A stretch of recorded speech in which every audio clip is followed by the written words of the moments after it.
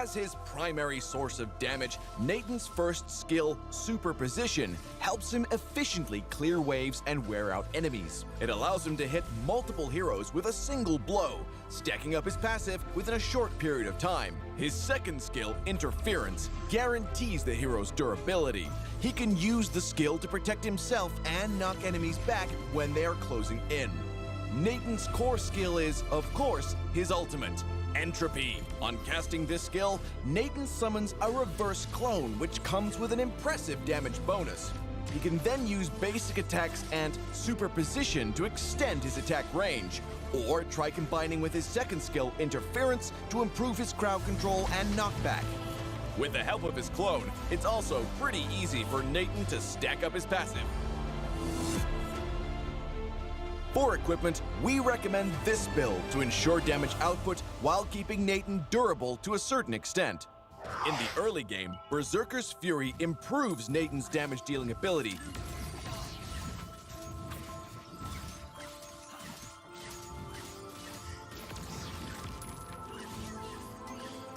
while Haas's Claws can add to his durability.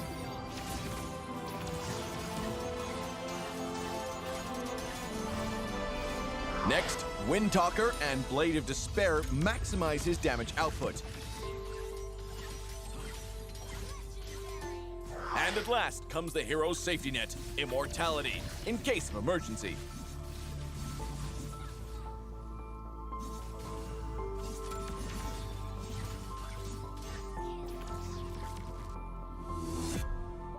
Other than stacks of his passive, Nathan should also pay close attention to his movement on the battlefield and try to hit as many enemies as possible with his first and second skill and basic attack. The power of his ultimate makes Nathan a reliable damage dealer. Full stacks of his passive, unimaginable knockback, and effective crowd control all are possible if Nathan and his clone are well positioned.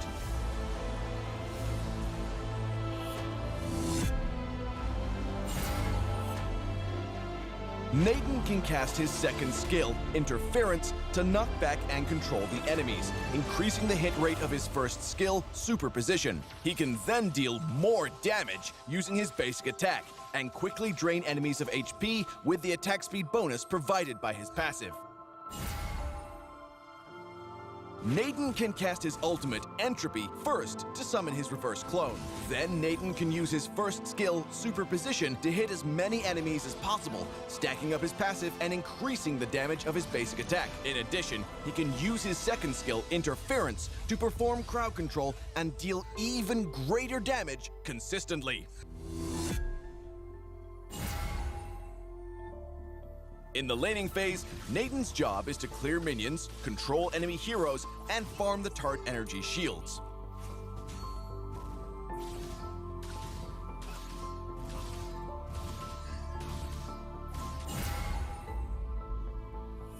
After getting decent equipment, Nathan's damage ability starts to show. In the late game, Nathan can join teamfights and enjoy dealing massive damage with the support of his teammates. Well, that wraps up this episode. Stay tuned for more insightful guides from Road to Mythic as you climb the ranks. Until next time, we'll be seeing you in the Land of Dawn.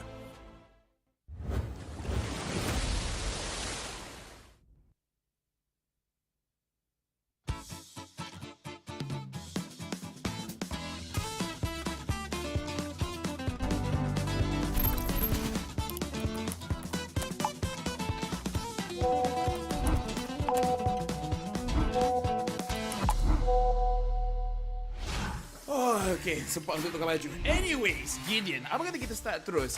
Biar I share screen kejap. You boleh nampak tak? Yep, I can see it. Oh, Kagura, really? I thought you were more of a Nana kind of guy.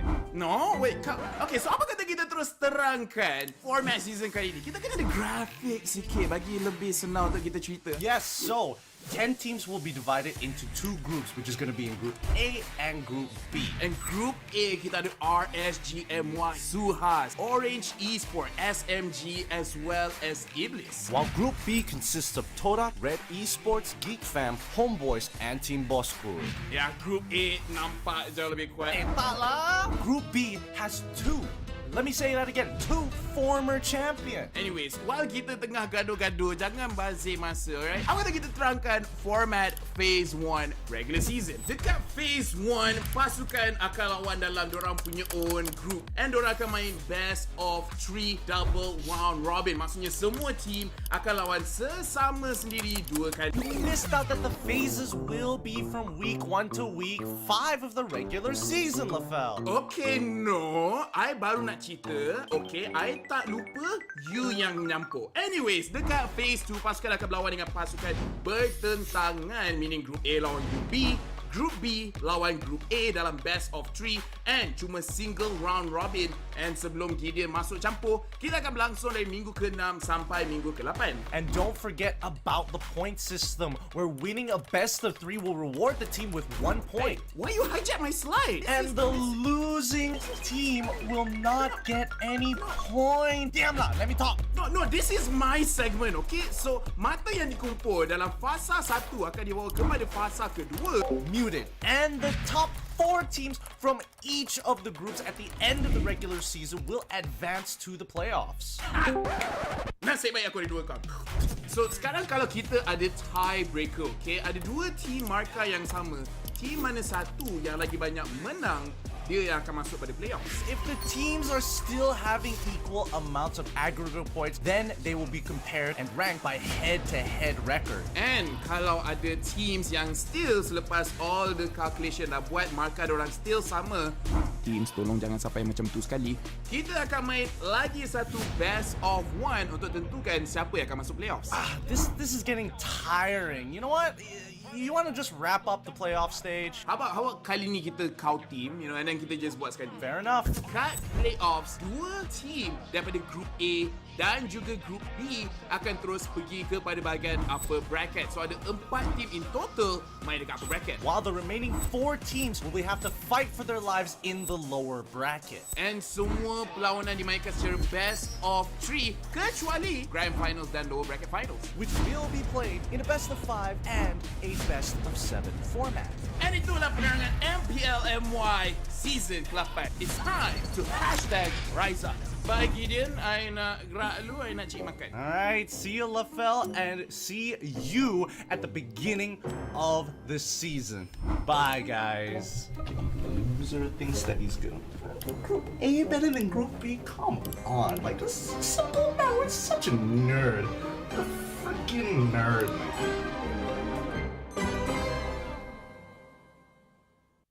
2021 telah menjadi satu tahun yang hebat untuk Mobile Legends Bang Bang, dan jutaan terima kasih kepada semua komuniti MLBB di seluruh dunia atas sokongan dan semangat anda. Sekarang, mari kita lihat apa yang telah kita capai setakat ini dan apa lagi yang anda boleh jangkakan tahun ini. Mari kita mulakan dengan kejuaraan dunia M2 yang berlangsung pada bulan Januari tahun ini, di mana pemain dari 8 negara merentas dunia ke Singapura menjalani kuarantin di samping protokol keselamatan yang ketat demi merealisasikan kejohanan offline ketika dilanda wabak. Welcome to M2 World Championships live from Singapore. M2 menjadi kejohanan rasmi Mobile Legends Bang Bang yang paling banyak ditonton. Lebih daripada 3 juta penonton menyaksikannya secara langsung, menjadikannya salah satu kejohanan terkenal di dunia esports. Piala Mobile Legends Bang Bang Asia Tenggara atau MSC 2021 yang baru berakhir. Welcome to MSC 2021. Mempunyai puncak 2.2 juta penonton, hampir 10 kali lebih banyak daripada MSC lalu. Selain itu, Mobile Legends Bang Bang Professional League di seluruh rantau ini memecah rekod dengan MPL Indonesia menarik penonton seramai 1.8 juta penonton. Di seberang lautan, MPL Filipina merekod lebih dari 1.4 juta penonton. Sementara MPL Malaysia dan Singapura, kedua-duanya memperoleh jumlah penonton yang tinggi. Secara kolektif, MLB kini menjadi salah satu esports yang paling banyak ditonton di dunia. Dan komuniti semakin membesar. Terima kasih kepada semua peminat MLBB. Keluarga MPL semakin bertambah. Kami bakal melancarkan MPL Brazil pada bulan Jun dan MPL Kemboja pada bulan Julai. Tidak lupa juga, MPL Filipina baru saja beralih ke Liga Franchise untuk musim ke-8 yang akan datang. Semua pencapaian ini hanyalah permulaan kerana bakat MLBB di seluruh dunia akan memulakan perjalanan ke puncak. Ya, tekaan anda tepat. M3 akan berlangsung pada akhir tahun 2021 di mana pasukan hebat dari wilayah MPL di samping pemenang kelayakan wilayah bukan MPL akan bertanding di satu lokasi. Ia adalah jalan panjang bergelombang menuju M3. Pasukan mana yang akan mendapat tiket untuk menjadi salah satu daripada 16 pasukan dan menamatkan perlumbaan to the top.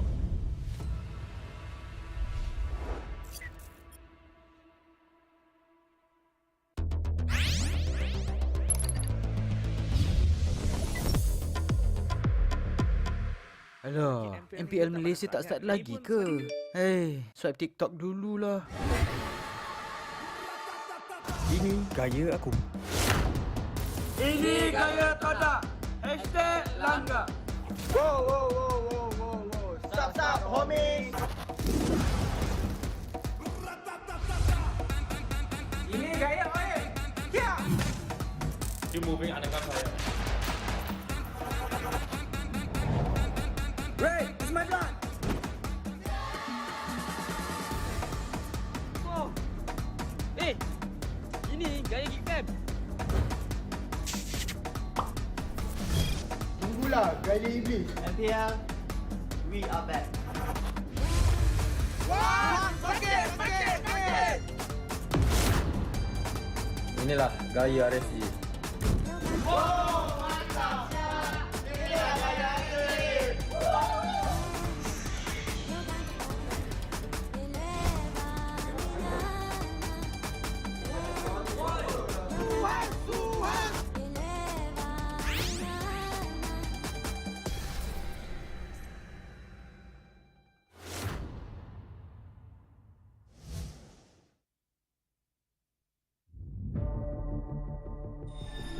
Gaze the stars and see your path.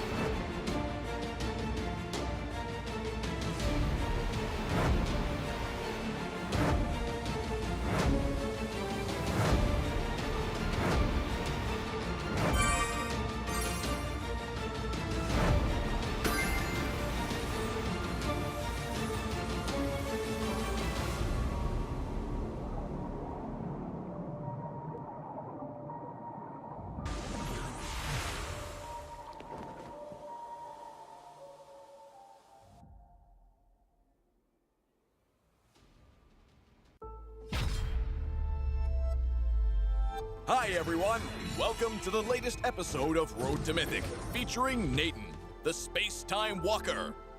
We will walk you through the gameplay and tactics for this marksman so you can grind the ranks with ease. Without further ado, let's dive in. As his primary source of damage, Nathan's first skill, Superposition, helps him efficiently clear waves and wear out enemies. It allows him to hit multiple heroes with a single blow, stacking up his passive within a short period of time. His second skill, Interference, guarantees the hero's durability. He can use the skill to protect himself and knock enemies back when they are closing in. Nathan's core skill is, of course, his ultimate, Entropy. On casting this skill, Nathan summons a reverse clone, which comes with an impressive damage bonus. He can then use basic attacks and Superposition to extend his attack range, or try combining with his second skill, Interference, to improve his crowd control and knockback. With the help of his clone, it's also pretty easy for Nathan to stack up his passive. For equipment, we recommend this build to ensure damage output while keeping Nathan durable to a certain extent. In the early game, Berserker's Fury improves Nathan's damage-dealing ability,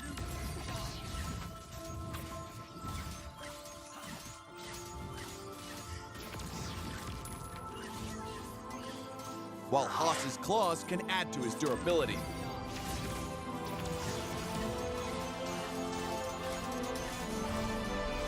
Next, Windtalker and Blade of Despair maximize his damage output.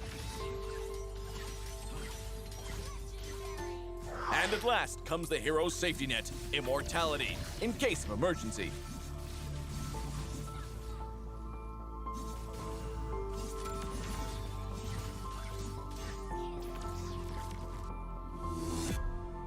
Other than stacks of his passive, Nathan should also pay close attention to his movement on the battlefield and try to hit as many enemies as possible with his first and second skill and basic attack. The power of his ultimate makes Nathan a reliable damage dealer. Full stacks of his passive, unimaginable knockback, and effective crowd control all are possible if Nathan and his clone are well positioned.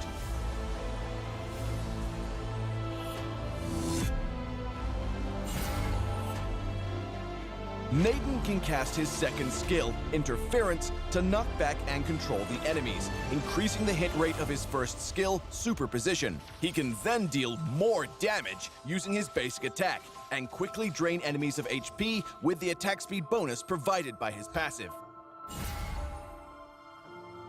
Nathan can cast his ultimate, Entropy, first to summon his reverse clone. Then Nathan can use his first skill, Superposition, to hit as many enemies as possible, stacking up his passive and increasing the damage of his basic attack. In addition, he can use his second skill, Interference, to perform crowd control and deal even greater damage consistently. In the laning phase, Nathan's job is to clear minions, control enemy heroes, and farm the turret energy shields.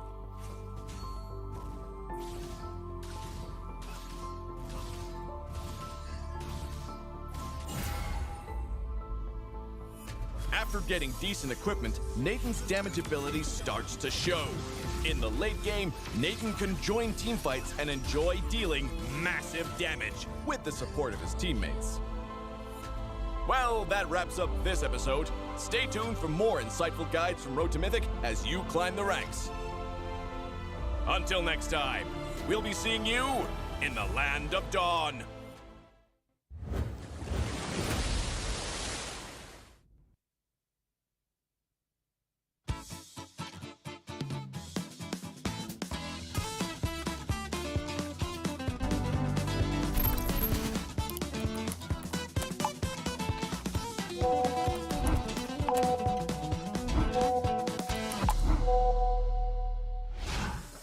Okay, sempat untuk tukar baju. Anyways, Gideon, apa kata kita start terus?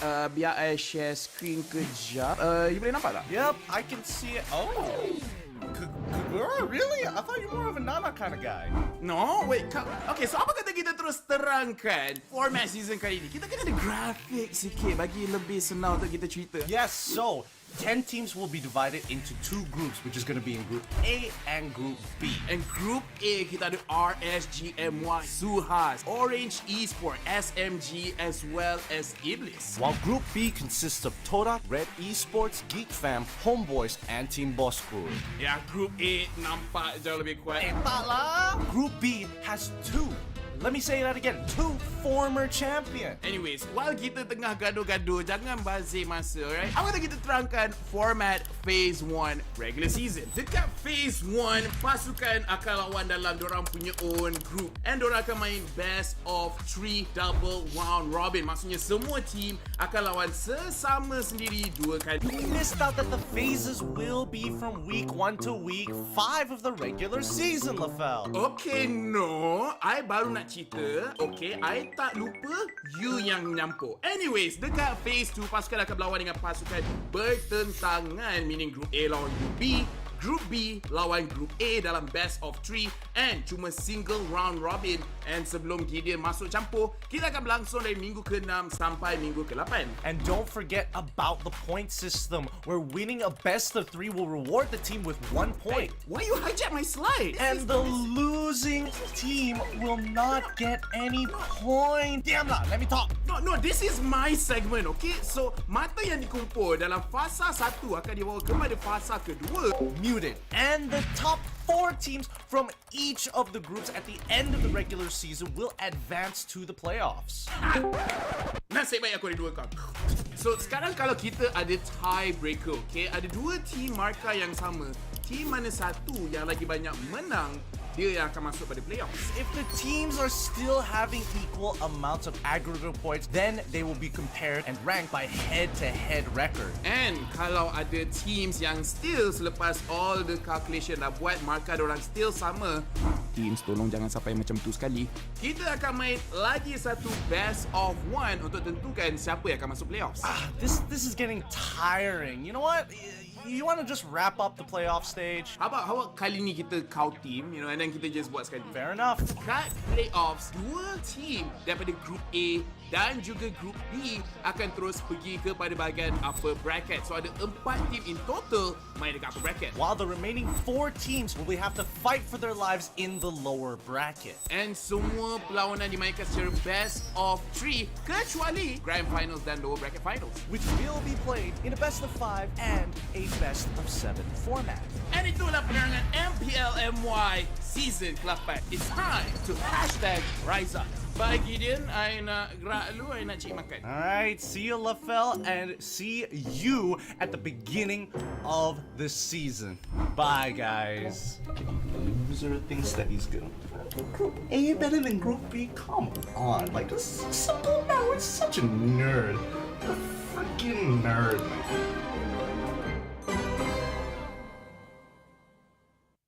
2021 telah menjadi satu tahun yang hebat untuk Mobile Legends Bang Bang, dan jutaan terima kasih kepada semua komuniti MLBB di seluruh dunia atas sokongan dan semangat anda. Sekarang, mari kita lihat apa yang telah kita capai setakat ini dan apa lagi yang anda boleh jangkakan tahun ini. Mari kita mulakan dengan kejuaraan dunia M2 yang berlangsung pada bulan Januari tahun ini, di mana pemain dari 8 negara merentas dunia ke Singapura menjalani kuarantin di samping protokol keselamatan yang ketat demi merealisasikan kejohanan offline ketika dilanda wabak. Welcome to M2 World Championships live from Singapore. M2 menjadi kejohanan rasmi Mobile Legends Bang Bang yang paling banyak ditonton. Lebih daripada 3 juta penonton menyaksikannya secara langsung, menjadikannya salah satu kejohanan terkenal di dunia Esports. Piala Mobile Legends Bang Bang Asia Tenggara atau MSC 2021 yang baru berakhir. Welcome to MSC 2021. Mempunyai puncak 2.2 juta penonton, hampir 10 kali lebih banyak daripada MSC lalu. Selain itu, Mobile Legends Bang Bang Professional League di seluruh rantau ini memecah rekod dengan MPL Indonesia menarik penonton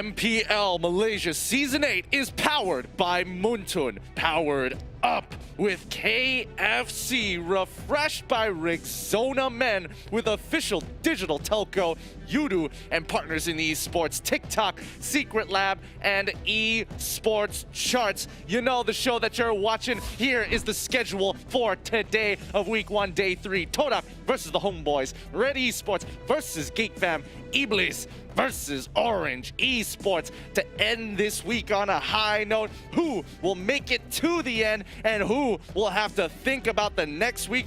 Back to the drawing board. MPL is ready to rumble here today as the big boys have played yesterday and now they want to end the week with one big shebang. You guys know what you're watching here today. My name is Gideon Q. This is Terrence Icy Baby 1-2 and you are watching the English broadcast of the MPL MY season number 8. How you feeling about day number 3? I'm feeling good, man. Like, oh, we've seen some amazing games in day 1 and day 2, and day 3 seems like we have something new in store for you guys watching at home. And I can't wait to tell you about all the stories that's going to be unfolding for today, especially this first match. There seems to be a little bit of rivalry, so to catch you guys up a little bit speed for you guys who missed out on yesterday's action, let's talk about what is going to be happening for today's first match. The watch out for first match today is going to be the 2 match winners in Group A, and who will be the ones that come up on top this week. Yesterday, Momo, in his final days of interview, he offered a challenge, saying that he's eager to challenge against Vince, their former teammates currently in HOMEBOIS. Boy, actually, but you're absolutely correct. Both right now tied in the standings as they were both able to earn their 2-0 victories in their respective groups. Only one of them can be ending this week on top of the leaderboards. Who's it going to be? It's a huge boost of confidence for a lot of these teams just to see their names in the highest standings possible. Yeah, I definitely agree. And who's going to be the ones that have a significant lead by week 2? That's going to be dictated by today. Of course, every single team is going to be eyeing for some points to secure their slots into the playoffs. That's going to be the most important thing for now. But let's talk about the upcoming match as well. The next one is going to be Red Esports' first appearance going up to GEEKFAM. We have, can GEEKFAM make a comeback on day number 3, or will Red Esports opening match? You know, do they have a good opener for this season? I don't know. It feels like we haven't seen too much about them. It's hard to gauge where they're at. But yesterday's games with GEEKFAM against Todak, that was pretty impressive. Well, I think, GEEKFAM, obviously they didn't want the result of losing 1-2 against Todak. But again, they were up against previous champions. Todak still maintaining their standard here. But I'm excited to see what Red has in store. We've had a lot of conversations with Uncle Chika, the manager for Red Esports. Also a shoutcaster on the BM broadcast. If you want to check him out, you know where to go. But let's talk about match number 3 to end the day. It's going to be EBLZ as well as Orange Esports, both of which haven't gotten their first victory and still acclimating to the new professional scene. Yeah, have they adapted or not? That's going to be my biggest question here, because we've seen a little bit of glimpse coming from EBLZ as well as Orange Esports. First day EBLZ, they had a really rocky start in game 1. After that, you can see that they're starting to get used to it and getting comfortable. It feels like they are more prepared to a certain degree, whereas Orange Esports, yesterday's games felt like a complete disaster. Well, see, that's the thing, right? Both of these previous semi-professional teams in their rosters now going up some of the bigger dogs in the league, having represented Malaysia even, and, being former champions and dealing with some of the most consistent teams. It's difficult. Obviously, it's not the best showing. However, only one of these teams are going to be walking away with a victory, and the other will just have to deal with the loss of an 0-2 weekend. Yeah, I definitely agree. And, especially for this upcoming match, it's going to be a very, very important one for EBLZ and Orange Esports, just because whoever takes that first lead is going to have a little bit of gauge of their standings. But before that, let's talk about the first match for today. Let's take a look into it. Todak versus HOMEBOIS. You know who they are. Let's welcome them.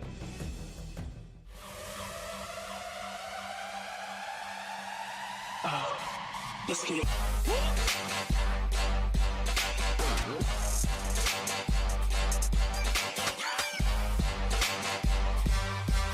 Let's get it.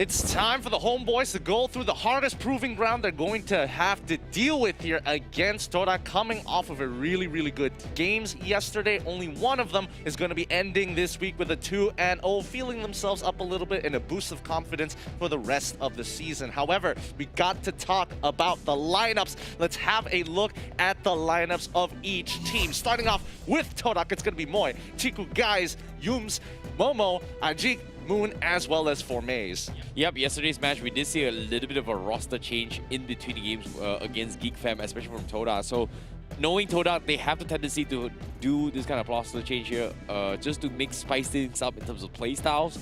And yesterday's game, Moon, was feeling a little bit down. He was kind of sit off in game number 1, but game 2, he was called back. And guess what? They came in banging with a 2-0 reverse sweep against GEEKFAM. So that was still the usual Todak we kind of see from the previous season, and I'm looking forward to see how they perform because we haven't even exactly seen Ajik yet. So I'm looking forward to see whether or not is he going to be played.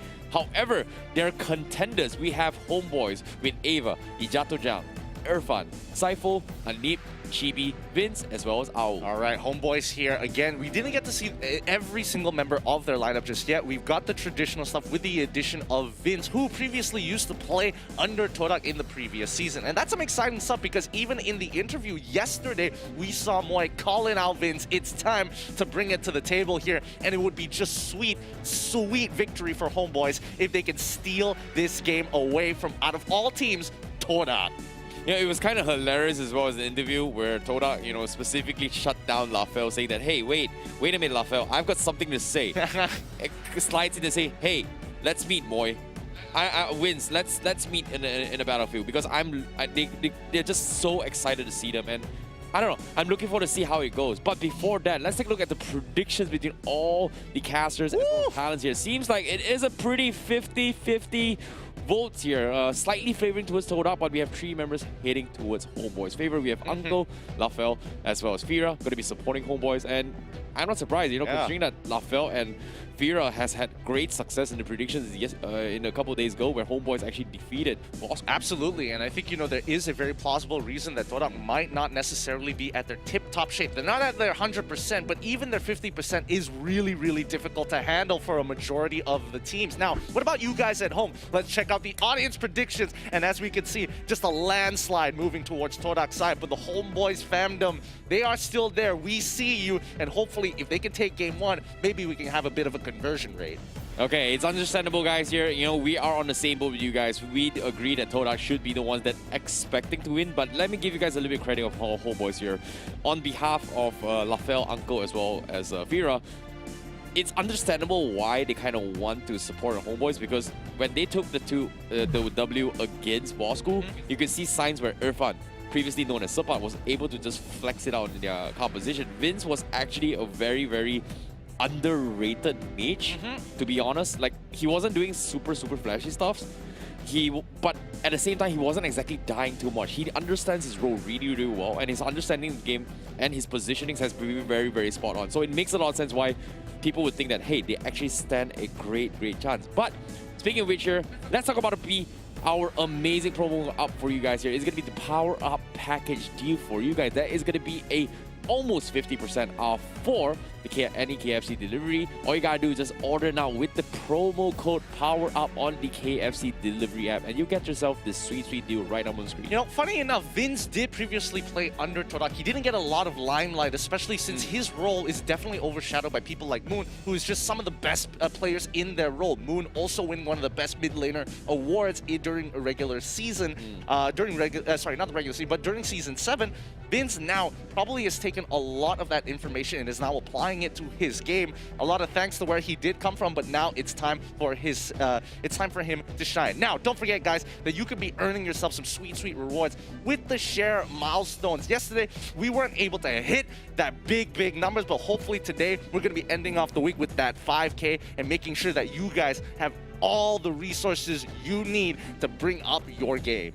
Yep, definitely start sharing right now, and hopefully we'll get you guys some exclusive dust as well as hero fragments for you guys to, sweeten your potential games in the near future. You do not underestimate the dust. Do not underestimate the flex on the light and dark recall effect as well. You can visually abuse your opponents with your recall button. Hey man, that's the way tanks play. You gotta taunt your opponents into making that mistakes, and if the bigger your recall animation, the better it catches the eye. Agreed, definitely agreed. Looking flexy, looking cool, looking sexy is always cool as well, man. Like, you know, it's not about those taunting, man. It's all about the flexes, bro. You know, you gotta look good, dress up, you know. You gotta poke them where it hurts. You definitely gotta poke them where it hurts. But Agreed. now for this upcoming game, what are you particularly expecting? I don't know what the main lineup of Todak is going to be, whether Moon is going to be playing here today, or whether or not they're going to bring in previously known as Dallas to come in instead of Chiku, or are they going to do something a little bit more funny like they did yesterday in Game 1 where they threw Chiku in towards that mid lane?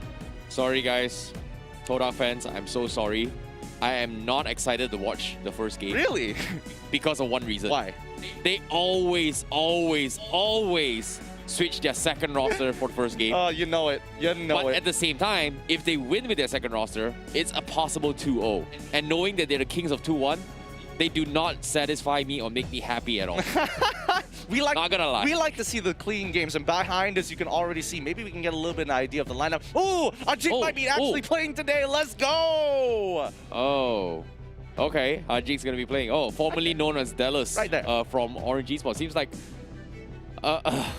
this will be fun. I know fun for you, but my hesitation is telling me otherwise, man. Well, we're just gonna have to wait and see. Hopefully they don't switch it out for Game 2, even if they lose. It looks like Vince is ready to play. The homeboys are ready to go. Let's jump into the draft to see how this is going to be playing out. Chibi, Vince, Irfan, Anip, and Saiful being the lineup for the homeboys this time, and Todak with Yums, Ajik, Momo, Formace, and Moon.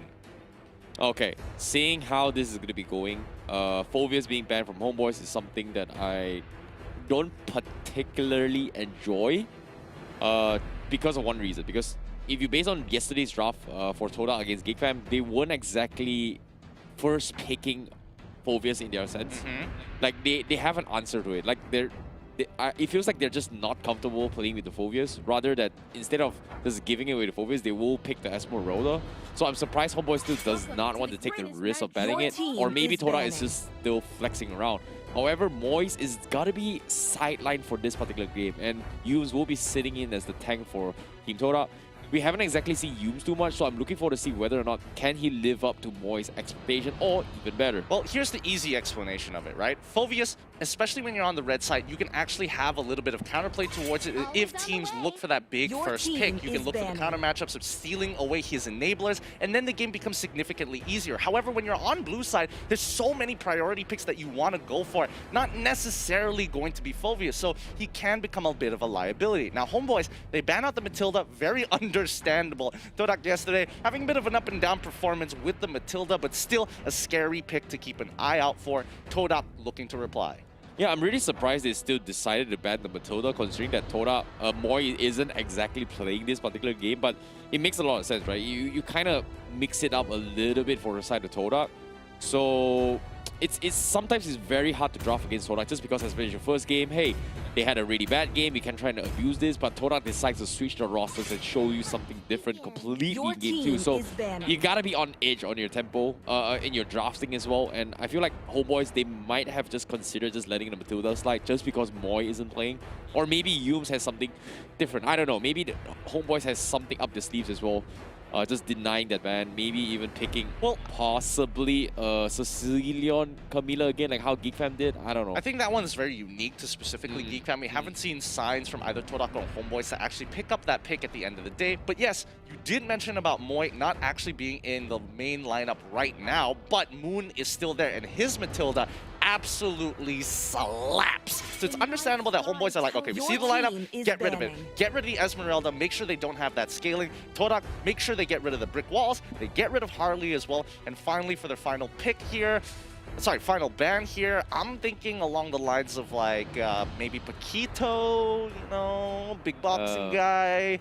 Sabah kind of slaps on it, you know. Yeah, I think the Paquito ban is really advisable coming from Todak. Like, you don't exactly want to risk it, but at the same time, have they opened up the Hayabusa as well? Because knowing Homeboys, they have the tendency to pick it up for themselves. We know Irfan plays really well on that, but is that the wisest of choice? Because if you think about mages, I agree for the fact that the Esmeralda ban... Wait, what? the Esmeralda ban coming from HOMEBOIS just doesn't really make sense for me. Come on, man. Come on, man. We got to keep up with the pace here. Todak, Yeah, they got rid of Hayabusa, and HOMEBOIS, they understand that the scaling side laner is a major problem, especially when you have Formace. He's not playing the jungle this time. We know for a fact Ajik is going into the jungle, so Formace is going to get thrown into the side lane. So it all makes sense here. HOMEBOIS, this first pick is going to be really, really important. They could look to flex it out with the Cho, not reveal too much of their strategies, or they can take it a step up and immediately look for their jungler. It feels like the Paquito is going to be the better choice to a certain degree. I would agree. But from Todak's side, I'm a little bit more curious on what Ajik is going to be playing. Because if you base on track record from Ajik, formerly known as Zealous from the previous Orange Esports in Season 7, his only succession on the jungle role was pretty much the Cloud, and Cloud doesn't really fit the meta currently. So I'm really curious to see how it goes. But the Benedetta being picked up from side Formace, Todak still sticking towards the old meta, I guess. And it makes a lot of sense now why GEEKFAM has decided first phase ban Benedetta, even though it's kind of fallen out of meta. All right. Let's address one problem at a time. First of all, Claude is always going to be relevant. The Golden Staff has not been nerfed at all. It is still one heck of an item. But if you look on over to Todak's side, getting the Jawhead as well as the Benedetta, very, very understandable, as Formace now has about an even matchup. Formace wants to take on Irfan in that 1v1, but he also has to understand the matchup, and I'm pretty sure Formace can pull off some crazy stuff. HOMEBOIS, on the other hand, I'm guessing Cho is probably under consideration, but they need to start thinking about their mages as well. Yeah, speaking of mages as well, do they want to pick off the Eudora or any other bursty mage that can actually be set up by the Jawhead? So that's something that they may consider taking, but seems like the Selena will be the priority. And the Kufra pickup as well from HOMEBOIS. This is something I really like. You know, they just don't want to take the risk of potentially the Ling being sneaked by from the side of Todak, or maybe even a Cheese Fanny, which I have never seen Todak play. Potentially. I definitely understand where you're coming from here, but I think the main concern for me as of right now is that no matter what kind of jungler they select from the side of the HOMEBOIS, we know for a fact if this Jawhead isn't being flexed into the side lane, he's going to invade, and they don't have a lot of options to protect him. Your team is banning. Seems like Ajik is going to be playing the Roger instead. So now, I agree with the Jawhead pickup. I agree with the Roger. It seems like Todak is still going to be going a little bit old school towards the Season 7's meta. But in terms of mage-wise, Todak, Moon's got a huge variety of hero boosts. And I'm a little curious here, what are they going to be tallying it up to deal with this Selena? Because if you think about it, previous seasons, when you see a Selena, a great way to deal with it is going to be the Popo and Koopa. But will Todak actually play it with the Popo and Koopa? You bring up a really, really good point there. I don't think Todak is actually going to go for the Popo and Koopa this time, even though it is very advisable when you see something like a Kufra where you can constantly try and harass him when he walks into the lane. However, HOMEBOIS has no form of pushing power in the mid lane, so going for something like a Lo Yi could be advisable. Farsa, although it can be a little bit of an awkward matchup with such long-range power and stuns with the Abyssal Arrow coming in from the Selena, there is at least that early game pressure of, hey, you can't hit an arrow if you have to deal with the wave. Yeah, I definitely agree. Like, picking the Farsa in towards a Selena is pretty much just ego challenging in my honest opinion. You gotta be aware, As soon as the Feather Asteroid comes in, the arrow is almost instantaneously gonna be targeted from side of Wind. For sure. Unless Moon is very patient in that sense. But it seems like Kagura being banned, that's going to be targeting towards Moon. I like that as well. It's pretty smart. But Ling and also Yi Shun-Sin being banned from side of Todak. There are a lot of assassins though, so I don't know. It seems like a Chibi can play Lancelot, so I'm surprised Todak not targeting Chibi's hero.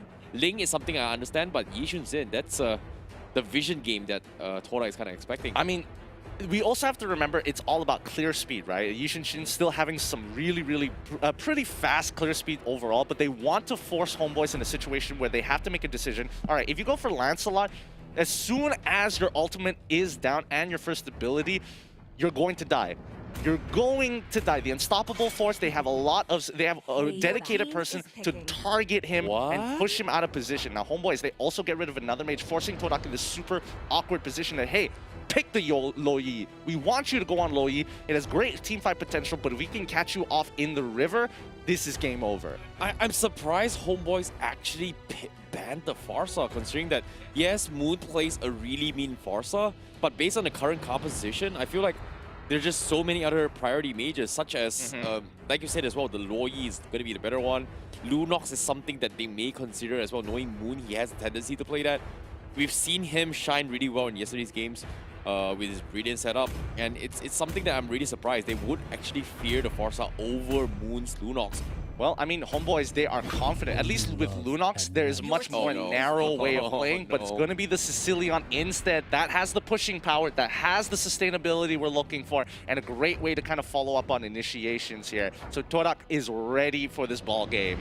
Okay, I really like what Todak is thinking right now. Like, considering that they picked the Sicilian after their matchup against GEEKFAM yesterday, it feels like it makes so much sense why they want to actually experiment on it on this game. And Moon playing it is a great setup with the jaw hit as well for the follow-up. But the problem is, do they even have the damage to burst? Because we know Sicilian in the early stage is not going to have to do much. And if they force the Camilla in the final pick from Todak, they're just going to lack so much early engagements or damage. They have to solely rely on Ajik, also known as Delos formerly, to actually just snowball the entirety game, and I don't think that's a great pick. But homeboys, they are gonna have a neat play. The Alice and the Lancelot will be secured from Chibi. Yep, they have the scaling that they were looking for. We were expecting something to go into the gold lane. It could have been the Lunox, but I think Alice is going to be a little bit more reliable here, especially when you're up against things like Jawhead, you're up against things like Roger, and especially when it comes down to Benedetta, you can get jumped so quick. Forcing out the Brilliance a little too soon could spell your doom. So now Todak needs to finish up their lineup. They've got the scaling in place with the Roger. However, when it comes down to, if we look to the EXP and the gold lane, do they really want to play this matchup against an Alice? They could look for the counter pick with the Baxia. Is that going to be enough damage? I don't think so. Yeah, it feels like they need a gold laner currently. Parrot, Lunox, anything. Thamus! Thamus is actually a pretty good pickup. I like it. It's extremely tanky from Todak, and arguably in the early stage, you don't exactly have the highest of DPS, but they are going to rely on the fact that Jawhead is going to be able to set up for Roger as well as Cecilia in the early stage. Well, okay. First of all, Thamus is one of the best 1v1 heroes, second to only Paquito here. And I think at this point in time, Todak wants to play a heavy snowball composition. And I think I do agree with you for sure.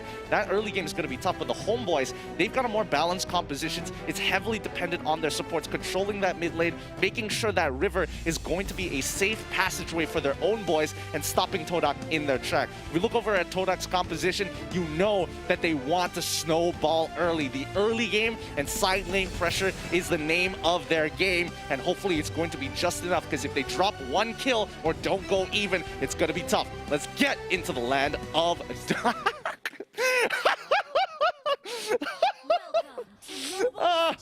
You know what's that? Classic Todak pause? No, it's a prank. It's a prank, you know. Imagine you open up the door, you get slapped with a notice saying, "Hey, you gotta get out." You know. You know, I always hate it when you go to a house party and you're just like, "Hey, man, you know, it's not Raya." Like you're trying to hang out with your boys in Raya. You open the door and there's another door there, and you're like, "Excuse me, what?" Well, I thought it was just one door, man. Like, what's with the second door? And then you hear like 50 different locks before the second door opens.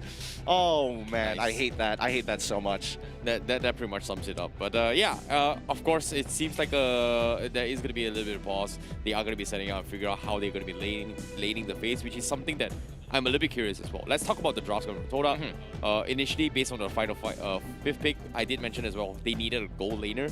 And considering that they've already had the Benedetta as well as the Thamus, who's going to be taking the XP, who's going to be taking gold lane, and knowing Todak's personality, feels like they are going to send 4 Mays on the EXP lane instead. So having the Thamus in gold lane, is that advisable? Like, does it give additional benefits to Thamus? What is he going to be able to snowball the side lanes? Well, think about it this way, right? They're sacrificing a late game scaling side lane, or something like Lunox, something like Harith, because then again, if you throw Benedetta into that gold lane against the Alice, what is she really going to benefit? You're going to get first push, but Alice doesn't care. She wants to sit under that turret, farm up as many orbs as possible. Thamus, not only can he push, he can use that little bit of gold, use that little bit of pushing power. When Turtle is on his side of the map, once he hits level 4, he's a lot more relevant than the Alice. All right, makes a lot of sense. Makes a lot of sense. And coming into the gold as well, I think an early dominance ice on Damos does actually help out. It scales out with the Vengeance as well. Exactly. But the problem with dominance ice is it negates physical. And considering how much magical prowess that Homeboys has, they've got the Selena, they've got the Alice for late game potential. Like I said as well, I feel like in the early pressure, Todak is not looking to get extremely aggressive. Well, if they get a couple of pickoffs, Homeboys gotta rethink their strategy because something is wrong. Because they've got so much early pressure, and knowing Chibi, he has a tendency to be extremely aggressive with his Lancelot. So I don't think the Roger is going to be able to keep up in terms of damage compared to a Lancelot when it comes towards a 1v1 fight in level 4 versus level 4. Roger versus Lancelot? I think it's actually more of a 50-50 than people would imagine. And here's why. In a lot of cases, Roger needs to be able to dodge the abilities. The iframe is important, and the biggest damage-dealing ability coming out of that Lancelot is not going to be his auto attacks, but it really comes down to that perfect execution. And if he can get a max damage perfect execution, you know, he's about like 25 HP. 25 HP, you use the perfect execution, and you get the extra bonus damage because he's kind of low. Then it works out perfect, easy game. Dust your hands, it's settled. However, using the iframes to kind of dodge that, or better yet, maintaining that distance, maintaining that kiting distance. Oh, you jump at me? Okay, fine. I can pounce to a bunch of minions, still get a little bit of damage off of you, and maintain that distance away from him. Then it becomes significantly more difficult for Lancelot to sit on top of the Roger. Okay, let's pull it back down to earth a little bit. We're fantasizing and theorizing on the heroes itself. Makes a lot of sense. I get that. Now, sometimes when it comes to competitions here, it's about the man playing the... It's about playing the man rather than playing the game. And right now, in this situation, it's Chibi versus Ajib. You know what I mean? Well, Chibi on the Lancelot going up against Ajib on a Roger. Well, based on past historical track records, that is not great odds for me. I mean, great odds or not, I can't judge how the players are feeling. Sometimes players are having a hot day, you know? I can't judge them for what they've done so far. It's only about the plays that they're able to make. So my assumption is they are both robots playing at the highest level and will make minimal mistakes. That's the assumption. If they do make mistakes, that's on the player. You can't say much about that. Dude, even robots make mistakes. You know, they've got faulty... Nope, not OpenAI. OpenAI is... Ooh, that thing slaps. Well, OpenAI has kind of lost a couple of players before, but 95% they win. Yeah, up. Most of the time, 95%. So assuming that their mistake rate is 5%, that's still pretty good odds here to me. That's what I think. But Homeboys and Todak ain't OpenAI, bro. Of course they're not OpenAI, but they're trying to strive towards that 100% ever so slowly. Human error is always going to play a factor, but not when it comes down to the hard facts. When it comes down to the 1v1s, who's going to win it, I still say it's a 50-50. If we're talking about, hey, you know, you get a Mythic Glory player against a Warrior player, clearly there is going to be a significant difference, and we're at the MPL, expected to be at the highest level of performance. Okay, I guess I can respect that. But still, personally, I still feel that the Roger is... He will do well when he's like level 5, level 6, but level 4 versus level 4 is something that I don't think he has the capabilities or the damage to actually snipe off objectives. Team fights, yes, arguably Roger can still time his iframes or Lycan pounds properly, but when it comes to bursting down objectives like a turtle, I still think Chibi on the Lancelot has one of the better shots. And considering that in terms of magical prowess as well, Moon on the Sicilian, I don't think he even has enough damage to actually help to contest the turtle rather early, unless you send up the Damos and also 4 mates with the Benedetta to try and brute force your way in, which is something that you don't exactly want, especially when they are meant to be on the side lane. So it feels like Todak, they want to drag this game as long as they can, which they can, as long as they don't lose out in the early stage of the game.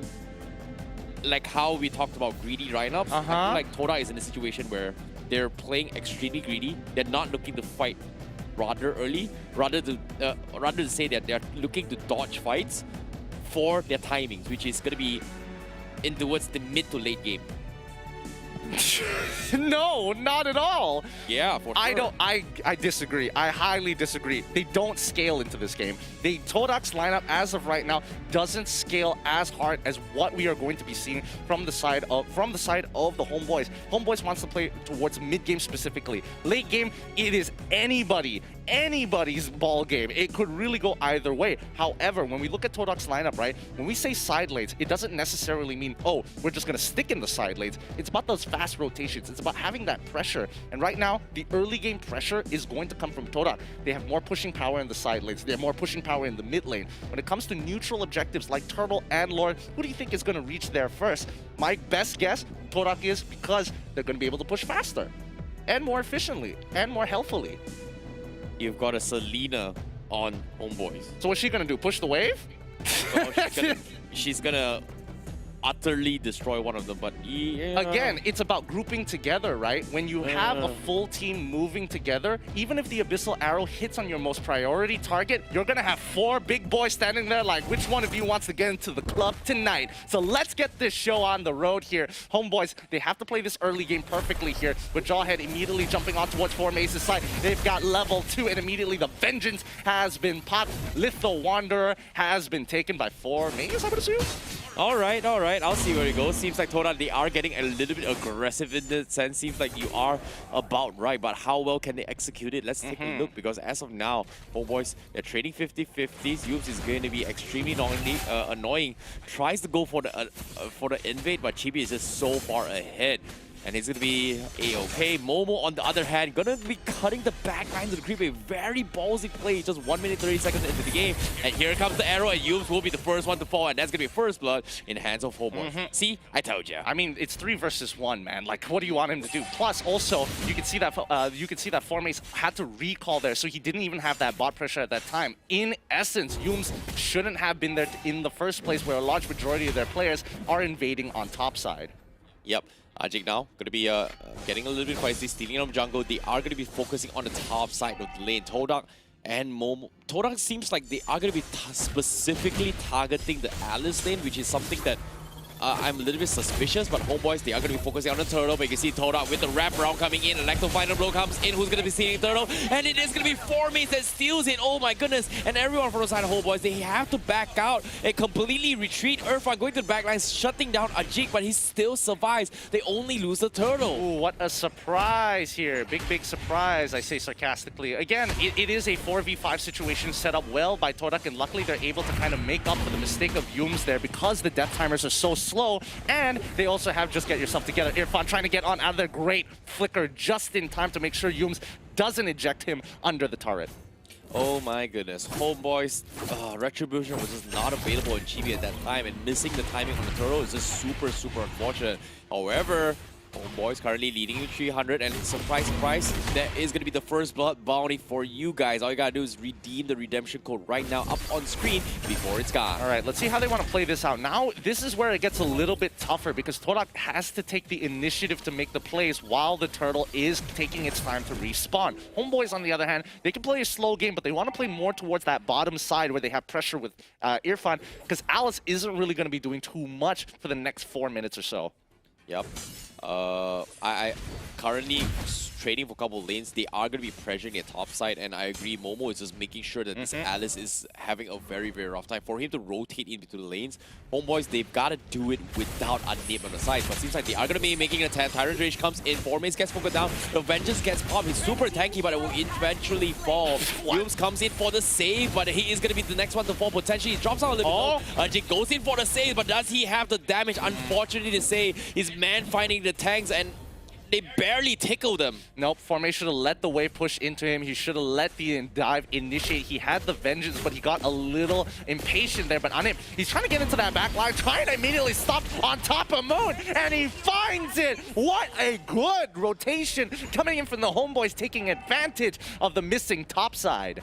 Yep, just like that. HOMEBOIS, they take the early engagements very nicely. This second objective is something that HOMEBOIS needs to take, and if they lose out this turtle, it is going to slow down their aggression. That means there is going to buy time for Todak to get some sort of economy. Meanwhile, Formace is going to be taking on with the reverse scythe. Yubes also going to be looking for opportunities to go for a couple of setups, as Moon completely ignoring the fight as he builds up the stack, and Yubes is going to get pulled back and focused down, and he's going to go down. Chibi takes the Lord takes the turtle, and they are going to go for more pertabs, and seems like the arrow doesn't seem to connect, and they will be happy with only just you. That's a little unfortunate here, but now for Maze, even though he went for the lane swap, because again, he has a lot more pressure compared to Benedetta in these situations, he just wasn't able to kind of join the fighters. Irfan, he also swapped the lane and made sure that Maze does not leave. Agreed. But top side, going to be pressure coming from HOMEBOIS. Todak, they want to go in for re-engagement, and look at this. A big catch coming from Saifu. Can he survive? No, he will not, and Ajik will get a freebie, and he's looking for more. Irfan a little bit low, but instead, Todak, they decide to back off. Okay. I mean, they got what they wanted. They defended topside from getting dove under. They got Saifu, and all they had to expand was Formace's Vengeance, which is going to come back up in a minute or so. So again, HOMEBOIS have to respect this Vengeance under Formace. He's not as easy to kill in this next 5 minutes. Maybe around 10 minutes when you have the negation of health, a negation of, lifesteal, then it becomes that much easier. Yeah, this is actually pretty good for Todak. Like, I was expecting Ajik to actually go in for the dive up top, but knowing that they are trying to drag this into his later stage game where Moon and Ajik does scale a little bit better. But can they do it though? Because Yums, he's going to get caught out. He goes for the flicker, and that is going to be his downfall. Killing spree for Vince, and HOMEBOIS, they get another in the back. However, Todak, they're only 2k behind, and it looks like the steal, the purple buff steal from Anip to secure it. Formace fails the deal, but Chibi, he's going to get caught out without a purple buff, and he's all by himself. The dive comes in from Todak, and they get the job done, and that's a big pickoff coming from Todak. Momo is going to be traded off from Irfan, and Vince comes in for the Dane, and that is going to be the engagement coming in. Todak, the air getting focus spots as well. Irfan, he's going to give chase. Yums comes in for a save, but can he survive? Yes, he will, and that's going to be Todak disengaging. But a beautiful trade-off by catching off Chibi on the side, so instead. It's not over yet here. They want to get one more onto Saifu. He uses his ultimate just to buy a little bit of time. Anip cannot do anything about this situation with the vast majority of his team members either recalled or just dead. This is a big play coming from Todak. This is something that they needed so much. They managed to take down Chibi and also affecting the purple buff. Gives them a little bit of room to work with. However, HOMEBOIS, the newly setup comes in, but the jaw hit catches on Chibi. He gas bursted down, but a beautiful KO punch connects on Tree. Todak, they are going to get a force back. Ajik, can he survive? He makes it out alive as well, as they could not get the job done. They got the turtle, but they trade only for 4 mains, but Chibi dying 2 times in a row. Not looking good for the junglers of HOMEBOIS. I mean, we say that now, these early rotations coming in from Anip, yes, he is profiting. However, if you look on that top side, top tier 1 is already destroyed. Tier 2 has taken quite a significant amount of damage in the meantime. How much do they want to sacrifice to buy more time into this game? Ooh, Winter Truncheon purchase on Anip. Okay, so now Anip, I really hope he's got the stacks to do this, because from here on out, he is going to be relevant. That's a pretty big item to purchase here, considering that instead of going for Clock of Destiny, but seems like Chibi is going to get dived on. Once again, Todak, they're just focusing him down. He gets dived on completely, and there's nothing they can do about it. HOMEBOIS just losing out in terms of the rotation, like you called it as well, as Todak will continue to abuse the fact that they will have the map control in their favor. Irfan tries to slow down the tempo, but how long can he do? He takes down Yums, and that's going to be a big one. The arrow, ooh, almost connecting, but I don't think they will follow up coming from home. I'm not going to lie, that arrow, if I was in Ajik's position, I probably would have freaked out there for a second. It's like, is that actually going to hit me? I'm not entirely sure. But now Momo having to deal with Irfan here. Absolute alpha Chad. He doesn't care. He's clearing up the waves, and Irfan knows that he won't be able to catch Momo even if he puts him down to 1 HP.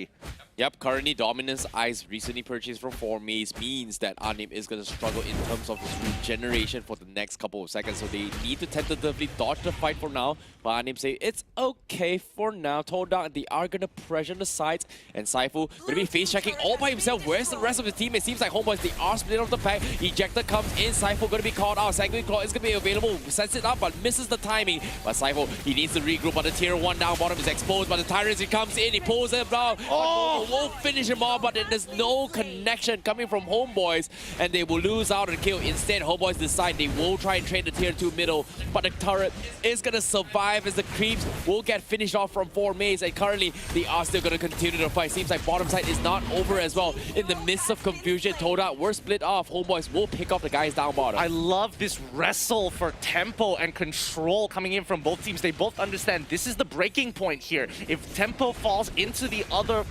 into their opponent's hands, it's not going to be a fun time. And even the homeboys recognize that they can't let Todak do what they want. They must contest, they must hold on, and if it means sacrificing another turret, they'll do just that.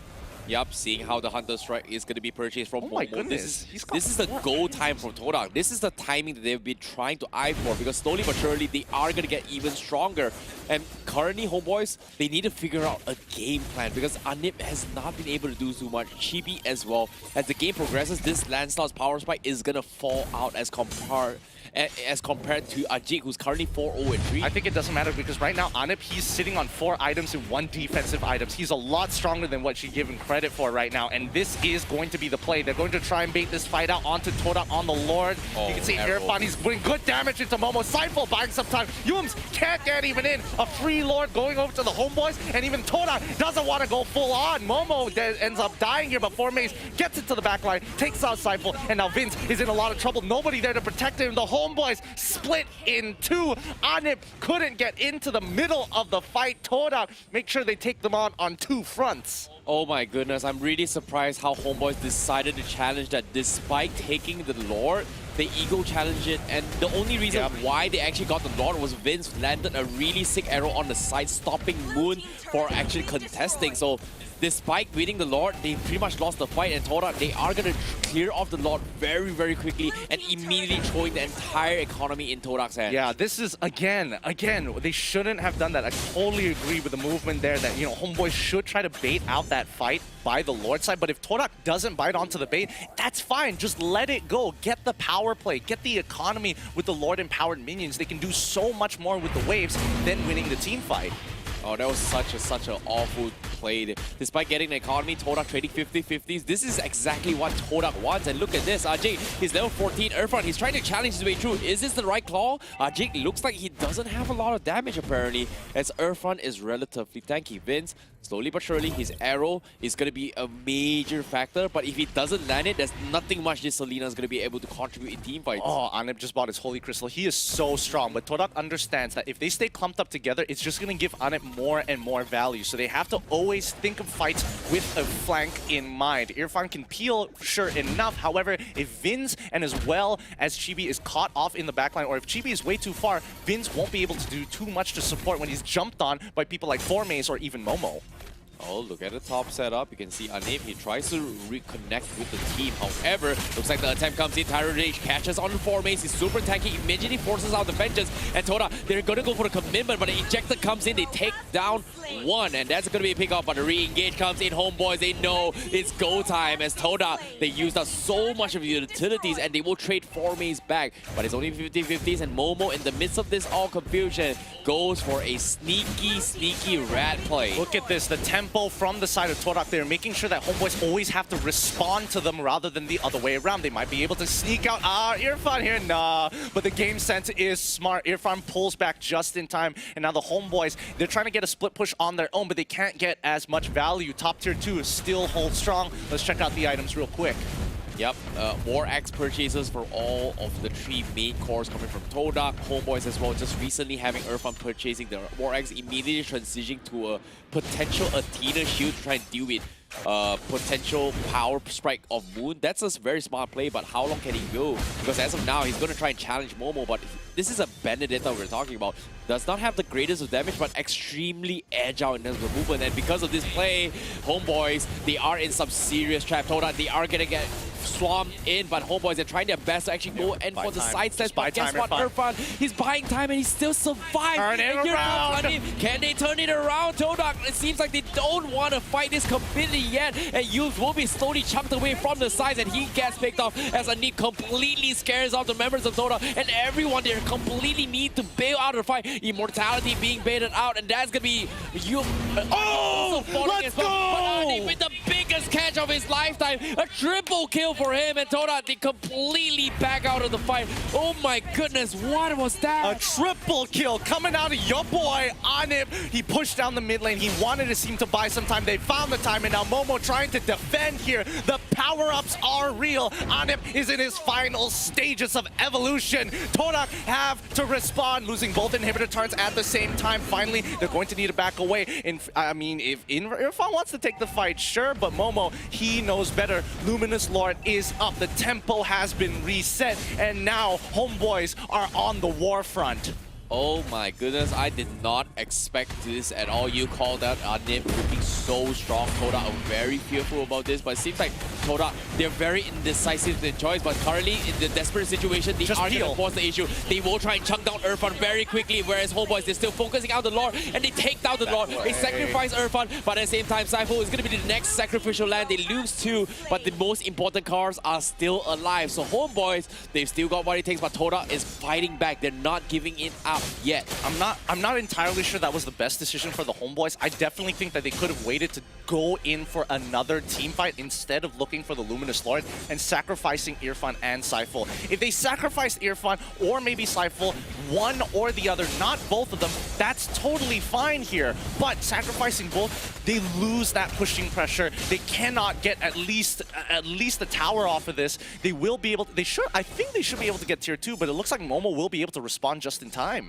Yeah, very good reactions coming from Momo and Anip. He's gonna try and push out the lanes as well. He's trying to make sure that Momo doesn't try any sneaky plays again, knowing that he's been facing that the entirety of the game as Anip was constantly being pressured from the lanes because Momo is constantly cutting the creep waves. Well, we also have to keep in mind that Chibi has been struggling to get his farm in comparison to Ajik, who's been farming very happily here. As Chibi starts to get his items, he will be able to start shredding down low HP members that Anip will have to start peeling from the get-go. However, Todak now playing on towards that bottom side. They know there's no pressure across the map. It's pretty much a 50-50. It's anybody's game. Yeah, definitely. And Todak, they are going to be setting up for an ambush, but the arrow connects, immediately scouts out the rotations coming from Homeboys. They know what Todak is going to be doing down south. Seems like they were going to retreat as the minions. The minions! Free hit, the crystals exposed. Todak, they've got to defend. And because of this small little play, Todak have to give away their map control. I mean, they don't need the map control right now. There's no neutral objectives to really take on. Their economy is bussin' right now. It's 53-50. Most of their heroes should be getting their full items except for the supports. And more importantly, they need to make sure Ajik has his buffs. The arrow doesn't land here, but Irfan, he is shredding 4 maze right now. Oh my goodness, this Paquito is just hitting like a truck, and the Malefic Roar up on Irfan. Big buy. Okay, that's huge. It's a big buy, but it's also understanding that Homeboys are in a position that if they get the next Lord, they can muscle their way in towards that crystal, not even attempt to fight and look to break the crystal before Todak gets the upper hand. Oh, there's no Blade of Hephaestus up on Chibi here, so they have to rely on the armor reduction coming in from his puncture. The Malefic Roar of Irfan to actually deal some damage. So as of now, Todak, it feels like they are still buying time for Moon to come online. We haven't seen too much of the massive damage coming from Moon, whereas, like you said as well, Anip is scaling significantly hard in this particular round. But if they find a way to deal with Anip, that pretty much means that Homeboy will lose the entire damage source as well as front lines. Well, we have to imagine what the 5v5 is going to look like, right? Moon, he wants that traditional front to front. He can buy a lot of time. He can hold up the Sanguine Claw. He can even sustain through a majority of the damage that Homeboys is able to throw at him, while the members, the side laners in particular, 4maze and Momo, want to go from the flank. Homeboys, on the other hand, they're like, okay, if Todak just clump together, just stick together as 5, Anip will do a majority of that work, and Saiful can easily engage for the team. Yeah, definitely. And Anip, he needs to back off to regen his mana to set up for the potential Lord is going to be spawning 25 seconds. Todak, they're looking for some sort of pickoffs, and this is going to be the opportunity they're looking for. And the arrow comes in from Vince, doesn't seem to connect, but it does scare them off a little bit, as Todak is going to be setting up very, very nice. It all comes down to Yums to actually set up for Todak, as they've got a lot of immortalities. But Saiful, they're looking for the dive on 4maze. Nope. Looks like they are looking for the bigger picture. Ajik and Moon is going to be the bigger one. Now, Anip just purchased his blood wings here. I don't know if he sold another item for it, because Anip has done this before. I'm guessing, I'm hoping he sold his boots instead, because he's got max stacks and he's got the extra movement speed. But here we go. Todak now looking for the engagement on top of Irfan here. If they can get the pick, it's going to be great. 4maze jumps in the back, but Momo, he knows his target. He wants Chibi. Chibi needs to get out of there right here, right now. But the Lycan Pounce from Ajik is going to be enough. Homeboys lose their carry. Anip, he's got to go back. There's nothing he can do. Irfan going to get dove right under the top tower. Wait, they could turn this around. They could potentially turn this around, but it's a little too late. The resurrection was too fast, and Anip was too slow to respond. They might be able to get 4 Maze as an exit frag here, but not even Seifel can keep up with this movement speed from 4 Maze. Big catch coming from Todak, making sure that the moment Chibi goes down, that is it. But you can see Chibi does not have any sort of damage to take down the front lines of Todak at all. And it's just so tough, whereas Archie is just constantly poking at everyone. And look at this Moon, he's going to try and challenge against Anip, and here comes the unstoppable force. Can he get the pull? Here he does. Drops it down so low. Ejector comes in as well, but Moon missing the first kill, but he drops them down extremely low, and they will back up. But this time with the Lord in the hands of Todak, this is going to be the potential last push. Can HOMEBOIS defend against this? HOMEBOIS can definitely defend against this because this is going to force Todak in a position where it's very difficult to get the flank once you're so close to the base. Remember, all 3 inhibitor turrets are still up. If someone enters the base, for an example, Momo, or even for Maze, if they hop over that wall, they will know about it. Oh no. Yeah, hate to see it. Oh. That is a big boy damage coming up. This is the timing that they've been looking forward to, and this is why I'm talking about Gideon. Big boy Moon is ready to party. Well, let's see how this goes. It could go either way here. If Moon gets caught off and Anip sits on top of him, it could be a completely different story here. HOMEBOIS, this is their only chance, but Todak, they understand they need to make this Lord count. Yep.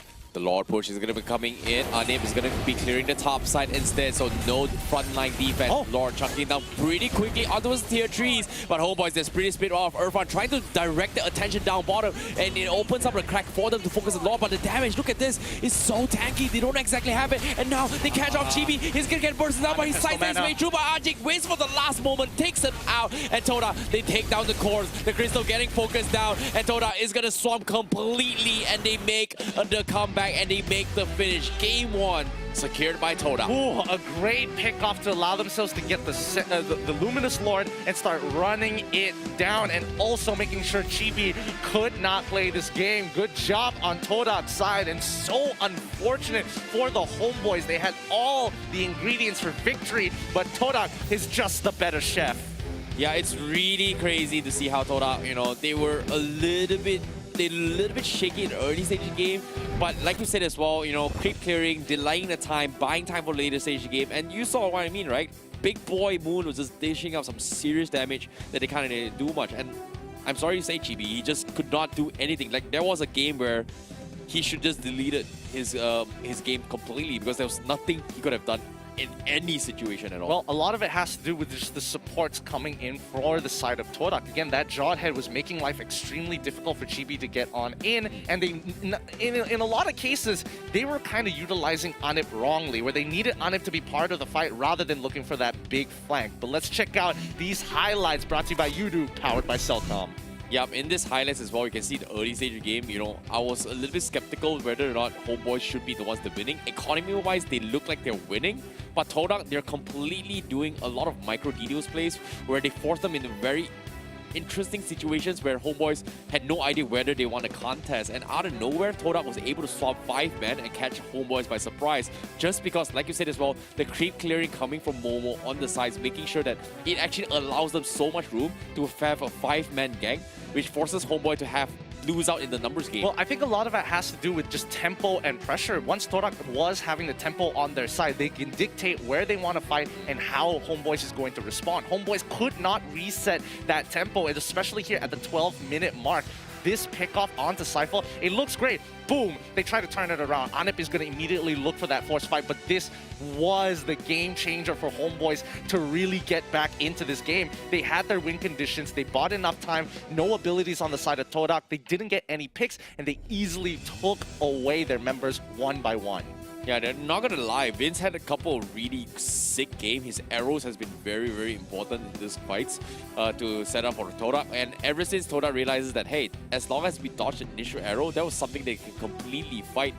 And because of that, they were able to contest all these objectives. And I would say Todak, they made a lot of smart calls knowing that HOMEBOIS is gonna focus on the Lord. Why not just pick off their front lines and trade off it towards a numbers game? And despite HOMEBOIS winning the Lord, it's okay. We still win the numbers, we can still defend. It's still pretty well worth trading in contrast in favor of Todak. Well, let's look at the item build real quick. And honestly, I think when it comes to the homeboys here, the biggest issue that they had was the fact that every time they got that reset, they wanted to take a deep breath. And when they did, Todak was like, throat punch every single time. They're trying to say, hey, let's set up for a play. Todak, they don't care. They're going to go straight for your 3-man. If we have a numbers advantage, we'll take it. Looking at the items here, let's have a look at Anit. Did he actually sell his... Yeah, he did. He sold his Holy Crystal to go for the Blood Waves. I don't agree with this itemization. He needed the extra tankiness, but I think he just needed the raw damage. Yeah, I feel like I kind of agree, but at the same time, it feels like he needed the tankiness just because of how Moon was able to take it down. Like, even without the Blood Wings, he was already taking like a huge chunk of Moon's damage. And by that 20-minute mark, you can see how one first skill coming from Moon was able to just chunk it down to his 50 health. And that's kind of crazy. And I'm not gonna lie, you know, Todak, they played the upper hand, they played the lane controls really well. A couple of very sloppy games at early stage, but Homeboys, they just could not do anything at all. They were desperate to find these kind of early aggressions. But honestly, I feel like I have to give props towards Yumes. Yumes' Jawhead has been very, very annoying in a lot of these injector fights. It just kind of slows down Homeboys' tempos multiple times. It's the beauty of Jawhead. I mean, you gotta... I'll have to admit, I'll be realistic about it. Yumes did struggle a little bit in the early game. Like, he got caught off in places he really shouldn't. But let's check out the MVP for this game here, powered up by KFC, going over to Ajik, having an almost perfect game. 10 kills, 1 death, 6 assists, and this man farming consistently and actually out-leveling Chibi a majority of the game. Yeah, his discipline was something that I did not expect as well. I still remember this play that he played up top where he got the kill. Instead of going for more, he played it safe, making sure that as long as I do not die, I will carry the game. And for him to drag into this later stage, getting a 10-1-6 shows you that he's grown so much from Season 7. And I'm really surprised. How much more can he grow? I mean, with the power that Todak has right now, having one of the best junglers in the region here of MY, Chibi has been putting a lot of time and effort teaching Ajik, showing him the ropes, and more importantly, grooming him to be even better and maybe even surpassing him. Yeah, I definitely agree. I have a lot of rumors as well. We were kind of skeptical why Todak took Ajik into the hero pool, but with the teachings of Chiku, he looks so much different now compared to when we last saw him in Season 7. I think he still does lack a little bit of confidence here in some of his plays. You can definitely see there are moments where there is a little bit of hesitation, but once he gets a bit more experience, once he feels a little bit more comfortable here after week 1, I think he's really going to start snowballing into the future. And maybe even, you don't know, he might be another rookie of the season. It's kind of tough. But let's throw it over to Fira Fendi, who's going to be handling and communicating with you guys in the chat. Fira Fendi, take it away. Analisis dan juga caster kita. So guys, itu baru je game pertama. Hari ini kita nampak Todak menang. Mungkin lepas ni HOMEBOIS akan comeback ke, ataupun akan ada perlawanan ketiga, ataupun clean 2-0. Kita tak tahu. So, kita dah tengok game. Apa kata sekarang kita tengok pula komen-komen. Nak tahu juga apa yang terjadi dekat ruangan komen. Adakah perang dunia ketiga ke? Apa ke? Okey, adik Yuda, kenapa Todak tak ada Chiku? Mungkin Chiku nak rest untuk first game, kita pun tak tahu. Let's go Todak. Okey, kita nampak dekat bahagian komen ramai yang support Todak and tak kurang juga yang menyokong HOMEBOIS. Lancelot tak payah main lah bagi Aul. Sabar Syami, okey? Ni baru first game. Mungkin second game diorang akan main game lain ke, hero lain ke, kita tak tahu meta apa yang diorang nak guna. Okey, so hari ini nampak semua orang mood baik. Jangan toksik, jangan gaduh-gaduh. Kita chill-chill je. Sebab ni baru minggu pertama. Sebab game kedua ni akan menentukan sama ada diorang akan ke game ketiga ataupun ini adalah penghujung untuk perlawanan hari ini. Okey guys, kita nampak apa tu? Ashrani Azmi cakap, kasih ajar Abel. Ya, memang kasih ajar Abel. Apa ni? Aul tak ada ke? Amira Natasha, saya tahu awak peminat Aul people. Tapi mungkin untuk seterusnya Aul akan main ataupun lepas ni kita boleh cek sama ada Aul akan update status sendiri. Betul ke dia akan main ataupun dia akan berehat sementara. So guys, kita dah nak get ready untuk perlawanan kedua, iaitu di antara Todak menentang HOMEBOIS and Caster. Take it away. Well, thank you so much, Fira, for keeping us updated with the community. Seems like there are a lot of OWL fans. Will OWL be playing in game number 2 from Homeboys? I'm looking forward to see here. But welcome back once again. My name's ICB12. Joining me is going to be Getting Q as we take you through game number 2 of that match. Homeboys and Todak, you know, it feels like Homeboys, they need to pick a going back to the drawing board because they were caught off guard. Like, the initial early stage here was something that Homeboys should be capitalizing on, but at the same time, Todak outplayed them with wits and smart and lane control, with having 4-mates cutting the creep waves rather early, forcing Anit to be sitting out most of the team fights in a 4v5 situation, kind of slowed down the tempo to a point where it was favorable for Todak. And for them to scale to the later stage game, well done to Todak. Well, I mean, Todak did have the more experience. They understood how they wanted to play out these fights. As long as they have a numbers advantage, they can force that advantage. And their biggest concern was Anim, who had all the items, all the gold, all the power, some may say. And if you guys are wondering, how do these guys play so efficiently? Are they even lagging most of the time? Well, trust me, if you have heard about Yudu, the official digital telco for the MPL MY, maybe you'll understand. Quickly go scan onto the code if you are changing your phone. If you are thinking about finding a more stable, wide coverage internet service, then Yudu is going to be the digital telco for you. And if you do that, they're willing to sprinkle a little bit more by giving you 100 free diamonds. So scan and switch over to Yudu today. Yeah, be sure to do that right here, right now, if you have not used it. But of course, give you guys a little bit TNC. It is only eligible to Malaysians only, Malaysian telco users only, and also, well, it is only for new users. So if you've not used it, that's going to be an incentive for you guys. However, back into the important game here. Currently, Todak taking the first game in this particular here. It seems like if they win the first game, like I said as well in the call, if they win the first game, most likely they are not going to be swapping those main roster yet.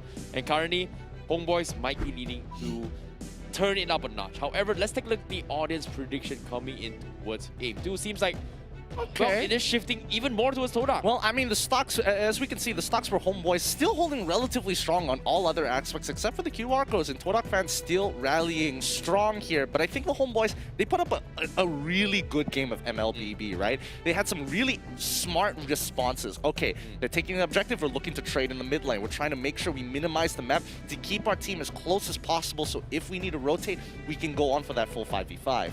Yeah, I definitely agree. And for the first time ever, I've not seen Chibi struggle this much. Todak has done a number on him. And hopefully, you know, he doesn't tilt from the game 1, because game 1 he was just in a situation where whatever he did, he was literally inescapable. Like, there was nowhere for him to run and escape when he gets dived on from the entire forces of Todak. That was something that it was super tough to watch.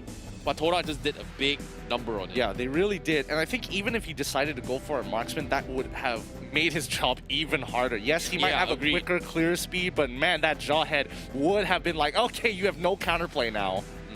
It feels like first game, currently in game number 2, it feels like they need to straight up ban the Jawhead. Like, instead of banning the Esmeralda, the Jawhead would have been the better ban, and hopefully it will happen. But we are going to be having a recap very, very shortly of the drafts later on, and we can tackle a little bit more on how they could have improved. Because I feel like you said as well, the Jawhead, it wasn't the perfect game for Yums. Yeah. But the capabilities of what Jawhead bring to the table, despite not having economy, is that he's able to disposition, and he's done that job really, really well. And I must say that Jawhead pickup was one of the biggest reasons that Todak was able to kind of delay into the later stage of the game for the rest to actually come on. Well, basically what you're trying to say is that he was relevant throughout every single stage of the game. I totally get that. And no, yeah, that's absolutely right. That's why Jawhead is highly contested picks, not even here in MY, but in the Philippines, also in Indonesia. Jawhead still an absolute menace. And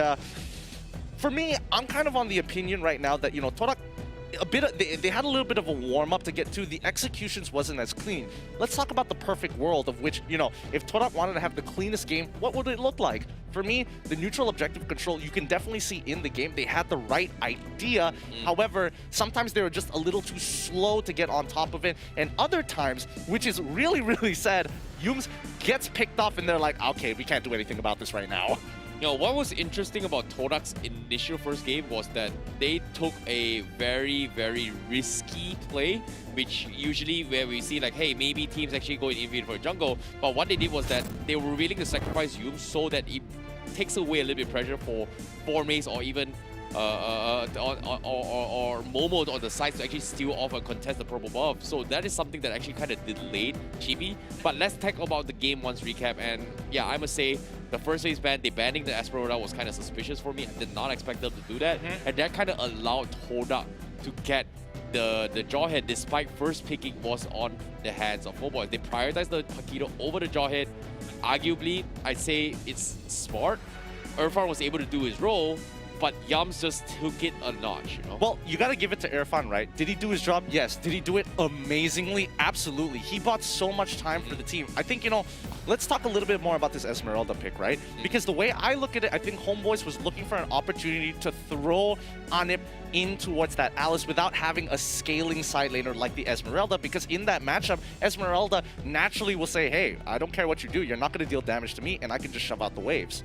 This is... Okay, I've just heard rumors as well. It's not like rumors. Chiku is going to be sitting in for game number 2. This is something I did not expect at all, considering that they've got a great game, but they want all their players to be warm up throughout the entire regular season and getting some experience. They are going to be subbing out Momo for game 2, and Chiku is going to come in. Means HOMEBOIS is back to the drawing board for them. I think the draft is going to be a little bit weirder, but I'm excited to see what Chiku is able to bring in the gold lane. I think this is going to allow him to play things like, you know, marksman. If he wanted to play a Beatrix side lane, like gold lane, I'd be like, all hands on deck, I'm ready to watch this. Yeah, I've seen Chiku play multiple roles throughout Season 7 and Season 8. He's played tank here and there, he's played jungles, he's played on the side lanes as well, but now for him to actually focus on the side lanes, I'm looking forward to see what kind of side lanes he's going to be bringing on the table, especially he's known for Assassin. But yeah, Lunox is something he's comfortable, but Harith. Not a big fan. Not a big fan Honestly, of Harith? Not a big fan of Chiku playing Harith nor Lunox. Not a big fan. I don't know, because I feel like that's what he's going to lean more towards too. I do want to kind of see him play other things, like, you know, if he wants to play a similar composition to what Todak did here, which is like strong early game pressure side laners, that would be very interesting. All right, time for the game 2 draft. Let's see how Todak on the blue side is going to change things up with this lineup with Chiku in the gold lane and HOMEBOIS here. How are they going to retaliate against Todak? Because again, very, very close game in game number 1. I'm really curious here to see what Chiku is going to be bringing to the table. We know it's going to be the Lunox Harith, but at the same time, HOMEBOIS, are they going to be target banding him? Or is it going to be Chiku in the jungle and then Ajik plays something else in the side lane? So that's something that they may consider. I mean, we could be all wrong. He could just be like, you know, Phoveus. To play something really boring like Phoveus or even Balmond. No, he could always play tank too. Chiku played, dude, Chiku played Tigreal, man. He played Jawhead as well. He played Jawhead too, so... But it didn't exactly go too well, you know? What I mean? You know, he's better at some things than others. Similar to everybody here in the league. But Todak, they're going to get rid of the Phoveus. They're going to get rid of the Harley. HOMEBOIS, understandably, taking out the Matilda. But do they want to give Paquito over to Todak? Or maybe threaten something else to maybe let it slide through the draft? If you were to base on yesterday's drafts coming from Todak, they don't exactly prioritize Paquito, whereas the Benedetta is something that they would prioritize, but I'm surprised HOMEBOIS is going to ban it off anyway, afraid that Todak might pick it off himself. I mean, it's 4 Maze, man. 4 Maze is good. Exactly. You know, like, you can see the match between GEEKFAM as well. Like, they just prioritize making sure that Benedetta just doesn't go in the hands of 4 Maze. It's something that, it's arguably something that you need to focus on. I don't know, it seems like... I think it's a situation is like, pick your poison, right? Do you prefer the Paquito with a lot of kill pressure, or do you prefer the Benedetta, where sometimes she has kill pressure, but mainly wants to control the lanes? Yeah, agreed. And I think once upon a time, Uranus was at that stage. We don't talk about that here. Yeah, but I'm surprised no one kind of picks it up as well for side lanes in current meta. Because Balmond is just that much better. Glue is just that much better. Yeah, true. But now, Hayabusa being banned from Todak, that's going to be showing respects on towards Chibi's hero pool. But I'm a little bit more curious on what HOMEBOIS is going to prioritize. Because currently, the Jawhead needs to go. They need to get rid of it. I don't know. I think HOMEBOIS can actually threaten it here because they're going to get 2 picks on the red side. What is a priority pick over to Todak that they don't really want to give? Cho. They can get rid of something like Cho. They can force Todak to go on something like Benedetta, and I think that's still okay. So maybe banning out the Cho here might be the go-to. Nah, yeah, I agree. They have to take away Irfan. Oh no! HOMEBOIS denying the bomb on the way. Okay, do they sense something's up? Is it possible that Chiku might be the ones playing the bomb? They're probably like, no easy hero. We want you to play difficult hero. Make the mistakes. Be human. What's a difficult hero for Chiku? Chiku plays late. That's a difficult hero. I mean, true, but hey, who knows on what he's not practiced on and what he is practiced on? And Give me an Bauman example. is brain dead. He could play Lapu Lapu. Lapu Lapu's pretty hard. True. Yuzong has a pretty high skill cap as well. True. Nah, Yuzong's pretty easy. True. Cho is pretty easy as well. What? Come on. You can't always get the perfect kick every single time. 1-1-2-1. You know, how hard can you mess up the combo? Because you got to be able to position yourself perfectly, aim it in the right places, you know, have the flicker ready. You know what's really hard? Selena. Selena? That would be hard. Fanny will be extremely hard. Okay, Fanny is a dead giveaway. But Todak, they want to go straight away for the Ruby, brick wall that lane. HOMEBOIS, they take the Jawhead just like we predicted, and even stealing away the Benedetta to make sure for Maze, you're gonna have to play something boring, my friend. Yeah, Ruby seems to be coming into the meta. Throughout these past 3 days, we do see a lot of teams kind of prioritizing the Ruby as well. And Todak is one of those teams that take into account that it can be extremely disruptive. We saw multiple instances where the Way of the Dragon kick was actually interrupted by the stun coming from Ruby. So it's something that Todak kind of anticipates, hoping that potentially Irfan might be playing the Cho, so picking the Ruby was something that was really nice. But Todak, they pick up the Link, they pick up the Esmeralda, comfort picks coming in. But who's going to be the ones playing the Link? Is it going to be Chiku or is Chiku going to play the Esmeralda? Kind of a brain-dead hero as well. Chiku for sure is going to play Esmeralda. I see Formaze playing the Ruby. He's going to look for those openings. Chiku just needs to farm and then hard carry the game. And that's the thing, right? Like I would agree with you that this is a Chiku special. But it's Todak we're talking about. Like after seeing Season 7, there were so many times when the regular season where we say, hey, Chiku is gonna play the marksman, he's gonna play jungle. Guess what? He's playing Tigreal. Well, here's the thing. You know what I mean? I know for a fact, Ajik is going into the jungle. And that is more than enough information I need. Because if he's in the jungle, that means Chiku is not going to be in the jungle. And if he had... No! What fits Chiku more? A hero that can carry the game or the hero that's going to be boring and just looks for openings? True, it makes a lot of sense. I would ride on that, but the reason why I'm bringing this up is because it happened in the regular season of Season 7. And I feel like, yes, arguably Chiku plays a better Link, but I feel like he needs to make way for Ajik, man. You know, he's got to play a brain-dead hero. I feel like the Esmeralda might be doing it. No, I might be wrong. You know, I know obviously Chiku playing it would be so much better. My friend, you are overthinking this way too much. Way too much. Don't worry. Let's take a chill pill. Let's look at what HOMEBOIS is looking to set up here. They got the Benedetta, the Jawhead, and they also even got the Eudora. A very early game composition, as we can see. So far, it could change, but HOMEBOIS, they get rid of the Cho. Todak, they get rid of Lancelot as well. Okay, you know what I'm smelling? Roger? No, I'm smelling Saber, man. Little one-shot combo, you know, a little bit of action from HOMEBOIS. Remember, we've seen it before. HOMEBOIS did pull out the Cho Eudora with also, I think it was the Harley, remember? So Saber in the side lane rather than actually having him as a support? Hey, just one shot with the Jawhead ejector, man. You know, immediately just one button delete the Link. But they've got their one button delete with the Eudora. I feel it's a little redundant. 2 is better than 1, man. I guess they could look to go into that direction. I feel like it's a little unlikely, but the Kagura, really smart ban for the side of HOMEBOIS. Todak still lacking in that magic damage because Esmeralda needs a little bit of time. Yishin going to be the next ban for the side of Todak, and I feel like HOMEBOIS going to first pick something along the lines of Roger. That's what I'm guessing. That's what I'm hoping. I don't think they would go for the Roger. Like, I know it's a standard play to go for it, but they might be experimenting a little bit more. They could even go for Granger. Yeah, Granger is actually a pretty good pickup, but Granger is something that I believe Suhas kind of plays it a little bit more. Sorry, RSG kind of plays it a little bit more because Mom is there. But HOMEBOIS, I feel like they need to come up with something really cheeky, and currently I feel like the one-shot combo with those Link would help. But at the same time, can they sustain the forces of this Esmeralda? Yeah, I know. That's why they have to deal with it one shot. Like Saber just one shots the Ling. But Lunox is gonna be safe play for now. This is safe play. I'm guessing that they're still flexing around. They want to say like, you don't know who my jungler is going to be. I would rather keep you guessing with a potential Lunox going into the gold lane, potentially going into the gold lane at this point in time. It does a very high percentage. It does, but you know, I don't want to be held accountable for that. Todak, on the other hand, they're thinking about this. What do they want? How are they gonna finish off their comp? I really don't know, man. Like they need some mid pressure. Like, that's for sure. It's so hard to draft against Todak because we have never seen this roster composition before. And Yoom's making the first appearance. Yes, he's gonna be playing the tank for sure, guaranteed. There's no other people that can actually play the tank besides him and Moy.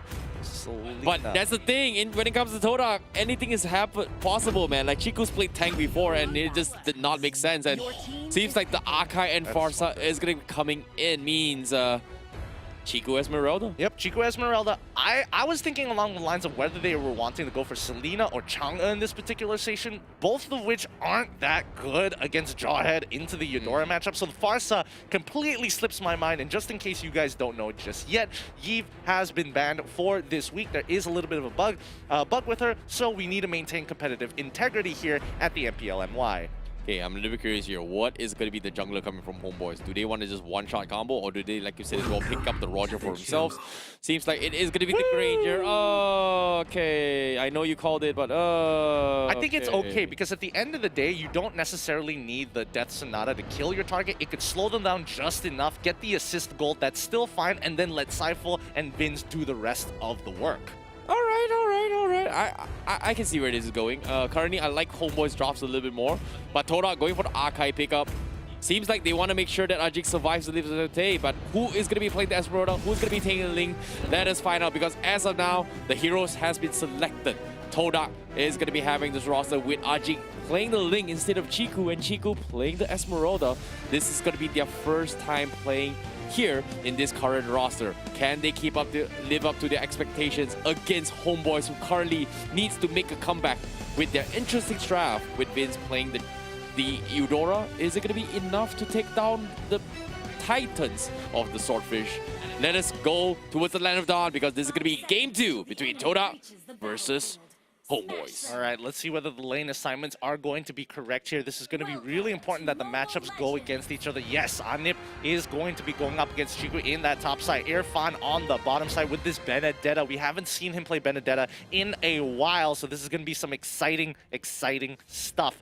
Let's see how Homeboys want to throw out their early game aggression as Cypher comes in. It is time to be annoying. How annoying can he get? Oh, so annoying. I mean, he's already put Ajik down a little bit in terms of his HP. It's fine, he'll get it back. But ideally, Cypher wants to reset that buff. Yeah, I like how Yums is just there to make sure that, hey, you know, he doesn't get affected. But guess what? There's another annoying guy, Herfan. Hello, he's gonna harass Ajik, and he's taking a significant amount of damage. And Ajik, look at this. He's getting greedy for going for a double position. And Homeboys is looking to punish this, and Ajik is gonna get forced down in his there. But Vince misses his skill. Oh no. I like the way this is going. Homeboys had a really good game plan here to actually get the reset. Cypher didn't want to reset the first one and risk his life just yet. He wanted to make sure that Irfan was in position, gets priority over the bot side because Ruby can't outpush the Benedetta, and then look to slow him down. Now look, there's already a level difference here. Ajik at level 3, Chibi at level 3, but Ajik is 1 camp down. Agreed, and currently Todak, they are going to lose the economy a little bit more. It is kind of very similar to his game 1. Homeboys still having a little bit more control compared to game 1 with Cypher just leading in charge, but Todak, they're just not taking any sort of major pushes yet. And fortunately for Ajik, he's going to be A-okay. So the job's done for the early pressure from Yums. Making sure he gets the first double buff means that Ajik is going to be able to scale properly as long as he doesn't get picked off. As you can see, the Homeboys, they've cleared out their entire jungle, but at this point of time, I think they should get a little bit more aggressive, continuously invading the jungle. And they knew for a fact that Ling started on the purple buff side. They should have known that the Cobalt was up, but Turtle is priority. They get the damage on their youth, and this is what I'm talking about. 1-2 punch. Chibi with the Death Sonata easily secures the kill. great ejector pickoff coming from Saifu, and because of that, HOMEBOIS is going to be opening up with the turtle. But fortunately for Yums, he's got a relatively low respawn time, so he's going to be A-okay. But a turtle will be secured from HOMEBOIS. Todak does not want to contest this. You see that resentment from Vince? As soon as Moon opens up the Feather Airstrike, Vince is like, no, I'm not going to hide in your shadow no longer, my friend. All right. But at the same time, the First Blood bounty is going to be up. Redeem this code before it's gone. And also, after you redeem your code and you're feeling a little bit hungry, use the promo code and order it on the KFC delivery app. Guys, if you want to have those sweet snackies, get on it right now. Now, I think so far HOMEBOIS had a pretty good start here. How did they want to... No, Chiku isn't going to die here, right? He's not going to die here, right? He's fine. Anip can make it out, right? He can kill him too. Anip? It's a little scary here. Okay, no. Oh, they get the baited out. Perfect play coming out of HOMEBOIS here. Baiting out Chiku into a fight that he just cannot win without his ult. I mean, he already used his ult and put Anip down pretty low, although the Magic Worship coming into effect really nicely. That was a little bit of bait, and it feels bad for Chiku. You know, he's like, it looks like he could have won that fight, but you know, secretly HOMEBOIS was just buying time for the rest of the team to actually finish bomb. Goes for the flicker, but he dodges the third bullet. Oh, he could not dodge it, and he's gonna pay the price. Anip going for the brilliance, and Ajik is gonna be falling as well. He doesn't have the purple buff, but Chiku does not have the Sonata to try and force his issue. But Todak, they're losing him members and losing us so much economy, and HOMEBOIS, they're just, you know, taking full control of game 2. Seems like Todak doesn't look the same from game 1. Okay, you can't say Todak doesn't look the same as game 1. HOMEBOIS have an early game composition. This is what they want to do. This is to be expected here for the side of HOMEBOIS. Now, Todak, they want to play around the 8-minute mark, right? That's when you get your first items, and especially when it comes to Ruby, she'll be a little bit more relevant then. And more importantly, Moon on that Farsa, I'm really starting to not like the fact that they are going for that Magic Worship, especially for Moon. It's not that he's going to lack damage, but he needs to get his items a lot faster. Look at Vince, got that one kill, genius one immediately. Oh my goodness, this Eudora is going to hit so hard with this genius one. Wait, to pair it off with the Super Conduct, any hero from side of Todak is going to get one shot at. Don't forget if he gets it. Don't forget about Lunox as well. And then as of now, you can see the engagement comes in. The turtle is going to secure it. Aji tries to force the issue with Temperate Blaze comes in, but he misses the retribution. Chibi is going to secure it, but HOMEBOIS, they are going to respect this and back off. The Death Sonar comes in, but Vince is taking a little bit full run force of Todak, and they have to back out. But HOMEBOIS, they decided to stick around, and they will pay the price, as Todak will hunt them all off as Irfan finds Moon, but this isn't the right play. But Irfan now dropping a little bit too low. Yums tries to re-engage, but that isn't the play to go. HOMEBOIS, they got the turtle, but they will pay the price. Yep, again, really nicely done coming in from Todak, engaging that fight really well, and especially for Yums, he got a really good opportunity for that engage. HOMEBOIS, they got to be a little bit more careful there. They've got the damage. However, if Yums finds the right pickoffs on Vince, this game is pretty much as good as over. Now, Anip taking too much damage here. It's going to initiate a little bit of a dive, but Chibi is there to thwart any kind of aggression from the side of Todak here. But you can see the positioning coming in from the mid lane. They want to maybe get a sneaky kill. Oh, Saifu, he's gonna get a little bit of fire. Ajik gonna go toward the bush. He drops it down low, but Ajik is so low. It's so tempting to go in for the fight. But can he get the reset? No, he cannot, because the rest of Todak is gonna try and isolate the rest of the pack here because of he'll get the big hurricane dash. He almost catches off Vince, but Vince somehow survives, and Chico will pay the price. And Todak, they have to back up. Unfortunately for them, they do secure the objectives, but they lose 2 in the process. Means HOMEBOIS will have more room to contest. The middle tower has been contested as well. The orange buff, is it gonna be secured? Yes, it is gonna be stolen by Ajik as HOMEBOIS looks to go in for the punish, but Ajik is going to be hiding in the bush as well. He's going to go try and challenge his way through. 4 mates going to be coming in. Irfan, he's got to get out, but the Tempest Blade is going to try and bait him out as well. Wait! I for the fight to dodge the Tempest Blade initial damage, and he wants to go in for the field. The Electro Final Blow has been used, and Irfan is looking to cancel off Ajik, stall his way through. But Ajik, is he going to survive? Yes, he will. And Irfan in a very awkward position, but he wants to force the issue again. What the heck and did I just watch? That's got to be the most daring play I've seen coming from Irfan. Irfan could have 100% killed Ajik, and Ajik knew he still had the execute. If he died there, this game would be so difficult for Todak. But the amount of time wasted there has made this really difficult. Anip gets a good amount of damage onto Ajik. Ajik wants to steal it away, but he doesn't. GB now going in hard. Death Sonata unlocked. Yums takes the brunt of the damage. Anip will secure the kill, and Chiku is like, guys, what's going on here? We don't need to be here right now. Oh my goodness. Formase immediately starting work onto the purple ball, but he does not have the damage to do so, and HOMEBOIS is going to secure it. And despite all that, Irfan played it so well, bought so much space for HOMEBOIS to contest the objectives.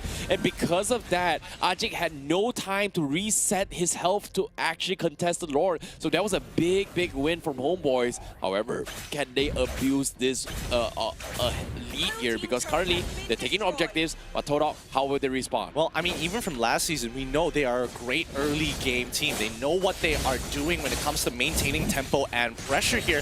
But more importantly is whether they can close out the game with the lead that they have developed. 8 minutes into the game, 4K worth of a lead. They just need to pour more gasoline on this match. Oh, big catch coming in. Saifu is going to dodge his way through, but they're all clumped up. They eject Yums. The Hurricane Dance comes in, but he's going to get focused down. Nip going to be forcing out the brilliance as well. Todak, they are going to get slowed down to try to back off, but Formase is going to be the next one to fall as well, as they do not have the damage going for the push. As Todak, they are losing so much of their members, and HOMEBOIS is going to put at the pedal metal. They are looking to go for the comeback, and currently, the structures are getting jeopardized, and you can see Ajik, he's gonna play all by himself as he goes in for the split push up top all by himself. Yep, that's fine. They can sacrifice that top tier 1. They don't care about it. HOMEBOIS just need to accelerate this game, put their foot on the gas, and don't let go. 22 more seconds until the next objective comes out. I don't think Todak can actually win this upcoming fight, but let's check out the items. Yep, itemization-wise here, we do see Chiku having a little bit of a hesitant to go full damage. He is going to try and play it safe by going for the Athena's Shield potentially to try and deal with Vince. And Vince, he's got a Genius Wand and the Divine Glaive on top of that. And any hero from side Todak is going to get one shot. And you saw how Yums was immediately deleted after he got ejected despite popping the Hurricane Dance. HOMEBOIS have a good idea of how they want to play the fight. As long as they don't let Yums, even if he does use the Hurricane Dance, if they can just lock him down with just enough time, they have more than enough damage to burst them out. Now, HOMEBOIS, they want to force the situation. They're baiting them into a fight they can't win. Formase should be going down here. Chibi takes him out easily. They've learned from their mistakes, but Anip now taking way too much damage. An insta-kill onto Chiku. HOMEBOIS, there's just too much damage. They're playing the objectives right. The execute works on well. They find one onto Vince, but Ajik, he can't force the situation any longer than this. Oh my goodness, Todak, they were so split off the rest of the pack, and some was focusing on objectives, but Chiku and also Formase going for that aggressive play pickoff, instantly challenging two of the cores for HOMEBOIS. Where's the damage going to come from? Well, I mean, if they can get a full front-to-front, it would work, but HOMEBOIS are just playing with the fact that they have not only tempo, but a significant goal lead on their side. It's like, we don't have to take the Lord right now. You guys are waiting on us to do it, and if you come anywhere close, let's just turn, fight you again, break your back with the economy, and then we're going to get a Lord coming with our power items. Yeah, I definitely agree. And HOMEBOIS currently, they are going to go for the push. And Todak, how will they defend?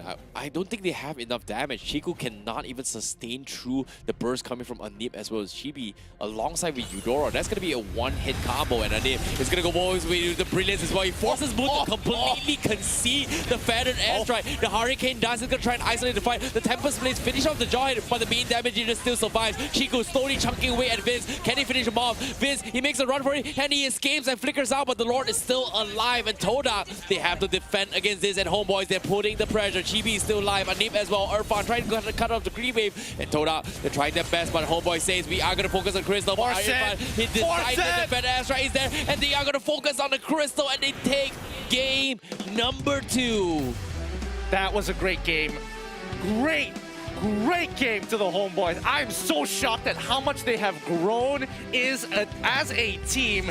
GG, well played HOMEBOIS. Todak has taken them for granted now. It's time to see the kings of the 2-1s get their revenge, but hopefully HOMEBOIS can end this week with a 2-0. That was something I did not expect as well. HOMEBOIS bounced back despite Chiku coming to play. They were able to take down the Titans. However, Based on the drops here, seems like Jawhead is going to be the strongest contender thus far. They need to take it out. Whoever has the Jawhead is going to win eventually. I mean, again, the early game comp designed by the Homeboys, really efficient. They played it and executed it really nicely there. It's great to see a team grow from not knowing how to close out a game, but understanding how to take advantage of their current position. And teams like that can go very far. However, Todak aren't just going to sit down and take it like that. Yeah, I definitely agree. Feels like this third game is going to be decided for Todak. I'm a little bit curious, can they do for roster swap here? I've heard rumors that you are no longer able to swap for a second time, but I don't know. Can they bounce back for that? I'm looking forward to see how it goes. But before that, let's take a look at the highlights brought to you by Udo, powered by Cellcom. As you can see, the starting phase of the game here, one of the biggest catcher is going to be the Jawhead that opened things up to kind of slow down the progression from Todak. And because of that, Homeboys was able to accelerate Chibi's farm. And this is the usual Chibi that we kind of expect as well coming from Game 2. I mean, he definitely wasn't happy with his performance last game. You can see he came back with a vengeance hard here once he had access to that Granger. But this was a great fight coming in from Todak. Yums finding the engagement of a lifetime, making it so easy for Todak to start shredding the members, especially for Moon with a feathered airstrike. More importantly here, right? Look at how Homeboys wants to play this. Every single time you see them with a little bit of an advantage, they want to be able to play with their numbers. They have faster rotations. They know they have the early game in the bag. So once they get that pick, Todak, you can see them. They don't have the items. We have to pull away. We cannot force this and expect to win. Yeah, and pay attention to how's Moon's position as well. Moon is just so far back, and at every single time, Homeboys, they always have the tendency to actually focus down towards Moon. And you can see even Vince as well is not afraid to actually go for the hunt. But whenever Todak kind of drifts off from the pack and try to go for a regression page, immediately Homeboys will swap out on those guys that kind of overextend their stay. So I would say they have a lot of choices when it comes to pick fights for Homeboys, and they're actually dissecting Todak in a sense where, like, if you chase us, we are going to pick you guys off. If you back off, we are going to focus down Moon. And that's really smart coming from Homeboy. So let's take a look at itemizations here. Nothing out of the ordinary, I guess. But Vince having the early Genius one, instantly going for the Divine Glaive.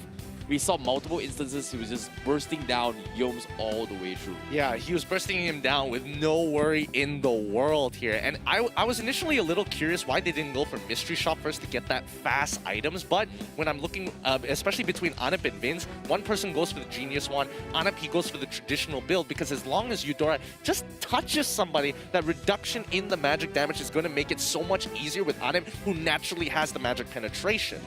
Yeah, agreed. And that was a very nice combo coming from both of them. But eventually, the MVP's gotta be Chibi, right? Like, his timing has been really spot on. And even the earlier first pickoff between Saifo and him was just insane. You know, instantly just goes for Death Sonata, connects the dot, instantly takes out a level 2 Archive. That was a very good pickoff, because look at this. Yums, he's died 7 times despite having a Dina shield.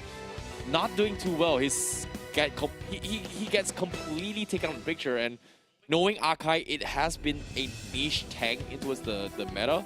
He doesn't exactly have the most tankiest hero. He's not exactly the tankiest hero, but when it comes to AoE CCs, he just could not do anything. Well, I mean, that's the thing about tanks, like Kufra as well as Akai. At the end of the day, they're high execution tanks. It's either you make it work or you don't make it work. Let's check out the MVP, powered up by KFC. You gotta give it to him. You got it right. It's going to be Chibi's Granger coming back with a vengeance this time with a 6-1 and 5 match KDA. Woo! This has been a great game. Yeah, this is the usual Chibi we kind of expect from Homeboys. He's known to be one of the strongest objective gainers from regular season, from season 7 all the way to now, and he's just demonstrated as well. He's not the one-trick pony. He can play multiple heroes, and his Granger was something that I was a little bit doubtful, but guess what? He proved me wrong. I'm glad. Congrats to him for Game 2. But the journey is not over. That means they are one step to making a reverse sweep. Game 3 against Todak is not going to be the easy one. Yep, Game 3 against Todak is never easy for any of the teams who've played against them in Season 7. They're the kings of 2-1s for a reason. They like to take their time playing more games than most teams at the end of the season. They want to make their training worthwhile. They want to make the regular season worthwhile. They want to have more games than ever. And I know you guys watching at home, you guys want to see more exciting games. What Todak is going to be bringing to the table, I'm looking forward to. But Homeboys currently in a very comfortable position. They have the morale, they have the momentum. However, I have to say, they are going to be taking a little bit of a back seat because they've got to take a chill pill before heading to Game 3. Well, yeah, a little bit of a chill pill, maybe just kind of reset the mentality. I was like, okay, maybe you've underestimated Homeboys. They've grown quite a bit, and that Game 1 was very tight, a 50-50 in my eyes, but Homeboys came back hard in the second game. Can they close this out, or will Todak just say, no. Kings of 2-1s for the reason, sit back? Yeah, I'm a little bit curious here. Are they going to have a roster change, or are they going to be sticking with the current roster? You gotta stick around to find out, because right now we are going to be taking a short break, and we'll see you guys right after this break. This is the MPL Malaysia Season 8, which is powered by Moonton, power up with KFC, refreshed by Rexona Man, official digital telco, Yudo, partner is on TikTok, Secret Lab, and Esports Chart. See you guys in a bit.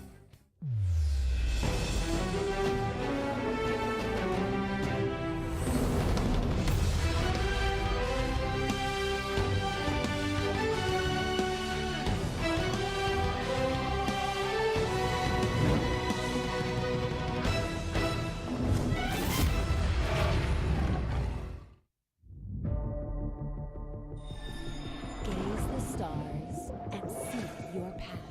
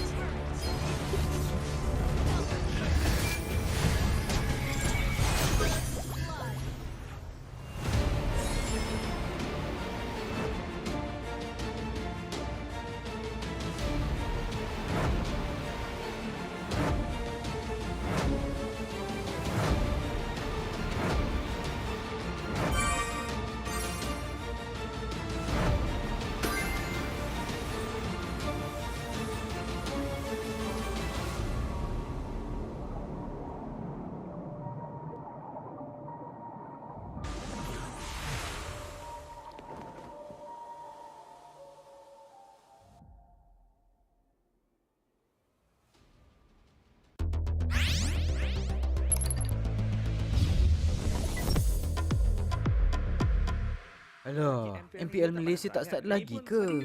Hei, swipe TikTok dululah. Ini gaya aku. Ini gaya Todak. #langgar. Wow. Stop, homie. Ini gaya oi. Ya. You moving anak saya. Ray, it's my blood. Oh. Ini gaya GEEKFAM. Tunggulah, gaya iblis. MPL, we are back. Wah, paket. Inilah gaya RSG. Oh, mantap. Inilah gaya iblis.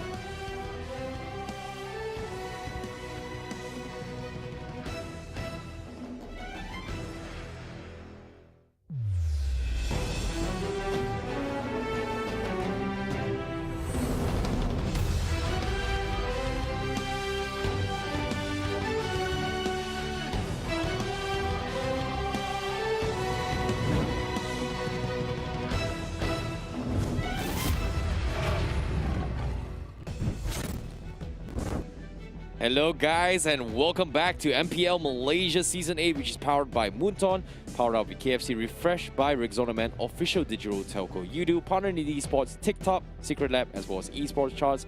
My name is ICP12. Joining me is going to get in queue as we are going to be your commentators once again.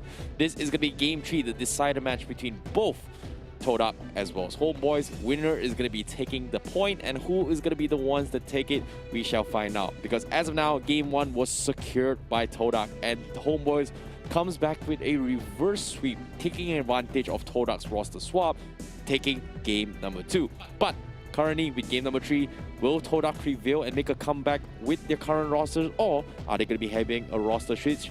Let's take a look here, but before that, let's take a look at what you guys think about this match.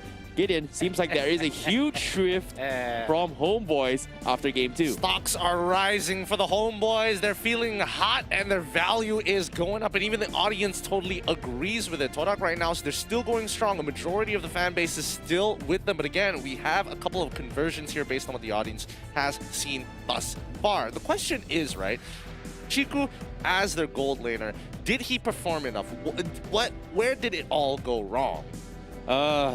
It all went wrong when the Fire Nation attacked, man. Oh, man. Not gonna lie. Darn it, Fire Nation all over again. The reason why it didn't go too well, it's because of jaw hit, man. Like, not gonna lie, the jaw hit from Saifu from Homeboys was just so annoying. And you can see that every single time Ajib tries to make some sort of play with the Link, he's always getting marked and checked. And Chiku, arguably as an Esmeralda, you kind of want to play into the later stage of the game, but he just could not out-sustain the damage burst that is to coming from Homeboys. Like, the Granger was just doing so much, and you can't exactly do too much about that, you know? Yeah, let's check out the recap here for the draft. I'm very curious to look out for one particular here. Yes, so it is true. Interesting, because Kufra was on the table, yet they still wanted to go for the Akai at the end of the day, just to kind of slow down the tempo of Homeboys. Inevitably, Akai can't really do too much until level 4, and before then, Homeboys were taking advantage of the situation. Yeah, remember the fact that Homeboys kind of flexed out the Granger in the final pick, and for them to pick the Archive was actually a smart play just because Homeboys doesn't, like, the only way they actually take down Archive is if they have some sort of range, right? If you can out-sustain the initial burst from Eudora as well as Lunox, you're going to be fine. But because of the fact that Homeboys was able to final pick the Granger, means that this Granger is going to be having some sort of distance to kind of put himself away from the Hurricane Knight. So rendering it useless, constantly getting bursted down, that was something that I feel like Homeboys played it very smart in the final draft. I would agree. I would definitely agree. But personally, I think if they wanted to, the combination of Akai and Farsa, very understandable. I think they should have considered going in for something like a Kufra Loyi instead. At least they'll have a little bit more priority when it comes to the rotations, even if their lane gets pushed out a lot faster towards that mid side. I think the side lanes did a pretty good job. Ajik tried to make the best of the situation, but he couldn't find those crucial picks at the end of the day, especially when he doesn't have the support system to help him out. Yeah, I'm a little bit worried here coming from Todak. Seems like they are going to be sticking with their current roster, so I don't know what Chico's going to be playing, because right now we are going to be heading in towards game number 3's draft with Homeboys on the blue side and Todak on the red side. This is not gonna lie, Gideon. I'm not liking this. Why are you stressing out? Todaks, they are the kings of 2-1s for I know they're the kings of the 2-1, but every single time they swap their rosters, it's their secondary roster. Their secondary swap, it means their main roster. And currently, I don't know, Chiku not playing marksman or jungle. I don't know. Could this be the actual main roster? This doesn't seem like it personally. Like, I'm not a fan of this. I mean, like, even though I'm a Todak fan, but I mean, as long as they got 4 Maze, Moon, and Chiku, you know that they have the capabilities to take this game under control if one of them gets ahead. Now, looking over at the picks and bans, specifically the bans, Phoveus as well as Matilda being taken out, totally understandable, very similar to game number 1. Todak, on the other hand, they taken your advice, they're like, okay, Jawhead, gotta go. both games, 100% win rate for Jawhead in this particular day. I mean, to be fair, you almost did play a solid Jawhead towards the later stages of the game in game number 1, but you know, it's better not risking it. You know, once upon a time, Jawhead requires some sort of dedicated skill to actually be played as well, and I think during Season 1 all the way to Season 4, no one exactly played Jawhead except for, even in the international scene, and the only other team that actually brought the meta was none other than Burmese Goals, and now playing Jawhead is kind of like a norm, you know, everybody's got to do it. And it's an industry standard. Yeah, it's come to a point where everyone knows how to Jawhead, and no matter how much you mess up, you're still going to be relevant. Well, yeah, I mean, his kit is a little too good. Now, Todak, they decided to ban out Ruby this time. It looks like they want a little bit more of a fighty, more sort of hard, engagey type of side lanes in the EXP side. I'm getting very excited for this. Looks like Benedetta is going to be cut off here. So that does mean that we still have a couple of brick walls in the side lanes. Glue still definitely relevant in this game if you ever want to pick him up. It's really unfortunate for Todak from game 2, if you think about it, considering that they kind of expected that Irfan is going to be playing the Cho, and they preemptively first picked the Ruby trying to deal with it, and Irfan says, you know what, I'm not going to play it. Immediately, they were in a really, really rough position that Paquito. They were hoping that they were playing up against the Cho. But as of now, Paquito not being banned means they are going to force Irfan to play it once again from HOMEBOIS. Do they want to pick it? Of course they do. I mean, Irfan is good, he is faithful, he is reliable on Paquito. That's the Hayabusa. I mean, Hayabusa is kind of good, but do they really want to go for it? It's something that Todak loves playing. Like, 4Maze plays a really, really mean side lane Hayabusa. Sure. I mean, he can go for the Hayabusa if he really wants to, but I feel like Paquito is going to be the lookout here for the side of the HOMEBOIS. And there we go. Paquito, good old reliable Irfan, never seems to fail on this hero. Todak looking to reply now, though. This is their opportunity to start hitting back. Yeah, I definitely agree. Todak might be picking the Hayabusa. Oh, yeah, for sure. But boom. Oh, see, we nailed it. Okay, yep, fist bump. But yeah, I know the Hayabusa is going to be picked up, for sure. It's something that Todak would not let it slide. 4Maze might be playing, Ajik might be as well. But I feel like knowing Todak's standards in the past historical moments, they do play on the sides rather than the usual jungle strategy where we kind of see teams play it. So, I don't know. They might play on the side, they might be playing in the jungle, I don't know yet. But this Cho, is this going to be a tank Cho? Or is Chiku going to play the tank Cho? I mean, it's a flex reason. It's a flex pick for a reason. HOMEBOIS, they lock in Syphel's Kufra. Definitely understandable. Do they want to consider getting a Eudora here? It's a little tough to say. Eudora is kind of good, but it's also a little risky with the composition we see so far. Bins once again on this Selena. Hopefully he can make an even bigger impact compared to game number 1. HOMEBOIS open things up very similarly to how they picked it in game 1. And honestly, I'm not a fan of it currently because Todak is going to bring that exact same pain in game from game 1 in this game. If you think about it, Cho Hayabusa as opening pick, pretty strong side lane controls, but seems like with the Barats, you know what's up. They're going to play it exactly like how game 1 is going to look like. Well, they're just going to try and brick wall Irfan all over again. The question is, what do they want to have for scaling, or do they even want to throw Hayabusa into the side lane? Again, still a lot of questions. It's very difficult to determine who is going where for now, but Todak, let's see if we can get a little bit of information from the ban side. Lunok's getting banned out here. It's looking good. Yeah, seems like they want to deny any sort of burst potential with the Genius 1 combo, and they want to be extremely tanky and to play around with this Barats. Honestly, not a big fan of what Todak is going to be picking with Barats. Yes, arguably it's kind of supposed to be in the meta, but for Todak to play it, knowing that they have the tendency to go in for split push potential, having 4Maze sit in the side lanes with Barats, something that I will never ever be used to be watching. Yeah, I know. It's a little awkward to say, but hey, you know, there is a reason why he is these are some of the best players. They're willing to kind of step down, be like, I don't need an ego challenge. As long as we win the game, that's what's important. But Todak, really smart. They picked the bar out already. Get rid of the counter matchup. No more X-Borg. Interesting. Oh yeah, interesting. I thought HOMEBOIS was going to ban out the Farsa, but I think they learned from game number 1. It's like, okay, maybe if we give him the Farsa, we still have an opportunity. It's okay because we have Kufra as well as the Selena, so let's push him into that that corner. Now that you mentioned about the export, we completely forgotten it existed from Game 1 and Game 2. None of it was actually picked at all. Yeah, I mean, it really depends on the teams and how they want to abuse it. Now, Todak, I'm expecting Loyi coming in.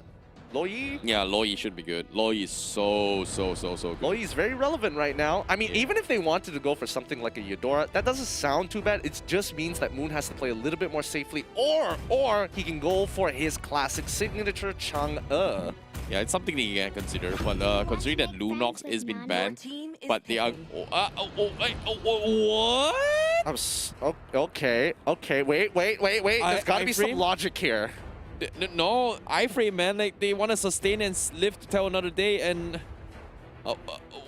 huh? Okay, my guess is that they need a disruptor of some sort. If Kufra comes in and they're able to get the polymorph down, it's not too bad. And not to mention that if they need to disengage, Nana's ultimate is a really wide radius to slow down a hard engagement from the homeboys. Okay, let's bring it back down towards memory lane. The last time the Nana was picked in MPL MY was, I think it was Season 5 or Season 6, where it was kind of relevant. It was the middle stage No, game. we did see it a couple of times in Season 7, unfortunately. He didn't exactly do too well, right? I mean, unironically, the stats say otherwise.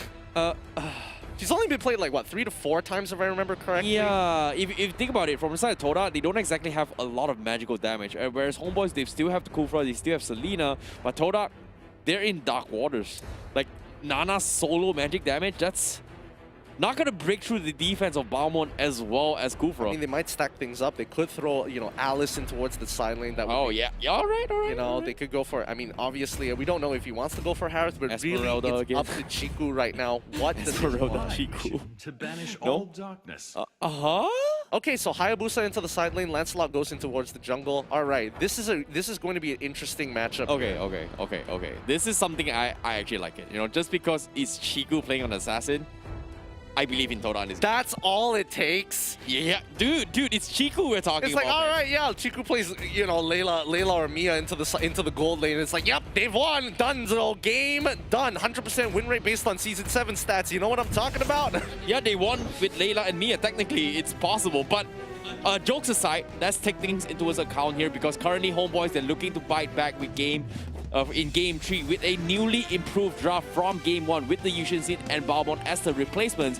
Will be they're able to challenge against a brand new hero into the table. It is going to be the Nana and Barat's first time pick here in MPL MY Season 8. Is this going to be enough? Or is Todak bringing to you guys a brand new meta to the table? Let us see, because why? We're going to be heading into a game pause for game number 3. I hate how ironic this is that people have been making the Todak pause joke since season 5, and it somehow still applies in Season 8. Kind of ironic, but definitely very funny. Do you want to hear some interesting fun fact stats? Hit me with it. For these guys watching at home as well, we know Todak is famous for that Todak pause, right? It's understandable. It's the meme. But a little bit of a back-end story, unofficial stats, only stats told to us by our inner circle.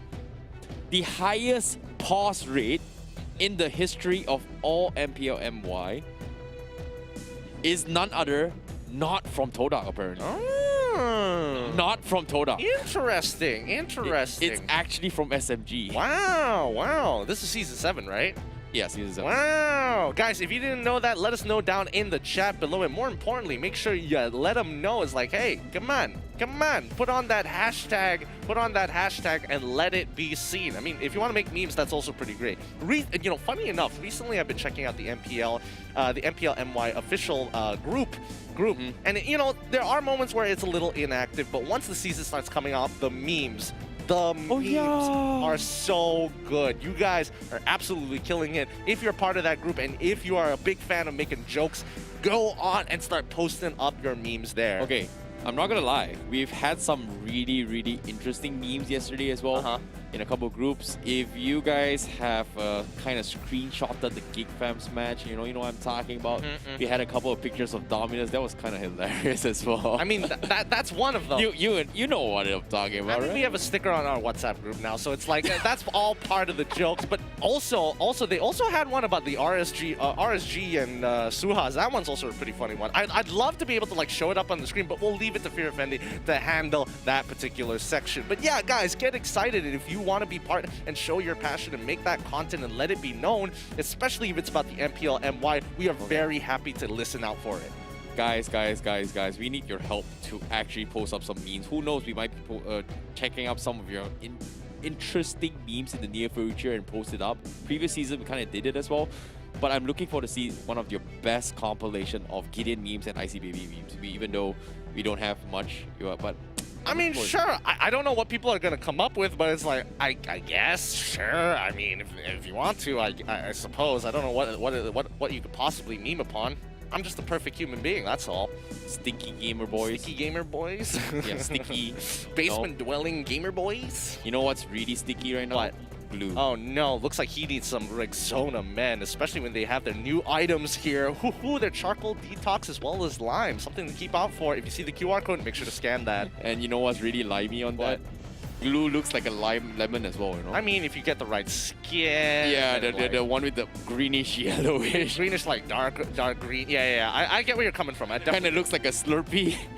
Does it look like? No, the green color one. No, it looks like a Haribo. What's a Haribo? Sorry, I'm pronouncing it wrong. The brand that makes the gummy bears. Haribo? No, man. Is that what it's called? I'm not even like 100% sure about that one. That is not a sponsor sell, man. It's not, but you know, gummy bears are great. I personally enjoy them. But hey, speaking of which, hopefully this all dies on through and we can get right back into the game. So guys, please be patient and you know, try to keep the chat as safe as possible, even though I'm pretty confident we are hearing a lot of hashtag Brimalagas or EBLZ Roar at some point. Yeah, at some point, of course. It always happens. People go to NBA games now and slap on, you know, EBLZ Roar there. It's really funny. Yeah, it's true. I actually saw it, which is kind of interesting. It's you guys are amazing. But currently, the most interesting I want to talk about is that during Season 7 all the way to now, Glue was very, very highly valued from Todak. So I'm surprised they completely let the Glue slide and take the barrage for themselves. So maybe, if despite the nerfs, I feel like Glue is still kind of relevant, but people just don't like to play with it. It's boring. It's really, really boring. And sometimes you just gotta go with the boring stuff. And unfortunately this time, Irfan, he's biting the bullet. It's like, okay, Anip, you better do your job on that Paquito because I'm playing a Balmon this time round. Let's see how this is going to go. Homeboys versus Todak 1-1. Agreed. But as of now, 50-50s, Chibi gonna be playing a Yishun Sin. Very, very quick rotations. But on Chiku's side, on the silent Hayabusa, can he live up to his expectation? You know, I'm a little bit curious here. Can Formace do it? But Moon, he's constantly gonna get harassed. Ajik is gonna try and get a little bit aggressive. He pokes on the Chibi. And what is going on? Huh? Already the first blood, but they also managed to get Kufra down in the jungle as well. Fast rotations here coming in from that Hayabusa with the help of Yums as well. Oh, they're gonna get him! Adam, he's dead! He's going to die! Todak have pumped up the gas, and they're gonna use their priority and tempo to punish the homeboys. I'm not exactly sure what was Chibi thinking to actually challenge against Lancelot right from the get-go. And Todak, just like that, they get a 3-0 out of nowhere in less than 2 minutes? What? Well, I mean, that's what you like to see. Todak is going to start rolling the ball, and you guys get that first blood bounty. Quickly goes take a snapshot of that code, and maybe even consider getting yourself some KFC today using the promo code POWERUP only on the KFC app. Oh, bottom side, you can see Chiku getting extremely agile. He's taunting the opponents coming from Homeboys, but I must say, you gotta help me out with this. What was going through the thought process with Chibi, fighting in the mid, challenging against Ajik? Well, I think it comes down to he sees Yums, right? He sees Yums and he's like, okay, this is to be expected. Yums is probably going to try and do something. He's trying to slow me down. It's totally fine. I'm just going to call Seifel. And by the time Seifel actually responds, it's a little too late because not only Chiku shows up, but we also get Ajik saying hello. Yep, Chiku now going to be forced to back off as he farms very, very efficiently down bottom. He's got 1 kill. As Homeboys, they are going to be focusing on the objective. Chiku is not going to be able to respond in time. Meanwhile, the rest of Todak is going to go for the fight. Cypher with the Tyrant's Revenge coming in, but he's going to be dropping a little bit too low as Formace will take him down. Meanwhile, the turtle will be stolen from inside the Homeboys, but they will sacrifice 2 again. seems like a repeat from game number 1, where HOMEBOIS takes the objective, will lose 2, as Todak will punish him off. Yeah, there's nothing much they can really do there. Formace is level 5. Irfan, he was holding up his ultimate to get something value, but unfortunately just isn't enough. Anip tries to get away. Yums is going to chase him down with Chiku most likely going to wait in the brush, seeing where exactly the rest of the HOMEBOIS are to reveal themselves. Now, Todak having a little bit better game compared to game number 1. Game 3 seems like they are in a very, very dominant position here. They've got a 2k economy lead 3 minutes of the game. HOMEBOIS, they have to play it slow. They cannot afford to die anymore. Saifu needs his 4 before he actually do anything. And currently Todak, they're just invading jungles all the way through. Chibi, did he snipe it off? Yes, he did. No, he did not. Oh, okay. No, he did not. They're going to get the River Crab as well. It just means that the HOMEBOIS are going to be a little bit on the back foot, but towards the mid game, they have to really start controlling these rotations from Todak's side. Chiku is getting punished here by Enif finally, but Saifu ready to start jumping in on this fight. Yeah, currently Todak is just completely dodging the fact that HOMEBOIS is going to be losing all their side lanes because they have a better clearing creep wave compared to what Chibi brings to the table. But considering that it's only still relatively early in the game, Todak, they have so much more room compared to the previous games they had to struggle here. An early 5-0 lead means they can do a little bit more compared to what they used to have to deal with in game 1 and game 2. And currently, game 3, we soon see Irfan is going to get poked in. Formace is there. Ajik is just taunting his way through, hoping to bait him out. And Irfan is going to be caught out in the open all by himself, and he dies. Not even using the flicker. What was going on? I guess he knew he was dead there, so no matter what, I think even if he flickered out of there, it would have been a waste of his battle spell, so might as well just not use it and save it for a more important time. Oh, Saifu! He gets the catch, but unfortunately the animation just wasn't fast enough. The Shunpo comes out just in time. Yo, what is happening? Because it seems like HOMEBOIS, they're just dropping the ball, and Anip, he's gonna die. He's good. HOMEBOIS just living on dangerous waters as of now. Yums, is he gonna go for the hunt? Seems like he's gonna go and harass the orange buff down bottom. But Todak, they are gonna concede the turtle instead. As the top side, the turtle will be the tower 1 is gonna be secured by Ajik. Yeah, Turtle's still up, down on bottom side. However, it's a little too dangerous for HOMEBOIS to start shredding that area. They know that Yums as well as Chiku is around that area, especially when Anip was going for the recall. They are going to have to sacrifice their bottom tier 1 as well. HOMEBOIS getting a little desperate here. Have to do something on this top side. Formace now going for the Dayton's welcome. Saifu uses the flicker to dodge his way through. He's going to re-engage, but Formace sidesteps with the flicker. He still survives, but the chop comes in. Not going to be able to do too much, and he'll pay the price. HOMEBOIS finally fights back with a 1-kill trade. However, look at this. Todak, they don't care. They take the turtle. They take the tier 2 down bottom. They're getting so much map control, and they're looking for more. Anip is going to get focused down, and okay, shadow kill, and he survives. That's going to be space created. Todak not going to be able to focus him down, but the tier 2 is going to expose eventually. Saifu missing the Tyrant's Revenge and the Tyrant's Rage, and Saifu, is he going to be able to hold it down? The forward Chiku is going to be able to take the tier 2 and escape. Everyone from Todak is going to be a little bit low, but HOMEBOIS not going to be able to respond. Yeah, I mean, Todak, they have really disrupted the tempo from the HOMEBOIS. This feels like HOMEBOIS are in unknown territory. They're not entirely sure where they could start attacking the map, but Todak keeps on pressing with the gas and using their experience of many different situations that they've been in to take advantage of the HOMEBOIS. Yeah, you can see the experience coming from Todak just showing so well. They're just not afraid to go a little bit aggressive. And HOMEBOIS, currently, they have no answer to Chiku. They need to find a way for Saifu to go up for the catch, but Saifu currently has been missing the mark a little bit too much. Yeah, but not only that, he doesn't have the support of Vince by his side, because Moon is just shoving out these waves constantly, and they find a pick onto Anip here. They're just punishing him constantly. He manages to disengage with the help of Vince. Are they going to get the kill? Yes, they do, with the Abyssal Trap as well, but Malena manages to find the right targets. Moon takes him out. The full fight comes through. The counter-strike finally getting a trade onto Formaze, but at what cost? Ajik is able to get the turret. He sacrifices his life as well, but look down on bottom side. They've got a strong push as Chiku has been scaling very hard into this game. Anip level 7, Chiku at level 9. That was a great escape coming from Anim here. Despite falling, he actually forced Todak in a very, very unfavorable position. That's going to give them a little bit more economy, but Todak, they're just chipping away at the turrets from top side and bottom side. Now, taking the middle one, Homeboys, they are going to get all their lanes completely pushed in. This split push potential coming from Todak is just so, so strong. Now, with the OK Shadow Q doesn't bounce on the It's just in the nick of it all. And Cypher could not pop the bouncing ball and to cancel him in time. That's just so unfortunate for Cypher. Oh, the RNG was a little unlucky there. It was pretty much a 50-50 at that point. Moon gets caught. What? No, Moon had to disconnect. No way. I'm guessing Moon disconnected, right? Yep, definitely. And that's going to be the pause coming in, and Moon not going to be able to survive that engagement. Pretty sure he's going to be in his downfall. But I agree, like you said as well, the disconnection is there. But it's so unfortunate that Cypher, he did not pop the bouncing ball to actually catch Chiku off guard. That was something that he could have done.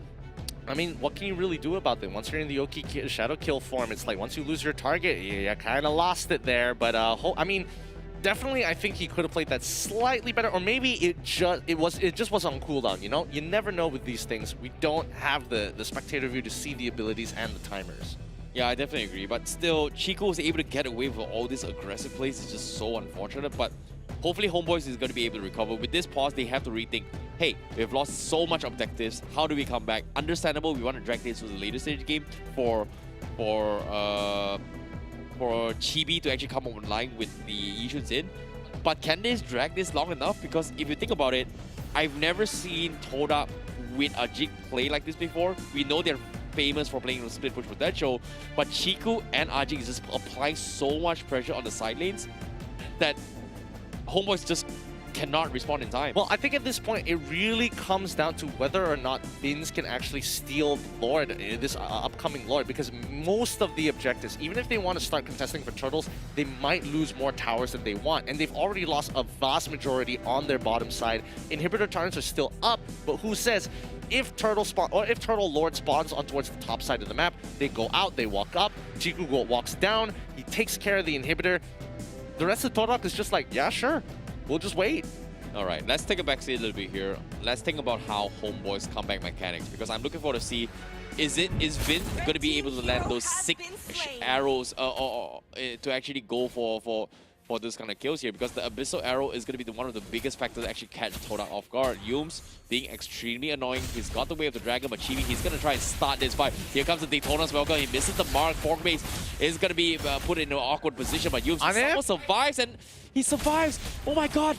Irfan couldn't finish the kill, but they secured a total from Homeboys. Anim just didn't want to go for the kill. I think he had bigger priorities in mind, but look at this. He got distracted, and Vince lands the arrow of a lifetime. Chiku at 1 HP. Okay, come on, Cypher. You got this. You got Cypher, you got this. You cannot afford to mess this up, but Chiku going for the Shadow. Okay, Shadow Q, can he survive? No, he's gonna finally get taken down. He makes a little bit of room, but Homeboys finally takes him out. Oh my goodness, that was a close call. Yeah, very close call. And luckily, you know, RNG didn't get Vince killed all over again. Because if he died again because of that, that would have been so very sad. However, look at the gold score right now. Oh wait, Daytona's Welcome is coming on in. Formaze might force the situation here, but he's gonna walk away for now. Here comes Irfan getting on top of Moon for now. Yums with the Shunpo dodges the damage coming in, and Cypher manages to push Formaze back. Aji is here to turn things around. He needs to get onto the right target, but he gets pushed on backwards. Now, with no counter-strike, Irfan cannot go further, but Chiku, okay, Shadow Kill comes on through, but not enough stacks to push through. Moon, he still has his passive, he's going to be okay.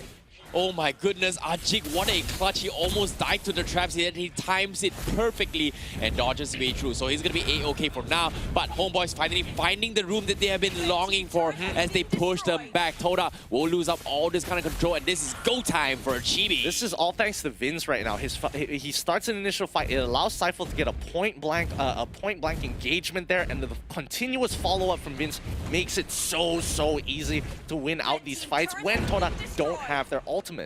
Yeah, currently Vince is going to be the opening that Homeboys need. One good arrow is all they need to actually take down any of this assassins from Todak. So currently Todak, they have to be very defensive position. Arrow comes in, Chiku will sidestep his way through, but Homeboys, they can't do too much. Todak is going to continue with this split push potential. Look at the maps, the overall. Top side map control is just in their favor. Moon is not afraid to sacrifice his life as he's got the Raccoon, and he's going to be A-okay and he backs out. All right, so that just means that they want to take control over this Lord Pit as soon as possible. Maybe not necessarily force a fight, but they want to have full control. Now, Chibi, he's going to use the Mountain Chakra to get the information he needs. However, they know for a fact Hayabusa is down on the bot side. Paquito, this might be a tough 1v1, but now rotating there. Hayabusa is going to reach there first. HOMEBOIS have to make a decision.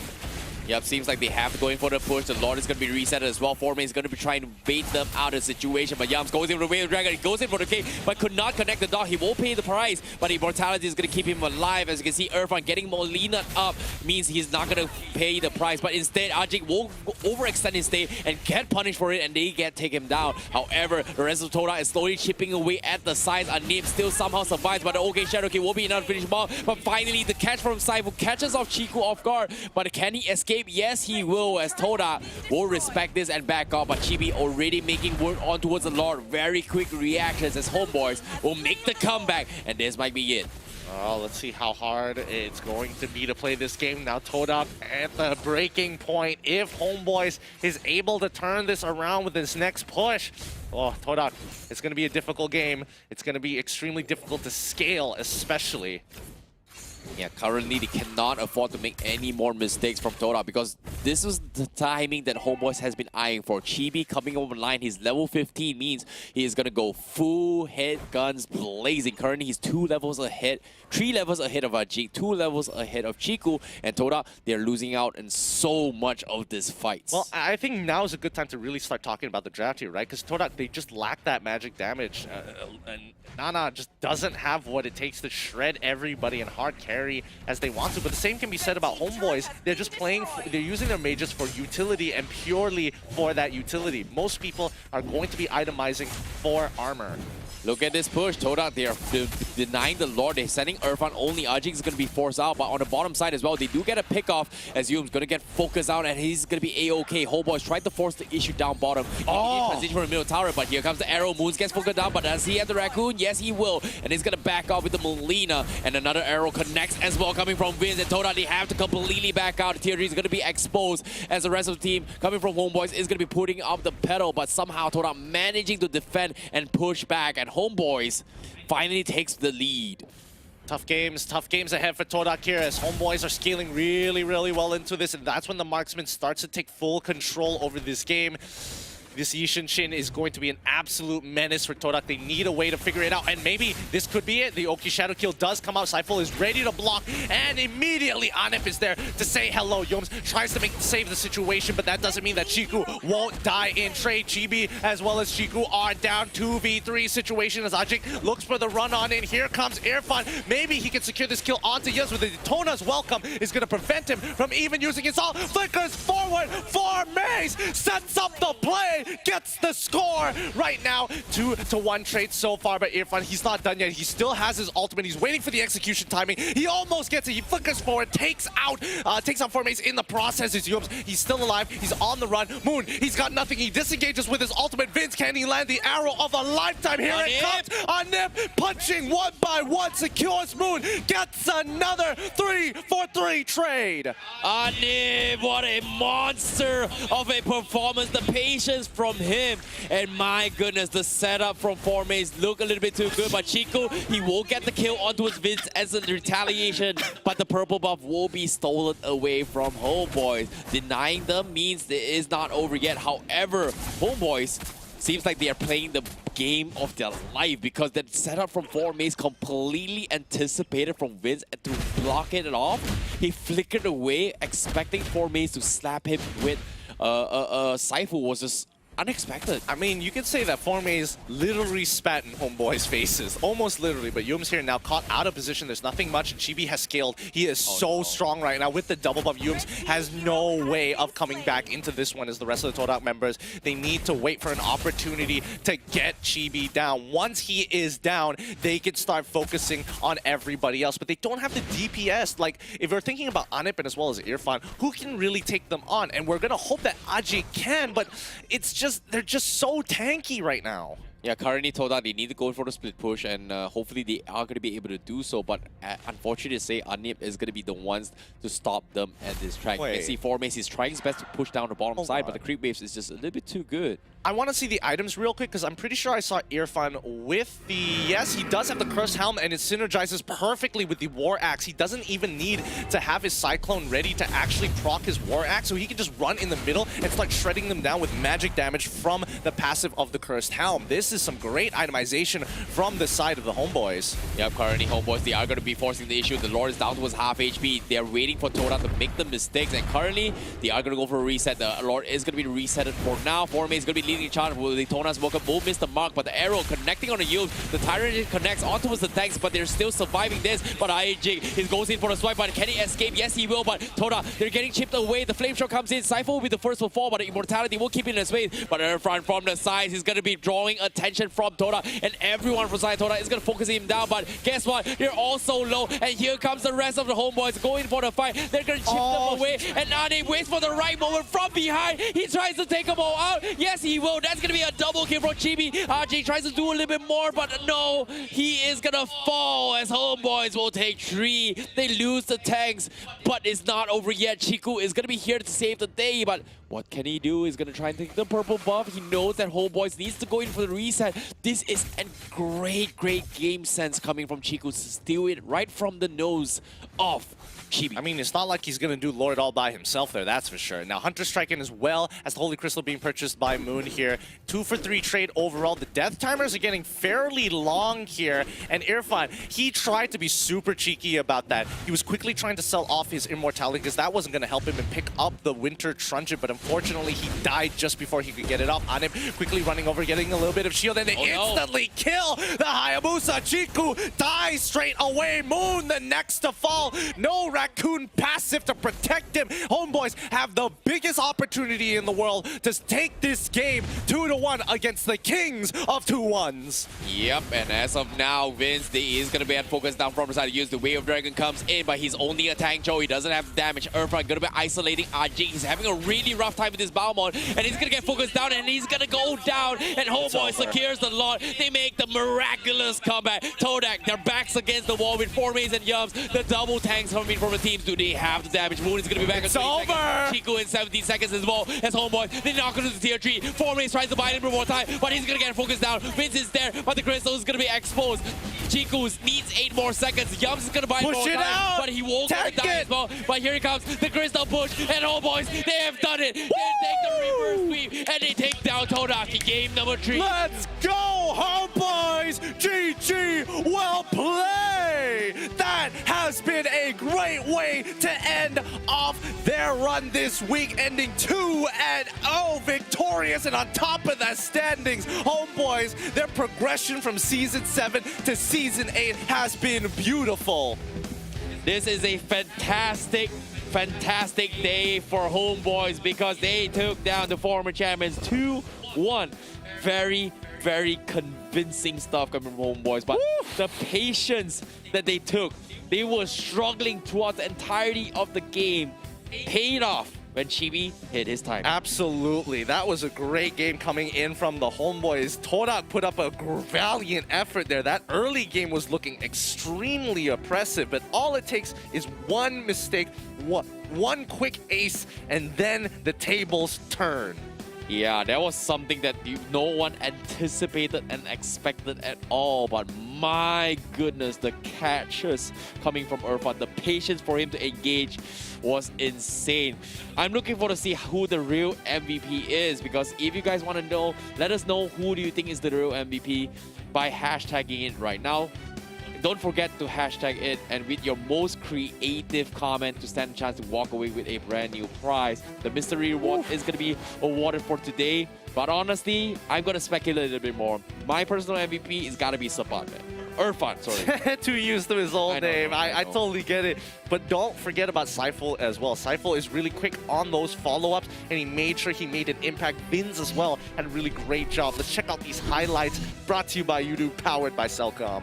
Not gonna lie, this highlights in the English states, Todak was just completely oppressing and dominating entirety game. They won the turtle objectives, they've got kills, they took so much map control, and Homeboys was struggling on all fronts, and despite all that, they were losing so much economy. But what was really nice about the following comebacks was that they were able to pick off Moon, one of the most annoying majors in the starting stage of the game, which doesn't scale in the later stage of the game, and they also took down Chiku. This was pretty much the moment of breather that they needed and space to actually make the comeback, and that was a very, very nice pick off from them. Yeah, this Lord fight was extremely difficult for both sides. I mean, like, you know, Todak was on a little bit on the back foot, but they knew that they were strong enough to take it out. But as soon as they picked off their jungler there, Homeboys, they knew they had an opportunity of a lifetime. Yeah, I definitely agree. And on top of that as well, Chibi, he had a really rough game 1, but in this game 3, he looked so strong. He understood his timings. He understood that he needed to carry the team. But Anip, every single time, is just so, so good. And Anip is just, crazy about this game.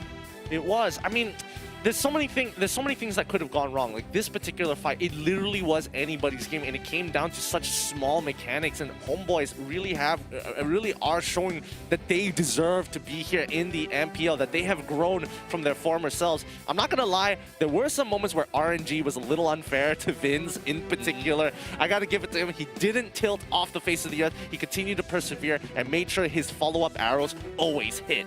You know, this is kind of scary coming from Anip, right? You kind of expect Irfan to play the usual Paquito, but Anip played it like a monster in this particular game. His patience has been really, really, really nice. But I'm looking forward to see how the itemizations are going to go. In case you missed out here, Game 3 is going to be up on screen very, very shortly. Yep, it is going to be up right now. Let's look at the itemizations coming from Homeboys. Nothing out of the ordinary. You talked about the Curse Helmet up on Irfan.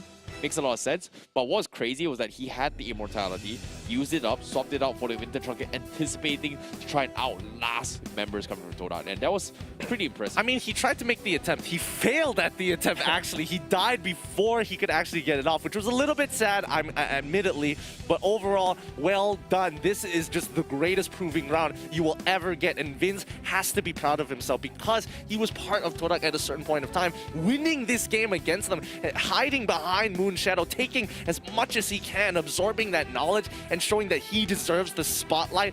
You've got to be so happy for the Homeboys. Yeah, I definitely agree. Homeboys played so well. This is a great opener for them here. The experience that they've learned from Season 7 had finally paid off. And in this week itself, the first week for MPL MY Season 8, they look stronger than ever. They're looking very, very, very dominant. Can they live up to the expectations of their forefathers? I'm looking forward to see. I hope so. I absolutely hope so. Although a couple of criticisms here, Anip needs to be a little bit more careful when he is in lane, especially when he was up against the Hayabusa matchup. Again, a large majority of that lead was because of his lack of communication and a little slow on that early game rotation, which made it hard for the Homeboys, but luckily they bounced back, and his game sense for how to kind of maneuver team fights is a lot better than his laning phase. I definitely agree. Meanwhile, Todak, seems like they are going to be going back towards the drawing board here because this first week was a very, very rough run from Todak. The Kings of Toho 1 finally losing a game against Homeboys. Yeah, I mean, it's unfortunate indeed, but at least it kind of shows the weaknesses of Todak and something that they can work on throughout the season and hopefully become a little bit sharper, because at the end of the day, no matter what happens in the regular season, once playoffs hit, that's only what people are going to remember. Nobody remembers regular season. People only remember champions. Well, we kind of remember regular season, right? I mean, that's part of the job, you know? Plus, if you're representing Malaysia for M3, that's also a big takeaway. But let's look on over to the post-game stats here. Chibi, as your rich guy, as well as the carry, a lot of gold, a lot of damage, but the sandbag for Maze, he really had to take one for the team there. Yeah, definitely. For me, he's playing Baraz. He tried his best to sustain for the team here. I feel like he's done his job very, very well, but he was just pretty much outplayed for Vince to a certain degree. That was something that Todak was caught off guard, expecting that the Homeboys would not react to his sudden surprise, but he was able to react to it. So I would say for me, he tried his best, but this is something that I feel like it's just not a Forme signature for me. I mean, of course, he doesn't. We know Forme is the man who wants to challenge you. He knows he's better than most people and wants to go for that hard ego challenge. But we cannot forget about the forgotten one, Seifel with his 12 assists, quick follow-ups, making sure he's locking down the right targets like Chiku, like Yums, and especially making it difficult for Ajik to actually play the game. Now let's check out the MVP, powered up by KFC, going over to Cheapy once more with a 7-2 and 9 match KDA.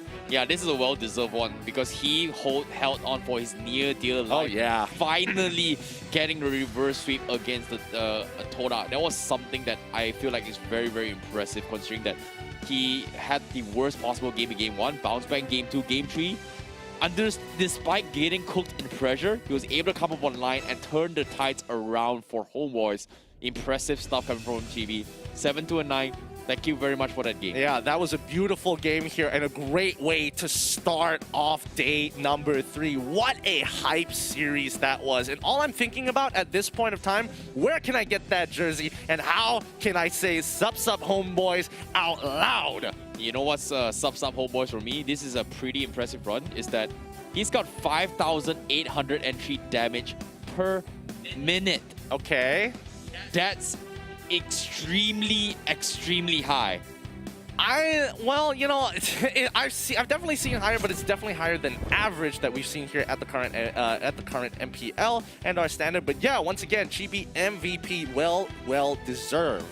No, I'm not gonna lie. The reason why I say it's extremely high is because in my normal games, the highest I've ever achieved is 2K. Well, that's it's not easy per minute. It's not easy. There is a big difference between pub games and professional games. When you're working as a team, you have somebody to support you. That's why in a pro game for him to do 9K, that's crazy. Well, I mean, you know, some people are just built different, and clearly the Homeboys have grown. But now it's time to check out who the real MVP chosen by you guys at home with the hashtag MPL My Real MVP. This is coming in from Zach ZX. Anip sebab dia yang menyebabkan Homeboys comeback. In translation, Anip because he is the reason Homeboys came back. Word, bro. Congratulations to Zach because Anip really deserved it here. His Paquito in Game 3 was what made them shine so much. He waited for the right moment. He turned the tides around, came in for the strike, and took them all out. Well, props to him. Thank you for watching the show because you understand what we all feel, man. Like, Absolutely. Anip was an absolute beast. Yep, his cleanup game was really good. If it wasn't for his cleanup game, that would have been just wasted gold that could have been easily utilized for the rest of his team, and they managed to get objectives off of that. Now, Zach, don't forget, you're going to be earning yourself that mystery reward. Keep an eye out for that, and don't forget, let us know what it is. We still don't know what the mystery rewards are. You can easily use the hashtag MPL MY, tag them at MPL MY official on Instagram or even Facebook. We got to know what that mystery reward is. Yeah, to make it easier, be sure to tag us on our social media so we can actually see it. Yeah, that's also one way of doing it. This is at IcyBaby12, at Fatal5Way. We are very curious to know what these mystery rewards, because they won't tell us here at the studio, and it's really bugging me now. Yeah, even Season 7 all the way now, we don't even know what it is. You know, some secrets are best kept hidden until you guys, you know, share it on social media. We're very curious to know. Or even make TikToks on it, and hopefully Fira can show it up on her segment. Hey, that's another one. That's another one we gotta keep an eye out for. Right now, we're actually hinting a little bit too much. Later on, we are going to be jumping into the session with them as well. But before that, I'm looking forward to see what Homeboys feel about that match, because Homeboys, we weren't expecting them to win that much. Game 3, not gonna lie, Game 3 was something that, hey, Todak was super oppressive, and they somehow prevailed and make a comeback and gave Todak a run for their money. And for them to actually take this W with a well-deserved victory, I've got to listen to what they say. They got to be feeling very happy because Homeboys, they were in a situation really rough in Season 7. Yeah. But now they look very different. It's about finding their footing, understanding what this environment and adapting to it. And most people, some of them fail, some of them exceed above the rest. And it's great to see the lineup for the Homeboys have stuck around for so long and grown so much and become maybe the next powerhouse in MPL. Let's go in towards this interview here. Let's throw it over to the analyst desk. Vince. Okay, ini kenal. Highlight. Alright. Selamat Vince. Okay, Vince, boleh dengar? Khabar baik? Hello. Dengar. Oh, baik. Alright. So, Vince, ini kita terus nak bagi soalan yang panas sikit dekat sini. Sebelum ni, Vince daripada team Todak dan sekarang ni Vince masuk team HOMEBOIS. And adakah ini menjadi motivation yang besar untuk kalahkan team Todak hari ini? Ya, kalau boleh dicakap, saya lebih bersemangat lah untuk kalahkan Todak. Honestly tadi bila HOMEBOIS menang game kedua dan nampak semua orang dah terlompat-lompat and I tak tahu, tapi saya dengan Adin tadi berbincang mungkin lepas ni HOMEBOIS akan makan ikan untuk you guys punya lunch. And soalan kedua is nampak tak? Nice. Anyways, I punya soalan dekat sini is Malaysia banding dengan region-region lain, kita antara region yang paling suka menggunakan Kufra as a tank. So nak tanya, apa pendapat team HOMEBOIS dengan hero Kufra ni? Bagi saya, hero Kufra ni sangat membantulah dalam team. Like macam sekarang kan seperti yang kita tahu, Haya tu OP and Kufra tu antara salah satu counter untuk Haya tu. Alright, very good. Adin, that is very nice. Okay, soalan I nak tanya. Game pertama you guys tertewas dekat pasukan Todak, and then you guys come back balik game kedua dan game ketiga. I nak tahu apakah yang dibincangkan among you guys untuk dapatkan semangat balik, untuk mendapatkan momentum balik dan terus mendapatkan kemenangan pada hari ini. Oh, mudah je kami cakap, game satu tu hanya luck untuk Todak. It was just luck untuk Todak, Pak kata Vince. Very nice. Alright, very nice. Tapi thank you very much, Vince. Pastikan lepas ni you guys just post dekat social media gambar you guys tengah makan ikan, and also just a quick pesanan kepada semua orang kat sini, doakan Mak Daddy, because if I'm not mistaken dia tengah sakit juga. Ya. So with that, sebelum I lepaskan Vince, ada tak apa-apa yang Vince nak cakap kepada semua fans HOMEBOIS? Untuk fans HOMEBOIS, jangan lupa terus support kita orang, sebab kami, insyaAllah, kami season ni kami strong. Dan untuk Daddy, saya nak berterima kasih sebab telah bagi peluang kepada saya, dan saya akan cubalah yang paling baik yang saya boleh bagi. Alright, thank you very much, Vince. And, satu lagi. Cakap. Sila. Please, semua satu lagi. Macam ni. Okay, go. Untuk Moy, second round Alright, ada lagi ke? Ada lagi tak? Tu je. Tak ada. Alright, thank you very much, Vince. You pergilah makan dulu. Kita teruskan kita. I tak tahu kenapa semua play MPL suka macam ni ya. I suka sangat season kali ini. Diorang macam diorang dah habis cakap ni, last. Dia macam ini moment this is my moment untuk bagi satu shout out, and dia khaskan shout out terakhir tu dekat Moy tadi tu. Memang I suka season ni. Dia nampak ada rivalry, the friendly rivalry tu I sangat-sangat suka. Muntahan kita buat rivalry itu menjadi ya, Vince lawan dengan Moy. Kita tengok siapa punya rambut lagi panjang. But yeah.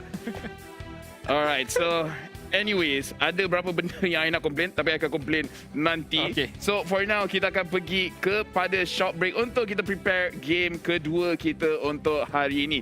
So you guys make sure jangan pergi ke mana-mana, and again doakan yang baik-baik kepada Daddy Hood, sebab again mak dia tengah sakit, so make sure you guys doa yang elok-elok lah. So tanpa buang masa, kita akan pergi kepada short break. So you guys jangan pergi mana, kita akan kembali selepas ini.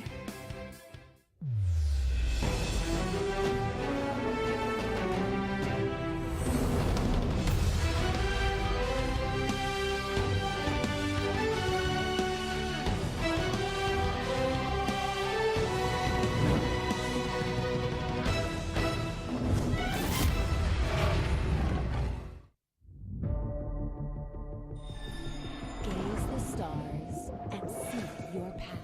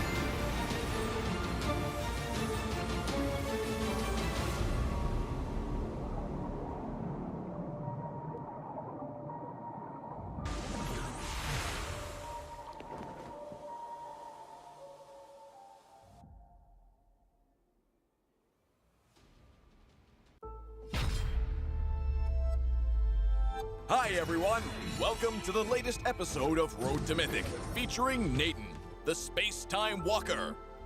We will walk you through the gameplay and tactics for this marksman so you can grind the ranks with ease.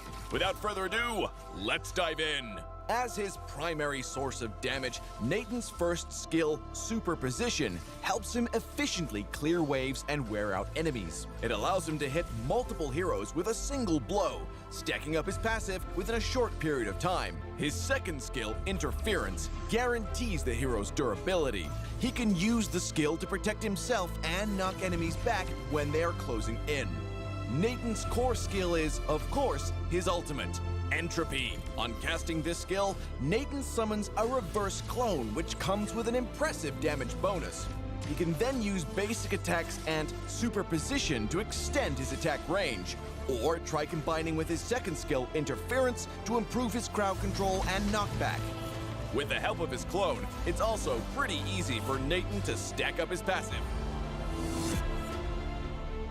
For equipment, we recommend this build to ensure damage output while keeping Nathan durable to a certain extent. In the early game, Berserker's Fury improves Nathan's damage-dealing ability,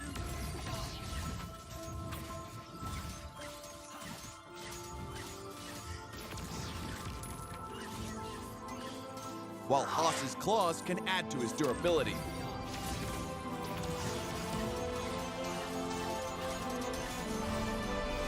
Next, Windtalker and Blade of Despair maximize his damage output. And at last comes the hero's safety net, Immortality, in case of emergency.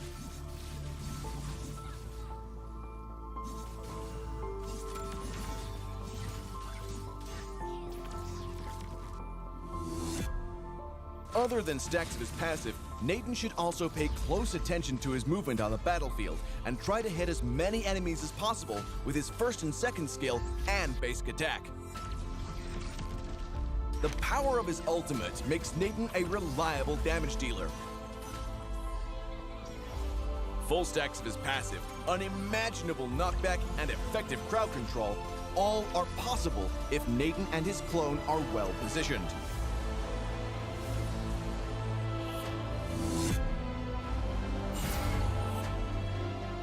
Nathan can cast his second skill, Interference, to knock back and control the enemies, increasing the hit rate of his first skill, Superposition. He can then deal more damage using his basic attack, and quickly drain enemies of HP with the attack speed bonus provided by his passive.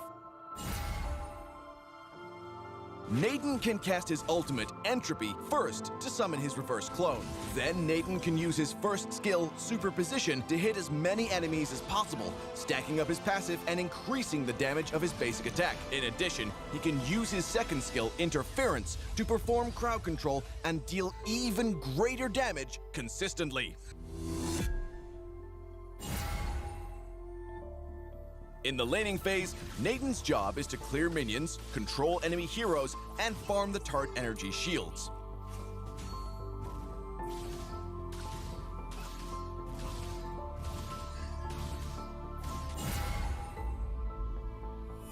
After getting decent equipment, Nathan's damage ability starts to show. In the late game, Nathan can join teamfights and enjoy dealing massive damage with the support of his teammates. Well, that wraps up this episode. Stay tuned for more insightful guides from Road to Mythic as you climb the ranks. Until next time, we'll be seeing you in the Land of Dawn.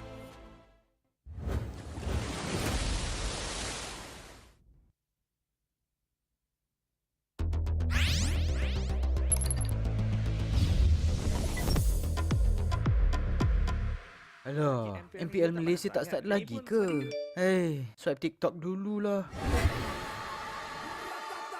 Ini gaya aku. Ini gaya Todak. #langga. Wow. Stop, homie. Ini gaya oi. Ya.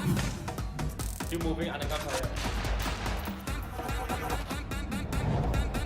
Ray, it's my gun. Wow. Ini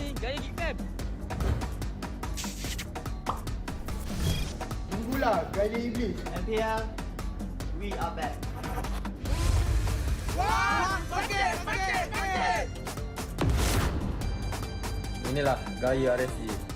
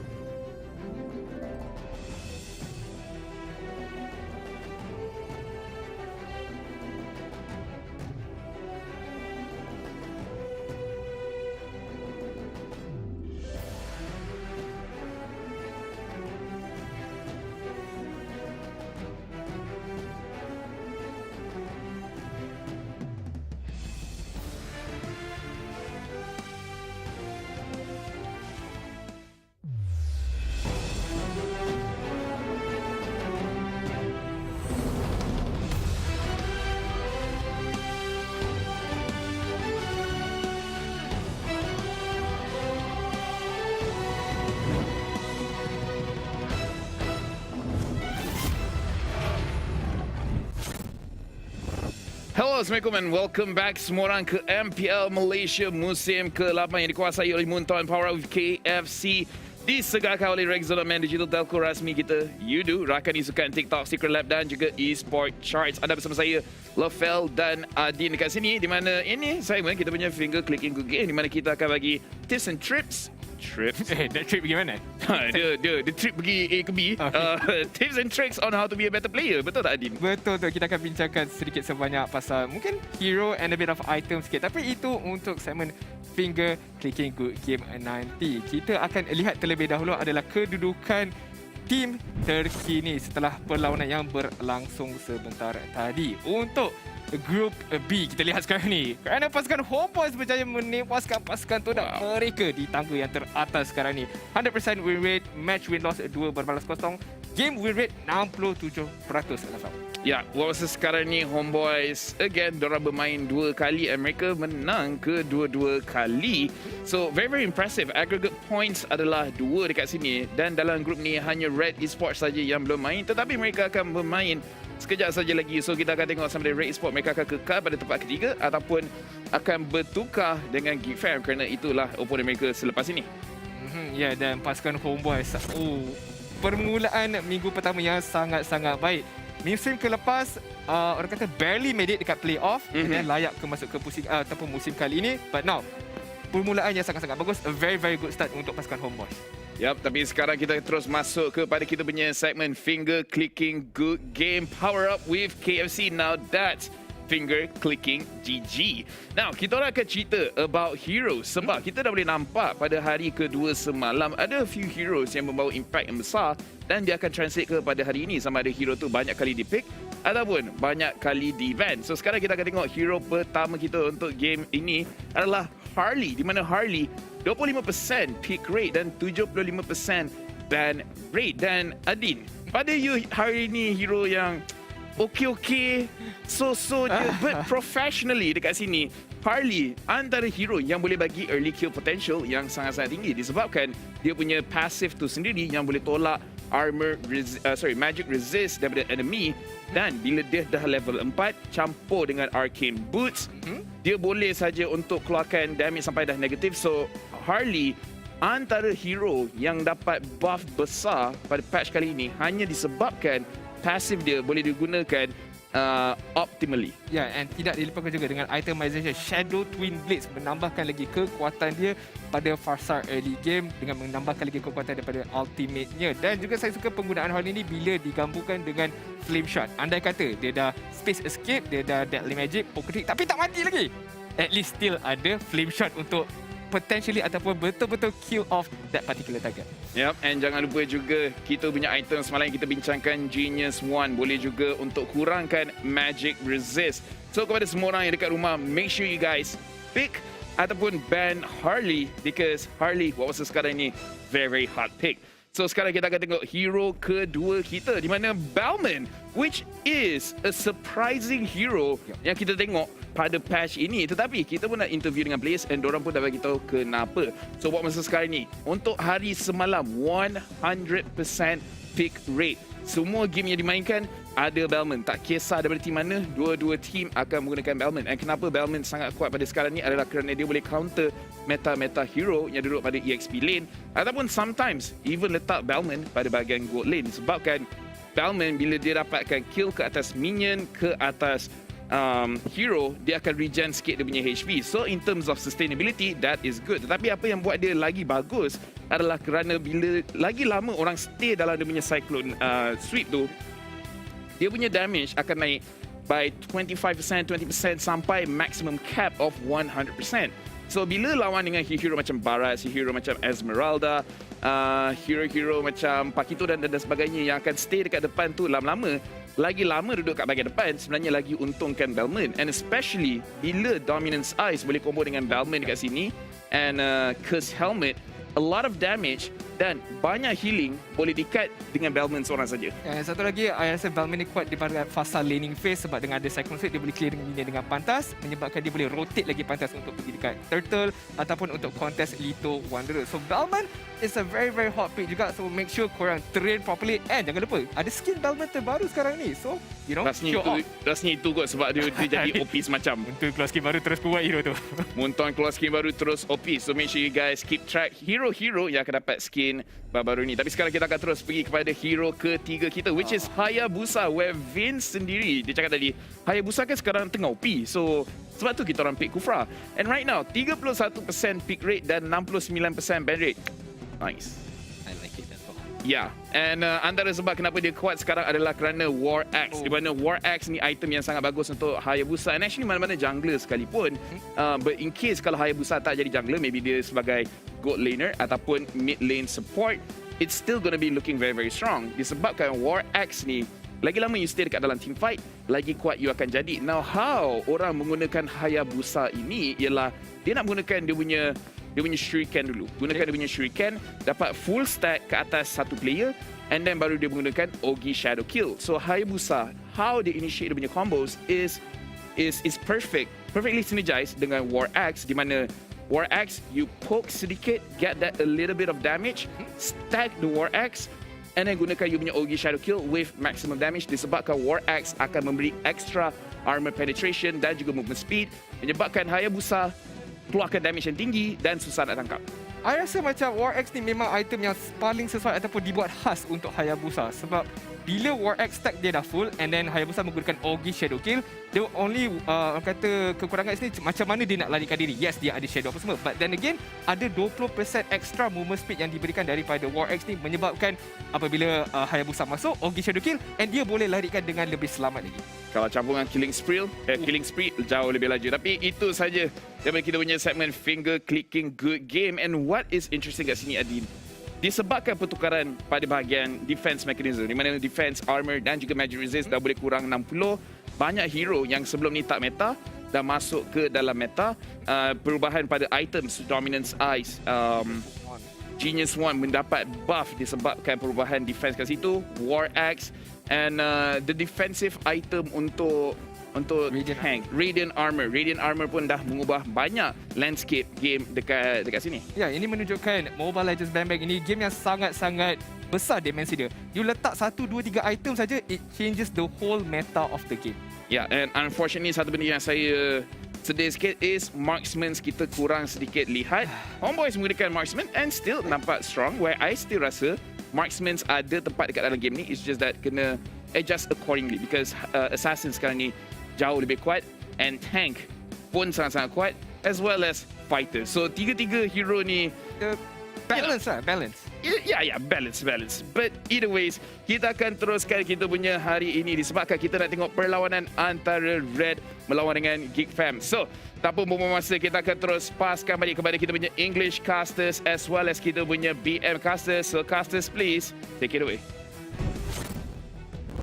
Thanks, Lafel and Nadine. Some really great insights there about what the meta is shaping up to be and things to keep an eye out for. My name is Getting Q. This is Icy Baby 1-2, going to be your casters for the final day in week 1. And so far, I mean, opening game, Homeboys absolutely taking it away against Todak. Unfortunately, Todak not feeling at their very best, but it was a great way to get the energy up for this upcoming game between Red. The first time we are going to be able to see them go up against GEEKFAM, which didn't exactly have the best performance in day 2. Yeah, coming into the meta as well here, every single team has kind of brought in a little bit of taste of their own flavor as well. GEEKFAM bringing one of the biggest standout coming from yesterday's games against Todak, bringing in the Sicilian Kamina. Kind of forced the issue, but is it going to be the meta? We shall see. Are they going to be going for a different kind of strategy today? I'm looking forward to see here because they are contenders, Red Esports, no strangers to the MPL veteran scene. I'm looking forward to see how it goes. But before that, let us introduce Red Esports and also GEEKFAM.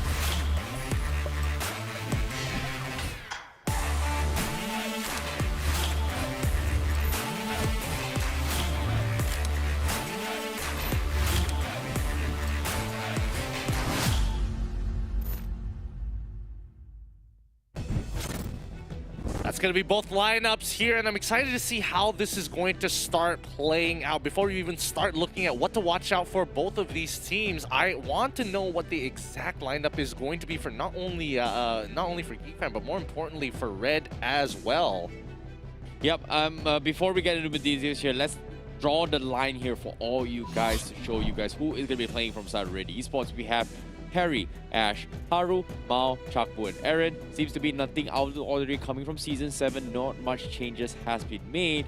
So it seems like in terms of chemistry, Red Esports, they are going to be sticking to their original roster. So I feel like with this current roster, Red Esports is pretty much the only team, in my opinion, coming in towards the MPL Season 8, besides GEEKFAM, is going to have a very stable chemistry. So I'm looking forward whether or not they can execute here. And like you said as well, who's going to be these five main roster? Well, personally, I do think that, you know, Ash is going to take a little bit of a step back to allow Chakbu to take full control. Or maybe it could be a Haru as well. We don't know exactly, but I'm excited to see what it's going to be. And if you haven't known their competitors here, it's going to be GEEKFAM with Lil B, Dominus, Zorn, Arts, Panda, Maima, as well as Nilby. Yeah, we didn't exactly see Panda play yesterday, so it's kind of surprising considering that Panda has been playing throughout the entire Season 7. For him to be sit out means they are going to be making way for the rest of the teams. Yesterday, we did see an interesting strategy coming from Dominus and Zorn, bringing the Chameleon and Cecina, which almost gave Todak a run for their money in yesterday's games. Today, are they going to do the exact same? I'm looking forward to see whether or not they are going to be able to pull it off. So, currently, from inside GEEKFAM, there is a lot of element of surprise. They are the veterans coming to the MPL. They are also the ones that bring a very distinct meta-only signature to GEEKFAM. Yep, I mean, it all comes down to their coach, Airmox here, the absolute mad lad, trying to push the limits of what the draft really is supposed to be looking like and what could potentially be meta. I like his ideas. I like the way he tries to start to push the agenda every single time. Yeah, when it comes to agenda pushing, I think out of all the coaches I've seen coming from MPL MY, Amox is the one that they really don't mind standing out in the sense where they're not afraid to try experimental drafts, which looks good, sometimes get away with it. And I would say there is only no other player here in Malaysia that plays a really strong Fanny besides Zorn. Well, not gonna lie. I mean, most of them have moved over to other places, but let's look at the talent predictions right now, and it looks like, oh, Terrence, you and Fear Freddy going over for GEEKFAM, while the rest of us at the talent pool is going to be leaning more towards red here. Maybe it could be the expectation of the unknown, but tell us a little bit more why. Why GEEKFAM? That's the thing, right? Like, because I did see GEEKFAM in yesterday's games against Todak, they had the element where they were ready to rumble, right, coming to Season 8. As compared to Red Esports, I haven't exactly seen how well they've done with meta.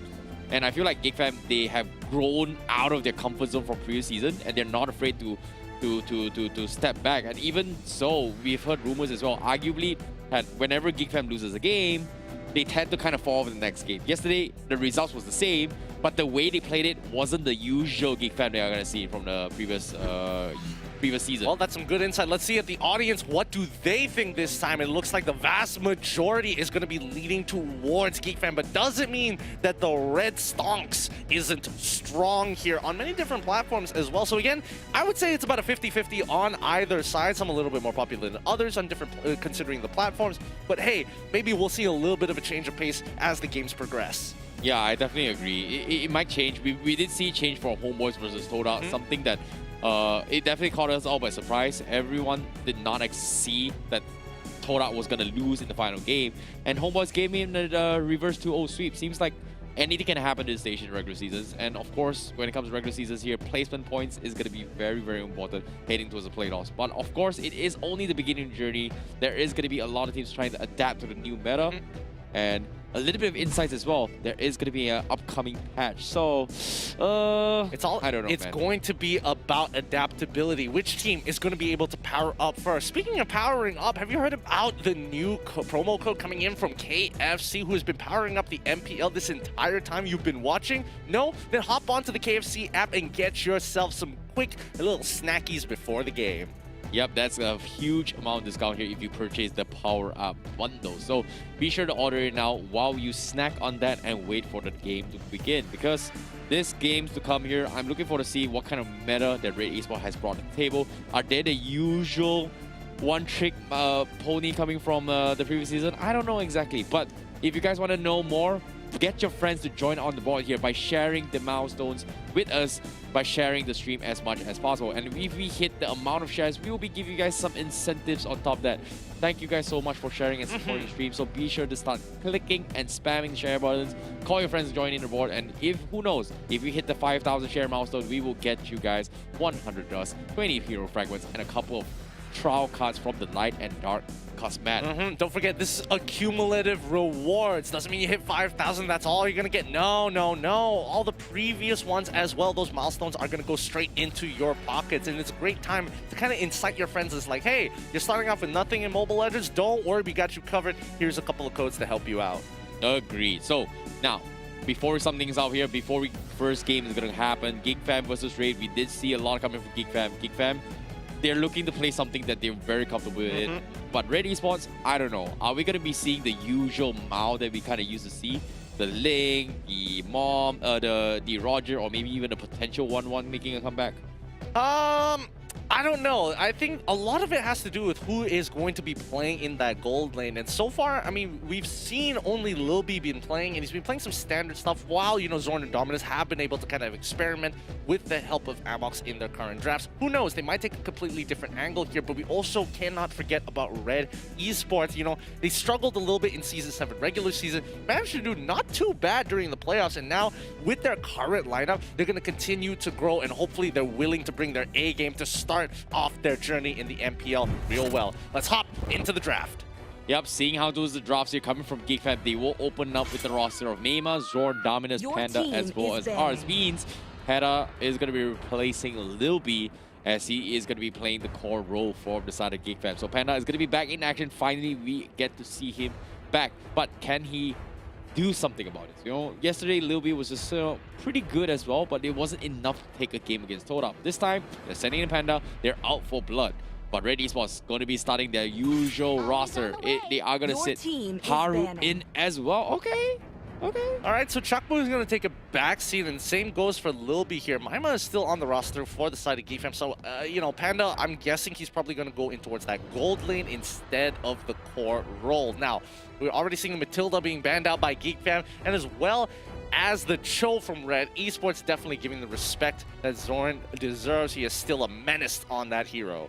Yeah, I definitely agree. But now coming in towards the bans here, it seems like Red Esports, they are not going for meta bans. They're going for Zorn targeted heroes, which was a very similar trend to how Todak faced against GEEKFAM. So Red Esports, they're not going for meta bans. What are your thoughts? Like, do they have something installed to kind of deal with the usual meta picks here? Maybe even the Phoveus? Well, maybe. We'll see whether GEEKFAM wants to ban out that Phoveus or whether even Red Esports considers Phoveus to be relevant in this meta. But so far, we know for a fact that Harley, absolutely disruptive.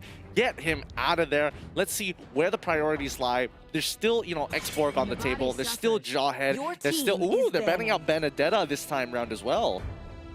Okay. I'm surprised to see the Benedetta being banned, but it is also an Aaron special.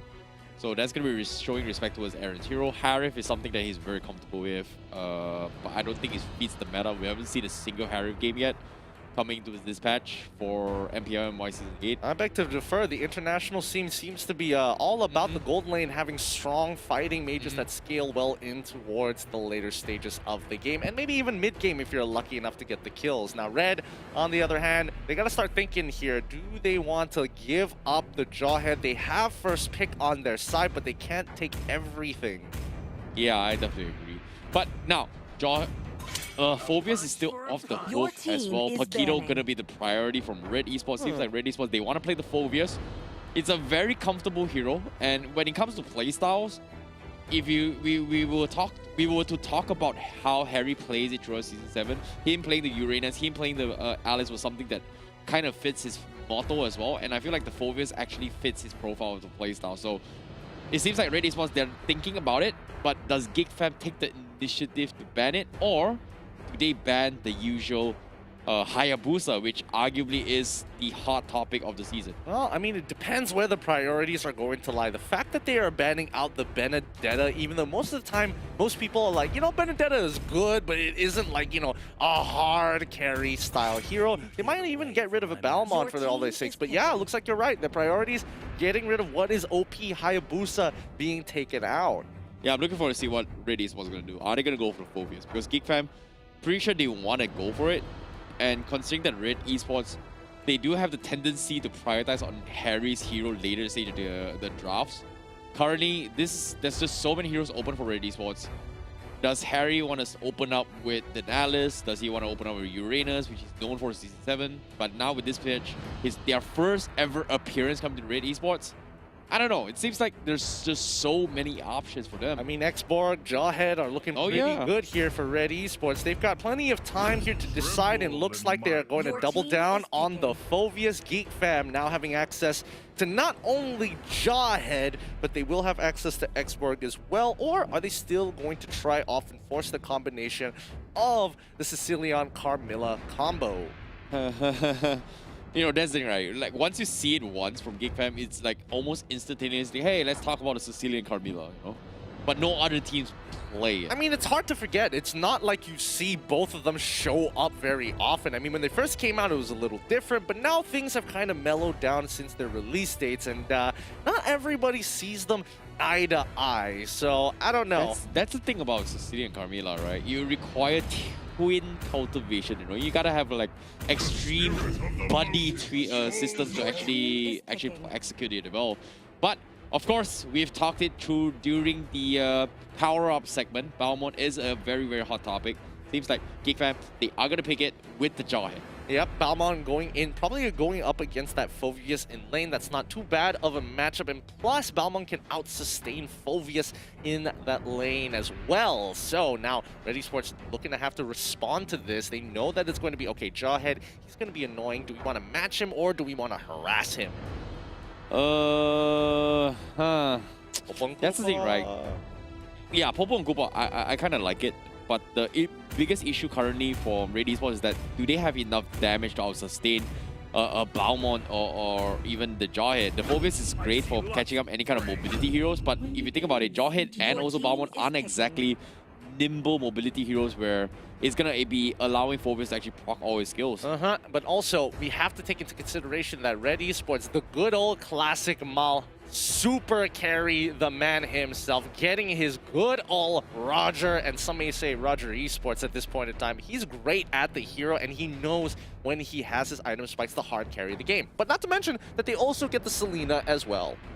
Yeah, GeekFam currently, they have to figure out what kind of drops they want to deal with this Roger. Like, considering that it's going to be the assassin meta, and they have not shown any sort of assassins yet, I don't know, like Zorn possibly going to be playing the Jawhead for sure. Panda needs to have these options open, and we've seen him play a lot of Granger, so I wouldn't be surprised to see it. But the safe pick is going to be the Lunox, so there is no Sicilian Carmilla combo coming from GeekFam. Yep, let's see how they want to play this out now. For finishing off the compositions, we're going to have to wait to see their bans to maybe get a better idea of what they want to focus on. In terms of what they're lacking here, GeekFam still haven't locked in which jungler that they want, and more importantly, they've already flexed the gold lane, the gold and mid lane with this Lunox pick. I guess they're looking to see what kind of a matchup they have to deal with once Red Esports starts locking in their dedicated tank support, or maybe if they wanted to just go for a regular support. Agreed. Okay, coming to the bans from Red Esports, they've got so many options in the supports. Haru may not have one of the biggest hero pool, but we've seen instances coming from him. But his matchup is going to be going up against Zorn with the Jawhead. So, I don't know. It seems like throughout entire Season 7 here, he was kind of bullied out as well, not going to lie. If you think about it. Remember how... okay, now let's not delve in the past. It's a new season, it's a new Red Esports. Hopefully, they figure out their plan. I mean, they've stuck together for such a long time. There has to be some form of progress in their team, and that's why I'm excited about this game. Esmeralda going to be the next ban for the side of Red Esports, trying to minimize what you can bring in towards the gold lane, and even if it is Lunox, they're like, okay, fine, sure. we could potentially look for a counter matchup for it once the pick priority goes to them. GeekFam, on the other hand, my guess is that they're going to start banning out things like potentially Kufra, things that kind of enable this Phoveus to quickly jump and jump and participate in the fight from very long distances. Yeah, it's a pretty straightforward ban. Esmeralda to deal with Phoveus is one of the biggest counters. I'm surprised GeekFam did not pick it up. I mean, they already have the Balmon, so I think that's like pretty good. That's the thing, right? Like, considering that GeekFam, they kind of won MPL Season 3 with the Esmeralda, so we haven't seen Dominus play it for like ever. So I'm surprised they actually let it off. So with the Tamus pickup coming from GeekFam, they are going to respect the fact that it is going to happen. And it's actually a good matchup against the Balmon for Art. It's a bad matchup for Art, so I feel like taking it away, making sure that Art is going to be able to win his lane against the Phoveus seems to be a legitimate strat coming from GeekFam. Not to mention that Aaron has shown to play Thamus previously in season number 7. So again, GeekFam have done their research here. Red Esports with their one final ban. What is it going to be dedicated towards to? Could they look to maybe get rid of a mage here? Barca doesn't seem too bad for the as a ban. Maybe even a Loyi, but I feel like Red Esports probably want to hold those options for themselves just in case. They should ban the jungler coming in from Red. Seems like they are going to ban the export instead. Very, very safe approach, but I don't know. It seems like GeekFam, why does Red Esports not ban any other junglers? It seems like they're more focused on the fact that GeekFam might not even need a jungler, and this actually might be a jungle Balmon from GeekFam. Potentially. I don't know for sure, but at this point, even if they chose something like a Ling, maybe even a Lancelot, there is a little bit of combinations in general, but again, I don't think it matters at the end of the day. They want to focus on the matchups that they can win, which is going to be in the side lanes, rather than the jungle, which is a little like dependent on what team comp you have to begin with. Here we go. This is going to be the Eudora pick for the side of GeekFam. That is going to be their mid lane mage, which means that Lunox is going into the gold lane.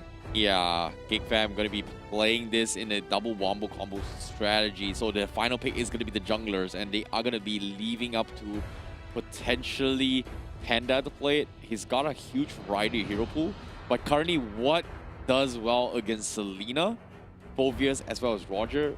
Yishun Sin is okay, but it's not the most ideal for me. They need something to set up with the Lunox as well. I mean, it's the same situation all over again when we saw Todak versus HOMEBOIS. HOMEBOIS bringing up a very similar lineup with the Jawhead and the Eudora. All they need is a Granger to figure that one out. Oh yeah, Granger's pretty good. Yeah, Red Esports, they know this. Kufra going to be the lock-in just to enable the Phoveus, and they're going to even have an extra with the Saber to ensure, hey, Eudora walks up, doesn't matter if you stun me, I'm going to look for that one shot.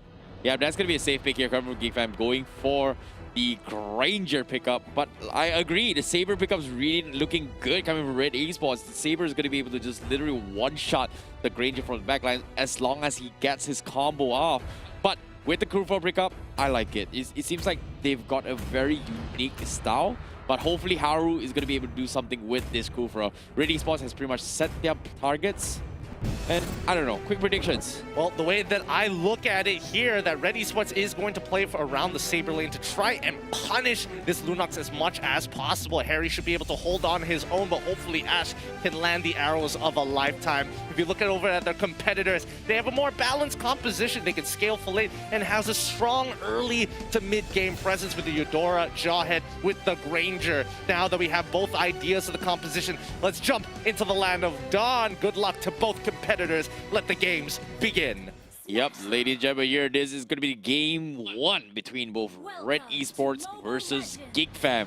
Who's going to be the one to take the cake? But as of now, based on the drafts here, seems like Panda is going to be playing on the gold lane for the side. Zorn going to be playing the Jawhead, and Jungle is going to be Maymao on the Granger. So this Granger matchup against Mao, it seems like Roger will have a little bit of a good time in a sense where he's going to be able to cut the backlines relatively easily unless Dominus, Panda, and Zorn has something to say about that. So this front lines from GeekFam, knowing them, they have this aggressive tendency. Can they go for this kind of aggression? They definitely can. I mean, they want to be able to kind of control this side of the lane, but they have to kind of wait on the call of Maima, who's going to be a vast majority of their early game damage, especially once the cooldowns have been used on both Zorn and Dominus. So I want to just keep your eye sure that he paths down towards the goal lane down on bottom side to ensure that even if they do dive, he's ready to come for the trade kills. Oh, Zord being extremely cheeky, steals the jungle away, lets Panda get it for free. But Red Esports seems like they are going to be playing the other side of the map. This aggression is actually helping GeekFam a little bit. But Red Esports, seems like they're completely dodging the fight. They have the Selena, but looks like they are going to try to set up for this rotations as Aaron is almost hitting his 4. But look at this. The patience from Mema. He gets the shot. Oh my goodness. The taunt from Mema. What a play. Nicely done. Nicely done from GeekFam's side. Before Aaron can even reach level 4, they are looking to punish him. Very nice first blood here and a definite power up for GeekFam and a first blood bounty for you guys at home. Claim your codes now while they're still hot. Yep.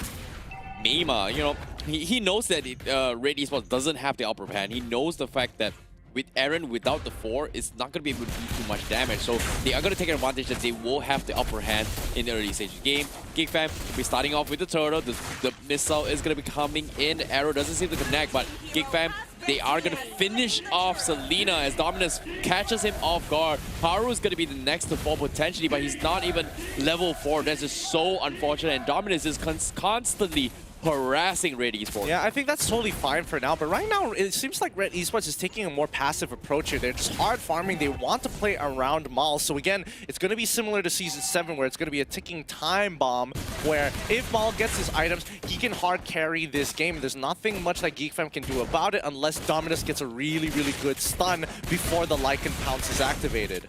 I definitely agree. But currently, Mema having a very efficient farm.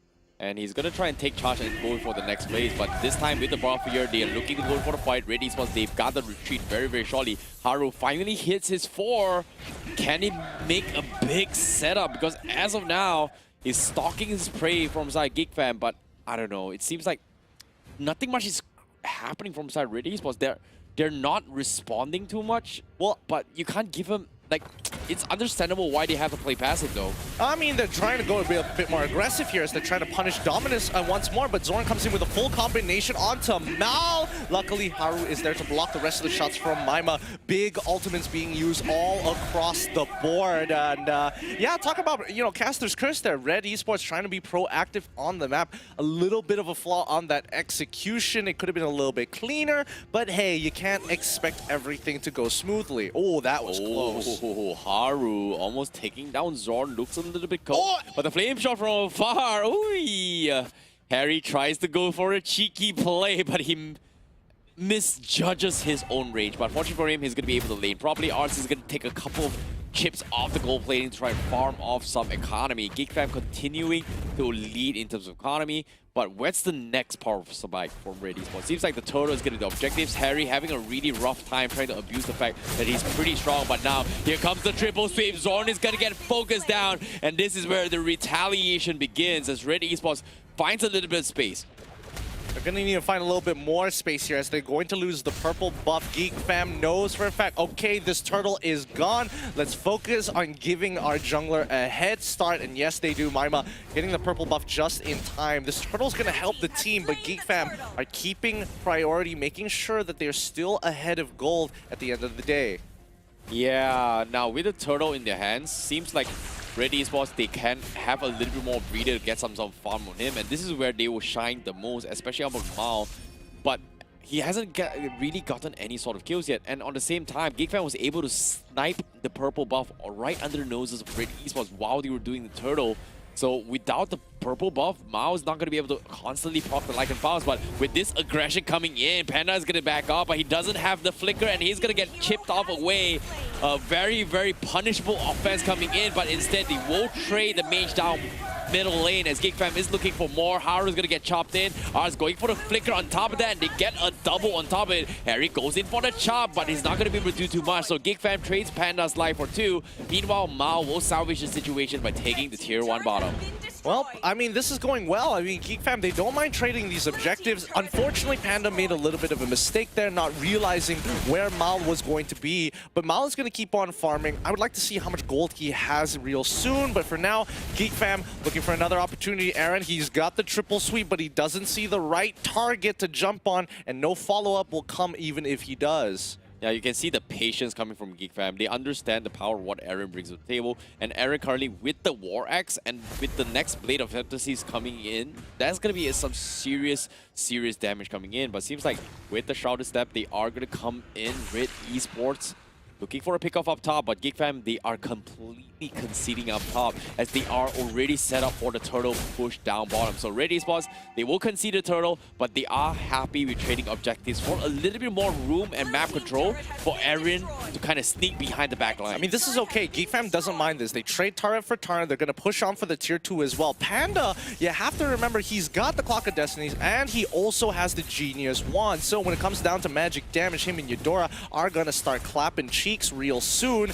But it really depends on whether or not they can find the pick-off here. Zorn is going to get on out, gets the ejector onto Haru, Unstoppable Force. Panda with the Darkening is going to be plenty of damage. Harry has no other targets to jump on, even though the oh wait, this might be it. He hops right onto Arts. He's in the middle of the fight. He's trying to sustain hard as he can as Zorn takes the brunt of the damage. Dominus flickers forward, following up on the Death Sonata, trading 2 for nothing. GEEKFAM still maintaining the tempo. Oh my goodness, GEEKFAM immediately punishing Haru for that misplay. A Tyrant's Rage for a solo jaw hit, immediately gets ejected, immediately gets bursted down.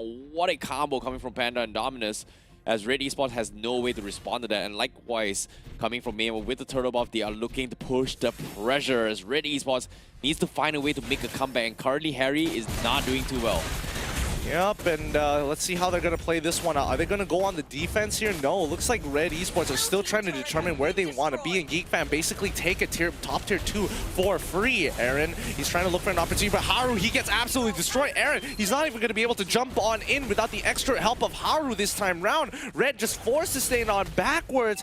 No initiative, bad positioning, and Red Esports, they have to have a better sense of things. Where do they want to be on the map?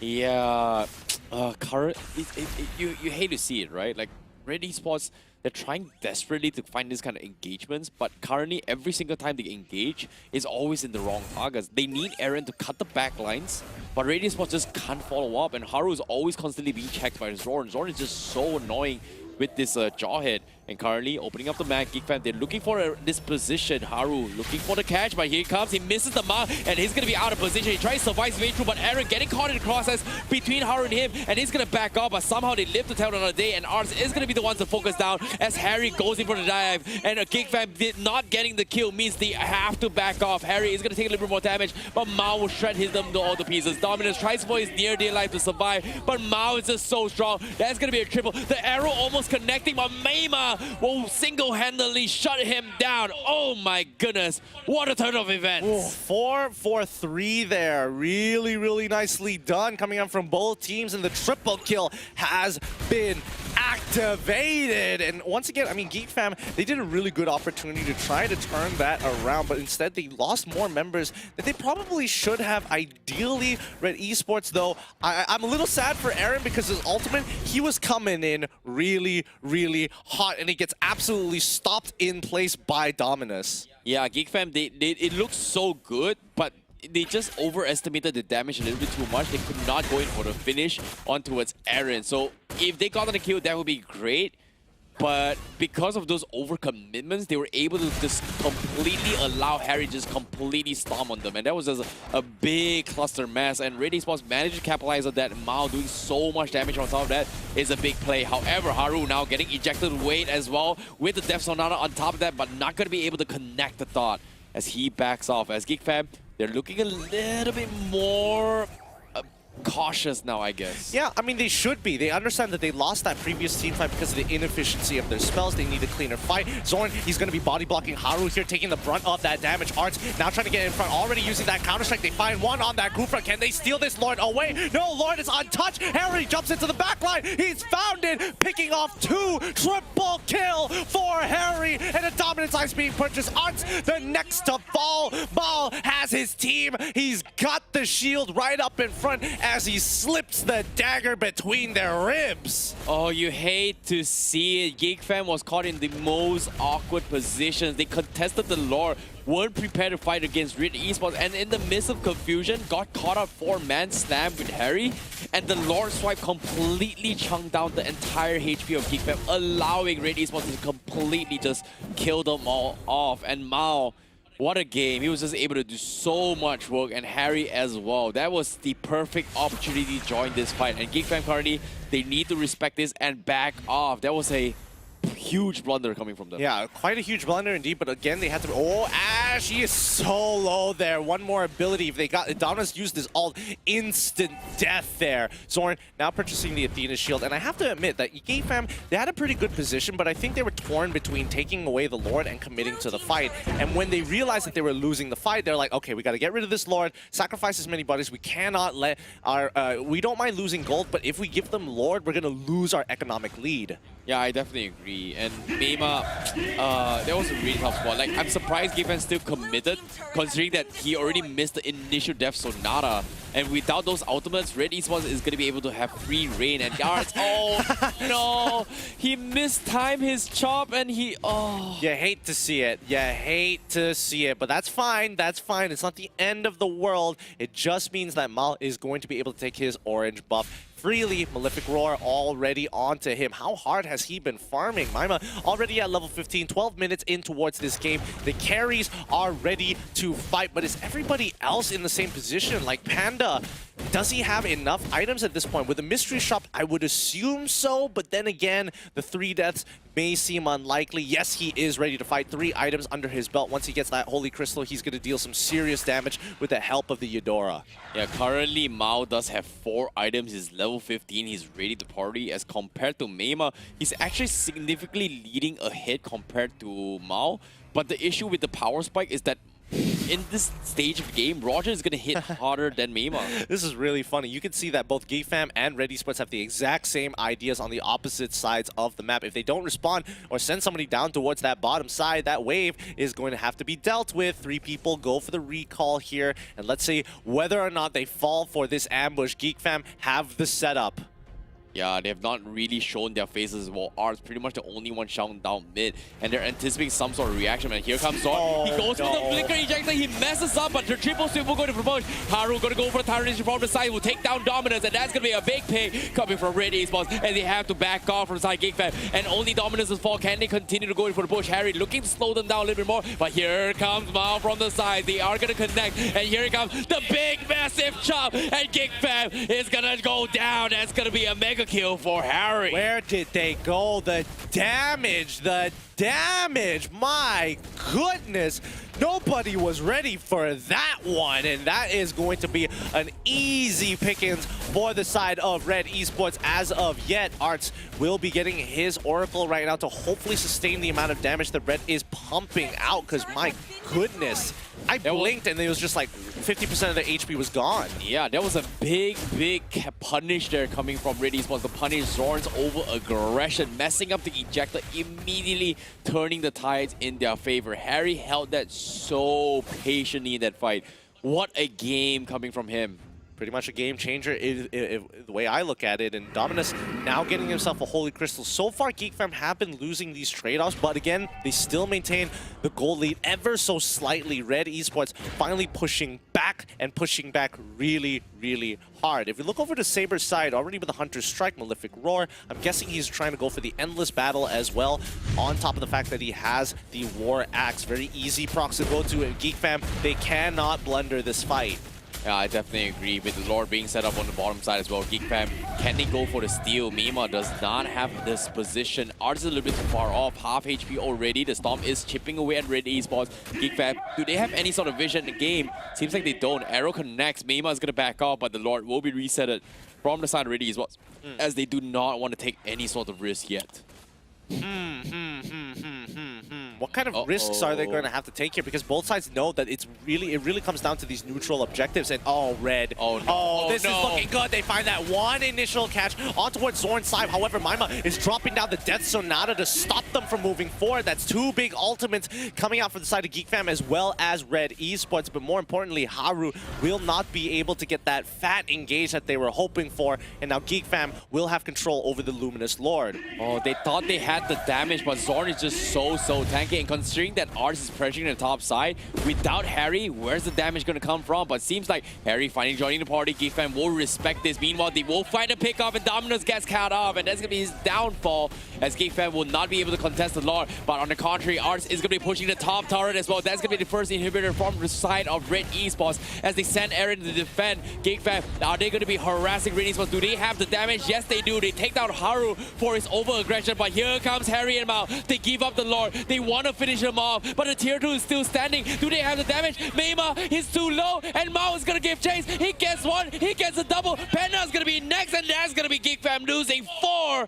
with Arts surviving all by himself, as Mao makes the right call and takes them all out. Now, Arts is going to be next. He gets focused down from Ash as well as Harry, but how long can he last? Yes, he will survive, but the arrow will connect, and that will be a full 5-man team wipe from the side of Red Esports. That's what you want to see. Mal feeling in his element. They don't call it Roger Esports for no reason.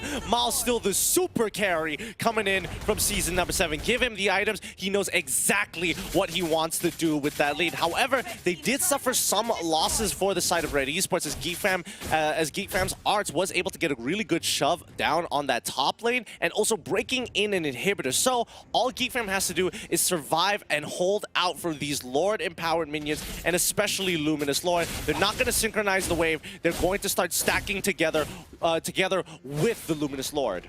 Yeah, now with the Lord here, Haru looking for the big flicker plays. Can he get it? But he gets through! The Tyrant Race coming, the brilliance backs out. Mima's gonna be able to disengage, and fortunately for them, they're gonna be A-OK. The Death Sonata will scare off Red Esports, and they are gonna back off. But now, without any sort of buffs, GEEKFAM, they know they've got the upper hand. Can they take advantage of this situation? But at the same time, seems like Red Esports, they're anticipating it. They're asking for it, and GEEKFAM is not giving it to them. How do they crack this open? Right now, GEEKFAM, I'm thinking of a way they can actually get in on the fight, but most of the time, Red Esports is just waiting with these long-range gauges, and GEEKFAM just doesn't have the structures to kind of help them out. Or even Zorn at this point, even if he tries to walk in and face check brushes, he is in danger. The only person who can do that as of right now safely is going to be Arts. Oh, arrow comes in, he connects a Panda again. Red Esports, do they want to fight? Nope. Looks like that's going to be enough to scare off GEEKFAM, and that's going to be the objective secured from Red Esports. Oh my goodness, this seems to be an utter disaster coming from GEEKFAM, because Red Esports, they're in some trouble. Here comes the ejector, they catch off Harry, they burst it down, they took down the Phobius. This is opportunity, but can they follow on? The Death Star connects, and Aru is going to be next to fall as well, as Ars catches them, and they take down one, and they're looking for more. Aaron is a little bit too low, but the ejector comes in. Dominus looking for the catch. The ejector from Zon gets the connection, and they take down 3. This is going to be GEEKFAM's comeback, and Mao and Aaron only last 2 standing. Do they have the damage to defend against this here? 30 seconds on the sidelines from Harry, as GEEKFAM going to be knocking on the inhibitors. Now, Mao and Aaron, this is do or die. The creep minions are going to be coming in. Can they buy enough time? Well, they should be able to buy just enough time here, but it looks like they're going to try muscle their way through. GEEKFAM take down their one target that they were looking for. Mal tries to hold on, but GEEKFAM numbers is just too strong. That is the biggest upset thus far. GEEKFAM making the utter comeback with the ejector clutch from Zorn. Ooh. What a pickoff from GEEKFAM. Oh my goodness. That's what they needed. That's all they needed to turn this game around. GEEKFAM take game number 1. Red, unfortunately, will have to hit the drawing board. They had some good fights. They had some good moments, but the warm-up is done. Oh my goodness. I thought it was over, but GEEKFAM proved me wrong. But my goodness, that was the most important catch. They did not realize that the true damage dealer wasn't Mao, it was actually Harry. And that pickoff coming from Zorn, taking him down, immediately taking him out. Everyone from side Red Esports just lost all hope of damage. Yeah, I mean, it's frustrating because even if I was in Red Esports' shoes, it's like you have the win conditions right up there before you. It's just one unfortunate catch, and that's all it took for GEEKFAM to turn that around. But kudos to GEEKFAM for every single time they lost out on a trade, they were able to get something back. Let's check out these highlights. Brought to you by YouTube, powered by Cellcom. Agreed. But and starting phase of the game here, we do see that Red Esports, they had a little bit upper hand. They were constantly winning in terms of side lanes as well. Despite that, GEEKFAM was trading 50-50s across the map. So it was a little bit suspicious because Haru was constantly being not able to set up for the team, and him getting punished was just very, very unfortunate. And even in this fight, he went the option to actually challenge against the tanks, which was something that I did not expect at all, and it feels like it wasn't a fight that they should have taken. But what caught GEEKFAM by surprise was that Harry was able to come online at the right moment, using Haru as a bait to go in for the follow-up. This is where Red Esports was able to make a little bit comeback despite losing the early engagements against GEEKFAM. Well, I mean, it is very early on, and not to mention that the damage coming in from Maima, it's so huge. It's so huge. I can't wait to see those numbers later, just to have a better idea. But like this particular fight, right? They immediately jump on towards Zorn. Aaron manages to get some good damage, and once it works out, Harry, it's so easy for him to jump in and follow up. Yeah, Harry's just crazy out of control in this situation, and by this time, it seems like all hope was lost from inside GEEKFAM. Despite making a couple of blunders, Harry was just out of control. As long as he survives, he's going to be able to take out everyone in force. And look at this, he's not afraid to ego challenge all the way through because he knows he's so strong in these fights. But what we didn't realize was that he's actually pretty squishy. The reason why he looks so tanky was because of the fact his shields are constantly stacking on his favor.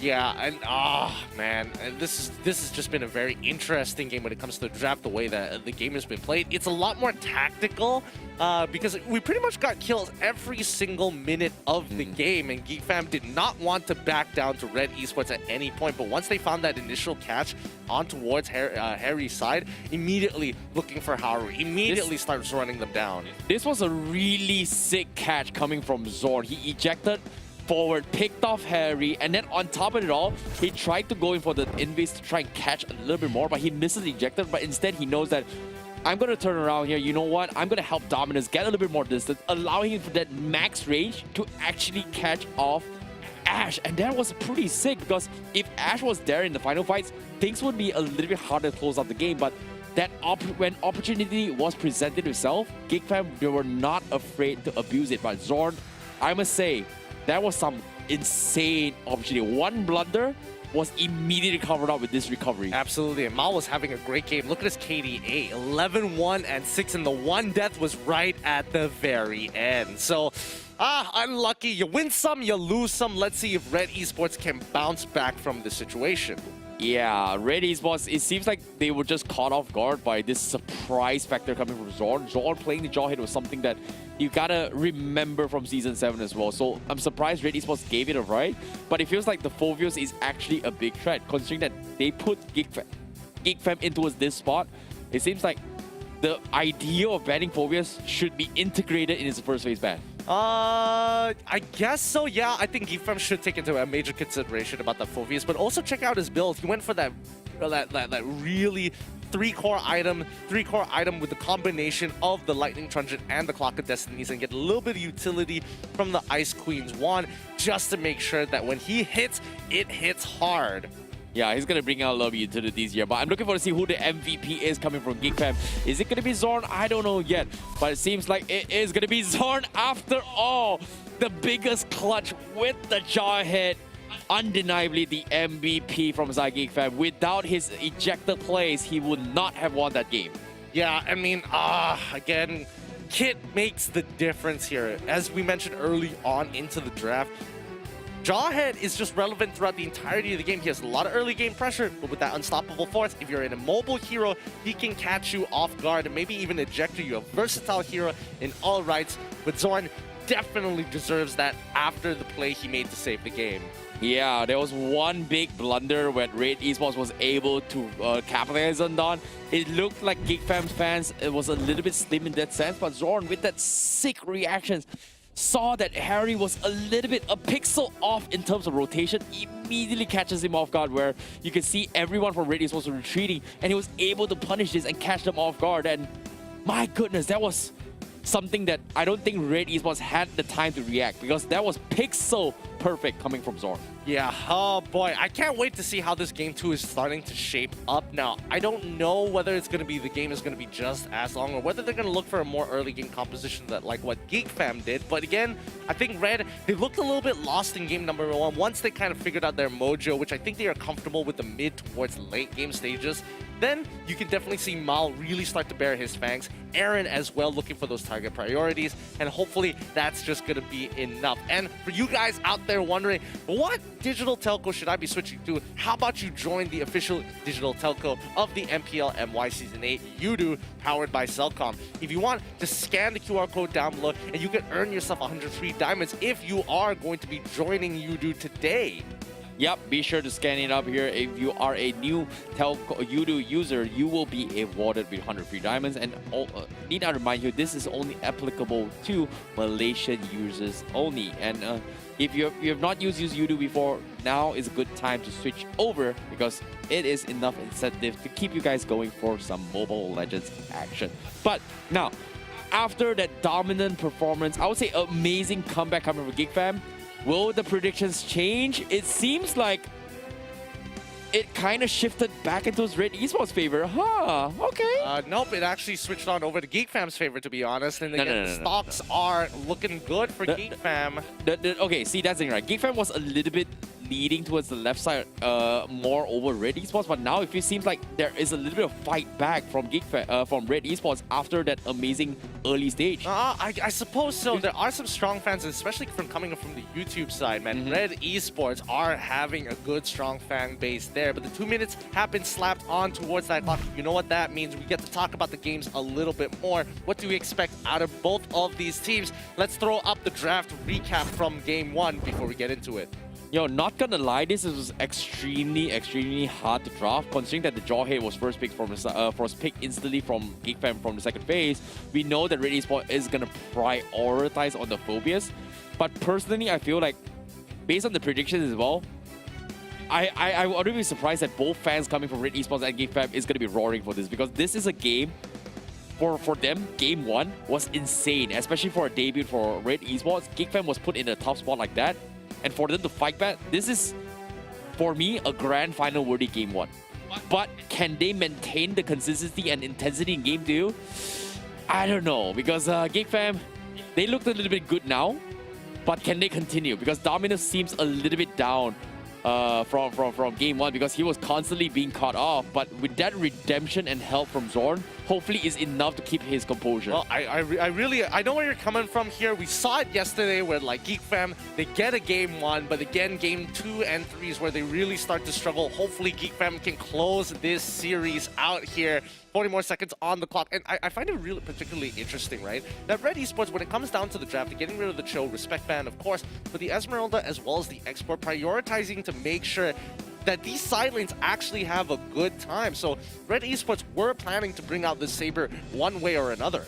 Yeah, I definitely agree. And I feel like Aaron was struggling all the way through, in the sense that he needed to go for this kind of big triple sweeps to the backlines, but he just could not find any sort of targets, because every single time he tries to engage the fight, Haru was the one the first to engage. And if Haru engages, he has no other choice but to follow up. So I feel like it should have been Aaron that started the fight instead of Haru. Haru as a backup plan, or maybe even a disengage or even a counter-engage setup. So a little bit miscom there coming from Red Esports, but as of now, let's look at the draft. Seems like GeekFam, they will first phase ban the Jawhead. Can't let them have that Jawhead, especially when you're on the red side. It's so easy to pick it up, but Red Esports, what do they need to prioritize? Prioritize bans against GeekFam. Are they going to get rid of the Phobius? Is you know, Sicilian, Carmilla even a consideration here, or do they just need to get rid of that show once again? Yeah, I guess respecting Zorn's show is something that you have to take into account.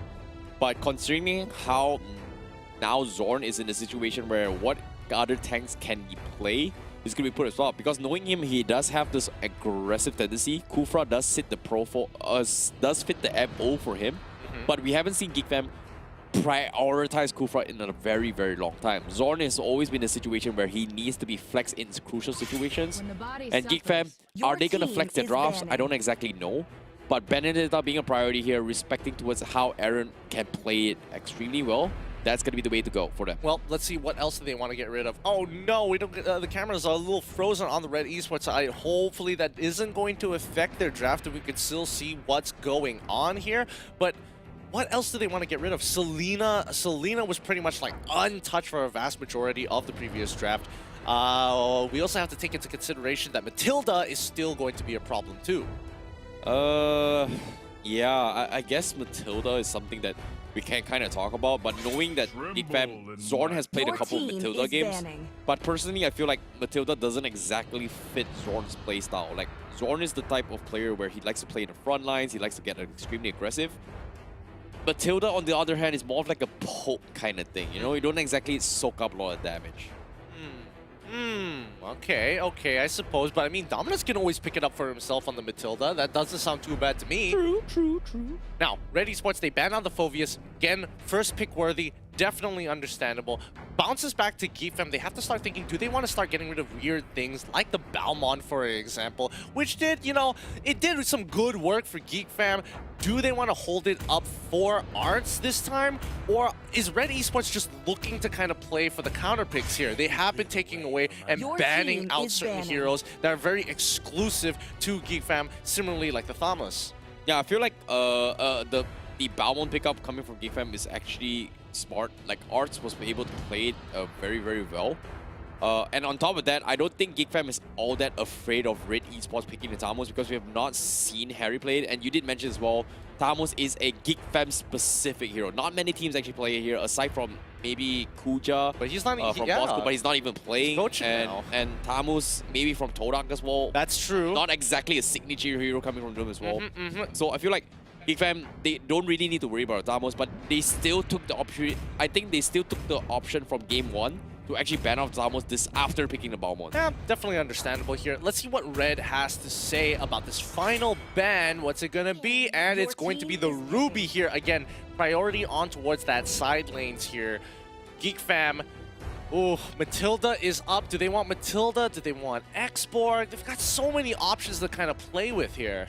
Yeah, Export kind of was kind of popular in day number 1, but after day 2, day 3, people kind of ignored it a little bit too much. But considering that the way how GEEKFAM kind of played it, they might consider it. But oh, guess what? Paquito was slid off. Oh, completely slipped our mind. Ooh, haha. Arts playing Paquito. That's totally fine. Hey, for all we know, it could go to Panda as well. Panda has been a pretty mean fighter during his time in Season 7. Lapu Lapu. He's played Lapu Lapu, he's played Paquito, he's played Benedetta. A lot of the fun stuff, but Red now going to be able to take the Harley as well as the Matilda. This was to be expected here. GEEKFAM need a way to kind of deter Red Esports, and especially stalling out that early game, or maybe just look for that hard fight in the early game. Oh, this is gonna be tough for GEEKFAM, considering that these are comfort heroes coming from Red Esports here. Haru does play the Matilda a lot, but Ash on the other hand with the Harley, is this gonna be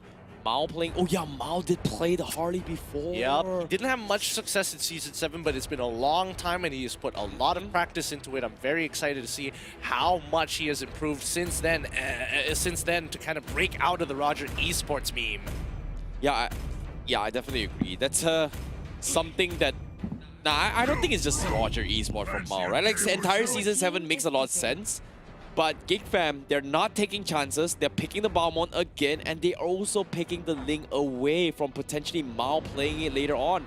I feel like it's not the bestest of choice, considering that the Hardy has been picked up, but they are going to take the opportunity as well. I feel like GEEKFAM is going to whip out like if the supports are going to be hard targeted by Red Esports, they want to play like Cecilia and Carmilla all over again. That's what I feel like, right? Look at it. It smells like it. I don't know. I'm suspicious. Feels like it. I'm very suspicious about this. Red Esports, they could easily lock in a Eudora here, and they have like one of the most aggressive early game comps ever designed. Nah, that's the thing, right? It smells like it. It feels like it. It tastes like it. But I don't think it is. The Camilla Sicilian combo? I don't think so. But Red Esports, they're going for the double assassination. Oh, you know what's coming is double the trouble with Harley on the sides and Saber with the one-hit combo. I think this is pretty smart from Red Esports because if instead of going for the Eudora and instead taking Saber, because they now have a better flex pick to go into the gold lane just in case things get bad here. Because Saber, he's like, okay, you know, Paquito is going to hard push the lane. I'm not going to fight, just going to activate my sword, sit back, relax, and do the rest of the work.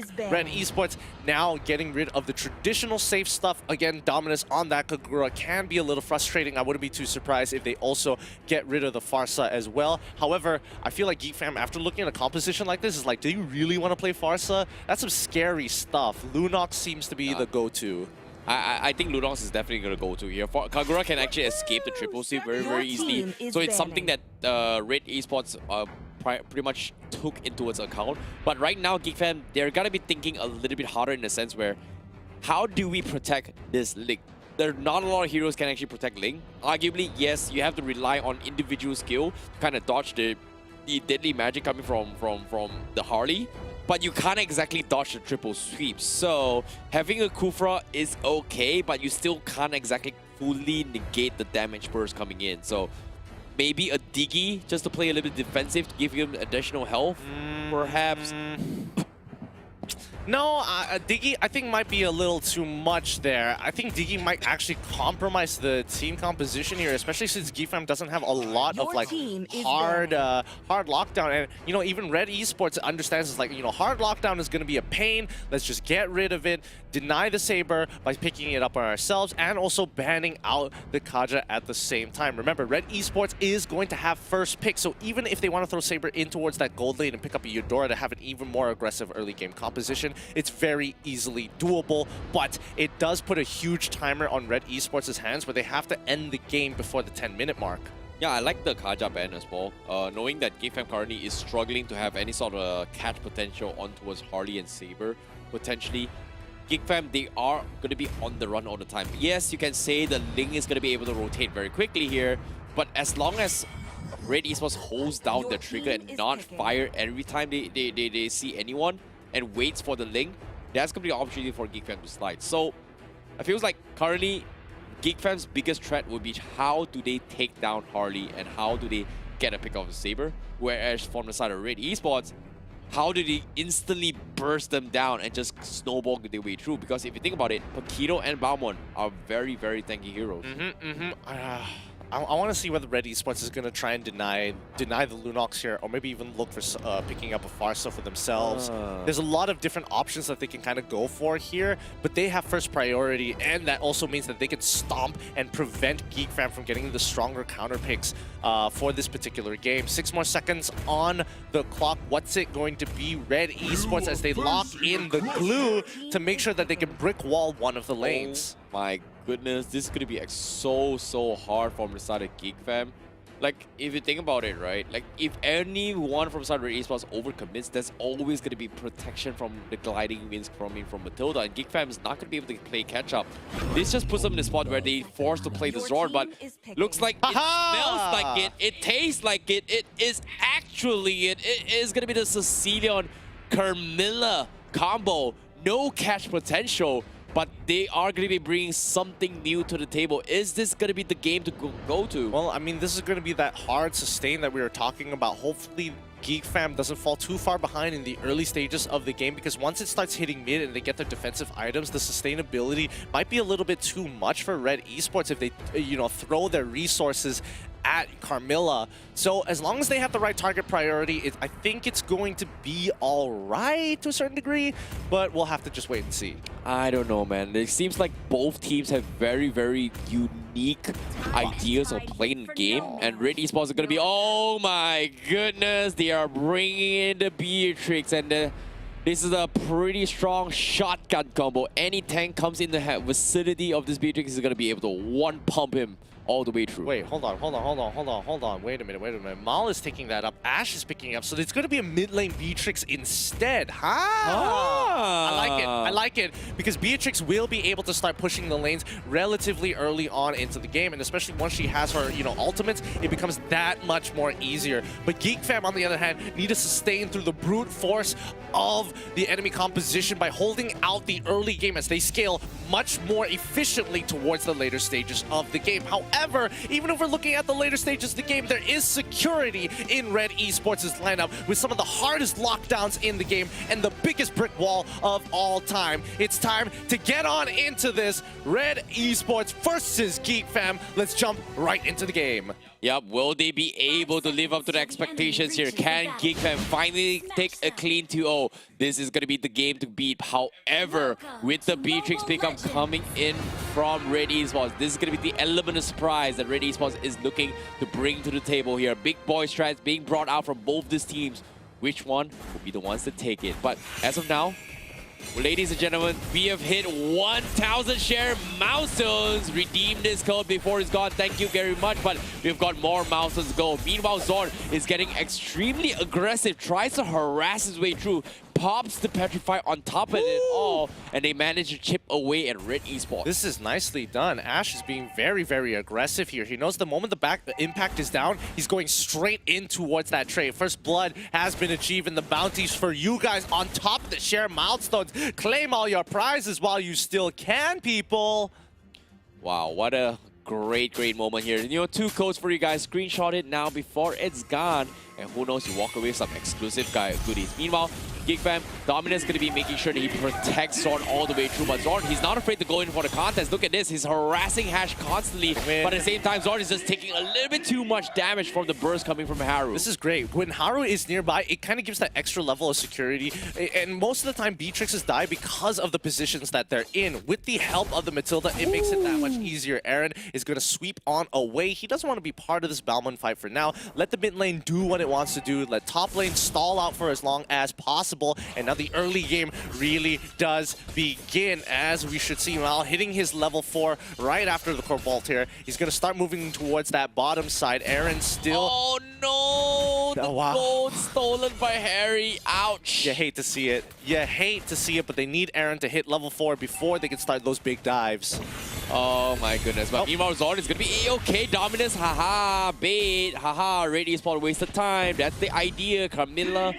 Dominus combo, that's exactly how you play it, haha. Yeah, it's great because again, they can start sneaking out for very, very quickly. Zorn, he doesn't mind taking the damage. The bad impact and Sanguine Claw hitting really nicely, but Ash's early game damage coming from Nibiru, absolutely shredding the lights, turning them off for GeekFam. What great control of the early game coming in from Red Esports. They just need to pour more gas on this fire. Oh, looks so good for the combos coming from GeekFam. However, Ash is going to be the bigger threat, and Red Esports is going to be able to respond and continue with the lead. Currently, Meima is just afraid to go in for this kind of eco challenges, knowing that he's still does not have his first item. Zorn, photo push here. Zorn, misses the timing, but Panda is all by himself. He's a little bit over-aggression. The triple sweep comes in, and here comes Mao. Is he going to be able to survive? Doesn't seem like it, and he's going to fall in the hands of Red Esports. That's what you want to see from an early game composition. Every one of those kills are going to matter, but GeekFam wants to buy a little bit of time to try and take away this turtle. Harry makes the call. Here comes the cavalry coming on in. Harry, he's going to go into the split form to get on top of Dominus. He wants to make sure that Dominus can't call back his support. Now Zorn, he's in trouble. He runs off. Dominus sacrifices his life, but manages to keep Zorn safe. This is a really high contested turtle here, but Red Esports should be able to bag it no problem. Yeah, that's just so unfortunate for them. Meanwhile, Red Esports, they are going to contest the turtle for themselves with the help of this Beatrix. Red Esports seems to have full control of what's happening throughout the entirety of the map. But with the help of this glue, Harry seems to be, getting the right targets at the right time. And GeekFam, they need to find a way to deal with it. Yeah, they really do here. And I think they're understanding that the mid lane is a lot weaker than they were expecting. Haru is going to pull in the rest of the team. Zorn is going to take the damage, but really it doesn't matter when Dominus is that nearby. Ash has been doing a really good job with this. Purple buff, unfortunately, going to be taken away, so Red have to look for that top dive. Yeah, I'm a little bit worried here. How long can GeekFam actually last this? And look at this, Arts, he missed the target as well, but he's going to get focused down, and he's down for the count. But Harry is going to be able to... Oh, wait, he ran back to the bottom body. He could not go out in time and he's going to be traded off. Ooh, you hate to see it. Mistakes have been made, but it's still okay. It's still okay. Very salvageable situation, but Panda will continue to try and punish this Saber on his lane without the support from his team. Haru and Ash will make that rotation to start punishing him now, but GeekFam will make the call. Triple sweeps coming out. Panda does not have the sustainability to hold on. Aaron is just getting stronger and stronger. Oh, Panda has been throwing his body down bottom, making sure that Red Esports takes away their focus onto his Mema, and hopefully Mema is going to be able to do too much because currently GeekFam, they need to salvage the situation. On the other sides as well, they have Ars constantly pushing the top side, but Red Esports somehow still managing to hold down all 3 lanes. But with this catch coming in, Haru's gonna get focused down. Do they have the damage? No, they do not. Ash pops him out, and everyone from GeekFam, they have to back out. Zor is gonna be able to escape. Nope, he will not, and Dominus will leave him for his death. Oh boy, nothing that he can really do there. He had no ultimate, he had nothing. He only had the Petrify, and after utilizing it, there was nothing much he could do. Red already doing a good job on the top side, picking up Arts at the same time. This is looking good for Red Esports. They're 4K ahead of the competition. If they can get mid-tier 1, that would just be the icing on the cake. Yep, middle tower is going to be focused down with this Beatrix as they focus down on the purple buff immediately. Zorn is there to open up the map. A great swanging claw comes in, but they don't exactly have the damage or the follow-up to fight this as GeekFam. They are so occupied on going for the split push. Mema getting caught out with the deadly magic as well, but Aaron will get the triple sweep, and that's going to be Mema's downfall as Red Esports has so much catch potential from this fight. I think at this point, GeekFam, they need to understand about the ultimate timings, and if Red Esports has their ults, they really should be staying away from a large majority of these fights, or at the very least, stick close together to minimize its effects. Slowly but surely, Red Esports are going to abuse their timings. Mao getting the Calamity the Reaper on this Harley. He's still going to hit a little bit hard, but as of now, GeekFam, they have no retaliation at all. All they got to do is just stall this towards the later stage of the game, and they will be able to make a comeback. But how long can they stall? Because currently Ash, he's just in go time from the start of the game. Yeah, I would like to see the items here just to see how far Ash is ahead of the game here. Mal is looking really, really good. Oh ho ho ho.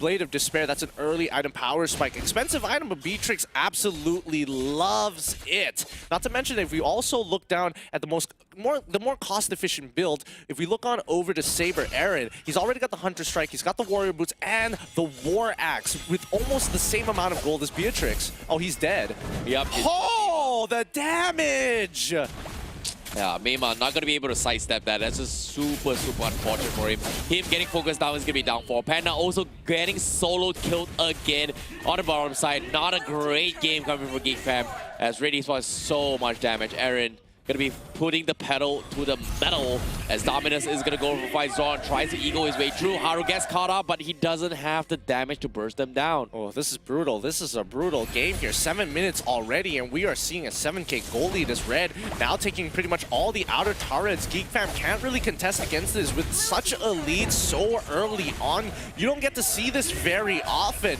Lord coming back up in about 21 more seconds, but I think Red Esports will be able to get bottom tier 1 in the meantime. Zorn taking full damage of the deadly magic, but manages to go back to his lover Dominus to protect himself. Yeah, and currently with this situation presented in their hand, they've lost 7K economy. GeekFam, for them to make a comeback, it relies on Mema going for the split push, and currently they don't exactly have much option. Everyone from Red Esports was just so strong. Aaron is able to just catch him all by himself. Mao as well, they're not afraid to go for the split push. So this is not a scenario where GeekFam can pull the Todak Chiku, you know? Yeah, and right now you can see that Red is kind of abusing their position of like, we've got so much gold on our side, we could wait around the turtle because we know GeekFam likes to have it, but they notice that nobody's really showed up mid or top side, so therefore they've got to be on the bottom side of the map where we last saw them, and now they're going to be a little bit more aggressive. They're looking for the pick. They get some good damage on towards Zorn, but again, you know this happens every single time. They got to stop using the deadly magic onto Zorn of all people. Yeah, Zorn taking the initial broad means that is going to be a cooldown on towards the deadly magic. A little bit of space, but I don't think GeekFam has any sort of room to fight back as well, because the Lord is going to be the objectives coming from Red, and they can't contest this. All the lanes are pushed in towards the lanes of GeekFam, and Red Esports is going to take this for absolutely free. All right, now they're sitting on top of Lord. No contestation from GeekFam's side, and maybe they'll get a pick onto Aaron here as he walks right into the Carmilla. And yup, he should be dead here. There we go. And now the rest of Red Esports, they could look to force a fight here just to slow down the recalls from the side of GeekFam, but no, they're just gonna pull away, look to see whatever economy they can steal. Ooh, Maima still, he didn't complete his recall just yet. Yeah, he's gonna be looking around, hopefully try and cut the creep waves to kind of deny pressure from the sides. Because the Lord is going to be pushing on the top side. He's going to be all by himself, but I don't think he has the damage. He has not much choice yet coming from GeekFam. But I don't know. What's the comeback mechanics here? Because in terms of damage burst potential, Red Esports is just one up in GeekFam. And for them to actually survive this, can they defend against this Lord? Because they need Dominus to come up online, and look at this, he's only level 9. Well, I mean, what more can they really do about it? If they walk up, there is nothing to pretty much get in the jungle. They have to go invade if they want to get any kind of economy. The waves have been pushed on out, and now Red now knocking on their doors with this Lord. They're going to start forcing this. The motors calm down. Harry is going to push them away from this inhibitor turret. They still have 2 more waves to actually deal with. If you look on bottom side, Maima is going to take care of the bottom side. However, I'm pretty sure Red wants to go for more. Again, they keep using the deadly magic on Zorn. They've got to stop.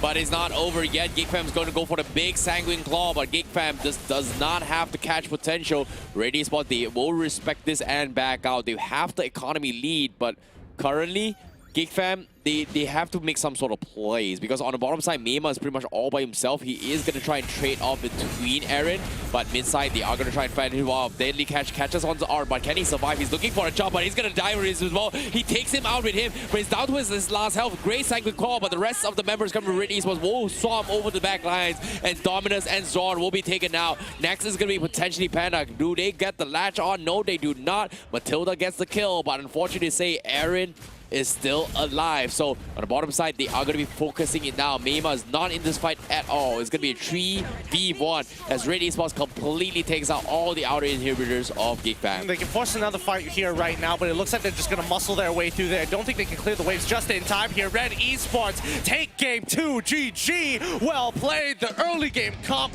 wins once more. Yep, Red Esports with their double assassin strategy is going to work out, and they catch GeekFam by their toes, not able to retaliate at all. They tie the series in this best of 3 as GeekFam looking to go into the game 3. Hopefully they will be able to make a comeback from this, but Red Esports bounce back from game number 2. Woo! Looks like we've got a game on our hands, boys and girls. Red finding their, they're kicking their step. They've gotten the momentum. They are not happy about game 1. GeekFam stealing that away from them and really proving what they got in game 2. However, GeekFam, as you mentioned before, this is starting to look similar to day number 2, where game 1 is like, yeah, not bad, we're doing okay. Game number 2, it's like, this is a little difficult. And I have to admit that draft had some potential, but really, it's not looking good against the early game comps. Let's look at the highlights. Brought to you by Udu, powered by Cellcom. Yeah, when we talk about these fights here, Red Esports 2 games in a row, very, very consistent gameplay coming from them. Game 1, they lost the game just because GeekFam pulled some miraculous comeback, Like, you can see 2 games in a row, Red Esports had full control of the game. Even in this game, they just did not want to take any sort of chances here. This time with the Saber, with the Harley, it feels like Ling in this game for Mema, he was just not able to do anything at all. He feels like he just could not do anything, literally. Yeah, I mean, there's nothing much he could really do. Again, the 2 brick walls on the side lanes. I think at this point of time, like GeekFam, they had a lot of control over the mid lane, so they couldn't do too much, but they needed to start pushing over and look for those bigger dives on the easy targets like Saber in this particular case, and they should have done that from minute number 1 like they did in game number 1. Yep. Let's look at the itemizations coming from both of these teams. I'm really excited to see what Ash play here. The mid B tricks on this middle lane first item Blade of Despair, immediate transition for Demon Hunter and Malefic role. This is a marksman. This is not even a support mage. I mean, I think this is great because it's utilizing the different weapons that Beatrix has options to. And you know, yes, she is a very dominant lane bully, but now the way Ashe is using is making sure that you can use the extra range you get from the Motars, because it's an AoE and can actually go out of the circle of her natural range to clear the waves safely from people like Dominus, who easily walks up Bat Impact Sanguine Claws, clears the wave like it's nothing. Yeah, the support Beatrix is something that they've introduced themselves here. Instead of the usual marksman jungly strategy, they went for a mid one.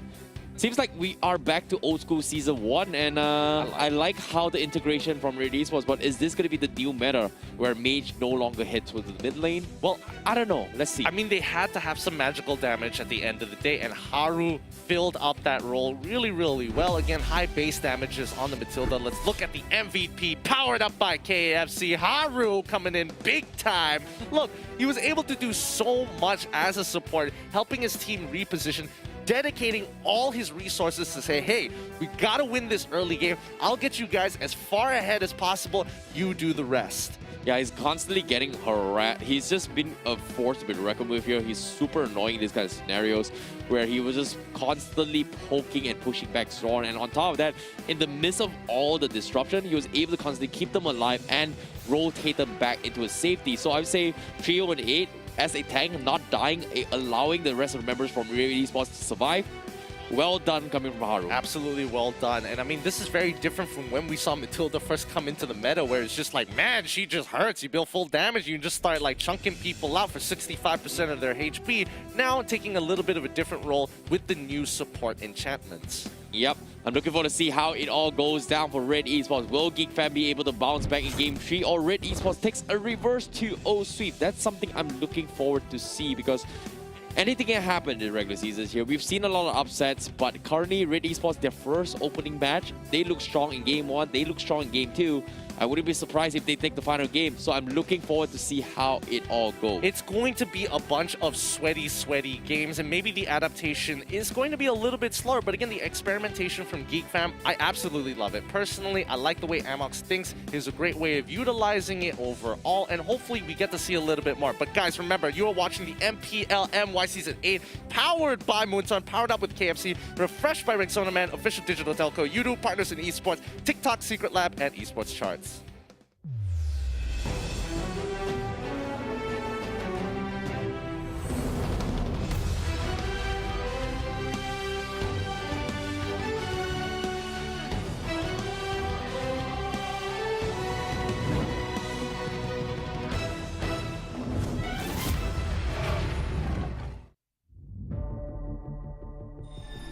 Gaze the stars and seek your path.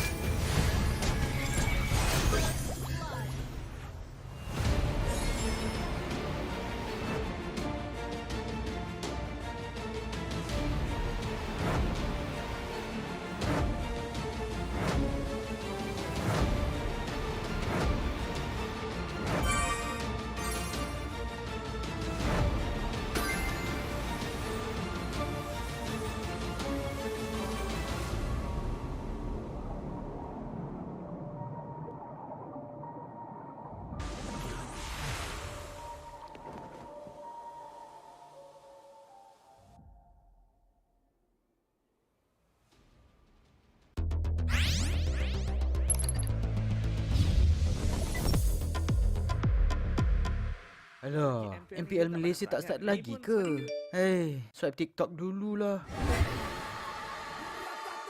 Ini gaya aku. Ini gaya Todak. #langgar. Wow. Stop, homie. Ini gaya oi. Ya. You moving anak saya. Ray, it's my blood. Wow. Eh, ini gaya GEEKFAM. Tunggulah, gaya iblis. MPL, we are back. Wah, sakit. Inilah gaya RSG.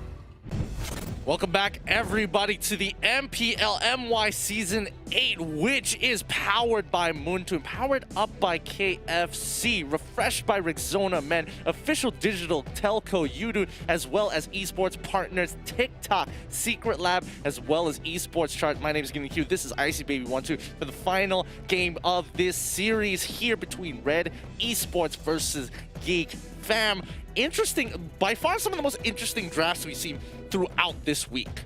Yeah, I definitely agree. It feels like based on the drafts here, I feel like GeekFam has one of the most unique draft in a sense where they're still trying to force the Sicilian Chameleon combo. I can see the instances where it's great, but as a final pick Forte to kind of, you know, force the draft, it kind of a little bit suspicious for me. But nevertheless here, let's take a look at the predictions thus far. Seems like there's a little bit of bounce back coming from Red Esports, but still, most of the GeekFam fans are still going to be siding on their side. After witnessing Game 1, who wouldn't be supporting GeekFam until now? Absolutely, man. They have some loyal fans. That's why they're saying is once a geek, always a fan. But don't forget, red is my blood. The stonks are getting a little bit more profitable this time round. Now, 2 minutes on the clock has been set. I'm excited to see what kind of a draft is up next, because with these two teams, you don't know what you're going to get. You know, it's like a box of chocolates. Life is full of surprises. And at the same time, speaking of surprises, let's take a look at the recap before we go into the game. That's going to be the biggest surprise for me. For me, personally, like I said as well, the Carmilla and Cecilia forcing the issue was something that I did not like at all. Like, they had the Balmond, they had the Paquito, and the Link. It was kind of like a staple draft. They needed some sort of magical prowesses or even some sort of way to actually counter or catch the Harley in this sense, but they just didn't have the right tools. The moment they forced this issue, where's the catch potential? They don't exactly have anything that can shut down the Harley nor the Saber in this sense. Maybe a Eudora could have been a better choice rather than the Cecilia Carmilla threat, and because of that, no pickup potential means no counter engagement. And Red Esports, they had like so much of an overkill where one button delete, if he's out of control, it's okay. He's out of position, it's okay. We've got Haru to back you up. So they don't exactly have catch potential, and I feel like GeekFam completely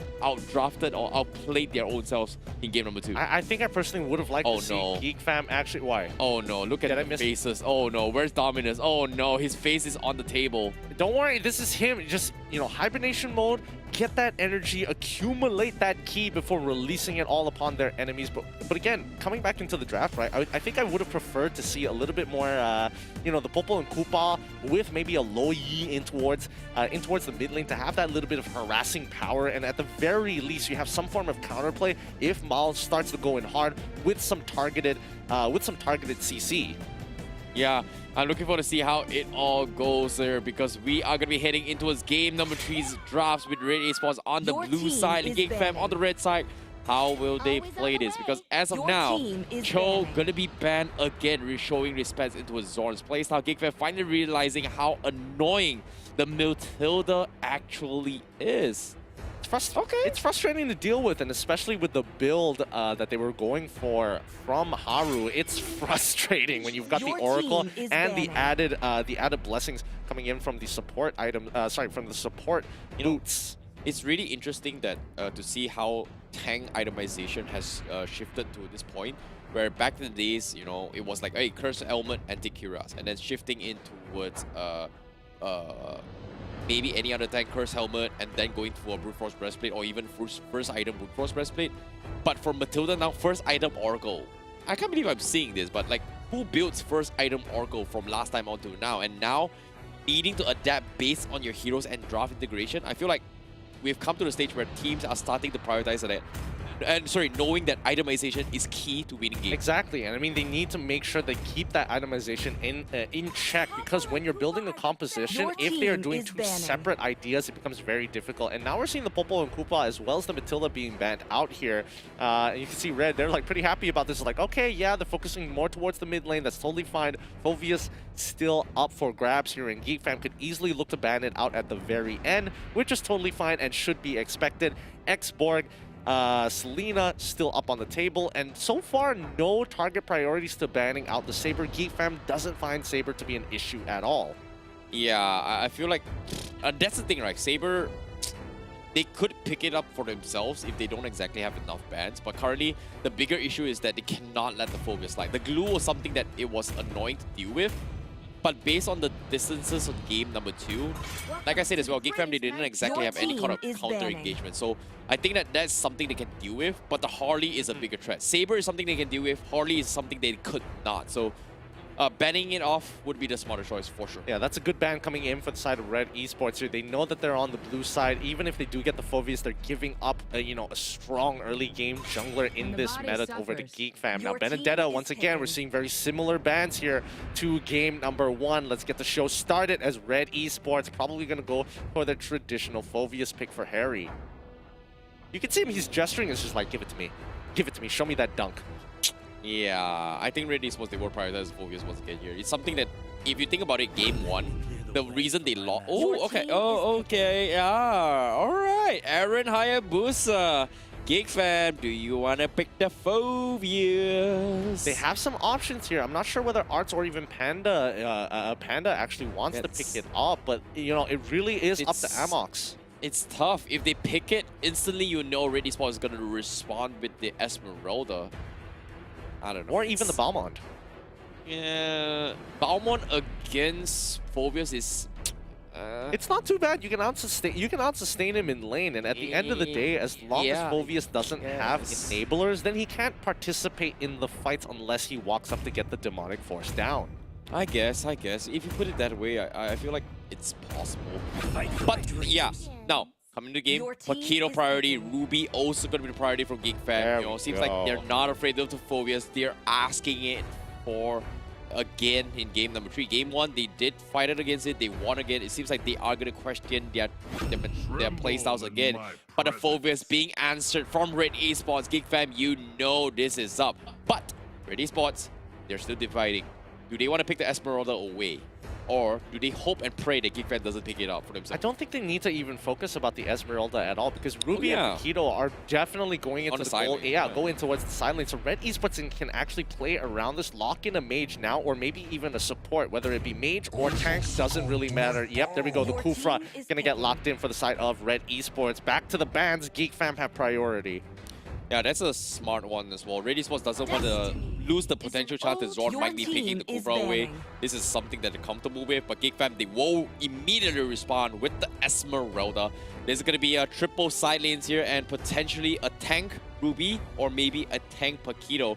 I can't believe I got this prediction kind of right, but I definitely agree with you, Gideon, saying that this should not have been picked. Yeah, I think, all right, fine. Let's try to make this work here. I think GeekFam, in their minds, Zoran has played Paquito as a support tank before.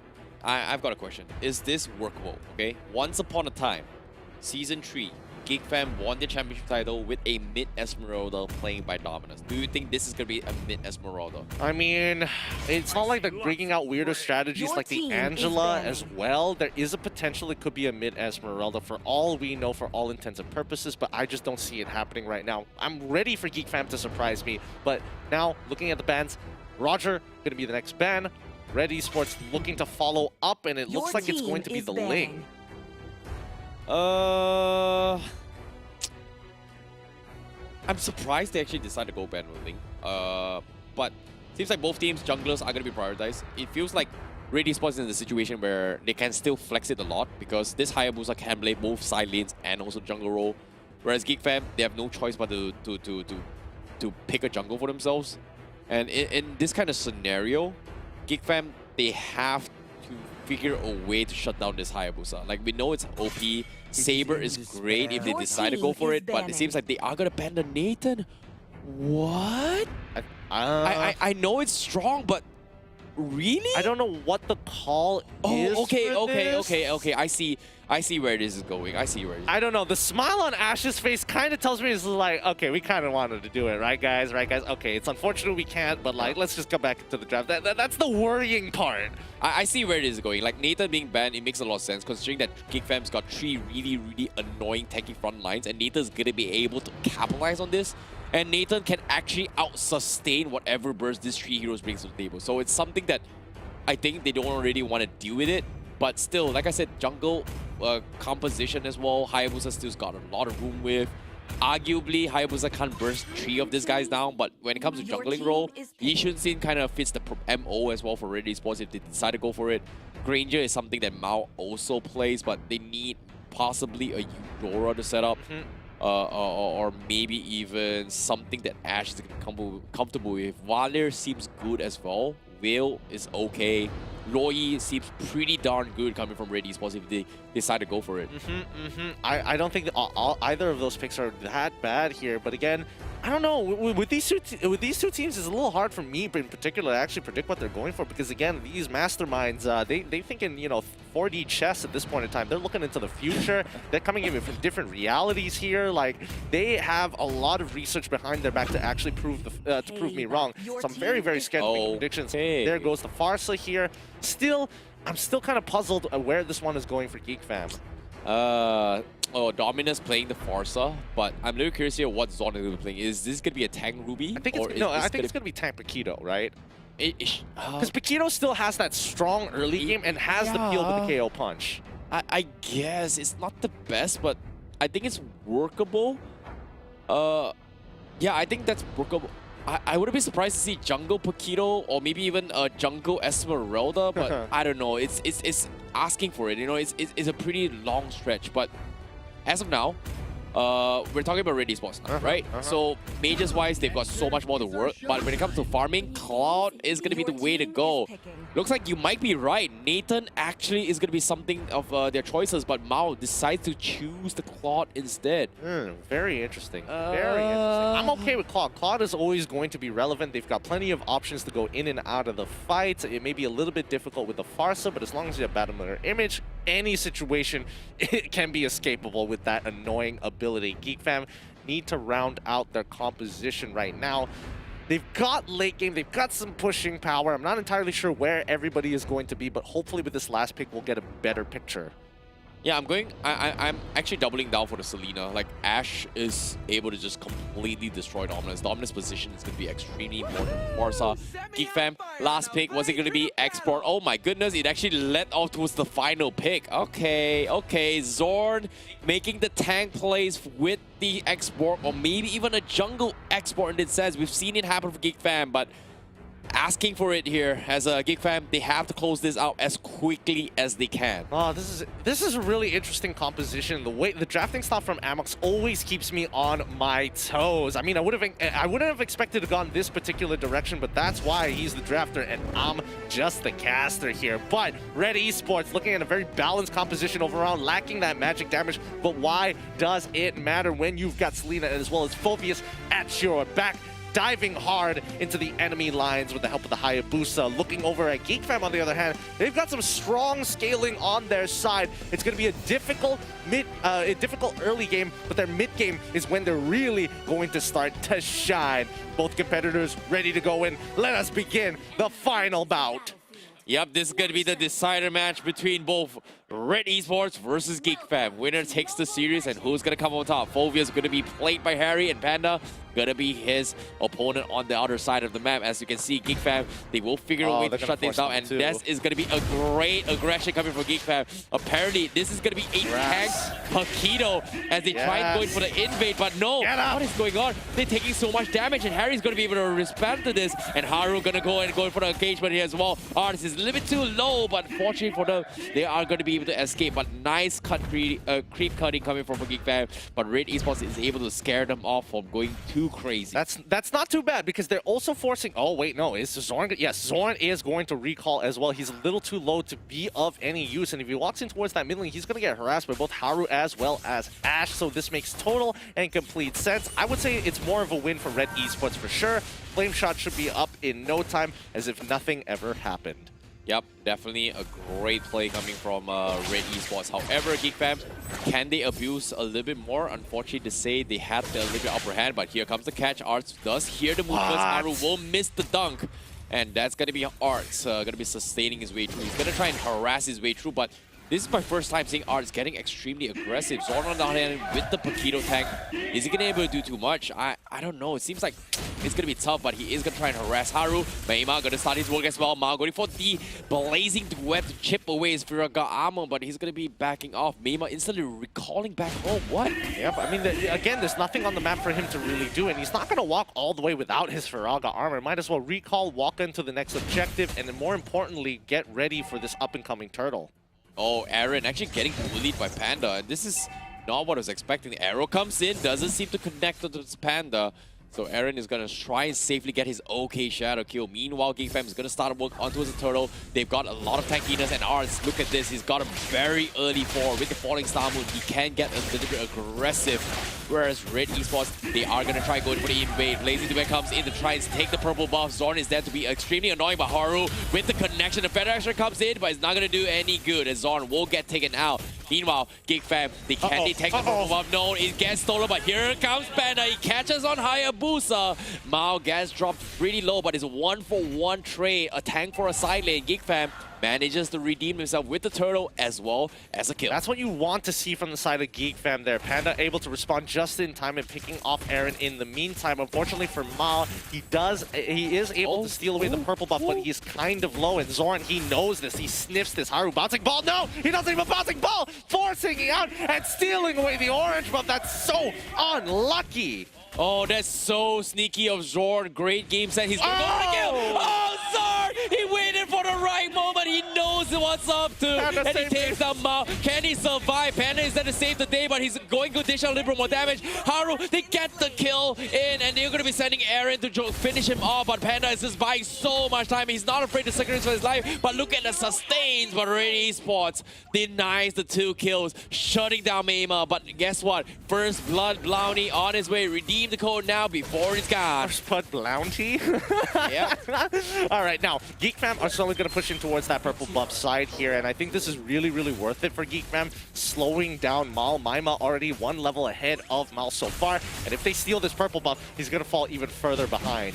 Oh, Zord looking a little bit cheesy. Unfortunately, doesn't seem to connect. But Zord now, they're going to force the fight. Feather Asher comes in. Haru taking a little bit more damage here. But the Blazing Duvet not tickling at towards Mema and Zord. They're just so tanky.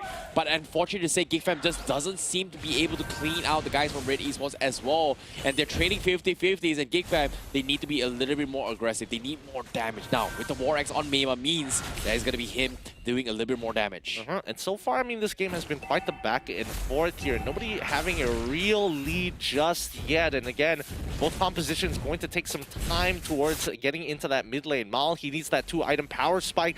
On GeekFam's side, Maima is trying to stay ahead of the ball. Stay ahead of the curve. Yep. Now, Art's going to be harassing Turtle. Turtle's going to be in the hands of Red Esports. They have to concede and reset his way through. Art's going to tickling him down, making sure that Harry is going to get completely bullied. Zorn, on the other hand, is making sure that Mao is not having a great time. He's going to sacrifice himself as the bouncing ball keeps him in check. Can he tell the ties? No, he cannot. The Turtle will be secured at the expense of losing Zorn. Arts might be next, as you can see Mao starting to chip away. Arts is going to be able to survive. Yes, he will. He's going to be A-okay. Oh, it looks like Harry's the one who actually had to bite the dust there. A little unlucky, and unfortunately for Mal, he didn't get an extra proc off of his orange buff on towards Arts. Managing to walk out scot-free for now, but you can see Maima, he's got quite the EXP lead onto Mal as of right now. Harry, he's going to come on in. They're going to force this fight right on top of Maima, break that Firaga armor. Then Harry is going to start coming on through. Oh, not in time. Oh, the bait coming from Maima. He knows the Blazing Duet being forced out from Mao. The Jeopardy coming in from Red Esports. They're getting desperate to find any sort of kills, but GeekFam, they're just so tanky. Zord, they're being extremely aggressive, but they have not made any major objectives yet from GeekFam, and this is quite worrisome despite having an economy. But seems like they are going to be rotating down bottom. Feather Airstrike being used, and Harry, oh no, he's just right beside him. Hold him hostage. Hold Harry hostage here with the feathered airstrike. But again, Dominus doesn't exactly have a lot of damage right now, and he's taking magic worship as well. Dominus looking for another harass on towards that side onto Harry. Will be able to hold down, but the rest of Red Esports looking to respond. But GeekFam on the top side may be looking to dive onto Hayabusa. Yep, Zord now going to be backing off. He knows the rest of the members coming. Red Esports is coming in. Dominus does have the feather airstrike. Finally, he drops the punch, but Haru is going to be able to disengage, and he's going to be A-okay. Red Esports is tangoing and dancing with GeekFam, just buying time and time and time. And currently, GeekFam, they have not gotten any significant objectives. Meanwhile, Aaron is safely farming on his own. Likewise, coming from Mao. They're going to be able to break this top tier 1. Kufra won't make it in time, and even mid lane getting hard shoved right now. But wait, Mao going in hard on towards Zord. Can he get the double kill? No, he has to decide on one, but the wings by wings on Dominus allows him to get away. He should have gone for the primary target, or at least get that free kill onto Zord. Turtle, the next objective, except this time with no Blazing Duet. Yep, currently GeekFam, they have to go in for the reset, but seems like Red Esports, they do not want to force the issue, knowing that Mema has not been taken down yet. So they don't exactly want to take the risk, and Mema is just so tanky and annoying. But Art says he wants to join the party. They are going to go for a fight as well. Zord going to be starting on Haru, but seems like Art, he's taking a little bit too much damage and will back off and respect this, as Red Esports does going to be sending off the full force here, as Harry is pretty much off the map, and they are expecting Harry to be joining the fight. can see everybody's rotating towards this turtle side, but you know, Red, they understand they don't necessarily need to have the turtle. They want to wait later into the game once Mal gets all of his items. Aaron, on the other hand, also wants to farm himself, get that split push going, and play the 4-in-1 strat. Oh, Aaron, he knows that Zorn and Dominus is looking for him, and now with Panda revealing his position, Haru pretty much going to be starting on the turtle. Is he going to go for a dive? Yes, he connects the dot, but he instantly gets cancelled off. Panda Astra is there, going to trap his bait. The bouncing ball is there, but the Ruby is going to bring a footage ball, and Kufra gets taken down, but they trade Zorn for his life. Mime going for the backlines, gets the blazing duet. Panda needs to back out. Mima tries to go in for the assist, but Harry is there to go in for the chomp. Chomp Harry, and that is going to be trade off from Mao instead as Mima takes him out. But Aaron is still alive, Aaron is still partying, and Aaron is gonna get a kill as they trade 2 for 3, as Red Esports is happy with that trade-off. Very, very worth it there. Unfortunately, Arts was nowhere to be found in that fight, pushing hard on that bottom lane here, but now Red Esports, they understand they want to force another fight by that turtle side once more, so they're just gonna let it live this time rather than looking for the hard rush. Aaron, he ends up getting clipped by Dominus. That's not what you want to see. Haru now trying to hold desperately on for this tier 1. Is it touching the wave? Yes, it is, just enough. Arts tries to get on out of there as Mal finally back into the fight. Haru not landing the Tyrant's Rage. Oh, they need this middle tower coming from GeekFam. They tried it, but Red Esports was able to defend this, so that's going to be very fortunate. But like you said as well, Dominus getting the clip on towards Aaron, that was something that Red Esports did not need at all. But now, with this first Lord, this is a very crucial moment for both these teams, and especially for Red Esports. If they drop the ball here, it might be leading to GeekFam just completely snowballing the way through. But GeekFam, on the other hand, they are going to get a little bit desperate. They will burst down Haru, means he's going to be down for the count. Harry's going to go in for the day. Here comes the blazing duet. Zorn is going to be the first one to fall, but he gets cancelled midway. But Harry says, I don't care. I'm going to the backlines. I'm going to go for the big chop. He's looking for another one, but instead, he is going to fall. He tanks the tower and he pays the price.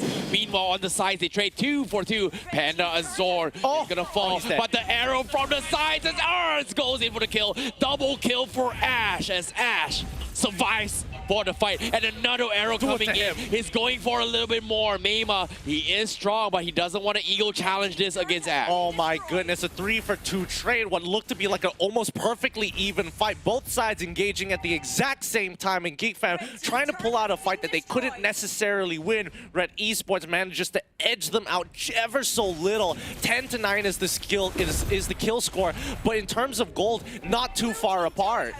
Yep, here comes the dunk coming in. Mima's gonna focus down. This is a bit unfortunate, but Mao, he gets bursted down from Dominus. Instantly get one shot, but without Cloud, he's gonna be okay. But look at this, Mima is still alive. He's got some steady. He traps them down all below. And Red Esports, it takes so much. Aaron tries to salvage the situation, but he cannot do anything. Mima is down to his last health, and Zorn takes down the tanks. And Ash, you're all by yourself. What a perfect trap coming from GeekFam, and they take a team white uncontested from GeekFam. Oh, after a 2 for 3 trade, they're like, no, we want more. The full ace coming out for GeekFam, only losing Dominus in this fight. Looking at the items here, you can see the spikes coming in from the main carries, Calamity Reaper, as well as Dominance Ice on top of the Talisman for Arts. He finally gets to participate and become a major player in the fight. Oh, what a perfect bait being set up from Mayma, and the chills on the Dominus, waiting patiently, making sure that he takes Mao with him. And the moment Mao is out for the count, Red Esports, they have to back off. However, GeekFam, do they want to force the issue? The arrow connects, and that's going to be Panda doing his death. And that is going to be GeekFam having to take and push this Lord for V5. Oh, let's see how long this game is going to start pushing on to. This game has been neck and neck since the 4th minute of the game. Nobody has really been able to start pulling away with the lead, but GeekFam, they're in a good position. But if they can do that one more time, and they can really start boosting their economy off of this Lord power play, this might just be it. Now, here we go. Dominus already using his ulti. Again, it's hit by Ash. Ash dodges right right to him. Dominus gets punished by the Selena, the Abyssal Arrow from downtown. Ash is such a monster this game. He is the only reason why Red Esports has been having a great time. And GEEKFAM, they understand they need to do something about it. Another arrow comes in, doesn't seem to connect, and Aaron's gonna try to stall them in this track. Mema is there to buy a little bit more time, but Haru, unfortunately, not gonna be able to do the connection.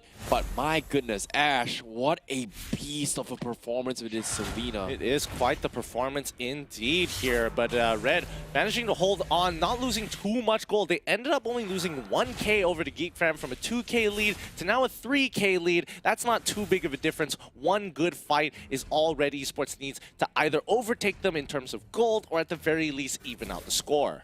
This is what exactly Red Esports need, right? Like, they've dragged it out to the later stage game. Mao is starting to come up the line, likewise coming from Harry. And one more good fight in the hands of Red Esports, that might be game for GEEKFAM. But GEEKFAM, they have to be very, very desperate. They have to be finding opportunities. If they start losing out heroes one by one again, this is not going to look good for GEEKFAM.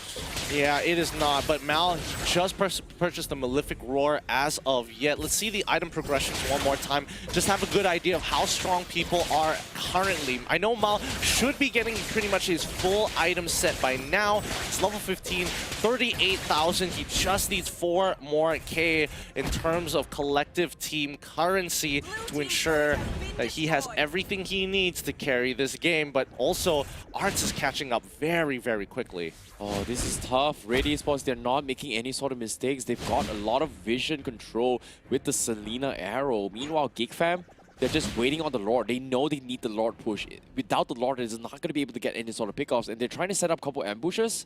But Red Esports, they're all just not taking a bait. Haru checking it, but it's both of the tanks just sharing his way through. Zorn has a really rough idea what's up, and it seems to me Red Esports' response is that, hey, that's Zorn. Aaron immediately backs off and heads down towards bottom lane alongside with Dash. They're just holding on to their current positions as of yet. Nothing too out of the ordinary, but both GEEKFAM and Red Esports know how much is on the line if somebody makes a mistake, because that's all it's going to take. One bad fight and the game's pretty much done and dusted.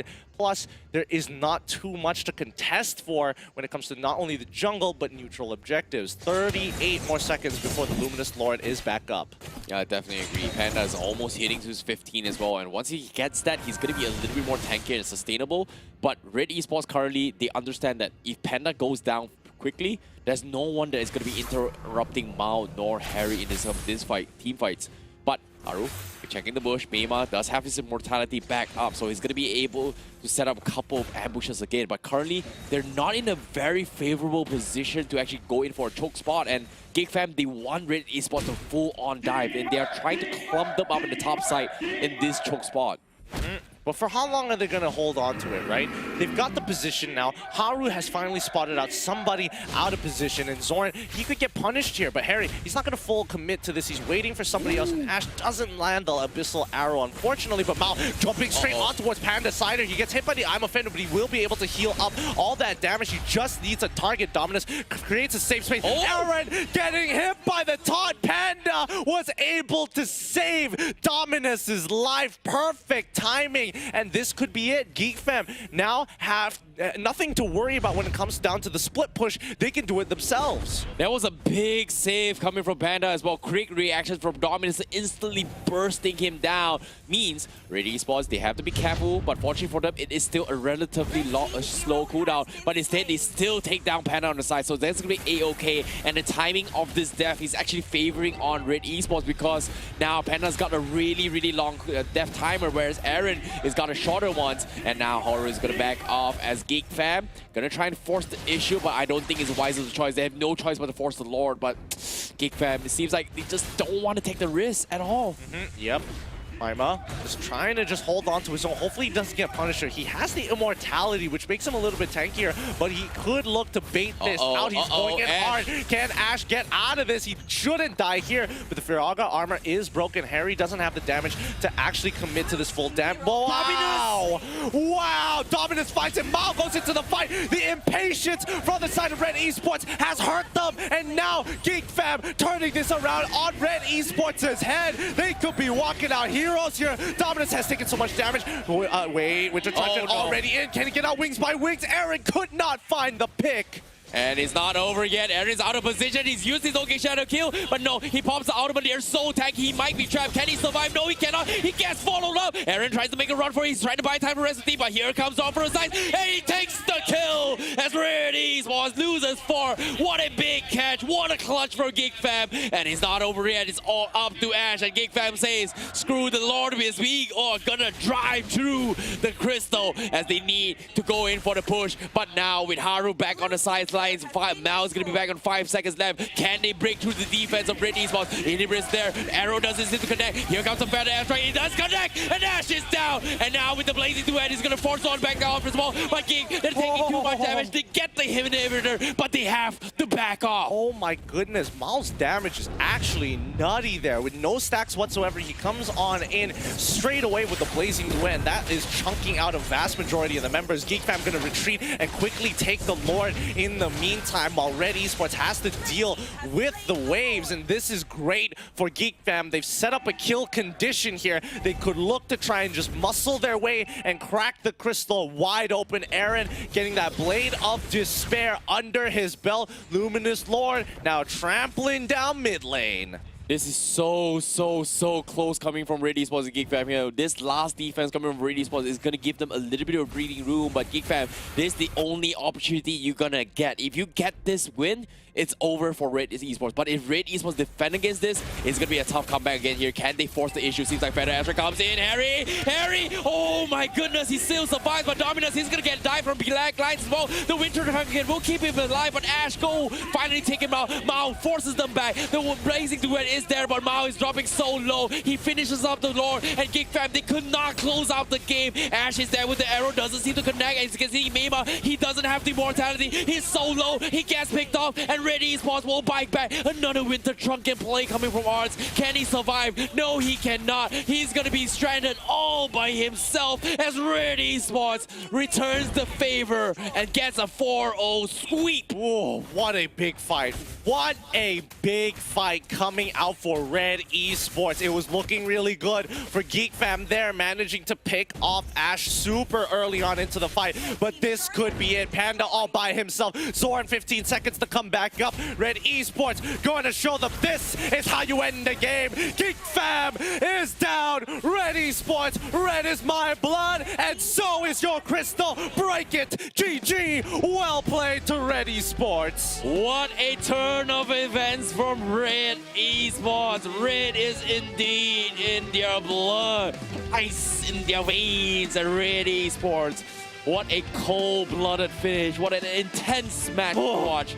GEEKFAM gave them a run for their money, but Red Esports prevailed and came up on top. What a game between Red Esports and GEEKFAM. That was a tough game. You can see the size of relief coming in from Red Esports. Absolutely understandable for such a grueling and mentally taxing game. Both sides did not want to make a mistake, but some teams and some players got a little too impatient. They've got ice in their veins. Red is the blood. This has got to be crazy coming from them. And I'm not gonna lie, this is by far one of the most satisfying match I've watched in the opening here in the first week in MPL. I mean, honestly, it's one of those situations where it's like it has gone so far in the late game that one ultimate being used for longer than 1 to 2 seconds can make the difference. That's how close the margins was.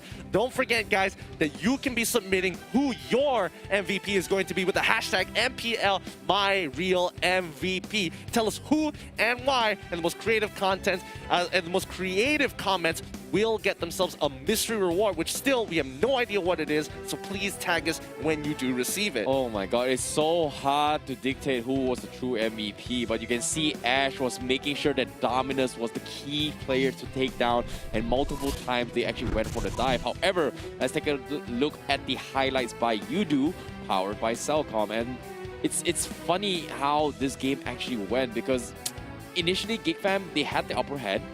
just because they have a little bit more invade control. But the problem is that somehow Red Esports is able to trade 50-50s despite losing a couple of fights early on. But you have to give credit to Zorn for going for this kind of invades, right? This is their capabilities of their draft. They don't exactly have a late game. They don't exactly have a marksman that kind of works in their favor. But somehow Red Esports was able to just like push them back despite them having the early aggression hero. Yeah, I mean, see, that's the interesting thing about both of these drafts, right? The way GeekFam played it, they had this intent in mind. Probably the order was different in my mindset, but the way Amox kind of, you know, arranged it made it very, very confusing to figure out what is going on here. But even on Red Esports' side, they had a pretty good answer. Aaron playing a really, really good game this time. He got caught out a couple of times, but it really depended on the patience of the players. Yeah, I know, right? Like, even with Harry as well, despite having a very strong performance with his Phobias, it feels like it was a very, very strong team effort coming from both teams, right? This is a GeekFam I'm used to seeing, and I enjoyed this game. But it was a lot of very, very minuscule moments, such as this, that kind of opened up a little bit more space for Red Esports to make a comeback. And you have to give credit towards Ash, because he made things possible for the team. Like, it's so hard to pull this off with the Selena, but his arrows has been phenomenal in this game. Yeah, I mean, check out Mima here. Like, he managed to survive, and the rest of the GeekFam were able to protect him just in time. It's just, it's all across the board, just really minuscule. It's either one team gets wiped or your team gets wiped. But when you get so far into the game, even a single death could end the game. Yeah, agreed. And even Aaron here, he tries to make some sort of play, but it's just unfortunate because he just actually got caught out. He just recently used his Shadow Clone. He doesn't have the cooldown and immediately gets scouted up and tries to challenge the OK Shadow Kill, immediately gets punished for it. It's just so unfortunate. But even with this play that Aaron chose his life, he actually bought about 4 to 5 seconds to allow Mao to come back in this fight to actually defend against this. Yeah, I mean, this is really, really close quarters here. You can see that Ash, he's eyeing for making sure that Dominus dies. And when he goes, that's when it turns all around. And Panda, unfortunately, was not able to peel him just in time there. So, unlucky. Not gonna lie, Ash is crazy on this Selena, all by himself, out alone, against the full force of GeekFam. He's not afraid to make sure that he finds the angle to take down Dominus. It's gotta be insane. But let's take a look at the scores currently here from Ash. He's 6-3-10. As the support player, he's doing pretty okay compared to the rest of the pack from Red Esports. Yeah, I mean, again, as you mentioned, you know, both Ash as well as Haru had definitely had a significant power up on their side. They're becoming a little bit more consistent with their plays. They're jiving well with the team. They've been working so hard since Season 7 to improve on the mistakes, and now it is really starting to pay off here. Yeah, I definitely agree. But let's take a look at itemization. A couple of interesting choices coming from Mema. Selling off his shoes, going for a little bit more tankiness, whereas they needed a little bit more damage just because they don't have the late game potential. But like we said as well, they relied on Dominus a little bit too much. Yes, arguably he's the main damage dealer, but the moment he gets taken out, that pretty much is it. As you can see, every single time that GeekFam wins is because Ash wasn't focused on Dominus. And the moment Ash sets his sight on Dominus, that is where everything went south for him. And even itemization from Ash, he makes sure that he has enough damage to make sure that Dominus is put down to the grave. Oh boy, what a game this has been. Let's check out the post-game stats to get a little bit more detail in terms of the damage numbers, with Mal being the carry, the sandbag coming in from Haru, the rich guy Aaron, and the Forgotten One Panda here all across the board. You can see the numbers are going haywire. Yeah, and speaking of numbers as well, it's no surprises that Mao is going to dish out like 100k because the Blazing Duet is relatively easy to hit every single hero from the side of GeekFam. But I'm really surprised the fact that he was able to hell on multiple times. But even if he got picked off, he still managed to drag out the game. But what I want to pay attention is that how can you do 66,000 damage more than a Farsa with such limited amount of space of skills? Yeah, I know, it's been very, very tough. I mean, Ash had has these really big shutdowns on Dominus to not allow him to play the game, like you mentioned. And you know, 61,000 compared to 66,000, 5k difference there. A little unlucky, but we also have to talk about the performance of Arts in this particular case. 47,000, he's been struggling to get in on these fights without getting absolutely stopped by the Kufra, or at the very least getting blown up by Claude. Yeah, that's partially thanks to Harry as well for being trigger disciplined. But let's take a look at the MVP brought to you, powered by KFC. Yes! It is going to be Ash, the MVP. Thank God production for picking Ash, because he played a monstrous Selena in Game 3. Absolutely. great plays coming in from Ash, powered up with KFC. This man knows no bounds and has really powered up himself for Season 8. He's got to be happy. He's got to be so happy starting off the week with a win. Yeah, I definitely like this as well here. Red Esports, their first game in this season, taking a 2-1 W. That's got to be feeling pretty good. But this is the Red Esports I've been waiting for as well. And I'm glad they're back to show us how it's done. What a game. This has been quite the phenomenal game here, but that isn't the end of the story just yet. I'm excited to see what they have to say and what they, you know, the amount of work, time, and effort that they have been putting into this into the team to really get to this level. So I can't wait for when the interview does decide to pop up. Yeah, I'm looking forward to see what Red Esports has to say here. Even though I'm pretty sure their manager is going to be singing their lungs out. We can hear him across the studio. But that's the thing, right? That was not an easy game to watch. Yeah. You know? It was like, it could have gone either ways. Like, arguably GEEKFAM game 1, reverse comeback, should have tilted Red Esports. They bounced back in game 2, made it look so easy. But when GEEKFAM came back from game 3, this is where everything looks so unique from GEEKFAM as well as Red Esports. Absolutely. It really shows, you know, the evolution of the teams and more so how much depth there is to the drafting phase. So once again, congratulations to our MVP, Ash, that has been selected here. Oh boy. I don't know. I'm very curious to see what you guys have to say. Let's have a look at the MPL My Real MVP selecting Harry Putra Amar. Thank you so much for your comment and slapping that hashtag. My prediction is Red Esports with Harry as MVP to win this match. Seems like Red dominating both games. Made hard luck for the first one. It's a little unfortunate, but Harry is a really good playmaker, creating chances and catch the back lines of Team GEEKFAM. Hashtag a real MVP, MPL MY. I guess, you know, it does make a lot of sense because, you know, Putra Amar, congratulations, you'll be walking away with the mystery rewards. But to add towards this point as well, is that Harry, even though there was an Esmeralda play in the final match against Arts on the Esmeralda, he was very shaken of discipline and not spamming his out just because he doesn't want to give away additional shields to Arts, which makes it a lot of sense. So, props to you. Congratulations. You'll be walking away with the mystery rewards. However, let's take a look at the standings thus far. With Red Esports taking 2-1 against GEEKFAM means they will push themselves in towards the second spot with 1 point ahead of Todak. But GEEKFAM losing their second series thus far means they will be on the bottom of the pack for group number B. Now don't worry, GEEKFAM family as well as fans out there. GEEKFAM has multiple games to play throughout the regular season. This is just for week number 1. They'll be coming back strong in week number 2 and so on, so forth. Yeah, anything can happen at this stage of the game, but I'm not gonna lie, Group B seems so hard to predict. Like everyone looks so strong in this particular group.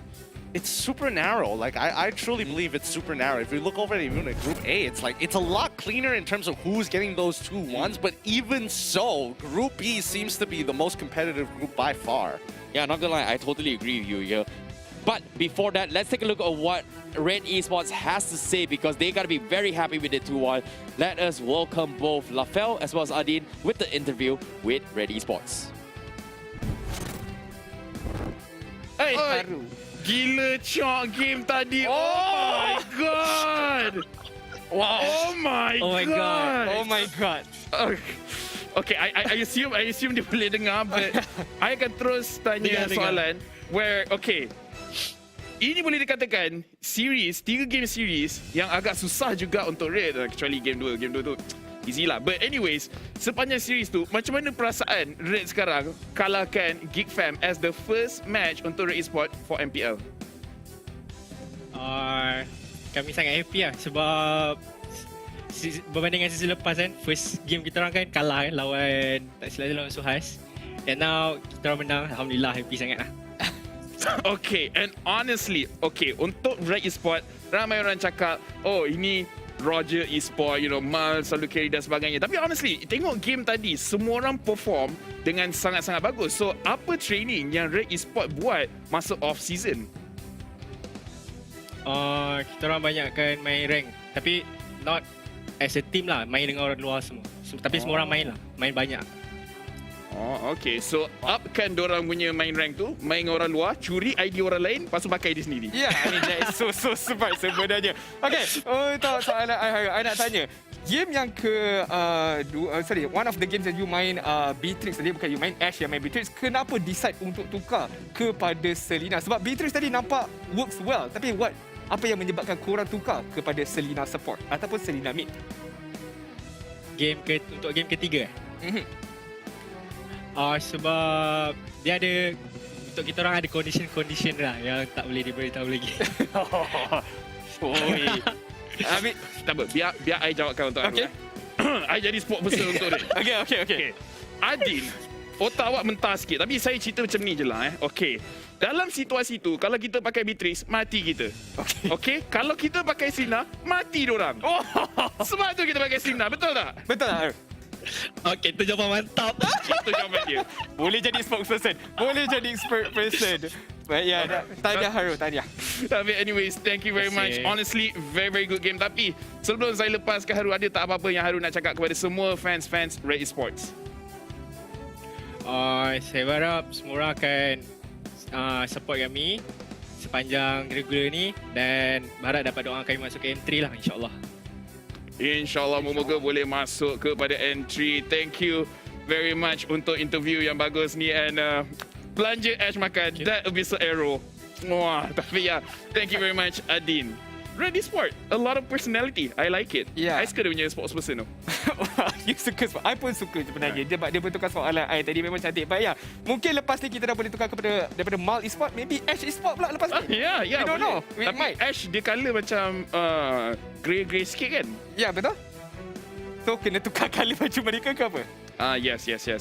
Kita tak apalah, buat masa sekarang ni kita kekalkan dia. Yang I tak faham kenapa Red Esports tapi sampai sekarang jersey diorang itu je kali yang diorang tak sentuh. Suka plot twist sikit.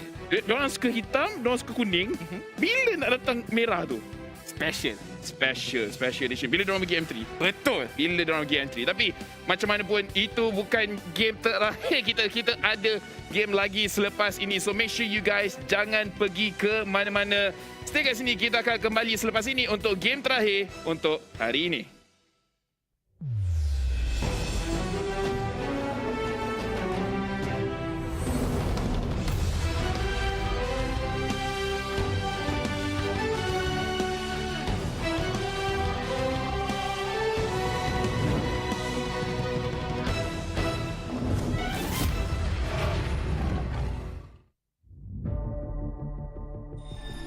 Gaze the stars and seek your path.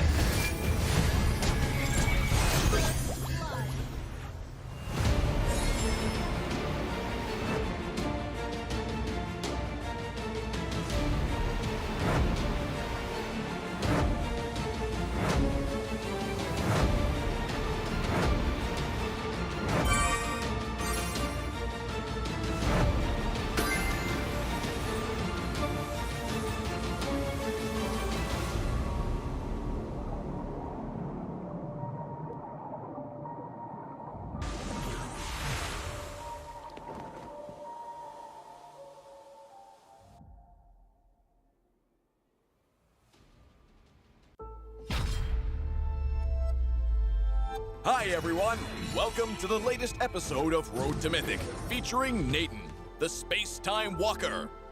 We will walk you through the gameplay and tactics for this marksman so you can grind the ranks with ease.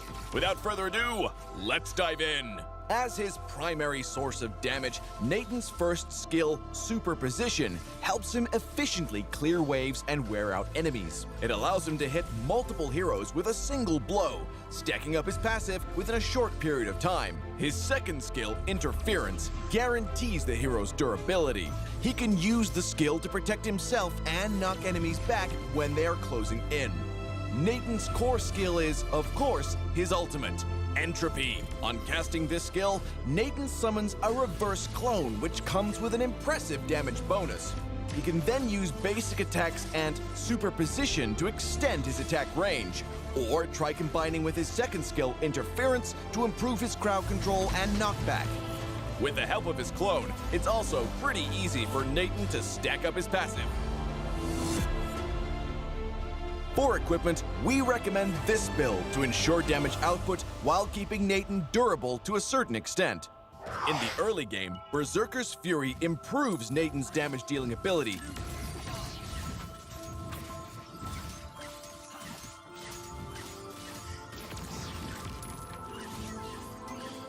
While Haas's Claws can add to his durability.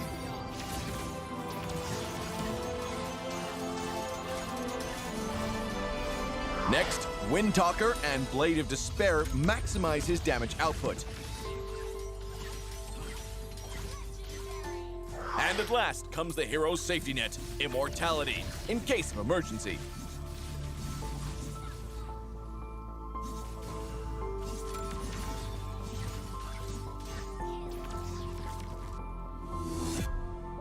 Other than stacks of his passive, Nathan should also pay close attention to his movement on the battlefield and try to hit as many enemies as possible with his first and second skill and basic attack. The power of his ultimate makes Nathan a reliable damage dealer.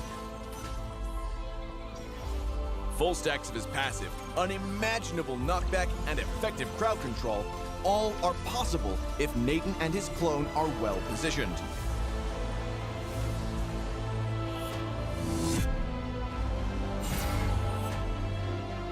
Nathan can cast his second skill, Interference, to knock back and control the enemies, increasing the hit rate of his first skill, Superposition. He can then deal more damage using his basic attack, and quickly drain enemies of HP with the attack speed bonus provided by his passive. Nathan can cast his ultimate, Entropy, first to summon his reverse clone. Then Nathan can use his first skill, Superposition, to hit as many enemies as possible, stacking up his passive and increasing the damage of his basic attack. In addition, he can use his second skill, Interference, to perform crowd control and deal even greater damage consistently. In the laning phase, Nathan's job is to clear minions, control enemy heroes, and farm the tart energy shields.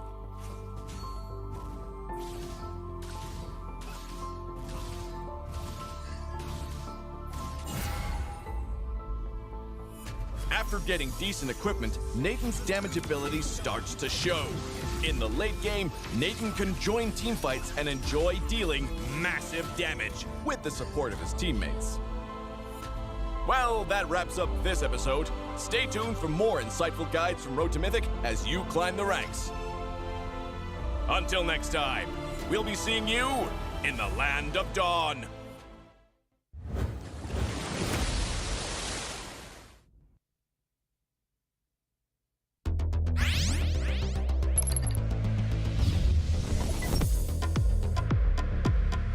Alah, MPL Malaysia tak start lagi ke? Hei, swipe TikTok dululah.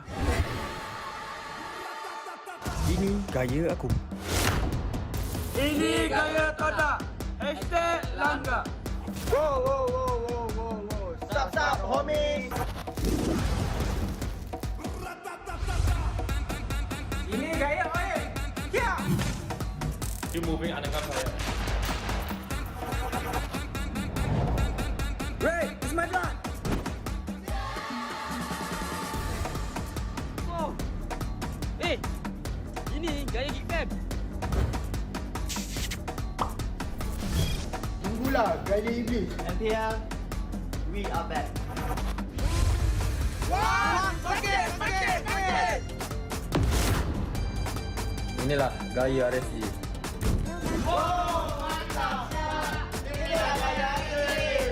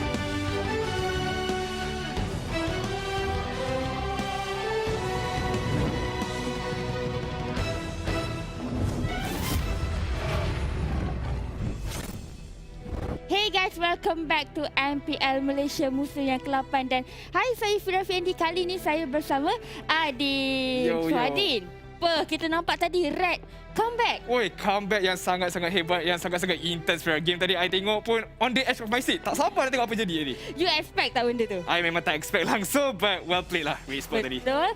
So kita dah tengok game yang sangat-sangat intense dan kita ada berbagi lagi satu perlawanan selepas ini.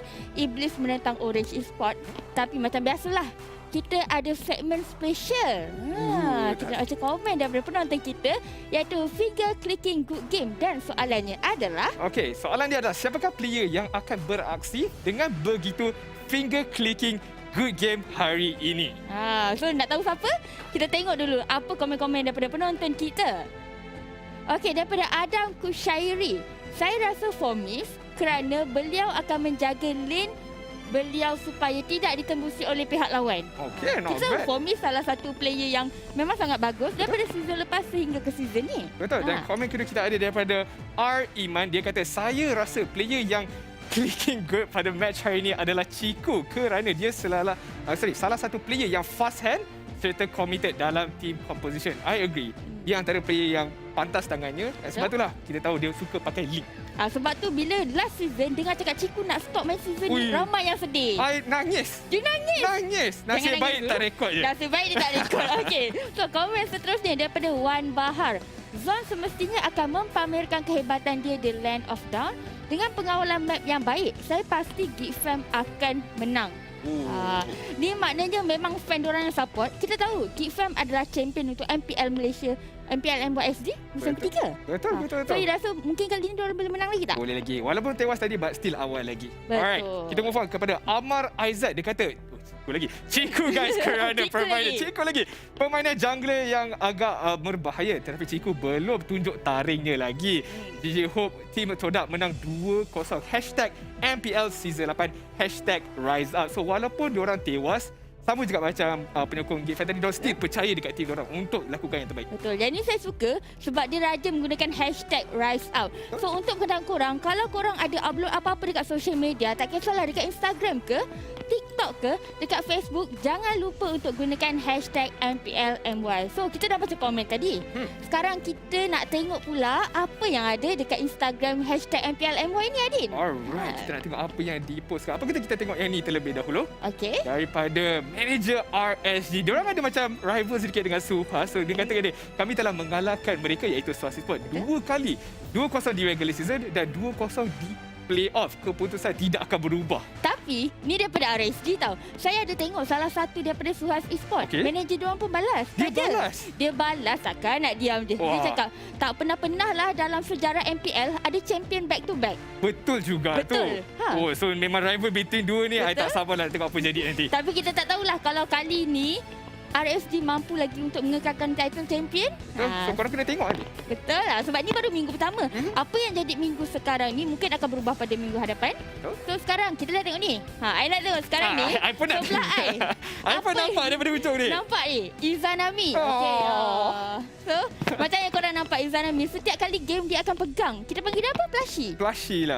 Tapi you nampak comel. Sebenarnya ada reason kan ni. Kenapa? Sebab tangan sejuk. Yelah, nervous main kan. So benda tu akan panaskan tangan. Untuk senang nak main nanti. Sebab macam musim-musim sebelum ni orang selalu tanya apa benda putih yang player selalu pegang. Itu adalah hand warmer. Tapi kali ni sebab diorang tak ada pegang hand warmer. Comel so inilah comel. Comel hand warmer. Dia comel kan, ni comel. Ni lah. Nanti risau macam kali dia. Risau kadang-kadang. Ada nampak lukisan ni. Kita tengok. Yang ni lah I suka yang ni sebenarnya. You suka ni?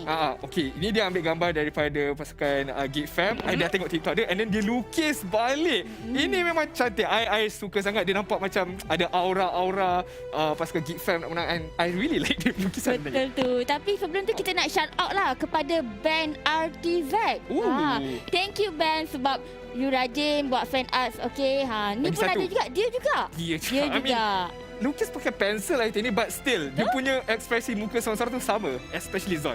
Rambut dia macam ada kalau you guys boleh nampak memang sama exactly muka dia. Betul tu. So tak kisahlah korang ada buat edit video TikTok ke, korang ada buat special untuk player-player kegemaran korang ke, kalau dah upload jangan lupa untuk gunakan #MPLMY Dan juga jangan lupa untuk tag nama tim yang korang support tu. Betul. Kalau kena repost, confirm lah diorang happy. Confirm happy, confirm famous. Confirm famous lah. So hari ni je band dah dapat. Betul. So kalau korang nak nama dan juga komen-komen korang keluar, jangan lupa gunakan hashtag yang diberi. So Adi, kita semua dah standby untuk perlawanan seterusnya, iaitu perlawanan terakhir hari ini di antara Iblis menentang Orange Esports. So 2-1 atau 2-0? Amin 2-1 kot. 2-1 sebab kebanyakan tim game hari ni semuanya 2-1, so might as well kita 2-1 je lah semua. 2-1 je lah semua. So rasanya tanpa membuang masa, apa katanya kita start game seterusnya, and Caster, take it away. Thank you so much, Fira, as well as Adine, for that amazing session for you guys here. You know, that was a pretty interesting art. However, welcome back once again. You guys are watching the MPL Malaysia Season 8, which is powered by Moonton Power Up, with KFC refreshed by Rexona Man, with our official digital telco, Udo, partner in Esports, TikTok, Secret Lab, as well as Esports Charts. My name is IceBaby12, and this is going to be Getting Q as we continue to be your commentators for today. Now, today's games has been pretty intense. We've seen every single game heading into a game 3 thus far. And like Adin said, he did mention as well, we are going to be expecting a potential full 3 game between this next matchup. I mean, they've seen each other before in the semi-professional scene. It's going to be between EBLZ as well as Orange Esports.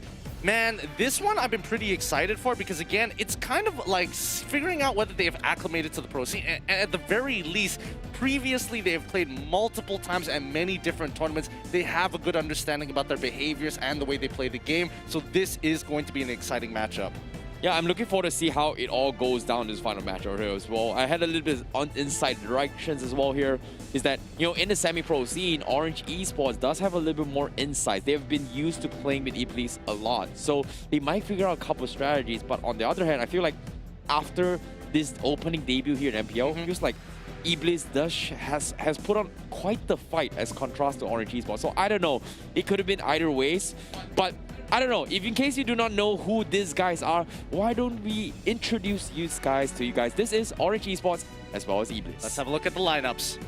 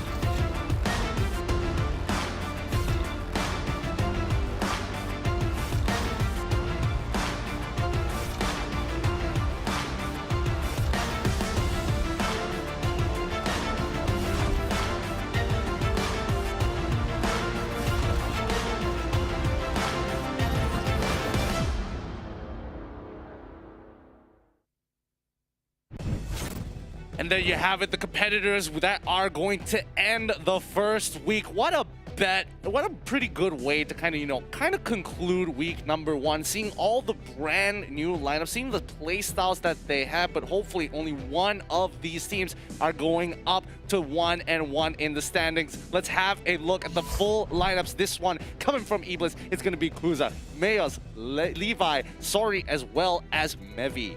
Yeah, there's nothing much to talk about coming from Iblis in the sense, but this is going to be your full 5 roster here, so there is going to be a lot of things that we can reference to as their competition. But during their opening debut, Levi has pretty much flexed his way that he is a very capable jungle. His opening first game, he took down the first game with that impressive Hayabusa play.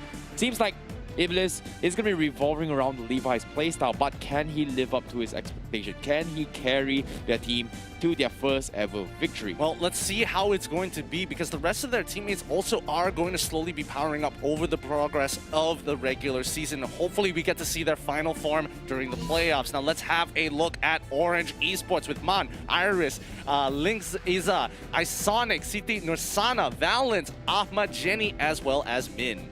Yeah, we've seen them coming in from yesterday's games, but unfortunately we did not see Min and Man play yesterday. So that's going to be a little bit unfortunate for him. But we did catch a little bit of glimpse coming from Link, where he was able to, I would say the jungler coming in from Orange Esports, which is played by Link, was very impressive as well. His Link was crazy, his Hayabusa as well. So I must say that between Orange Esports and EBLZ, both of their jungle players is going to be the standout ones personally for me. However, I feel like Min and Man, being their first debut, are they going to make their debut here today? I don't know, because they have a lot of roster. They can kind of flex it out a little bit more. Yeah, I'm curious to see what kind of mix and match it is going to be at the end of the day to ensure that they earn that victory to end off their week on a high note at the very least. They don't want to be ending the week 0-2. Yeah, I definitely agree. But before that, let's take a look at the predictions between all of us. It seems like, okay, we have 3 members coming from Orange Esports, which could be voted by Uncle, Karakuri, as well as Lafel, whereas the rest of us here, me, you, Fira, as well as Adine, is going to be voting for EBLZ. Thoughts on this? Well, honestly, when we were looking at the debuts for both of these teams, you know, Orange definitely has that natural chemistry that it's very visible, but their draft is a little weak. And in my opinion, EBLZ, they've got a much better idea of what they want to do. And the meta also seems to be something that they've adapted quite well as well. But what about you guys at home? Let's check the audience prediction to see how the stocks are doing on both EBLZ and Orange Esports. All right, seems like Orange Esports will have the winner here based on the audience perspective. And of course, I definitely kind of agree as well. Because I made the prediction yesterday based on their statistics of how Orange Esports played and EBLZ played in the first 2 days. However, what I did not take into account is that Min and Man wasn't playing the game that they lost for Orange Esports. So in terms of veteranship, Min and Man definitely has the experience playing. But whether or not if they play, I don't know. If they do, I'm looking forward to see whether or not they can stop the competition. It just means that they are going to be powering up Orange Esports like how KFC is powering up the MPL MY Season 8. If you don't know about it just yet, hop onto the KFC app, and if you're thinking about what to eat for dinner, you know fried chicken is on the table because you can earn yourself up to a 30% discount using the promo code POWERUP. So order it right now. Yep, definitely here. You gotta be sitting for this amazing match. This is gonna be a very, very close one. I know every game looks amazing, but not gonna lie, there are some games that are kind of sloppy. But this game is gonna be pretty tight. But like I said as well, I'm hoping to see Min and Man gonna be playing. However, if you guys want to see more action and more rewards, better sure to check out our share milestones. We are gonna be having milestones for you guys to hit. Is going to be 1,000, 2,000, and also 5,000 in total. So be sure to spam those share buttons if you want to walk away with some amazing rewards up on screen. Don't worry, we're also giving everything on the screen if you hit those milestones. Early on, we did hit the 1,000 share milestones. We have not hit the 2,000 yet. So if you want more rewards, better start spamming. Quick, push it for that 2,000. The 2 minutes on the clock is a perfect time for you to get your friends, your families, your animals, your pets, get them a phone, any extra phone, any of your alt accounts to get that share spam going. Yep. Of course, now, coming into the match as well, I don't know. What is Orange Esports going to be starting that matchup with? Because in my mind, I feel like, hey, if Orange starts with Min and Man, probably they have a pretty strong opening. But at the same time, Min and Man didn't play, and I did not take that into his account. So I hope I can switch my predictions, but it's a little bit too late for that. Well, I think it's going to be fine. I really think that they really need it. Like, they've got the natural chemistry. They've got mechanically inclined players. It's just the draft that has been a very big issue. I could be wrong about this. Maybe they're just testing things out within week number 1. It could be a little bit different here for the second match of the week. Yeah. Now, as for EBLZ, on the other hand, let's talk a little bit more on them. You know, we saw a lot of brilliances coming from them, especially with the jungler. Like, I feel like Levi has been in a situation where he needs to make openings for the team, but the problem is that based on the draft, it didn't exactly go too well. I agree, drafting was kind of an issue, but behind on our screens as well, we did see a little bit of glimpse. I think I saw Min in the process. Yes, so Min and Man. Min is going to be playing, so oh no. What do I do here? Yep, it's a little awkward, of course, but we'll have to see. Who knows? Min and Man could just be helping them. One could be in, one could be out. And by the way, if you guys haven't figured it out yet, it is also Min and Man's birthday, so hopefully their wishes is going to be the dub. Nah, I feel bad now. You know, I actually predicted EBLZ to win this, but because it's Min and Man's birthday, I want to switch my prediction. Oh man, you're just flipping and flopping here. Maybe one of their wishes. as the saying goes in Malay, lalang. Fairly accurate. Let's jump in towards this draft and we see the full lineup here. It's going to be Man, Link, Eza, Min, Iris, and Valence for Orange Esports, and it's going to be the traditional Kuza, Levi, Mayo, Sorry, and Mevi for EBLZ.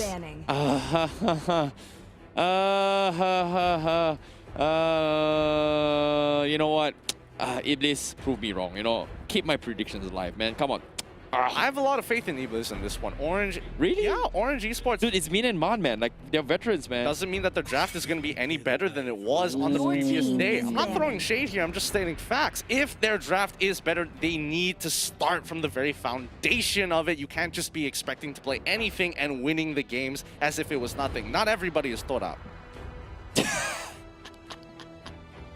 Isn't that you know, throwing shade on Todak as well? Well, no. I mean, Todak is so good that they can bring up the weird stuff and still win at the end of the day. They even brought in Moon, who got his vaccine yesterday, and they still won their game. That already says a lot about the MPL in general in MY. But looking at the draft so far, Fovius as well as the Hayabusa already immediately banned for the side of EBLZ. Nothing too different from their previous game. Orange Esports getting rid of the Paquito as well as the Matilda. Yeah, pretty much standard bans coming from both these teams. Nothing out of order yet. However, when we're talking about the meta here, or comfort picks coming from Min and Man, I'm a little bit curious to see what they can play.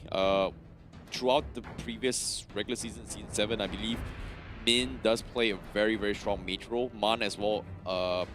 Min was the one playing Benedetta. I'm a little bit confused now. Is it Min that played the mage, or was it Min that played the side? Funnily enough, they're pretty interchangeable. It really does come down to the specific heroes, whether or not who is going to be dedicated in towards that gold or side lane, gold or EXP lane, or who's going to be the mage, because it does come down to their hero pool. Export going to be the next ban for EBLZ.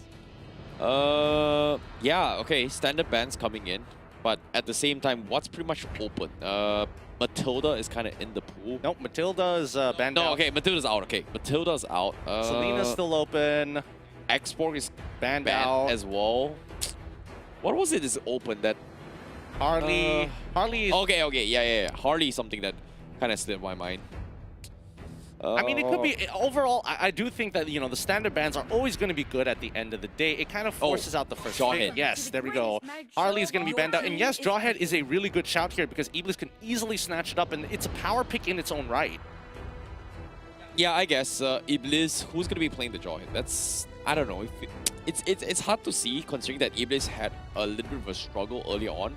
And also Orange Esports, when they had the drafting issues, they got a little bit greedy in terms of draft. So there's not a lot of information when it comes to their picks and bans coming from previous historical moments. Coming from the semi-pro scene, I think it's a pretty straight up pick coming from EBLZ to pick off the Jawhead for themselves. Yep, and then going over to Orange Esports on their way out, it's going to be making the decision of whether or not they want to go for the Selena or maybe even consider the Popo and Koopa. Whether or not they want to go for a side laner is a completely different story. Yep, there we go. It's going to be the Ruby, but instead they're going to immediately lock in their jungler early to make sure that Link is ready to go.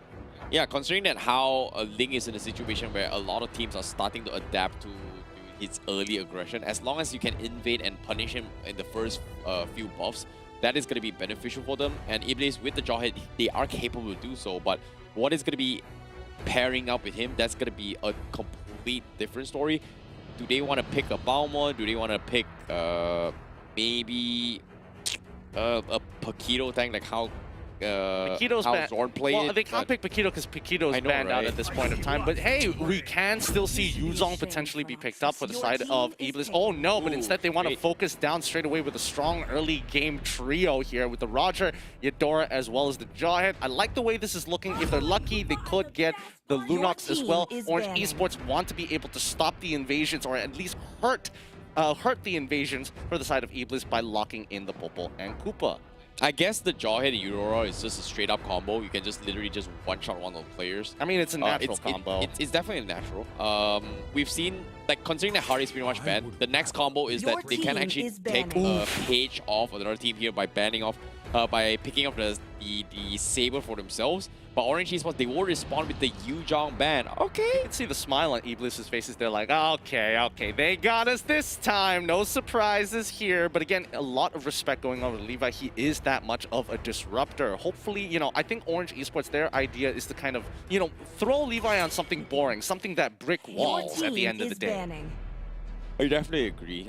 Farsa being banned here, just showing respect that Min can play it, but it seems like Min is going to be playing potentially the Popo and Koopa, so I feel like they are going to play a little bit defensive. They want to try and punish any sort of aggression, especially when EBLZ tries to go in for the dive on towards the Link. But if you pay attention to how they played it here, if they were to take a page of Red Esports, they can go for the Saber pickup, but Orange Esports, they banned the Barrage, so do they want to take Saber is a wide open option here. Yeah, I know, right? It's so good on them. I don't think it's the worst. I do think as a mid laner, it's a lot better than a side laner at this point, because if he's a side laner, he's going to get punished very, very early on by the side of EBLZ, something that they are probably considering at this point of time. But I wouldn't be too surprised if they also get rid of the Kagura for the side of EBLZ, making sure, you know, the relaxing picks, they want to hold up that Lunox for themselves. Yeah, I think so too. The Kagura is something that they can consider, but Lunox is also an option that they need to figure out, because they've got to double down on the Saber. So it seems like they are not going to be letting it slide. They are going to ban the Selena instead. They don't exactly want to give away the vision control that Orange Esports already have with the Popo surprise traps. So having the additional traps means that Link is going to be even harder to be caught off, because there's just so much vision control from Orange Esports.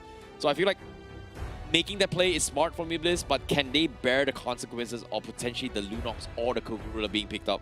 I think it will be pretty good for Orange Esports to actually pick up the Lunox here, just to kind of keep things a little difficult. But instead, they're going to funnel down straight away into the Loyi. They want to make sure they have that mid lane control. It's like, yes, you can be really, really aggressive, but as long as we have priority, even if you do go for the invade, Loyi has some pretty good early game damage with the help of Popo and Koopa. It just makes things that much smoother. Yeah, it seems like Orange Esports, they're doubling down on the turtling effect, where they want EBLZ to come in for the aggression and punish them with the Popo surprise, with the Ruby's annoying passive, and hope to get a very, very nice yin-yang reaction with the Loyi. So, I don't know. It seems like a great defensive strategy, but can you compensate with the Link? Because Link is looking to go for the aggression, and I don't think everyone from the side of Orange Esports can actually keep up with this aggression. Maybe go in for the diversion backwards, but I think it's going to be a risky play. But in this, they will go for the Esmeralda as well as the Benedetta. Ooh, interesting. Having a late game Esmeralda to make sure that Ling is not going to be as effective is going to be pretty good here. And even if Orange Esports decides to actually pick up the Lunox for themselves to have some more late game scaling in the gold lane, they could go for Balmon if they want to, but they need to understand, do they have more than enough damage to snowball this composition out of control during the mid game? Yeah, speaking of damage coming from Orange Esports, Loyi's got a pretty good one.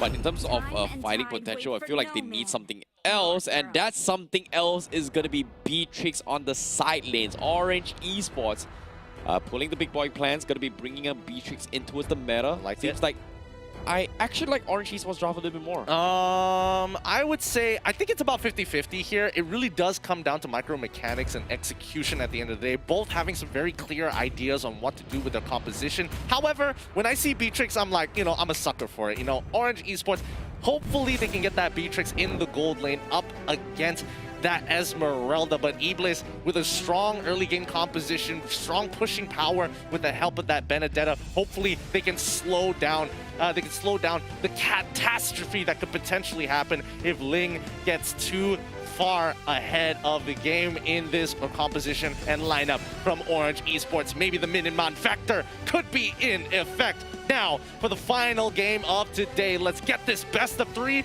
on the road. Yep, I'm looking forward to see how it all goes down, because as of now, we've seen historical purposes that the Beatrix versus Benedetta combo seems to be favored onto as Beatrix. Seems like both of them are going to miss the mark, as Beatrix is going to focus on the gold lane, and The Benedetta gonna be up top. Mevi gonna be invading into towards the purple buff. Can he go for the reset? He goes for a stun, but that should be all. It's just a little bit of harassment coming in. Yeah, this is pretty okay here. And EBLZ, they understand that, you know, their Benedetta is up on that top side. So when they are going to make that rotation towards that orange buff, they can probably make something happen here. You can already see that Levi is making a move, but vast majority have jumped on towards that Litho Wanderer. Here comes Ling Eza. He's going to jump on top of it, but the timing is a little too late.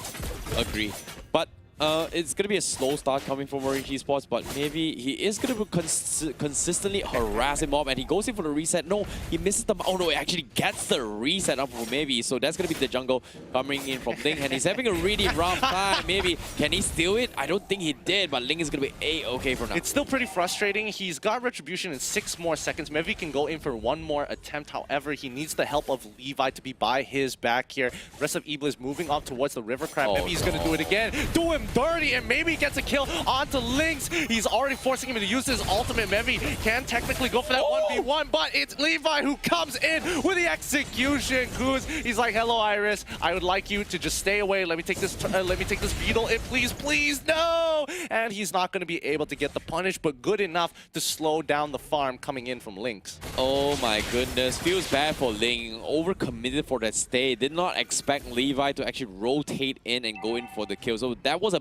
big pick-off coming from EBLZ, as Orange Esports needs to play a little bit slow. Meanwhile, Valence is going to try and continue to harass Mayo. As you can see, Sorry looking for the setup, going for the wombo combo. Unfortunately, they need those fours yet. Kuza going to be starting the turtle, but seems like he wants to go in for the lane control first. However, First Blood Bounty has been on his way, redeemed his code before it's gone. Valence pops the ultimate to try and cut up the creep wave, but the orange buff will be secured by Ling. Well, this is totally fine. They get a little bit of harass, but again, no full commitment coming in from EBLZ. At the end of the day, they are getting gold and EXP from the turtle, so that is going to be more worth it than losing an orange buff. Yep. And Orange Esports, they are going to try and protect Ling once again. Fortunately for them, despite losing out in early engagements, this is going to be the double buff for him, whereas Kuza will only have the turtle buff. So no orange buff for him means that he cannot go super crazy about this fight. Meanwhile, Liberal Harassment comes in because on the sides, Aries gets focused down. He goes for the I'm offended, but it's not going to do too much. He puts them up a little bit this position, but Orange Esports, they can't exactly follow up, and Link a little bit late to the party. Pretty good pick off there, and Mayos, he's having the time of his life. It's like nobody's here, that's totally fine. I'm just going to get the free hits. And unfortunately, Mayos did decide to go for the average, which I think might have been a little bit of a mistake because he should have known that his matchup was going to be Beatrix. How often are you going to get those free auto attacks on somebody who plays from range? Yeah, I guess that's going to be the scenario, but Divergent comes in. They are going to teleport out of this sticky situation as EBLZ was thinking to go for the wraparound, but it seems like that's not exactly the best of play coming from EBLZ. Yeah, it's quite the bait, actually. I like the fact that Levi is walking out confidently, and Orange Esports, they're getting into Orange Esports' head a little bit. It's like, oh, dive is coming. Guys, I need a little bit of help here. Come in with a diversion. And the rest of EBLZ is like, haha, we're just rotating back down. Yeah, EBLZ wasn't exactly forcing a move, and Orange Esports, like you said as well, getting a little bit too overly cautious with this play. Oh. And currently, Levi going to be cutting the creep waves. Orange Esports is going to lose up on the top side. Iris needs to play a little bit safe, and he doesn't exactly know where the rest members coming from. EBLZ, you can see, Sorry, waiting for the right moment. He gets the combo in. Valence dropping a little bit too low, but where's the follow-up? Eos is going to be right, does not have the falling star move, but he eventually connects. But here comes Kuza, looking to finish off the side, but looks like he will turn the tides and focus on mid and gets a kill for himself. Hesitated on Valence for a bit, and fortunately for him, he is going to be able to back off. But Orange Esports, they lose Min instead. I think, honestly, that could have turned out a little bit differently, but, you know, EBLZ, they didn't want to take the dangerous road. Mayo's almost dying there to Man, but Man, he's got to hold strong here with the Yin Yang reaction. Maybe continuing to be an absolute nuisance here for Link, but as soon as Min starts showing up, Mevi has to start walking away. He can't afford to be giving free kills over to Orange Esports and Lynx. He knows what he wants. He's jumping straight onto Mevi to punish him for his transgressions. He manages to flicker on out of there. Iris tries to make something happen here. However, on EBLZ's top side of the map, they control the tempo. They've been chunking out this turtle this entire time, bringing it to 50% HP, allowing Kuz an easy walk, tap, and just back down into lane. Yeah, that was a great clutch come from me by just stalling some time from Orange Esports before they realized that the turtle was getting stolen up their nose. And because of this, EBLZ, they will continue to press onto the top side. The top tier is going to go down. Iris, you're all by himself. He's going to be in some trouble. I don't think he can survive this. Guza is going to be looking for a freebie and he will get a kill. However, Mivai on the bottom side is going to get dived on as Link will go for the finish. Neos is going to be next, but nope, he's going to be A-OK. So 1-for-1 for trades.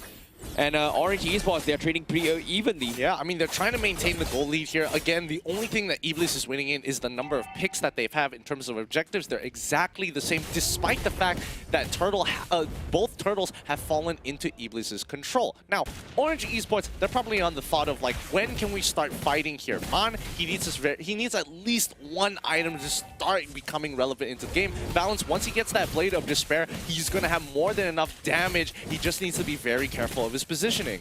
It's going to be tough because if you think about it, the dark horse when it comes to damage here is going to be Valence as well.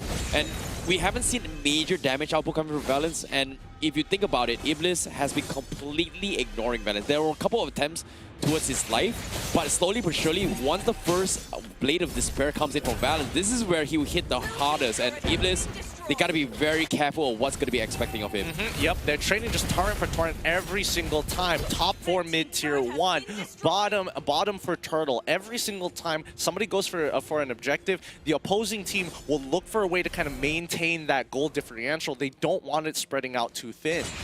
I like how Mivi is just denying the breath away coming in from Orange Esports, making sure that if they come in for retaliate and they need to go in for the chase or kill, they can't exactly back off. So that's a very interesting play, but it just doesn't give them any sort of opportunities because they're just showing too much of themselves. Well, I think at this point of time, right, showing yourselves isn't too bad unless you're Orange Esports, right? Orange, it's okay to allow EBLZ to kind of make that first move because then you can look on the opposite side of the map to make a play. And if you have that information, especially with that Frost Traps, you can see ahead of time, oh, they're rotating towards bot side, I go top side.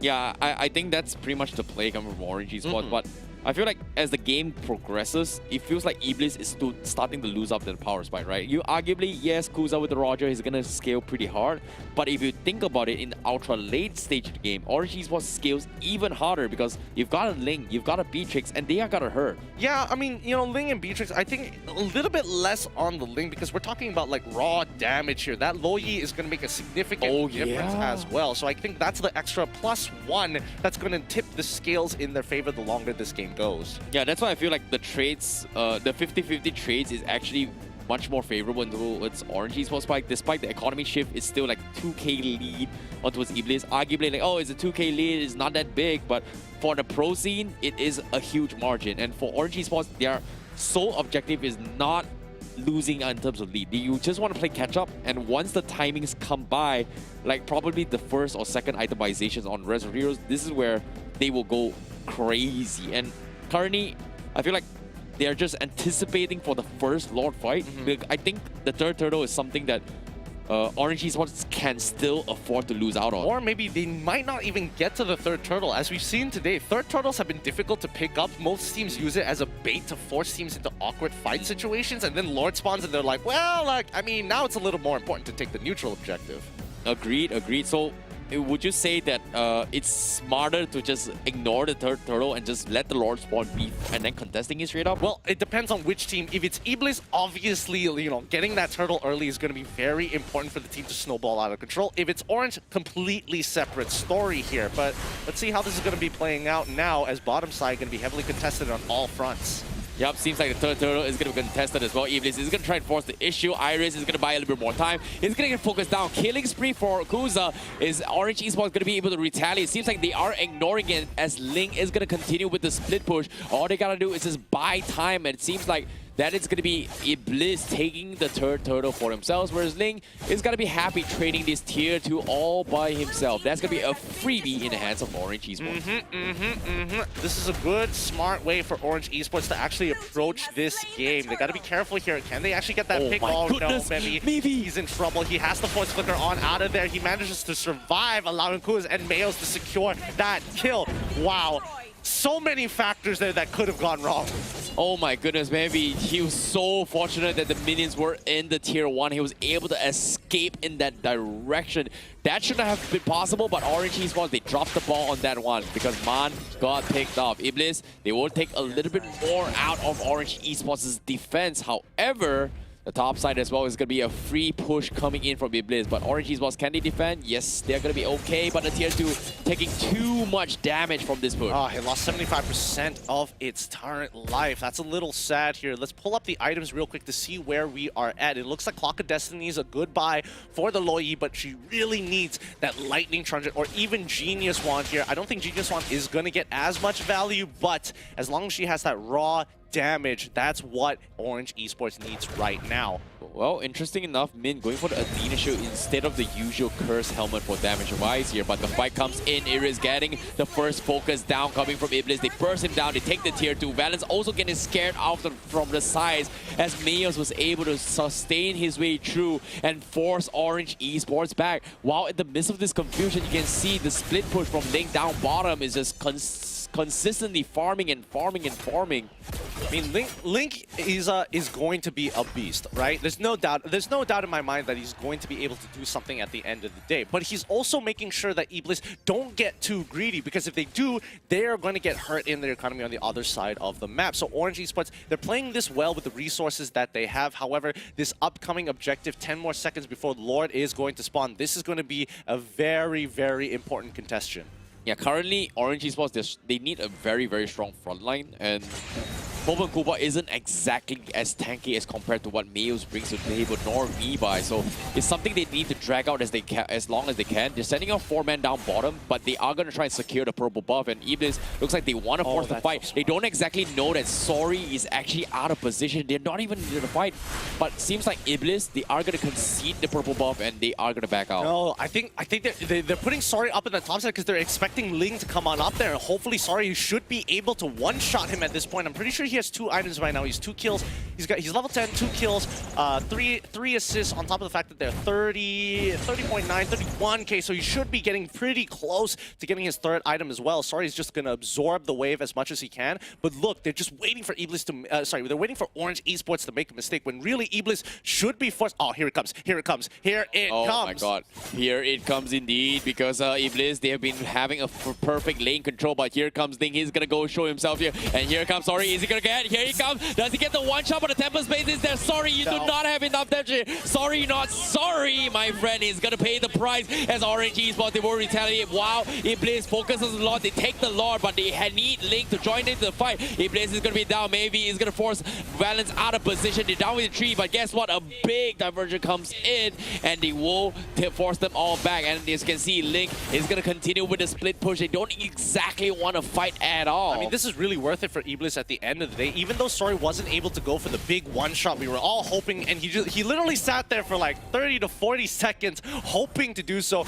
Man finally is able to get the Lightning Truncheon. He's got more than enough damage in these upcoming fights, so hopefully EBLZ is ready for that. But even if we look over to the side of Beatrix Valens, he's already got the Blade of Despair early on. He's also got the Demon Hunter Sword. He's got damage for days. Yep, seems like now the ejector comes in, they catch on towards Min, and he's not going to be able to do much. Loi is going to get focused down, Min is going to get bursted down, and that is going to be the Beatrix down as well as Popo and Kuba, whereas the rest of Orange Esports going to get focused down, and that is nothing they can do. They need the damage. The Lord is knocking on the top side. They've lost 2. EBLZ only lose 1, and they can continue to put up their aggression. Tier 3s are exposed. Airray is going to be trying his best to defend against this, but it seems like EBLZ is going to try and chew a little bit more as they sync up with the other lanes, and that's going to be Kuza focusing in the middle turret, and that's going to be the middle inhibitor taken down. Bottom's going to be next, but Link is there. Does he want to commit to this? Kuza slowly poking his way through, half HP, and it seems like Orange will still manage to save their bottom inhibitor. Huge win coming in from EBLZ here. Huge win indeed. Levi managing to catch up Valens in the previous fight, put them at a significant disadvantage, and losing 2 inhibitors at the same time off of the first Lord of all things. Whew, this next Lord really, or if Orange Esports can defend it, they will be able to come back into the game. But for now, EBLZ just has to choke them out from the economy. Yeah, I agree. This is a very, very tough spot to be in. And currently, Orange Esports, what's the comeback for them? Well, Orange has to wait for EBLZ to make a mistake right now. They want the waves to start crashing into them. I wouldn't suggest, Kuz to actually continue pushing that bottom side. There really is no reason to.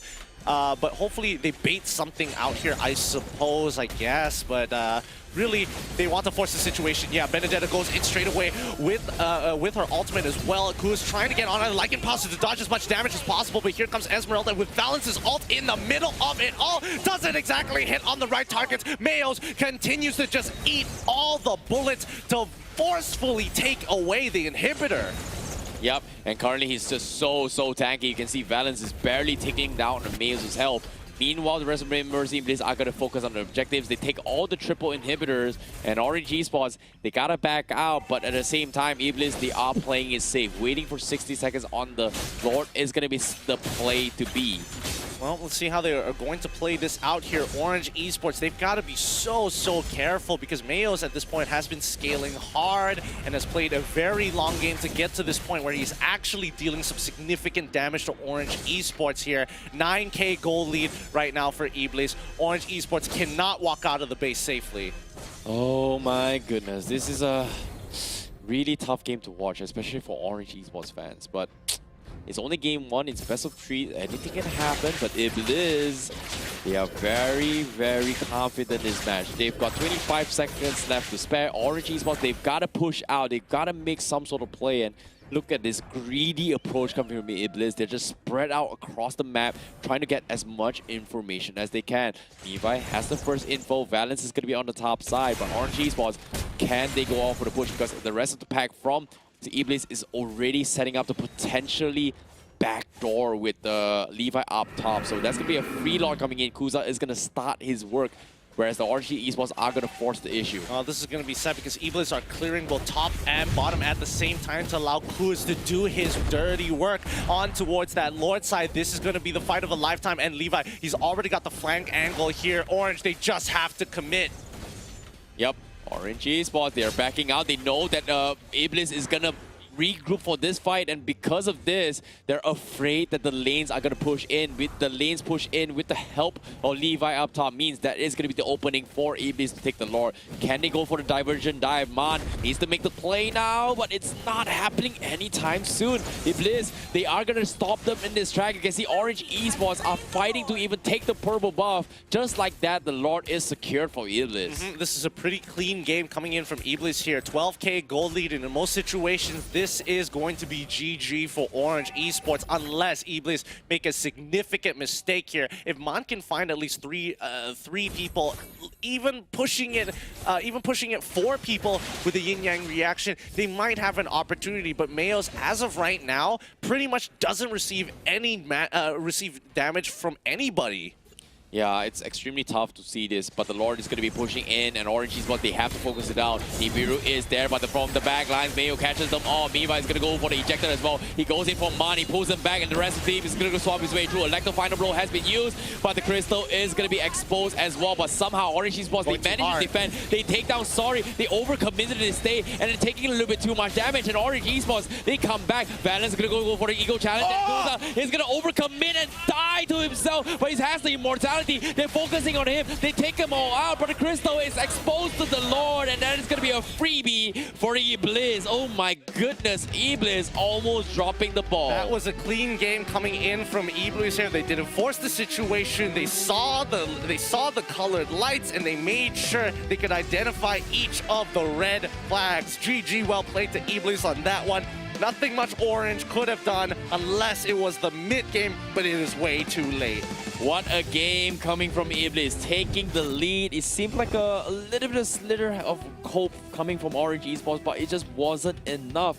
They had the damage, but they just could not find the positioning. Mayos on the Esmeralda was so hard to deal with. Oh my goodness. I mean, there definitely was a moment there where it could have gone all wrong. I mean, EBLZ kind of went a little hard towards the end. They got a little impatient, chasing people into spawn. Not exactly the best of ideas, but more importantly, Sorry getting picked off so early. Yeah, that was a big catch. But however, let's take a look at the highlights powered by Udo, brought to you by Cellcom. Let's take a look and see how it goes. You know, the starting fight, we can see Mayvi, you know, getting a little annoying, delaying Ling's farm was one of the bestest plays to allow EBLZ to kind of transition really well into this mid-stage game where they were forced to put Ling in a spot where he cannot actually join most of these team fights at all.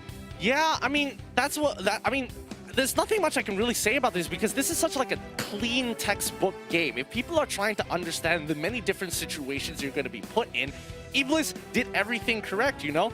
How to trade... EBLZ versus Orange Esports did everything correct. If you are defending against a team that is naturally going to be winning team fights, Orange Esports looking to minimize the goal differential by playing across the map. But when it comes to these bigger team fights, they have to be so careful where they choose to fight.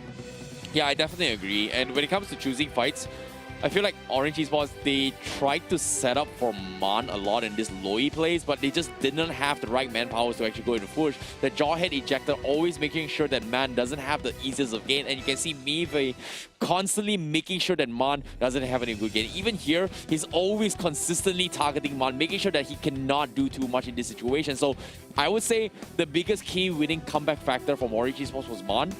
But at the same time, EBLZ, they've got their priorities pretty got straight up, and they played this textbook very nice. Yeah, I like the way that they play. I like everything that they did in this game. A lot of correct decision making overall, and you can even see it. Their itemizations, nothing too out of the ordinary. Everything you want in a team.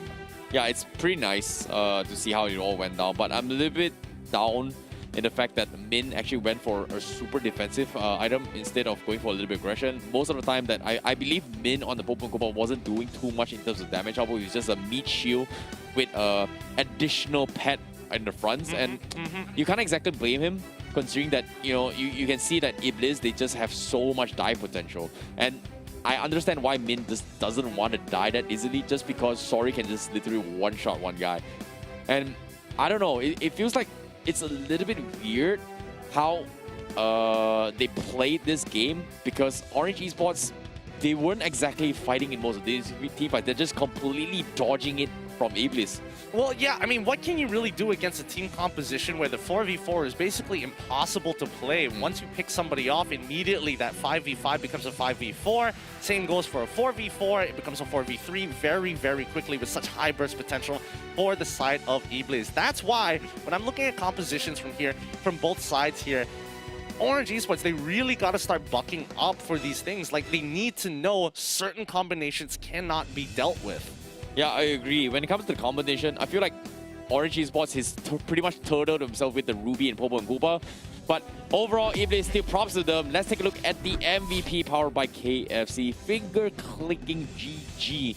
It is going to be Kuza, the Roger, the MVP. Undeniably, just completely shredding the backlines of Orange Esports. Kuza just played a phenomenal game in this game. Yep, I mean, he was doing everything correct here, just making sure you're shredding through people. Once he had the immortality, it just made it even more reason for him. And towards the end, he realized, I actually don't need this much damage. I bought a Scarlet Phantom. I don't need this anymore. I'm just gonna sell it off, repurchase my Brute Force breastplate, go back and dive into the fight.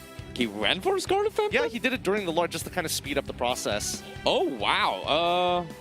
I didn't see that, but that's pretty cool. That's a pretty neat trick that we kind of missed off. But okay, Kuza, no, you've earned my respect. Prioritizing on the itemizations a little bit more. That was something that I actually missed, but wow, that was a good spot. Yeah, well, now, for this game too, I think, you know, blue side definitely had a lot more of an advantage when it comes down to the draft here, but it's something that Orange Esports needs to start picking up and learning quicker rather than later. They've got the right ideas. They're looking at the game correctly, making the right macro decision making, and also having some actually really good plays. You know, Iris having some really good pickups onto Sorry when you wouldn't have even expected it. Yeah, I definitely agree. That's the thing, right? Like, Sorry playing the Eudora, we were expecting a little bit of a Jawhead combo with Aurora, but they tried it out in the first few games, right? Where the first few minutes where Orange Esports was in a situation where, hey, we don't want to fight into this, but the moment they make the decision to kind of trade 50-50s and dodge the fights against EBLZ, that combo didn't exactly work out. So I like the call that Sorry kind of sent himself all by himself, tried to challenge against the Ling there, and it just doesn't make sense for me. But I don't know, it feels like a very easy game coming from Iblis, and personally I feel like the drafts was a little bit too defensive coming from Orange Esports. Well, I think it came down to just a couple of mistakes. So you guys at home, you can't make this mistake right now. If you haven't heard about the official digital telco, you do, that's already helping us out at the MPL MY. Why not switch on over here today? Scan the QR code down below and earn yourselves 100 free diamonds if you are switching and joining Udo for the very first time. Yep, agreed. Please do note that this is only applicable for Malaysian telco. So please sure if you are not a Malaysian telco, unfortunately you will not be able to enjoy this privilege. However, if you're a first-time brand new Udo user, you are going to be able to take yourself some 100 diamonds. However, let's take a look at the audience prediction. After Game 1 is on its way with a little bit of a sweet victory coming from Iblis, the prediction has kind of shifted a little bit in favor of Iblis, but still, majority still from the side of Orange Esports. The stocks are rising for the side of Iblis, and I can smell a hot rise even more if they're able to take a 2-0 against Orange Esports, but they're not going to let that happen so easily. Now, I'm very interested. Hopefully once we get into the recap here, we can see the draft a little bit better. I want to particularly pick on where exactly they went wrong when it comes to the banning phase, because again, it felt very standard, very expected from either side. Nothing too out of the ordinary, nothing like GEEKFAM, nothing like Red Esports for sure, but they got the weirder picks in the muddle of the mix. Okay, I think the picks was kind of weird in the sense where they could have went for something pretty straightforward. I mean, what else could they have gone for? I think overall, Orange Esports, when it comes to the support draft, I kind of actually liked it. However, it really came down to that bottom fight where they got caught off a little bit more, ending up giving 3 kills over to Iblis, and they just held on to that lead throughout the game. Now, that's the thing about the drafts, right? Like I said as well, is Orange Esports, they played a very defensive draft. You know, from the get-go of the draft, they had to play around defensively, try and buy time for Man to go in for the setup. But every single time, Man was pretty much being focused down from the side of Iblis. So that just makes it so hard. And you can't exactly blame him for his positioning. If you think about the final picks coming from Iblis, they final picked a Benedetta, which can very easily single-handedly zone off Man all by himself, alongside with Mivi with the Jawhead. So it's extremely hard for him to set up. And I feel like when they picked the Beatrix, they were hoping to match up with the Benedetta, but it just didn't work out. Well, I mean, Levi made sure that didn't really work out. I mean, they were putting a lot of their eggs in their baskets into Valence, actually trying to hard carry the game once Lynx is, you know, trying to maintain that gold lead overall. The support picks from Min and Man, I think this is absolutely fine. You know, they had a great early game. They were able to actually defend against Iblis for a large majority of the game. And then when it came to mid-game, where we expected the shift in power, Iblis was the one who came up on top in that bottom interaction, and unfortunately, Orange Esports doesn't have a lot of playmaking capabilities with the lineup that they have, except for maybe Iris, but even then, you're hoping super, super hard that they're going to play around his lane. Yeah, I definitely agree. And I don't know, it seems like Ling not joining the fight just didn't work out, but whenever Ling joined the fight, things seems to kind of work out for Orange Esports. They were able to get a couple of trades, get a couple of objectives, but I feel like overall, the easier draft or standard drafts coming from Iblis from this game just swing in their favor.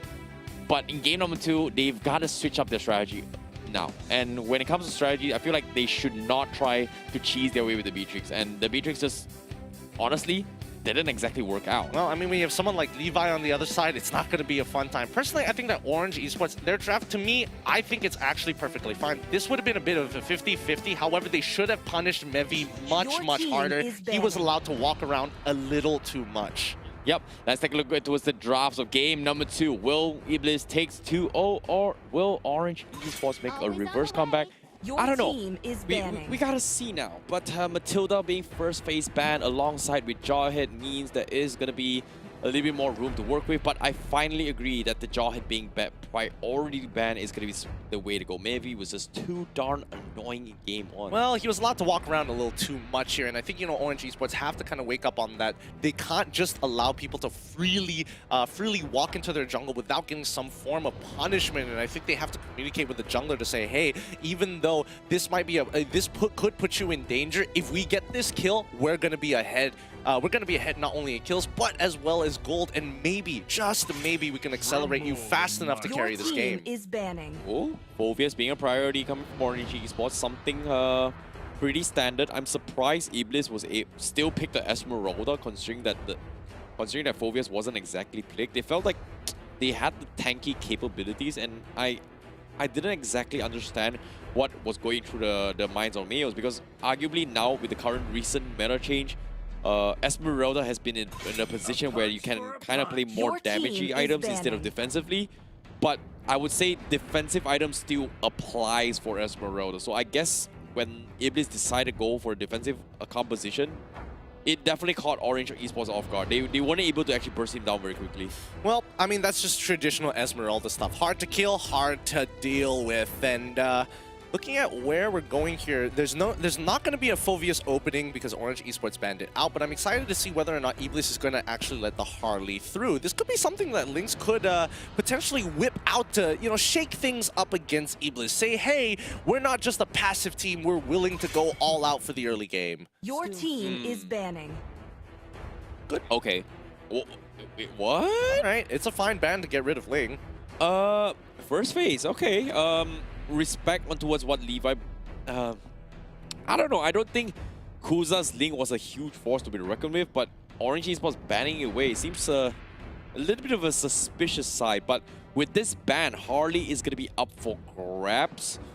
Xbox also going to be up for grabs. Hayabusa also going to be a very, very top tier pick for both those teams. So I don't know. Even this, you've got to decide who do you pick your poison. Who do you want to ban? Hayabusa being the priority ban means Orange Esports is in a comfortable position to take the Harley for themselves. Yep.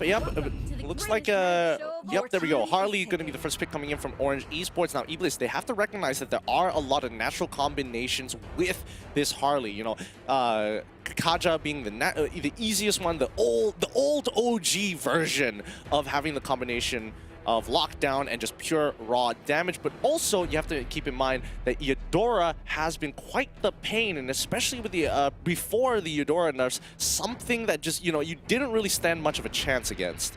Not gonna lie, EBLZ, they can still stick with the Eudora, but to pair it off, they can also pick the Saber and the Cho if they want to go as a comparison between the Kaja.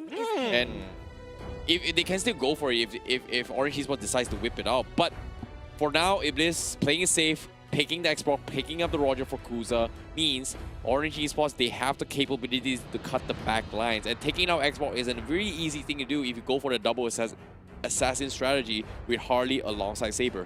Kind of interesting here. I was thinking more along the lines of whether or not they were looking for getting something for Levi. I just didn't expect the Xborg of all things. Maybe another Benedetta would have been fine, but you know, Orange Esports, they're going to be locking in the Benedetta themselves as well as the Farsa. So they've got plenty of damage on the table and, you know, a little bit of control in the side lanes. Let's see how EBLZ is going to respond to this.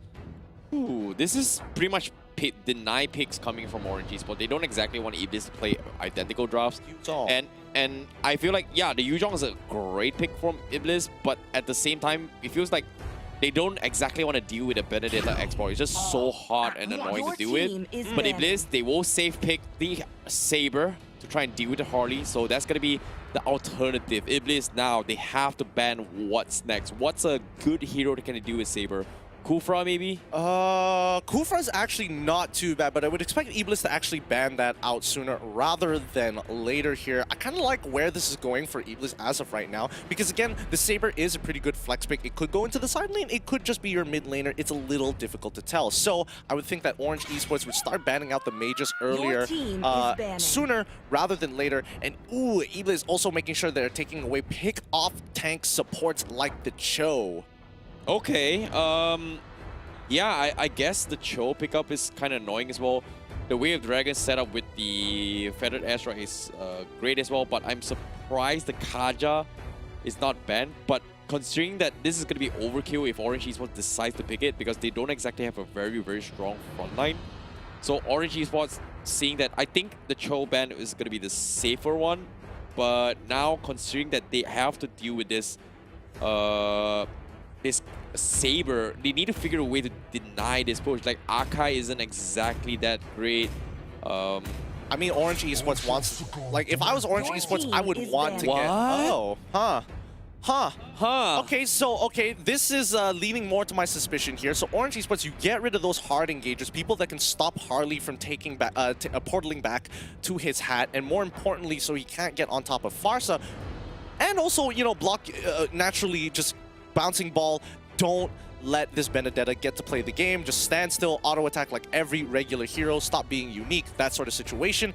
I think that Orange Esports might still hold up for Eudora actually. Yeah, I think Eudora is okay, but Selena is something they can easily deal with the Farsa. So if Iblis decides to go for it, and which they can, technically they need a mage up on Iblis. So, I don't know, it feels a little bit suspicious to see the Kufra being banned. They might be, you know, going for a couple pocket strats. I don't exactly know what it is, but Ruby being banned is going to be the safe play coming from Iblis, but I don't know, this is kind of suspicious for me. Like, I don't know what Orange Esports is thinking about this Kufra ban. Well, I mean, they have their reasons. I think they just want to lean more towards that mage side. Both Min and Man can easily do that. Link's a really good jungler at the end of the day. There we go. Kagura also getting banned out, making sure that every hard engagement will be stopped. So any kind of disengage here doesn't seem to be the way that Orange Esports wants to handle them.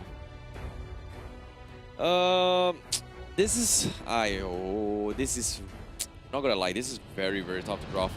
Like, Iblis, they can still go for the double combo. Eudora is something that actually works well with them. But at the same time, they need somebody in the front lines. Glue looks kind of nice. Trying to deal with all this. Like, Glue can actually sustain his way through, but they are gonna go for the Sylvana. A little bit more of a catch potential to catch the Harley, make sure he cannot exit. And likewise from Farsa, and honestly, I like it. I like the Sylvana pickup. I'm pretty sure Iblis is going to go for Esmeralda as well, unless Orange Esports steals that away right here, right now. Do they want to go for the Esmeralda pickup? I mean, there's no reason not to, because basically they've shown their hand, and no matter what Iblis decides to pick, if they decide to go for Balmon, it's kind of counterintuitive with what their composition wants to do, right? Because they want to go for that big burst. There we go. Esmeralda for the side of Orange Esports. Nicely done. Yeah, that, all right. You know, getting a little bit shields from the Sylvana does contribute a little bit more. So with that pickup, it does make a lot more sense. But what's going to be the final pick? Seems like it is going to be the Rafaela. All right, now it makes a little bit more sense. They don't exactly want to be caught out with the Kufra combo. So having a little bit more mobility is going to help them out. So Iblis, they have to get the perfect catch if they want to go in for the one shot. But however, when it comes to front lines, what's great at keeping up? And we have seen a couple of games where Hylos has been picked up, but I don't think the Hylos scenario will be great here. Maybe even Angela pickup is not that great as well if they decide to go for the counterintuitive against Rafaela. Estes matchup is actually not bad, you know? If they decide to go for the Estes Xbox frontline. I don't know. This Sylvana could go into the side lane. It could go as a support. It really, to me, yep, he's going into the side lane. Playing safe. Oh boy. Selena pickup matchup for Mons or Farsa. That's definitely the safer pick. Okay, so Mevi is going to be the one playing the tank support with that Sylvana. Sori is going to be in the mid lane with this Selena. Mayos is going into the gold lane. It's very highly punishable though. So at least Orange Esports have a very clear form of attack on Iblis' side. Yeah, they are going to rely on Link just completely shredding his way through. But now, the draft has been on its way. They have selected it. Seems like Orange Esports, they are much more prepared in game number 2. With the Rafaela being brought up, the Harley going to be carrying the game. Is this going to be their comeback? We shall see, because as of now, Iblis, they won't double down in this game with the Saber as the assassin, with the double assassin strategies, with the Sylvana, try and catch them off guard. Iblis looking solid. Can they get a 2-0? We shall find out, because we're heading into the land of dawn. Ladies and gentlemen, this is game number 2 between Iblis versus Orange Esports. All right, let's see the openers here. Where are they going to start? It looks like Harley is going to immediately jump on towards that purple buff side, and the same goes for Iblis. Now, he's got to path very, very carefully. They need to protect Mayos until he hits level 4. Then he has a little bit more relevance in towards this game. In terms of harassing power, Orange Esports pretty much got that down. Yeah, they can do a lot in terms of damage as well, especially when Min is going to be able to regenerate whatever harassment is being dodged out. And look at this, they are just already poking onto Miva as well. Sorry, just like that, they need to go for the regeneration. And Orange Esports know this, and oh, another harassment. The arrow comes in, not going to connect. Just so unfortunate, but wait a minute, is the retribution being used? Oh no, this is not looking good. This is not looking good. How did Valens die there? How did he die to Mayos out of all people? What went wrong? 1v1 solo ego challenge and lost. Straight up, you know, he's got to execute on Mayos too. Oh no, that's a huge mistake already. And first blood bounty already up on the screen. Quickly grab it while it is still hot. And you know, maybe grab some snacks along the way. If you have the KFC app, might as well use their promo code POWERUP to earn yourself a 30% discount. Yep, great stuff coming in from KFC. Be sure to get yourself some cheap deals. However, speaking of a cheap shot, I don't know what kind of cheap shots that Mayos do, man. Like getting the first blood right from the get-go, bottom side, it's actually baffling me. Well, look, this is what we were expecting here. Mayos immediately getting punished there. EBLZ just let it happen. They're like, you know, whatever. We're expecting you to come down bot side. We're not even going to bother to rotate on your side. We're just going to literally sit under the turret. Something, yeah, it's a little sad to see, but sorry. Now having to try and defend this. Hopefully he can pick up Mon, but the Wings by Wings gets him on out of there. Sorry, can he land at least one of these Abyssal arrows? Unfortunately, no. The mobility from Valens is too much, but top side getting hard dove. Min and Mon biting the dust, and Kuz, great finger work there, managing to get the damage with the Lycan Pounce, but not taking a single damage. Mayos is going down once again. More kills for the jungle. Oh my god, it's just a bloodbath of trades coming from both these teams, but EBLZ, they will take the lead in terms of kills, but economy-wise, Orange Esports is going to take it. But with this turtle, hopefully they will be able to play catch-up. Yes, they will, and they even the scores for economy. However, take a look into what Orange Esports has brought to the table. Just because there is a Selena, there is the Imperial Justice coming from Mivai, they've got 3 Purifies in the hands of Orange Esports. 1 on Iris, 1 on Mon, and 1 on Mid. That's a little bit of a overly defensive strat coming from Orange Esports. I mean, EBLZ wants to play pick-off, right? That is the name of their game. If they get the pick-off, they win the game. Simple as that. So Orange Esports is like, okay, there's a battle spell that gets me out of pretty much all those situations when it's up, so why not? Yeah, I guess, but Miva is going to be having a happy time, honestly. He's just going to be able to lob one over. And by the next ultimate is up on Mavi, he's going to be able to catch guaranteed because the Purify is going to be on cooldown. So, I don't know. They have to be very cautious of their battle spell coming from Orange Esports. I mean, it's coming back up right about now. It's like, what, 4 seconds on both? And oh, here we go. Maybe he's going to take that damage. He's going to just have to walk away because it's a little too much to handle. Mayo's taking the full brunt of the feathered airstrike. And once again, Orange Esports try to maintain the tempo. Oh, that was a little bit of a mistake coming from Mavi. He messed up and Mayos tried to go in for salvage, but looks like they are going to try and force the issue. Sorry, going for the one-shot. He trades Valens and he's looking for more, but instead, Ling will pick the rest of the packs here. As Sorry, he's going to be left all by himself. And just like that, a double kill for Ling. On the contrary, on the top side, they finally take a trade out, but Iris is just so tanky. This is so funny to watch because you can see both sides actually making the blunders here. Both Orange Esports and EBLZ, their side laners are just like, you know what? It's going to happen. I might as well speed up the process here. Mayos, he's taking a significant amount of damage, but manages to play on the edge. He's going to die once more to the Deadly Magic. Triple sweep doesn't even matter. When is somebody going to do something about this? This is bullying. This is active bullying. I agree. The Purify from Mon is just so annoying to deal with, and every time he tries to go to triple sweep, they just Purify out of there. It seems like Mayos is not going to have a good game. Seems like the Purify strategy is the way to deal with the Saber. But let's take a look at the itemizations here, because as of now, they catch on to Valens, they go in for the focus. Can they finish him off? Yes, they will. Kuza is going to be joining the pack, but Iris is just slowly soaking into the shields of EBLZ as they're taking too much and they have to back out. Oh, man. Oh, man, they had to have some kind of agreement here. No, Bevy, is he going to go down? No, he manages to hold on strong, and Levi forces him out with his pressure. Link's trying to take this away with Min and Mon there to support him. Is anybody from EBLZ actually going to respond to this? No, they're just going to hard farm the entire way. Yeah, they just can't do anything about this. Like, the Benedetta is so annoying. Valens has died 4 times. He's not a big significant factor, but Mon and Iris has been the front line for the team. Ling has been trying so hard from side of Orange Esports to just completely push the them back. Now here comes the triple seed, and Min just walks out, and guess what? Hardy is there to set it to play, but this time with the assist of the rest of the pack of EBLZ, they go in for the full swap, and they take them all out. This is great. This is great. The Purifiers are really funny to watch. Ifrit and I coming in from Valens manages to dodge the Abyssal Arrow this time round, and EBLZ, they're like, no more. We are done with your annoying Purifier. We're coming in for the full commitment on these fights. You wanted a bloodbath? We're gonna give you one bloodbath.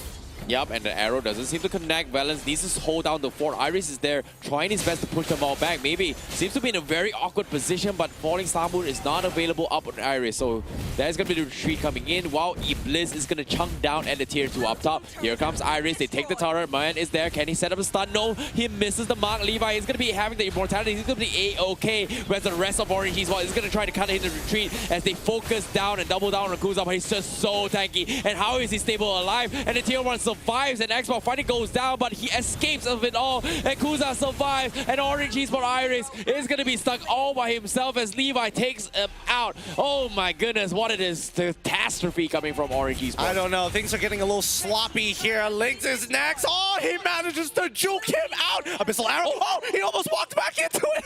That would have been so great if he did, but no. Orange Esports is like, no more kills. We refuse to sacrifice our members for the greater good. Oh my goodness, what a sick play coming from Ling. Ling is trying his best to actually salvage some of these fights where Orange Esports kind of messed up. But EBLZ seems like they're giving him a very, very hard time as well. But as of now, Orange Esports, they need to take the outer turrets here. Tier 1 is pretty much pretty low on the top side, but Levi is still keeping the tower alive. Nope.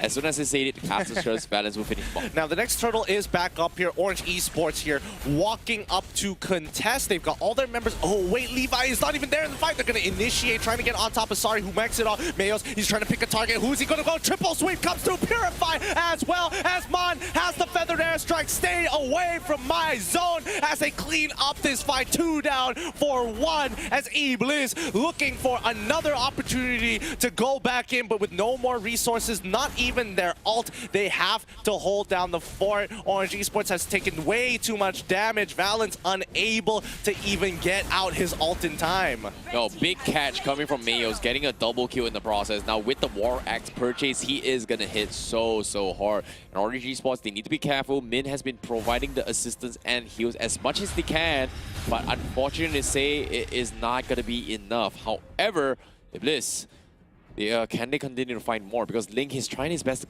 try and slow down the tempo, but the late game potential, they don't exactly have a dedicated marksman from EBLZ, from Orange Esports. They don't, and Mevi finds the catch up to Link Airs. He can't get out of this. The deadly magic, he's just going to try and kill him in time, and yes, he actually successfully does so, taking out Mevi in the process. Feathered airstrike from Mon is going to clean up this fight. Sorry, tries to hop over the wall. It doesn't work out. Mayos! Oh, he thought he was in the safe zone, but instead gets hit by the artillery. Oh my goodness, Kuza on his last health walked out in the entire range of feathered airstrike and not even a single one. That is so fortunate for him.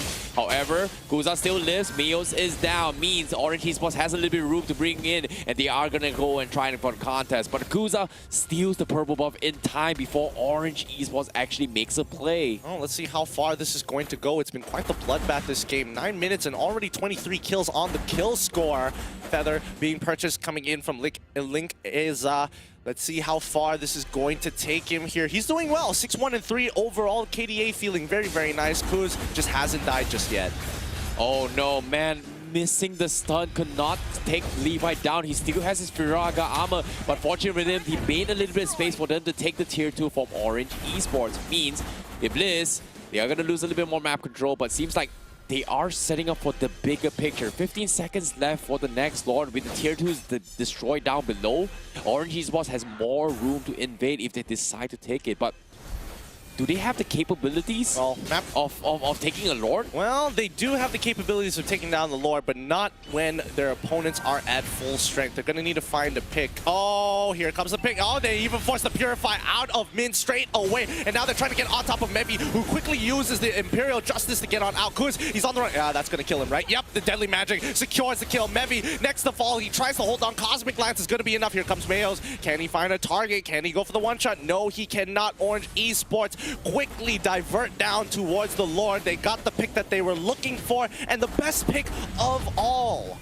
Yeah, I definitely agree. Ling has been playing so well in this scenarios. Levi now is going to get stunned up as well. Valens is going to try and harass his way through. He's got the immortality, but the Lord is dropping down low to the 20%. Levi is trying to go to best as well, but no, the Lord will be secured from Ling. He drops down low, but the EBLZ, they are going to go for the full retreat. Valens going overextension here. Sorry, needs to be careful, but the purple buff will be secured in the hands of Kuza. They're trying to protect it, but the Lord will be secured from Orange Esports. This is the retaliation that Orange Esports need, whereas EBLZ, they have to find a way to defend against this bit.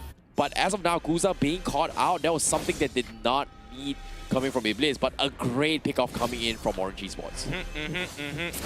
Oh, okay. Link Erza just purchasing the Holy Glaive as well. He's got more than enough damage. The amount of Abyssal Arrows that have been connecting is kind of ridiculous now, but Mayo's one-shot Barca there. Good to know that his damage is relevant. He tries to get on out. He's going to wait. 2 ultimates being used by Orange Esports. EBLZ, they can actually try and turn this around if they wanted to, but they got to deal with the Lord first. Once they get rid of his, if they could force a fight, that'd be great. There we go. Valens, the next to fall. He's just a magnet for these arrows as Levi comes in hard, but doesn't get connect with the combo with the Imperial Justice and last Insanity. Now, with no more resources, they gotta back out of there. Mevi, you can't just keep on doing this. Sorry, getting some good damage onto Min as of yet, but Orange, they've got to back away. The power play is done. You don't need no more. Oh, what a turn of events here. EBLZ, they get the biggest catch of the fight. Miyos with the opening pick, but now Kuza is going to go for the kills, but here comes Harley. Ooh, that's gotta hurt. Daily Magic, how much is it going to hurt? It's going to be A-okay, but as of now, Orange Esports, they have to back off. You know, Miyos, you know, being able to one-shot Man,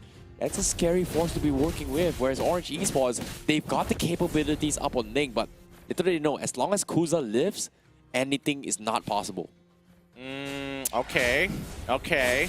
Looking at the items here right now, and so far, so good for everybody. Mayos, he's got plenty of damage in his kit. Anybody who doesn't have a Dreadnought armor at this point is going to be at risk of getting absolutely destroyed. Even like Eza, he's like, yeah, I'm getting an Antique Cuirass. I do not want to die straight away from this annoying combination. But Levi, they forced him out of his Firaga armor, and they're even going to break his immortality. This could be it for Orange Esports. Maybe we're trying to tie up that score. EBLZ turns it around. He already trying to go hard with the Imperial Justice because he's already hit by Daily Magic. He's gone. He manages to dodge the damage with the help of the Lycan Pouch. Here comes Mayos finding the target of the lifetime. Mevi is down. Lynx is down. Min is down. They continue to push on forward because he wants more blood. Lycan Pouch wants more. Iris, run away, my child. The big bad wolf is chasing you down. Sorry in the backline to make sure Valens doesn't interfere with this 1v1. Oh, it's not over yet. Iris is pretty much trapped all by himself. He's getting poked slowly but surely, but here comes Sorry. He goes for a trap. He goes for the triple sleep. Miles, does he have it?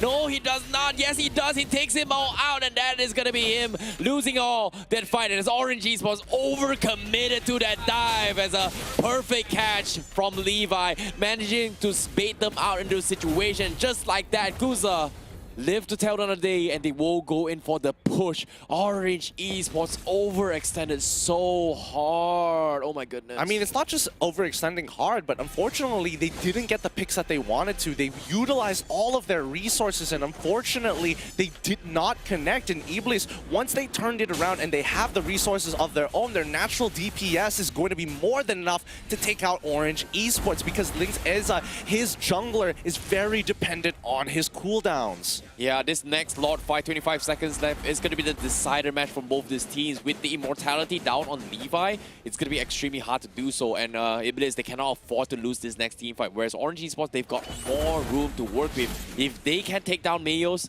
that's going to be the game to play. Because as of now, he's going to be the key winning factor for EBLZ. Now, Neve trying to bait a couple of reaction. The arrow comes in. One very quick reaction. Yep, force out those purifies early. That's what Sorry's main objective at this point is going to be. He's going to keep throwing out these abyssal arrows, and if he can, you know, force out Orange Esports to use at least one of the purifies, he can tell the rest of the team, okay, we're ready to go in hard.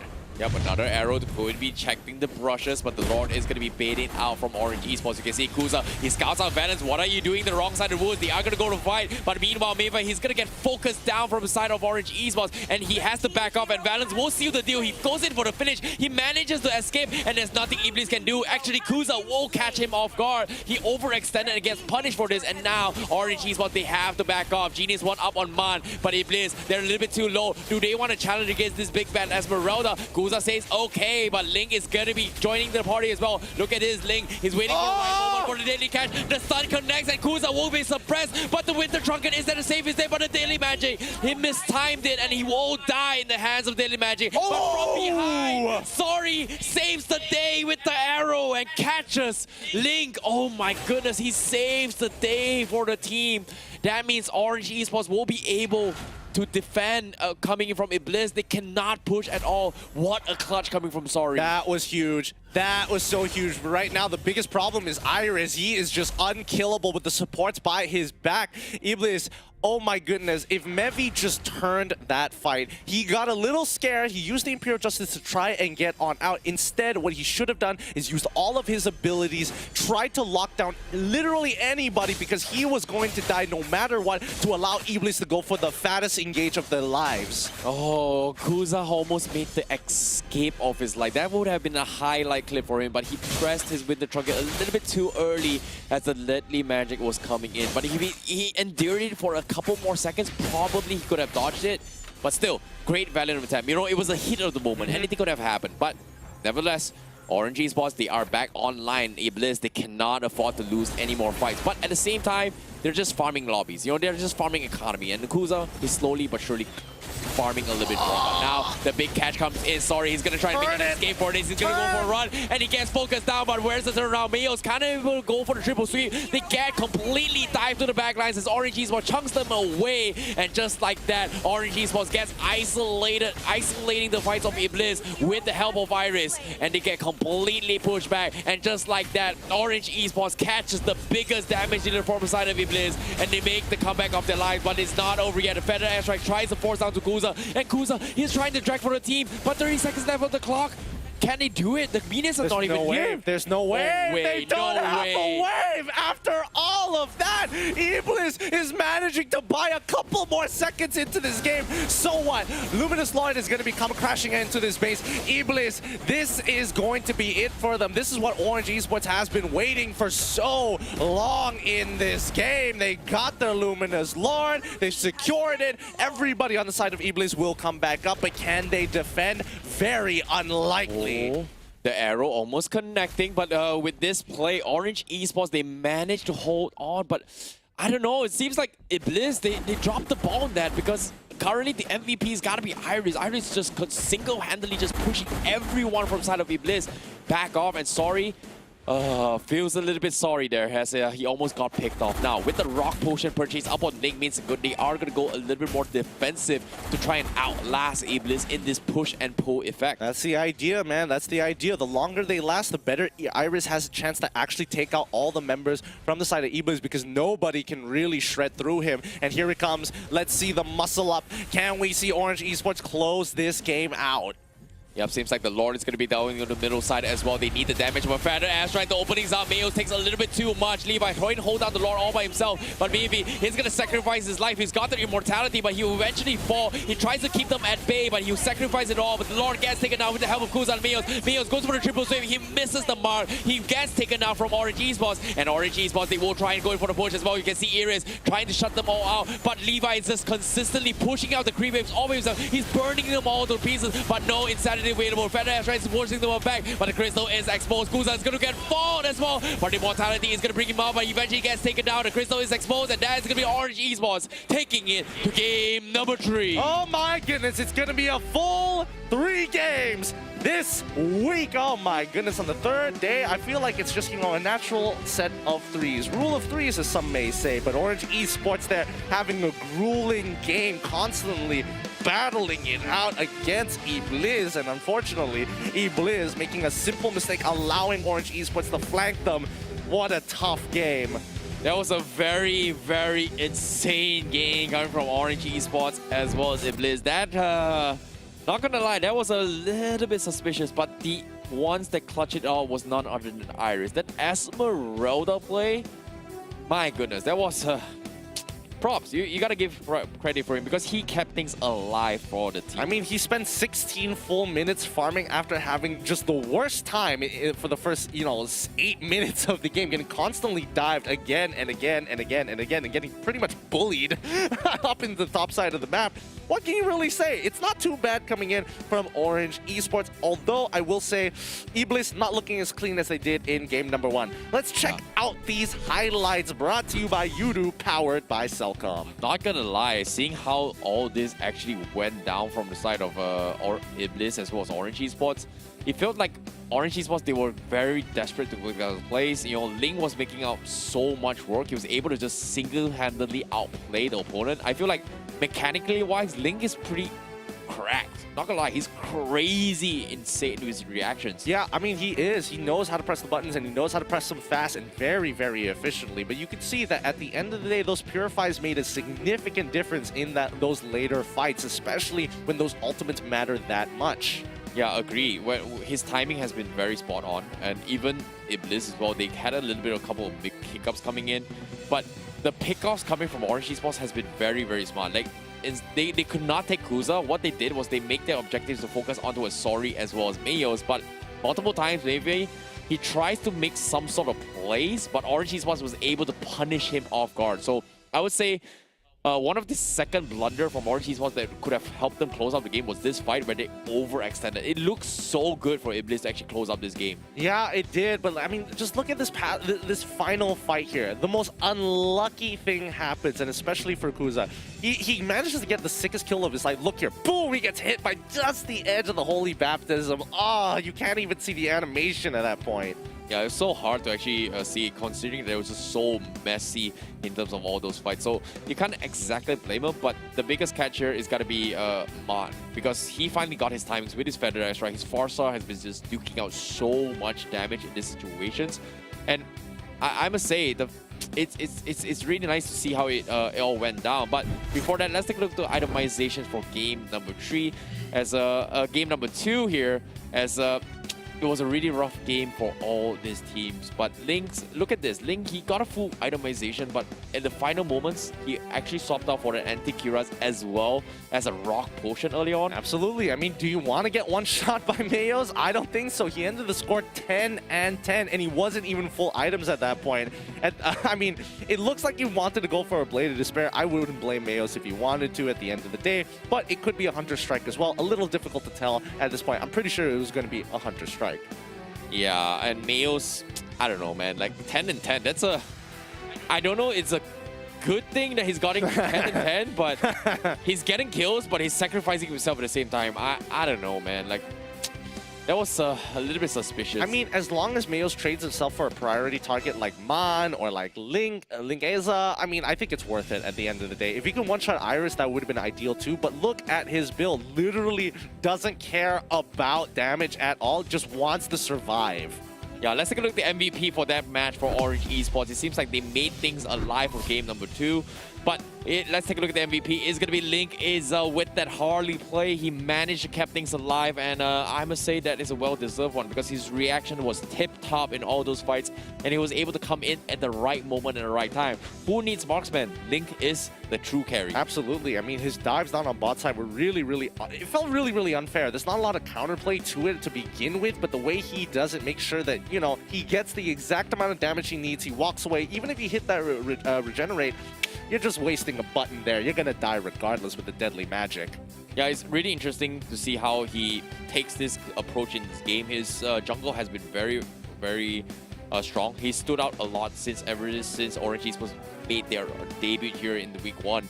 And currently, Link is he's got a very strong multi-role. Hayabusa is something that I believe they do respect as well, coming in from EBLZ, considering that they prioritize the ban onto him. And Harley being sticked off is something that I think EBLZ has got to realize it as well, considering that 2 OP picks kind of slid off in game 1 and game 2. First one being Jawhead, second one now Harley. Props to them. Well, props to them indeed, guys. Oh my goodness, these games have been absolutely insane, and it just keeps on getting better. We haven't even gotten to our final game of the day, but we're going to go on a short break, and when we come back, you know that it's going to happen. Now, MPL Malaysia Season 8 is powered by Moonton, powered up with KFC, refreshed by Rexona Man, official digital telco, Yudu, partners in esports, TikTok, Secret Lab, and esports shots. We'll be right back.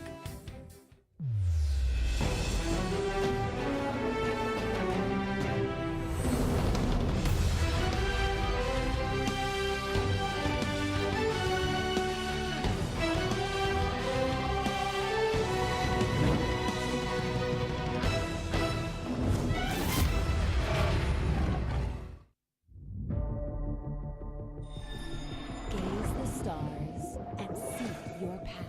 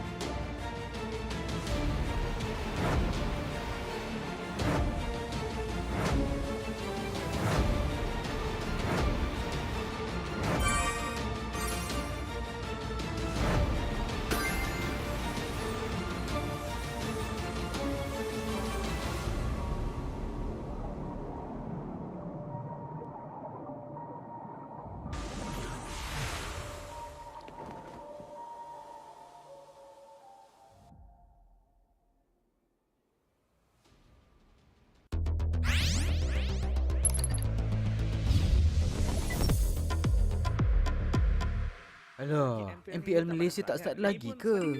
Hei, swipe TikTok dululah. Ini gaya aku. Ini gaya Todak. #langgar. Wow. Stop, homies. Ini gaya oi. Yeah. You moving underground fire. Ray, it's my gun. Oh. Ini gaya GEEKFAM. Tunggulah, gaya iblis. MPL, we are back. Wah, sakit. Inilah gaya RSG. Oh, mantap. Inilah gaya iblis.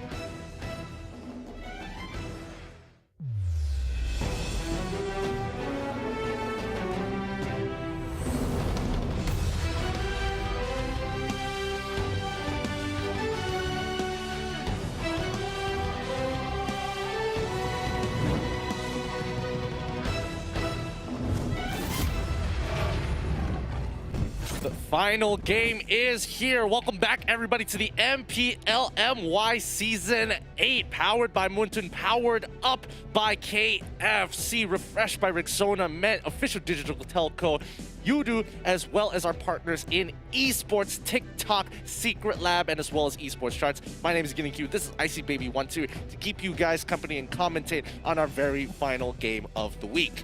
Not gonna lie, Gideon, I'm gonna take a little bit of a slow step here, try and process what exactly happened in Game 1 and Game 2. Yeah. Honestly, I was kind of confused on how they actually lost from EBLZ and how Orange Esports won was actually a pretty sick play. Not gonna lie, Orange, they pulled all their pads in the basket from Game number 2 to make their comeback. Means they're keeping their dream alive. However, taking a look at the predictions here, I think Orange fans are gonna be very happy on how it happened. Game 2, for them to shift a little bit more into their favor means there is a possibility that Orange Esports makes the 2-0 reverse comeback. Maybe indeed, because Orange Esports stocks are looking great and the fans and also are starting to agree. EBLZ is falling off a little bit there, but we'll see at the end of the day. Looks like Blue Side has the significant advantage when it comes to both of these teams. And now that EBLZ is back on Blue Side, you know, you never know. It might be another clean game like we saw in Game 1, but for all we know, these teams are getting desperate and very, very hungry to go to dinner. We might get another Game 2. Yeah, if you're looking for some dinner here, you can always get yourself some KFC delivery, man. I ain't gonna lie. But now, let's take a look at the recap on how Game 2 went. Honestly, I felt like EBLZ had a better draft to a certain degree. Maybe the Sylvana pickup wasn't something that they wanted to do. It's more like a defensive play. The triple purify was very hard to deal with from Maybe as well. He couldn't exactly catch anyone alongside the arrow, so it's extremely hard for them. Orange Esports played it extremely smart in that sense. But I feel like the Esmeralda pickup into the Sylvana was extremely smart because if you think about it, Iris was pretty much unkillable thanks to Sylvana. Well, yeah, I think a lot of it has to do with the combinations in between. Well, a lot of the combinations between the two, but more importantly, Orange Esports, as long as they figured out like, oh wait, Mevi's the guy who's forcing us to use our Purifies as well as Sari. We can dodge Sari's Abyssal Arrows, but it's a little difficult to dodge the Imperial Justice. Not a lot of time to react, and it's not like we have flickers anyway. We need to make sure we have our Purifies for Mayos at the end of the day. So, once they figured that out, EBLZ started to crumble. But I'm more surprised about the I don't want to say, I don't think it was the sloppiest coming out of EBLZ, but the desperation from both of these teams to force a play. Now, let's jump over into the draft, and hopefully we get to see a cleaner game. Yeah, and seeing how Game 1 and Game 2 went, you know, both of the teams actually won with the Benedetta in hand. So having the Benedetta kind of made things a little bit hard for each other, and it's extremely hard to play that. And you have to give credit to Balance as well. He was able to just completely cut the back lines, and it's something that I want to pay attention more from Orange Esports if they decide to go for the Benedetta. I don't think either of these teams actually realized the power of what Benedetta brought to the table. It was not because of the kill potential, but on how nimble they were. Well, I mean, a lot of factors could have played, but once you reach, like, you know, the 20-minute mark, I think it really doesn't matter. They were just punching each other, and they were seeing which one had more life in them to punch out of the bag. Now, EBLZ, I'm guessing, I'm going to call it now, I'm pretty sure it's going to be relatively around the same types of bans. The Phoveus for the side of EBLZ, Matilda for the side of Orange Esports. I wouldn't be too surprised if EBLZ eventually bans out the Harley at some point of time, but they have to consider, Orange Esports, they have to consider getting rid of Jawhead. They don't want to repeat the same mistakes from game number 1. Yeah, Jawhead is definitely the hero they have to take it out. But from EBLZ side, if they want to face against Orange Esports, I feel like the two heroes they need to ban is definitely going to be the Hardy and Hayabusa. Ling is just too good at those heroes, and it's something that they've got to respect. We've seen how Ling was able to play in game number 2. He was just completely destroying EBLZ and outplaying them at all fronts. And even Mayos, he was actually out-juked despite having kill range in his hands. And I feel like Ling is just the better player in this sense, and arguably one of the most talented junglers coming into his MPL. Well, I mean, he is extremely new, and it's very surprising to see the level at which he plays at. But the question is whether his team can actually play at his tempo, if not, at the very least, clutch out as hard as him. Because one man can't carry an entire team, and in certain cases, yes, you can. But once you get into the upper echelons, and especially in playoffs, you see that become a huge weak link. Hey, who says one man can't carry the team, man? Like, once upon a time, you know, Mao carried Orange Esports to the top 3, man. That is a good point, but he also had the help of other people along the way. True, but back then, Mao, the other people weren't that strong. Really? Now they're so strong. And AIM weren't that strong backing up their boy Mao. I would beg to disagree. Okay. Your team is okay. You're right. Yeah. You're right. Think about it again, Icy baby. Think about it again. You're right. You're absolutely right. I take that back. I'm sorry, guys. Don't hate me for it. Don't worry. It's been a long day. Now, EBLZ, they're gonna again pretty much the exact same bans that we were relatively expecting. The X-Borg wasn't expecting it to be within first rotation, but hey, you know, a little bit of adaptation here or there never hurt anybody. Orange Esports, on the other hand, do they want to get rid of the Saber? I'm very curious to know. Just for the fun of it, you know? This is like, get rid of him. Done. Jawhead, finally. Oh, thank God. Okay. Hayabusa first pick in the hands of EBLZ. It seems like they have to take it for themselves. I'm surprised Orange Esports did not go for the ban.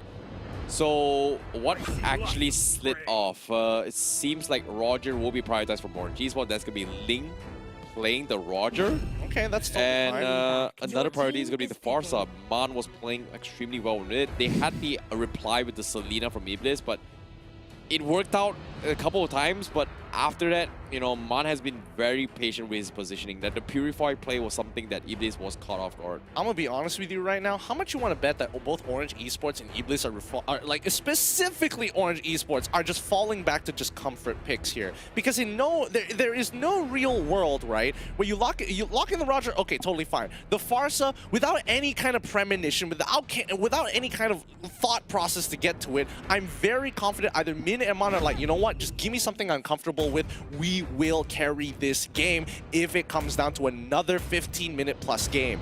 Maybe having the Ruby and Kagura priority from EBLZ, considering that it was banned in the previous game, means this is also falling back into their own comfort picks. I don't think this is super comfort coming from me. Really, they could have gone for Selena. They could have gone for Kufra if they really wanted to. Is banning. Orange Esports, they're going to be able to pick up the Kufra for themselves. That's not comfort picks for Orange Esports. Not gonna lie, that's not comfort picks anymore from either of these teams. They're picking up some meta picks, completely different from Game 1 and Game 2 now. I mean, these were the picks that slipped through, well, were banned at that point in time in Game 2. The Kagura, you know, the Ruby, as well as the Kufra, all being banned. Yuzong, once again, banned out by Orange Esports. No. That's how you know that both EBLZ and Orange have been playing against each other for quite some time. They're like, no, we're not letting this through. Yeah, the Yuzong is actually a pretty good pickup, and it's extremely annoying. And I agree that this ban should happen from Orange Esports.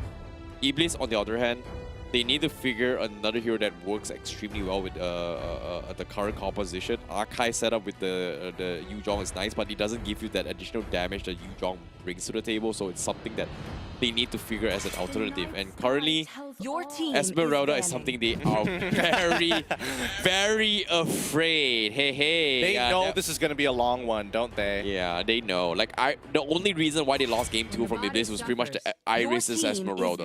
Orange Esports banning out the Vendetta, very understandable. I really hope EBLZ, come on, Levi, don't fall back into that trend of picking up Balmon. Show us your biceps, man. Flex a little bit. Show that lapu, bro.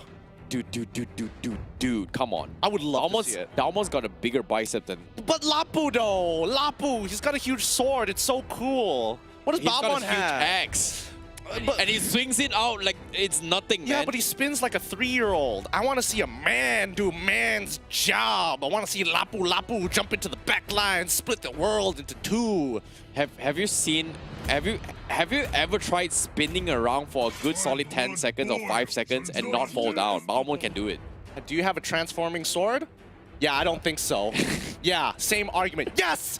Yes! Okay, get rid of the Balmond. Come on, let's show the big boy plays. I want to see it. I want to see the adult picks here. Show some responsibility. Show that high mechanical skill we know you have. Okay. Give me the big boy. Come on, come on, come on, come on. I don't think the Lapu Lapu will be picked. Honestly, I don't think they will. Well, I don't think it's going to be picked for Orange Esports' side because again, a lot of the safe picks are gone technically. So, what are you left with? They need a good side laner. Uranus is kind of okay. This Glue is something that they can't play into his comfort zone. Do it. It does dirty, get Lunox. a little bit annoying. Lunox side lane, not a big fan of it, but they can go for Glue. Let's go! Boring picks! Let's go! Dude. Baxia, let's go! Dude, it's a pretty straightforward. They need a magical damage. They need someone who's in front lines, and Uranus fits the MO. And why wouldn't you pick a Uranus in this situation for your Orange? Because, you know, Glue is just indefinitely better. Well, true, but Uranus... Okay, I like the fact that Uranus hasn't had a major change. But the only reason why Uranus kind of fell into the current meta is because Dominance Ice works very similarly as how the Daily Blade and Nicholas do run. So for a tank to contest with Uranus, Uranus can no longer bully the usual tank. So then why would you go for Uranus when you could go on for something like Glue, right? EBLZ, come on, do him dirty. Go to the Lapu Lapu. Don't be scared of this Uranus. Don't be scared, even though it's a bad matchup. Okay, I'll take Thamos. I'll compromise. I'll take the Thamos on this one. What about Tigreal? Tigreal, I'm kind of like, you know, a bit indifferent about it. I'm not gonna lie. Like, I wasn't expecting the Tigreal, but it's like, it's a nice, you know, consolation prize. You know what's a good replacement for Tigreal? Jawhead, you know? Like, Jawhead is banned, but I guess having Tigreal to go in for the Injector or Pool kind of works very similarly.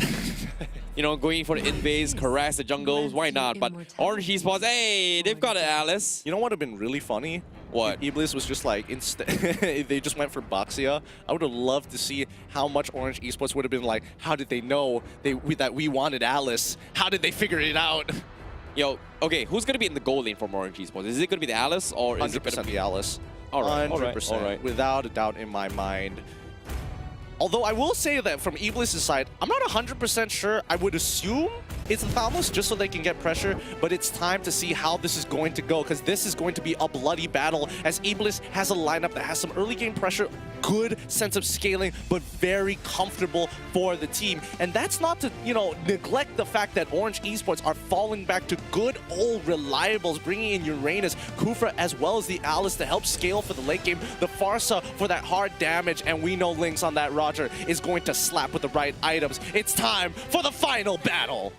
Yep, this is going to be game 3 between Orange Esports versus EBLZ. Winner takes all series. Final game on the week 1 of MPL MY Season 8. Week 1, this is going to be the final game. Who is going to be the ones to reign up on top? We shall see, because as of now, EBLZ, can they make the comeback? Because as of now, Levi is going to be having the matchup against Uranus up top. Whereas on the bottom side, Alice is going to go and try and challenge the Thamos instead. Is that the best matchup? Because oh no, that's so unfortunate. Mevi was trying to actually reset the buff, but Min manages to stop him before actually resetting it. And now Mevi is in a lot of trouble. He's trying to get on, forcing out his flicker so early on. Get away from me, please! Not like this, Uranus. As he walks back, his Ionic Edge still hurts. Yeah, Orange Esports actually does have a very strong front line, and it's something that EBLZ, they have taken into account. Great block coming from Min means that they will have the upper hand for Link to actually come up online, and it's something that he needs to scale to the later stage game. You know, we talked about how Roger is going to bring a little bit more damage later stage game. Wasn't proven in game 2, but it feels like Orange Esports, they are going to try and flex the issue. I mean, you know, Roger is definitely going to scale a lot harder than the Hayabusa.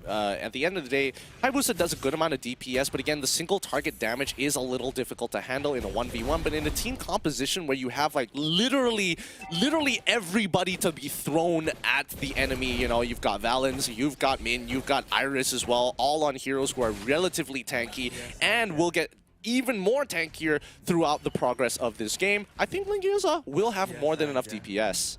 Yep, EBLZ currently going to be going for a couple of pushes, and it feels like EBLZ, they have to play this a little bit slow, right? Like they have to get a little bit aggressive at the same time, but it's so hard to push into as a Kufra as of now. And with the Feather Strike available, Kuza, he needs to get a couple of kills. Flame Shot misses the mark. Min goes in for the setup. Levi waiting for the right moment to strike. Unfortunately, Orange Esports, they're not taking the bait. A better airstrike comes in, but it's a little bit too late for him. Yep.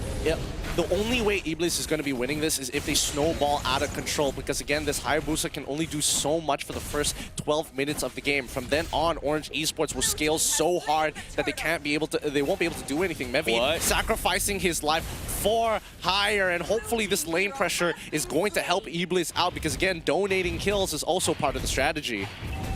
Okay, let's take a look at the first blood bounty for now. That is the code for you guys, and redeem it for you before it's gone. That's gonna be some special codes for you guys. Get a little bit of incentive if you guys want to have some. However, now talking towards the game, seems like Mevi trying to give him a little bit of death is not working out. Bin almost getting his Tyrant's Rage, but it seems like the Feather Airstrike is just doing a lot of number on towards EBLZ, as they don't exactly want to go for this aggressive play yet. No, I think at the end of the day, Orange Esports, they're willing to utilize their resources to kind of protect and make sure that these neutral objectives, the jungle creep in the Litho Wanderer doesn't get wasted here. Now Ku's trying to aim really hard to get on top of Valence here, but that Blood Oath ain't gonna protect it for long. RNG, unfortunately, not on his side this time round, as Orange Esports looking to try to get a trade kill somewhere, anywhere, anything. Min won't be able to close that distance with the help of Iris's Ionic Edge to slow them down. Wait, Mon, he might be able to do this. No, Mevi manages to make it out, and sorry, throws his umbrella just to say hello. Levi having a pretty good time, using his ultimate on the wave as well. A little interesting there, but hopefully he doesn't get punished for this. Kuz is ready to jump on into this fight. He's trying to bait this out, and yes, he goes straight in for the bait. He bites in and bites in hard. Doesn't even use the Oki Shadow Kill at that point in time, but manages to get out. Yeah, that's a great decision there. He tries to go in for the harassments, but at the same time, the I'm offended from Levi, it makes a lot of sense considering that he needs more units to actually sustain his lifesteal, considering that he just purchased his Heart's Claw. So, makes a lot of sense, but at the same time, could have done better. So, great attempt coming from EBLZ, but Uranus is just too damn tanky to deal with as of yet. So, until the Dominance Eyes is up from the side of EBLZ, or maybe even a Necklace of Durance, they can't exactly kill this Uranus yet. Not yet, but it'll take some time. It will take some time. Now, Mayos, he's having the time of his life here now. He's going to take a lot of damage here, as Valence is naturally going to chunk him out for a majority of his HP. So, this is going to be tough, as Mayos, he has to wait until the very last moment to get in on the fight so he doesn't accidentally die and becomes collateral damage.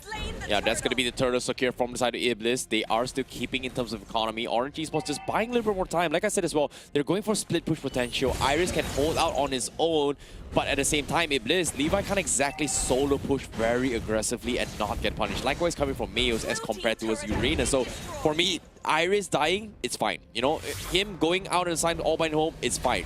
But the key components here is to actually force the Hayabusa all by himself. Levi gets a pull, big pull coming in, but the Feather Airstrike is going to zone them all out. EBLZ, they need to make a run for it. Levi tries to stall them in his track, but Orange Esports, they want to put the pedal to the metal. You can see Iris constantly harassing his way through. Sorry, doesn't have the mana, and he will be the sacrificial lamb, and that's the pick that Orange Esports is looking for. However, down on bottom side, while they are wasting as much time as possible on that top side, this means that Kuz will be able to get top tier 1, even using his ultimate to quickly clear that wave really efficiently, forcing out a response, but Orange is not done yet. They want to keep on bullying Levi up on top side, making sure his Ruby won't be able to do much. Mevi, unfortunately, whiffing the Sacred Hammer as well as the Implosion. That's not what you want to see. This is exactly what Orange Esports want. As long as Kuza is on the other side, the map split pushing means they will not have enough damage in this team fight, and this is where they can bully the entire draft coming from EBLZ. But now,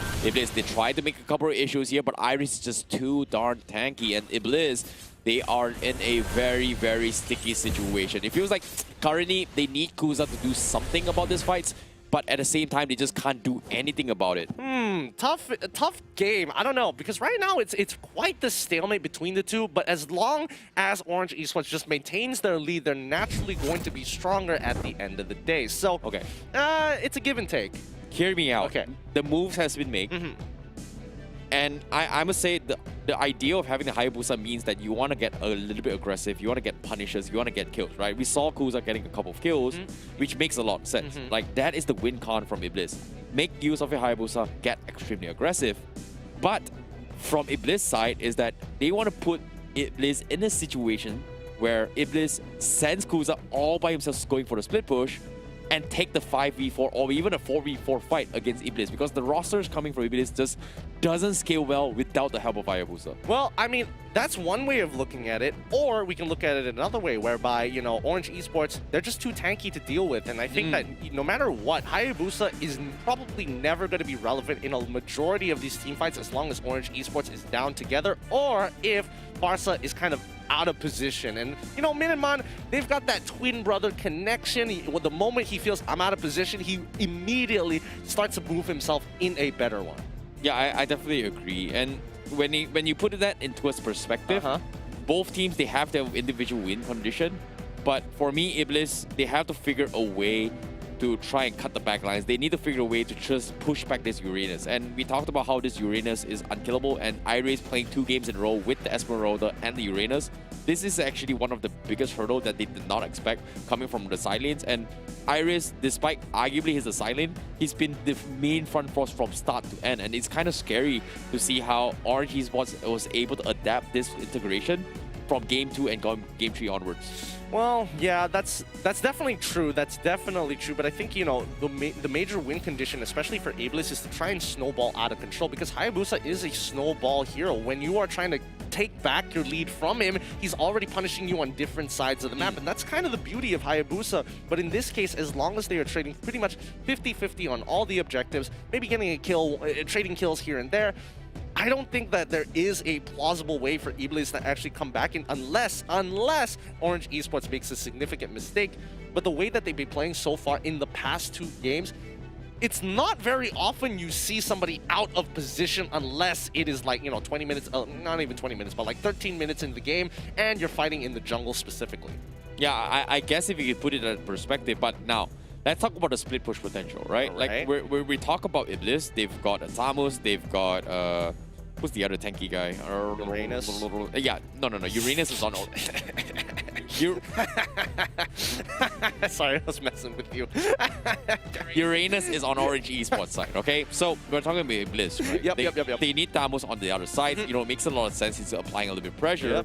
But the problem here is that currently, they don't exactly have the highest of damage, you know? We're talking about magical prowess, the Esmeralda. I think the Esmeralda was there, right? No, this is a different game. What was the other side laner? Oh my god, I missed it up. What was the other side laner from Orange Esports? They picked 2 side laners. They picked quite a number of side laners, in fact. Maybe it's the Ruby, maybe it's something else. Could have been the yeah, the Ruby. Okay, so they had the Ruby and they had the Tamus. Both of these side laners, they are very strong in this lane as a solo, but in terms of pushing potential, you cannot outpush a Uranus. You can't exactly outpush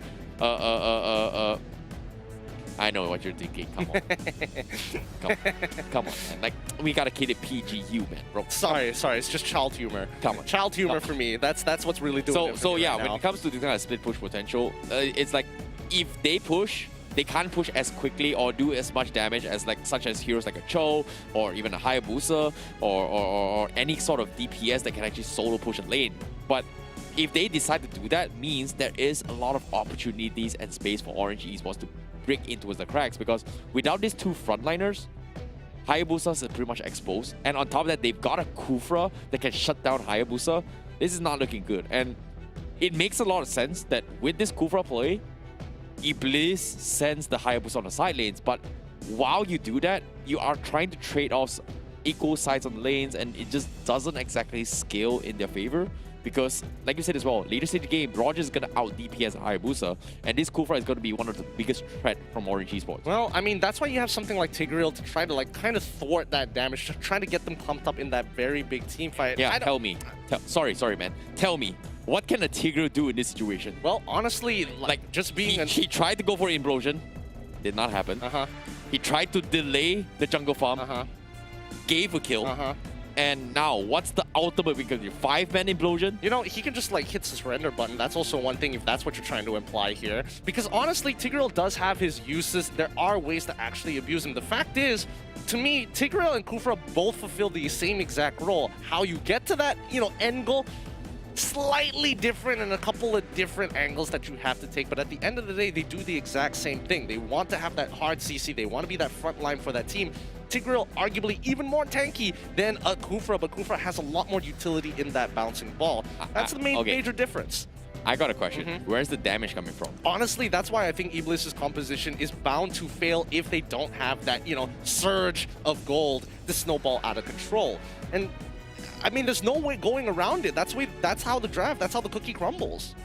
I don't know, man. Like, seeing how this is actually going, it feels like they're struggling on all fronts. But as of now, enough banter. Let's take a look at how the games is going to go, because the game will continue.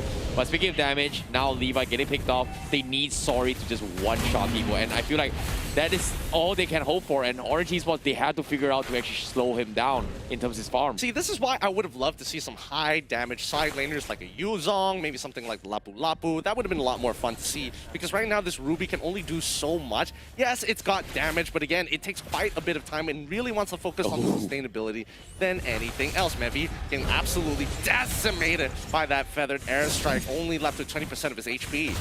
Yeah, with the Tyrant's Rage also whiffing, EBLZ, they can actually kind of re-engage his fight. Mevi is going to go for the push. He pulls out towards Iris, but it's not the right target you want to deal with. They've got double purifiers on Orange Esports, but Iris, look at this. He's trying to bait out the situation, but he's dropping it a little bit too low. The Kagura will keep him in check, and that's going to be his first downfall. And here comes the I'm offended. And who says they do not have damage? I did. I'm sorry. And they finally return and take Min and Iris. All right, this turtle is going to be pretty important, but notice on the opposite end that Orange Esports is focusing more on the scaling. It's like, yes, we lost a couple of people, but are they ahead of us in gold? Absolutely not. And Valence now having a Winter Trundle. Let's look at his items real quick. Yep, he's got the Clock of Destinies, Winter Trundle on top of the Calamity Reaper.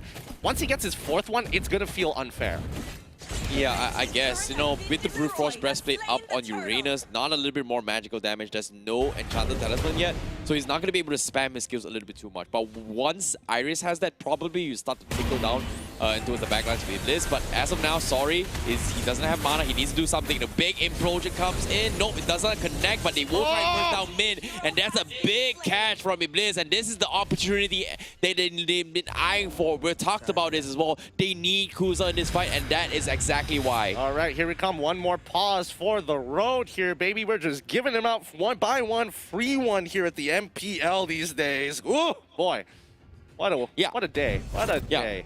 Coming into that game, you can see is that it's pretty obvious that they do have some sort of damage, right? Like I said that they don't exactly have damage unless Kuza joins the fight. The moment Kuza comes in, you can see Orange Esports needs to respect this. And the only way they do this is that Sorry and also Kuza brings a lot to the table. As long as they are able to get kills after kills, Orange Esports, they have no choice but to respect the numbers game and back off. And that's pretty much the win condition from this for me. Well, okay, I mean, that's one way to kind of look at it, because again, yeah, Sorry is playing the Kagura. She scales especially well, I would say almost equivalent as the Farsa, but at the end of the day, the way I look at it is that Farsa severely outranges the Kagura. And although Kagura is really, really reliable in making sure she doesn't get picked, has an ultimate that actually has a good amount of AoE to affect a clumped up team fight, and can help out with the Tigreal when he gets multiple targets. That's just one of the few ways they can actually, take an angle in a team fight. Yeah, I can see where it is going. But as of now, currently Orange Esports, they gotta do what it takes. They've got to take this pause. And I agree this pause is very needed, because they need to figure out what they need to do next. And currently, Hayabusa is kind of out of control. How do we stop this? Min on the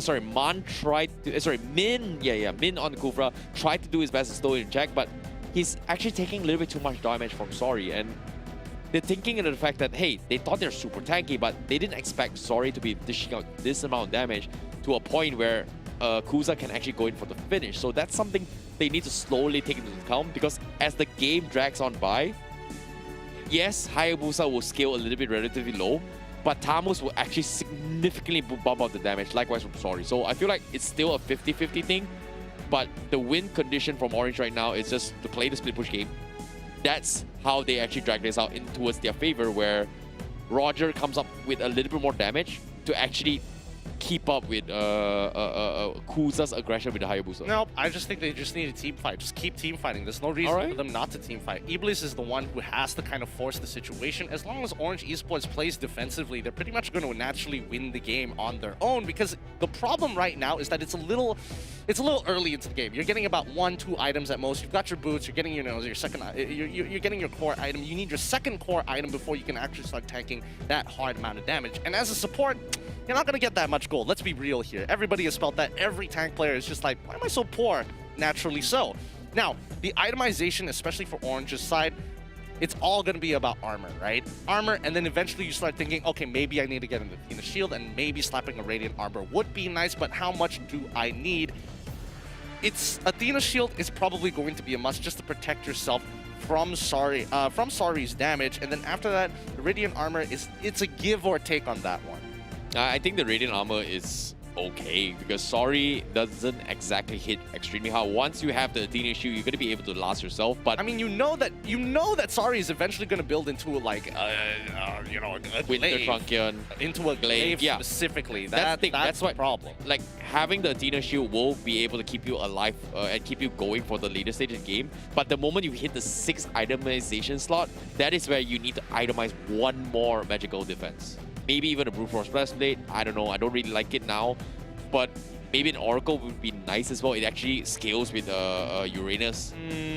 Okay, on Uranus, sure. But I'm thinking of more like towards Kufra's side. Maybe actually Alice doesn't really matter. I just hope she gets at least one. No, okay. Once upon a time, Kufra's main build was Magic Defense Shoes, Athena Shield, Curse Helmet from the get-go. No physical defense at all. Once upon a time. But now, currently, based on how much magical defense, physical defense that they can bring to the table, I feel like the Blade Armor is a necessity to try and mitigate as much of the Shadow Kill or maybe on the War Axe. But I don't know. I feel like when it comes to forcing the Oracle on Kufra, I think it's okay. His passive kind of gets buffed up a little bit. Okay, sure. I can definitely see where you're coming from. I feel like the Blade Armor is a little overkill because it's a pretty expensive item. I think like an Anti-Cuirass is like not bad. It does the job. It affects literally everybody that's in the vicinity. So even as long as you get tapped once, so, you know, Thama's not going to do as much damage. Ruby, not going to do as much damage. Hayabusa in particular, not going to do as much damage. Hey, not going to lie, man. Look, Blade Armor is still relatively cheaper than a Sky Garden helmet. Alright, that's fair. Sky Garden's helmet, very expensive. Very expensive item. It's strong, but it's too expensive to actually get. But then again, like, literally only Barat is the one who can actually utilize the item. Hey, don't underestimate Valeric too. Come on. That's okay. That's fair. But how often do you... Okay, I say how often, but then it has popped up. It has popped up before during qualifiers and even during some of these matches. So, who am I to say? Who am I to say? We're not the pros. We're just the casters. We're here to speculate. But speaking of speculation, I don't know. It feels like both teams need to figure out what's the right play to go. And currently, I don't see any kind of a clean win for both of the teams. It feels like, based on what I think, anything can happen in this situation. One small mistake can actually cost the game. And I feel like the biggest... there's going to be a lot of pressure on towards the Hayabusa and the Kagura coming in from this. And there's going to be a lot of pressure on Link from Orange Esports, from the Roger. Whether or not can he get those massive kills to kind of steamroll his way. I don't think he has to worry about that too much. He's got balance on the Alice at the very least. He's just there for pretty much just standing in the back line, letting his team do all the work, and then slowly cutting them down. But now, finally, we can get back into the game. Both teams have switched over to Yudu. Finally, they heard about the deal, and they're like, hold on, pause the game. We got to get this deal. Yep. Now, and yeah, currently, speaking of the match, it's Orange Esports taking the economy for now. They're going for the split push potential. Seems like they are going to go for this. Finally, they are going to rely on balance on the sides to kind of scale up in terms of the essence. This is something that we didn't exactly bring up just now for the Alice pickup. So this split push potential is going to be the key component for victory. You can see Iris already going for the approach. They don't exactly want to force the fight. EBLZ, they are going to try to force the fight, but instead they will pay the price as Sari actually getting caught off on the sides. Well, let's see how long this is going to go as they get the purple buff once more, and they are going to have to play on the opposite side of the maps. As of right now, again, pretty dead even, except that Orange Esports maintains that 2k gold lead, and they're going to keep maintaining this 2k gold lead unless EBLZ does something about it. How long? Not entirely sure, but the siege is going through. Orange Esports going hard and heavy to get right under the turret here. Bevy as well. Oh, they finally managed to find an implosion to slow this down, but unfortunately, the Tyrant's Revenge is going to end these members here. Can the Yin Yang overturn make a difference? I'm not entirely sure, but it's an attempt to clear the wave. Sorry, gonna hold up his Yin Yang overturn. Orange Esports finding an opening that they were looking for. EBLZ drops the ball. That's a big catch coming in from Orange Esports as they managed to swamp into the turrets of EBLZ. With the help of Min, they were able to catch up everyone. Link getting 4 kills there means he is go time for this Roger. Curse helmet purchase coming from Min. He is going to be able to do a little bit much more damage now from the tank role. Whereas EBLZ, I don't know. Do they have the damage? Holy Crystal up on Valence on top of it. This Alice looking kind of good now. I mean, Alice has always been good. I think she's going to do a lot more in this game that people would have imagined. Yep, she's got 4 items. It's time for her to start wrecking havoc, man, as well. Big items, skipping over the Holy Crystal, going straight for the Glaive, making sure that he is going to have that magic penetration. As you can see, a lot of members on the side are slowly starting to build into that magic resist. Yeah, Dominance Ice purchase coming from EBLZ. I don't know. It feels like they're overly zealous on this regeneration reduction, and that's going to be them paying the price because Man is going to be able to shred through the armors of EBLZ. Just like that, they take them down. Lord is going to be next, and Min, they are going to go for the Tyrant's Raid. Can he catch it? No, he misses the mark, but he's going to tank his way through. And an easy takedown him here. The Lord still survives, and EBLZ, they just don't have the damage to deal with this. They're relying on Kuza as much as they can. The OK Shadow Kill being used to clear the bottom way means Orange Esports can swamp their way in, and they're going to go for the push. A great implosion comes in. He pulls them all out, but can they survive? Seems like they're taking a little bit too much damage, but the Feather Astra will keep them alive. Double kill comes in, but the shutdown from EBLZ is going to keep things alive. A triple kill for this Farsa, and it's not over yet. Min, they want to re-engage his fight. Kuza is going to get a couple of freebies, but they won't take him down, as Kuza will slowly chip them away. What is going on? Orange Esports, they got too desperate for this fight, as Kuza will fight back. Oh my goodness, a triple kill for him. Oh, what a triple kill coming in for Kuza there, holding it strong for his team, but Orange Esports have done way too much damage, taking away every single one of their turrets. EBLZ is on their final lifeline here. Any mistake could lead to a victory for Orange Esports. Oh, the desperation from Orange Esports to close out the game, but a big clutch coming from Mevi to keep things alive. That big implosion, pulling in Link to be aggroed by the turret, that was a huge play. But those things only happens once in a lifetime. But can they make it alive? Because Orange Esports, they are going to be a little bit more wary of what Mevi is going to be doing the next fight. As long as Orange Esports sticks together, they should be a-okay. They got a little dispersed there. However, Story was able to get a very efficient Yin-Yang overturn, which really made the difference once the catch from Levi as well as Mevi made the difference there. But Orange, they know this. They get immediately onto one. They even have 2 ultimates down. They find the pick onto Story of all people. That was the worst one for EBLZ. And now EBLZ, they're forced to sit back and watch as this is going to be the end here. Orange Esports, they can't blunder this right now. 20 more seconds to make this work. Valence looking for an opportunity. Min sees a chance. He goes in. He finds on top. He gets right on top of them. But with the positioning of Mon, making sure that Mayos can't get on top of it. He's got to get the wings by wings out of there, but they get a pick onto Mevi at the same time. They're muscling their way through this game. They're trying to clear the waves. Can they finish it off? No, they can't. The backdoor protection. Hayabusa pulls through, but Orange Esports manages to pull through. Oh my lord! Orange Esports. That was a quick return comeback coming from Orange Esports as they make the muscle. Looked a little bit slim there as they go through towards the backdoor protection, but eventually they took him down. EBLZ loses 2-0. Orange Esports has made comebacks after comebacks. Reverse 2-0 sweep, and my goodness, today's games, every single series has been a reverse 2-0 sweep. Yeah, absolutely. You know, like win game 1, lose the rest of the series. That seems to be the theme of day number 3 and week number 1. Seems like Orange Esports' happy birthday buff towards Min and Mon is on his way. Absolutely. I mean, the wishes came true. And, you know, happy birthday to both Min and Mon. These guys, they still got it. They still got it. Yeah, I definitely agree. Yeah, that was a beautiful execution coming from Orange Esports. It was a long, drawn-out one, but they still outdrafted EBLZ a little bit more. But before that, for these guys watching at home here, be sure to hashtag MPL MY Real MVP and let us know who your real MVP is and why. Don't forget to hashtag the hashtag MPL MY Real MVP with your most creative comment and stand a chance to win a prize. And guess what? We're giving the final prize for today. It is going to be the Empress Phoenix skin. In honor of Min and his phenomenal performance. Let's jump on over to the highlights brought to you by Yudu, powered by Cellcom. I mean, what can I really say about this game? Because a lot of this early game is about Orange Esports just minimizing the amount of pressure EBLZ is trying to apply on them.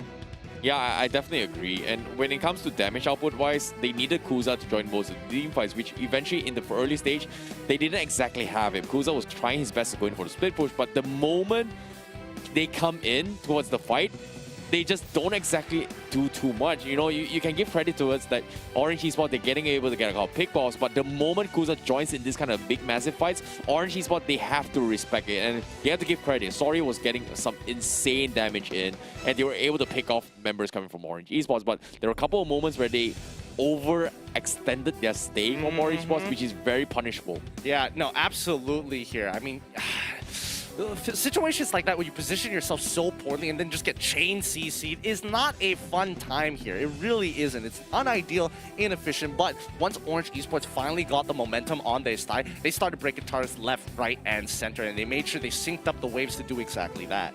Yeah, I definitely agree. And with this Lord push and Lord takedown from Orange Esports, and they got the massive team wipe, just pretty much won them the game. And this was a very close moment in the final ones that Orange Esports actually forced the issue, and they overextended a little bit too much because this implosion from Maybe was what cost them, almost causing them the game. But even though if EBLZ managed to defend, it took almost every ounce of energy for them to actually defend against this. And despite all that, their heroes are just not that great to fight against late games. And look at this, Valence was just out of control. He was getting so many stacks, he was so far ahead, and he's not afraid to go in for the front lines, and there's nothing that EBLZ can actually slow him down with. Yep, I mean, once you get into this part, this is where it gets really, really scary here, because Sora comes in, boom, Yin Yang overturned, they lost 50% of their HP in one move.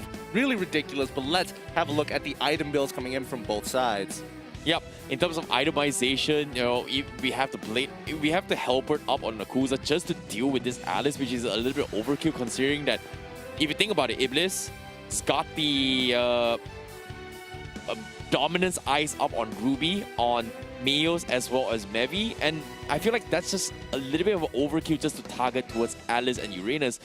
Makes a lot of sense, but where's the damage? If you think about it, Hayabusa, he needs raw damage, and getting the Halberd just doesn't help him hit even harder. Well, I mean, you also have to remember that Hayabusa is the king of 1v1s. It's very difficult to win him in those situations. If he has to deal with Iris in the side lane, at least he has some kind of, you know, health regeneration negation at that point of time. But unfortunately for Sari, I think he could have done so much more. He's got that damage, but unfortunately he couldn't get the farm he needed to get that fourth and final item.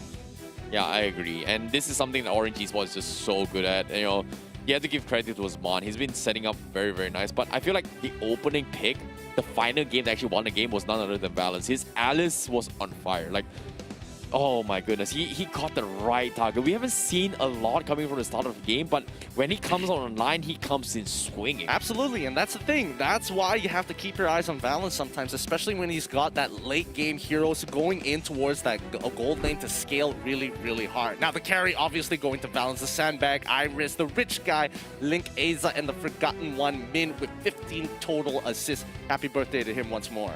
Yeah, despite the amount of damage coming from EBLZ, I was, you know, I did mention that they don't exactly have damage here. I'm surprised they were able to keep up.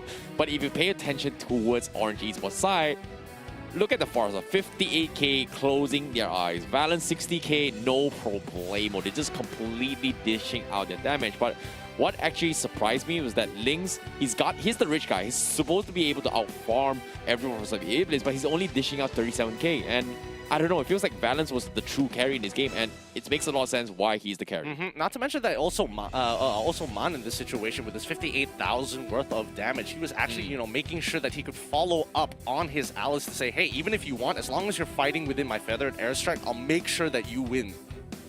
Agreed. But nevertheless here, that was pretty much concludes game number 3 here with Orange Esports taking a reverse 2-1 sweep. But looking to see who the true MVP is, because we're going to be jumping straight into it. Ladies and gentlemen, who is going to be your MVP? I don't know. Is it going to be Valence? Nope, it is going to be Man on that Barca. Deserved it. And it makes a lot of sense because he was the one that made things happen. The feather airstrike was on point. He was able to just completely zone out this. Makes a lot of sense now. I mean, more than enough sense again. He had the raw damage. He scaled hard. He made sure he didn't get caught out too often. With his 8-1 and 7 match KDA, it does tell you a good story that he was making sure that he wasn't getting caught by specifically Kuza on that Hayabusa. Yeah, I like how he was able to position himself here. He did not exactly die. Even game 2, where they should have lost from side Orange Esports, Man was able to just bait out multiple instances from Mevis improved just in game 2. This game, him the MVP, well done to him. His Farsa is a force to be reckoned with. Maybe when it comes to playing against Orange Esports, it's about time we pay attention to Mon as well. Absolutely, and happy birthday to him. Along, he is still on the big screen behind me, but it's time for the real MVP! Well, seems to me it is going to be a little bit transformation. Congratulations towards Najmi Zakaria for winning the Empress Phoenix. I choose Lingzia as the MVP because who? No, that's the translation. Linkzia, not Lexia, my friend. Linkzia is come on, dude. Linkzia. Okay, you know what? Don't worry, I choose Linkzia as my MPL My Real MVP with the immobility. Oh, wow. The immobility as well as the durability of Saber that is low. And, you know, actually profiting off of it. Harley many times uses his deadly magic to take down the Saber, and easily Harley finished his items at the same time and slowed down the farm from Saber. Okay, so to sum it all up, it means that he actually managed to shut down the Saber in the previous game. He was able to just kind of steamroll his way through and slowing down Saber's kill. And I do recall a match, 10 kills on Saber, 10 death on Saber, and that particular match. So yeah, I say he is a well-deserved MVP, so props to that. But let's take a look towards the standings for today. The last match has concluded. Currently, with Orange Esports taking the W, they will move up in the boards, but EBLZ will be the ones in the bottom as of now. The standings. What? Never mind. But RSG still on top. Team SMG, they're right next to them with Suhas Esports and Orange Esports neck and neck so far in this first weekend. Unfortunately for EBLZ, this is going to be their first 0-2, but don't worry, they will be back harder and stronger for the next upcoming week. Yep, great stuff coming from them here, but that pretty much sums up MPL MY Season 8's first week. But before we close up the series, let's head in towards the interview with our birthday boy. Let's go! Because we are going to be jumping into an interview with Orange Esports as of now. Take it away, Adin and Lafel. Hello, man. Hello. Alright, boleh dengar? Boleh. Okay, so soalan pertama dekat sini, adakah hari ni birthday Min? Punya birthday kami dua. Okay, Adin, come on. Okay, so everyone dekat sini, happy birthday to you. Happy birthday to you. Happy birthday to mine and me. Happy birthday to you. Nice. Nampak tak? Dia awkward bukan depan-depan je. Video call pun boleh jadi awkward. Tak ada masalah sebenarnya. Anyways, okay, so back to the real interview question. So, Orange Esports obviously ramai orang nampak roster change yang besar, banyak players yang baru. So, I cuma nak tanya, during the off season, bila you guys kata, okay, kita akan main sebagai satu team, macam mana you guys punya training masa off season? Kami punya training dari off season, kami banyak stream lah. Banyak kecil dia stream. Dan banyak yang improve lah. Punya chemistry semua. Ya, so nampak gayanya diorang banyak fokus on diorang punya scrims. Tapi honestly, Man dengan Min sebelum ni daripada Team Reborn, so macam mana membawa experience tu masuk ke dalam Orange Esports? Dari segi pertama, kami mungkin daripada segi mental dan mental dan latihan lah. Banyakkan untuk ajar mereka cara untuk untuk game fight, team fight semua. Ya, honestly, kekuatan mental dan juga macam mana nak handle team fight itu sangat penting. Dan Adin ada soalan untuk Man? Ya, untuk game yang berlangsung tadi, you pakai Farsa outstandingly. Apa yang you boleh bagi tips macam mana you jaga kedudukan and macam mana nak main Farsa sehebat you? Kalau you boleh bagi tips untuk semua yang tengah tengok ni. Bagi saya, kalau bermain Farsa, mungkin dari segi position, sama ada position score dia dengan ataupun dengan support dia. Kena tengok itu. Oh, okay. So tengok core dan support dia kat mana dan kat situ kita boleh tahu macam mana nak position. Alright, anyways, congratulations pada Orange Esports berjaya untuk kalahkan EBLZ. And hey, congratulations on you guys punya birthday, boleh hidup selama ni. But anyways, ada tak apa-apa yang nak cakap kepada fans Orange Esports? Kepada fan Orange, teruskan support kami. Kami akan cuba yang terbaik untuk next week. Thank you. Alright, thank you very much. Make sure you guys dapat makan birthday cake lepas ni because you guys deserve it, menang dengan bagus. And cake. Orange cake. Yes, thank you very much, man. And Adin, you nak cakap apa tak? Tak cakap happy birthday sekali lagi. May all your wish come true and take care, stay safe untuk dorang. But yeah, Orange Esports walaupun menang, but it wasn't the cleanest of fight. So dorang kena perbaiki lagi kesilapan mereka untuk stay alive dekat grup dorang. Ya, dekat bahagian team fight, hopefully diorang akan improve lagi banyak lagi. Tapi pada game ketiga, kita nampak diorang punya team fight itu phenomenal. Diorang nampak ada peluang, ambil, and then diorang boleh push dengan sangat bagus. Ya, betul. Dan apa lagi yang boleh kata, it was really good fight. But right now, kita akan pass kepada rakan karib kita, Fira, untuk wrap up the day. Silakan. Terima kasih kepada Aiman, Lafal dan juga Adin serta caster kita. Dan guys, kita baru saja habis untuk hari ketiga untuk minggu pertama hari ini dan anda semua masih lagi bersama saya, Fira Fendi. So macam biasalah, bila kita dah habis tengok perlawanan, kita mesti nak tahu jadual. Dan yang paling penting, saya tahu viewer mesti nak tahu siapakah pemenang untuk skin kita hari ini. Dan ini adalah senarai 10 orang pemenang untuk hari ketiga. Okey, tahniah kepada Syafi Ramli, Wan Muhammad Furkan, Amin Munzar, Ikhwan Solihin, Khairul Afandi, Amar Aizat, R. Iman, Wan Bahar, Mimi Filza dan juga Adam Kushairi. Jadi untuk anda semua yang tertanya-tanya macam mana nak menang, macam mana juga nak join lucky draw ni, macam biasa, just like and share live stream MPL Malaysia musim yang ke-8 kali ini menggunakan hashtag dan juga caption yang paling menarik. So ini adalah pemenang. Sekarang apa kata kita lihat pula jadual perlawanan untuk hari pertama minggu kedua, iaitu hari Jumaat hadapan. Kita akan ada 2 perlawanan dan perlawanan yang pertama adalah di antara Red Esports menentang Team Boskur dan perlawanan kedua adalah di antara Team SMG menentang EBLZ. Jadi guys, jangan ke mana-mana, kita masih lagi bersecara langsung di Facebook, TikTok dan juga YouTube seperti biasa. Macam biasa, setiap hari MPL bermakna kita bukan sahaja ada perlawanan yang menarik, tapi kita juga ada banyak lagi benda-benda info seperti giveaway dan sebagainya untuk anda semua. Dan untuk penonton anda semua, MPL Malaysia musim ke-8 kali ini dikuasai oleh Muntun Power Up with KFC, disegarkan oleh Rexona Man, digital telco rasmi kita itu Yudu, serta bersama rakan isukan kita iaitu TikTok, Secret Lab dan juga Esports Chat. Dan saya Fira Fendi, kita bakal berjumpa lagi di minggu hadapan hari Jumaat untuk minggu kedua.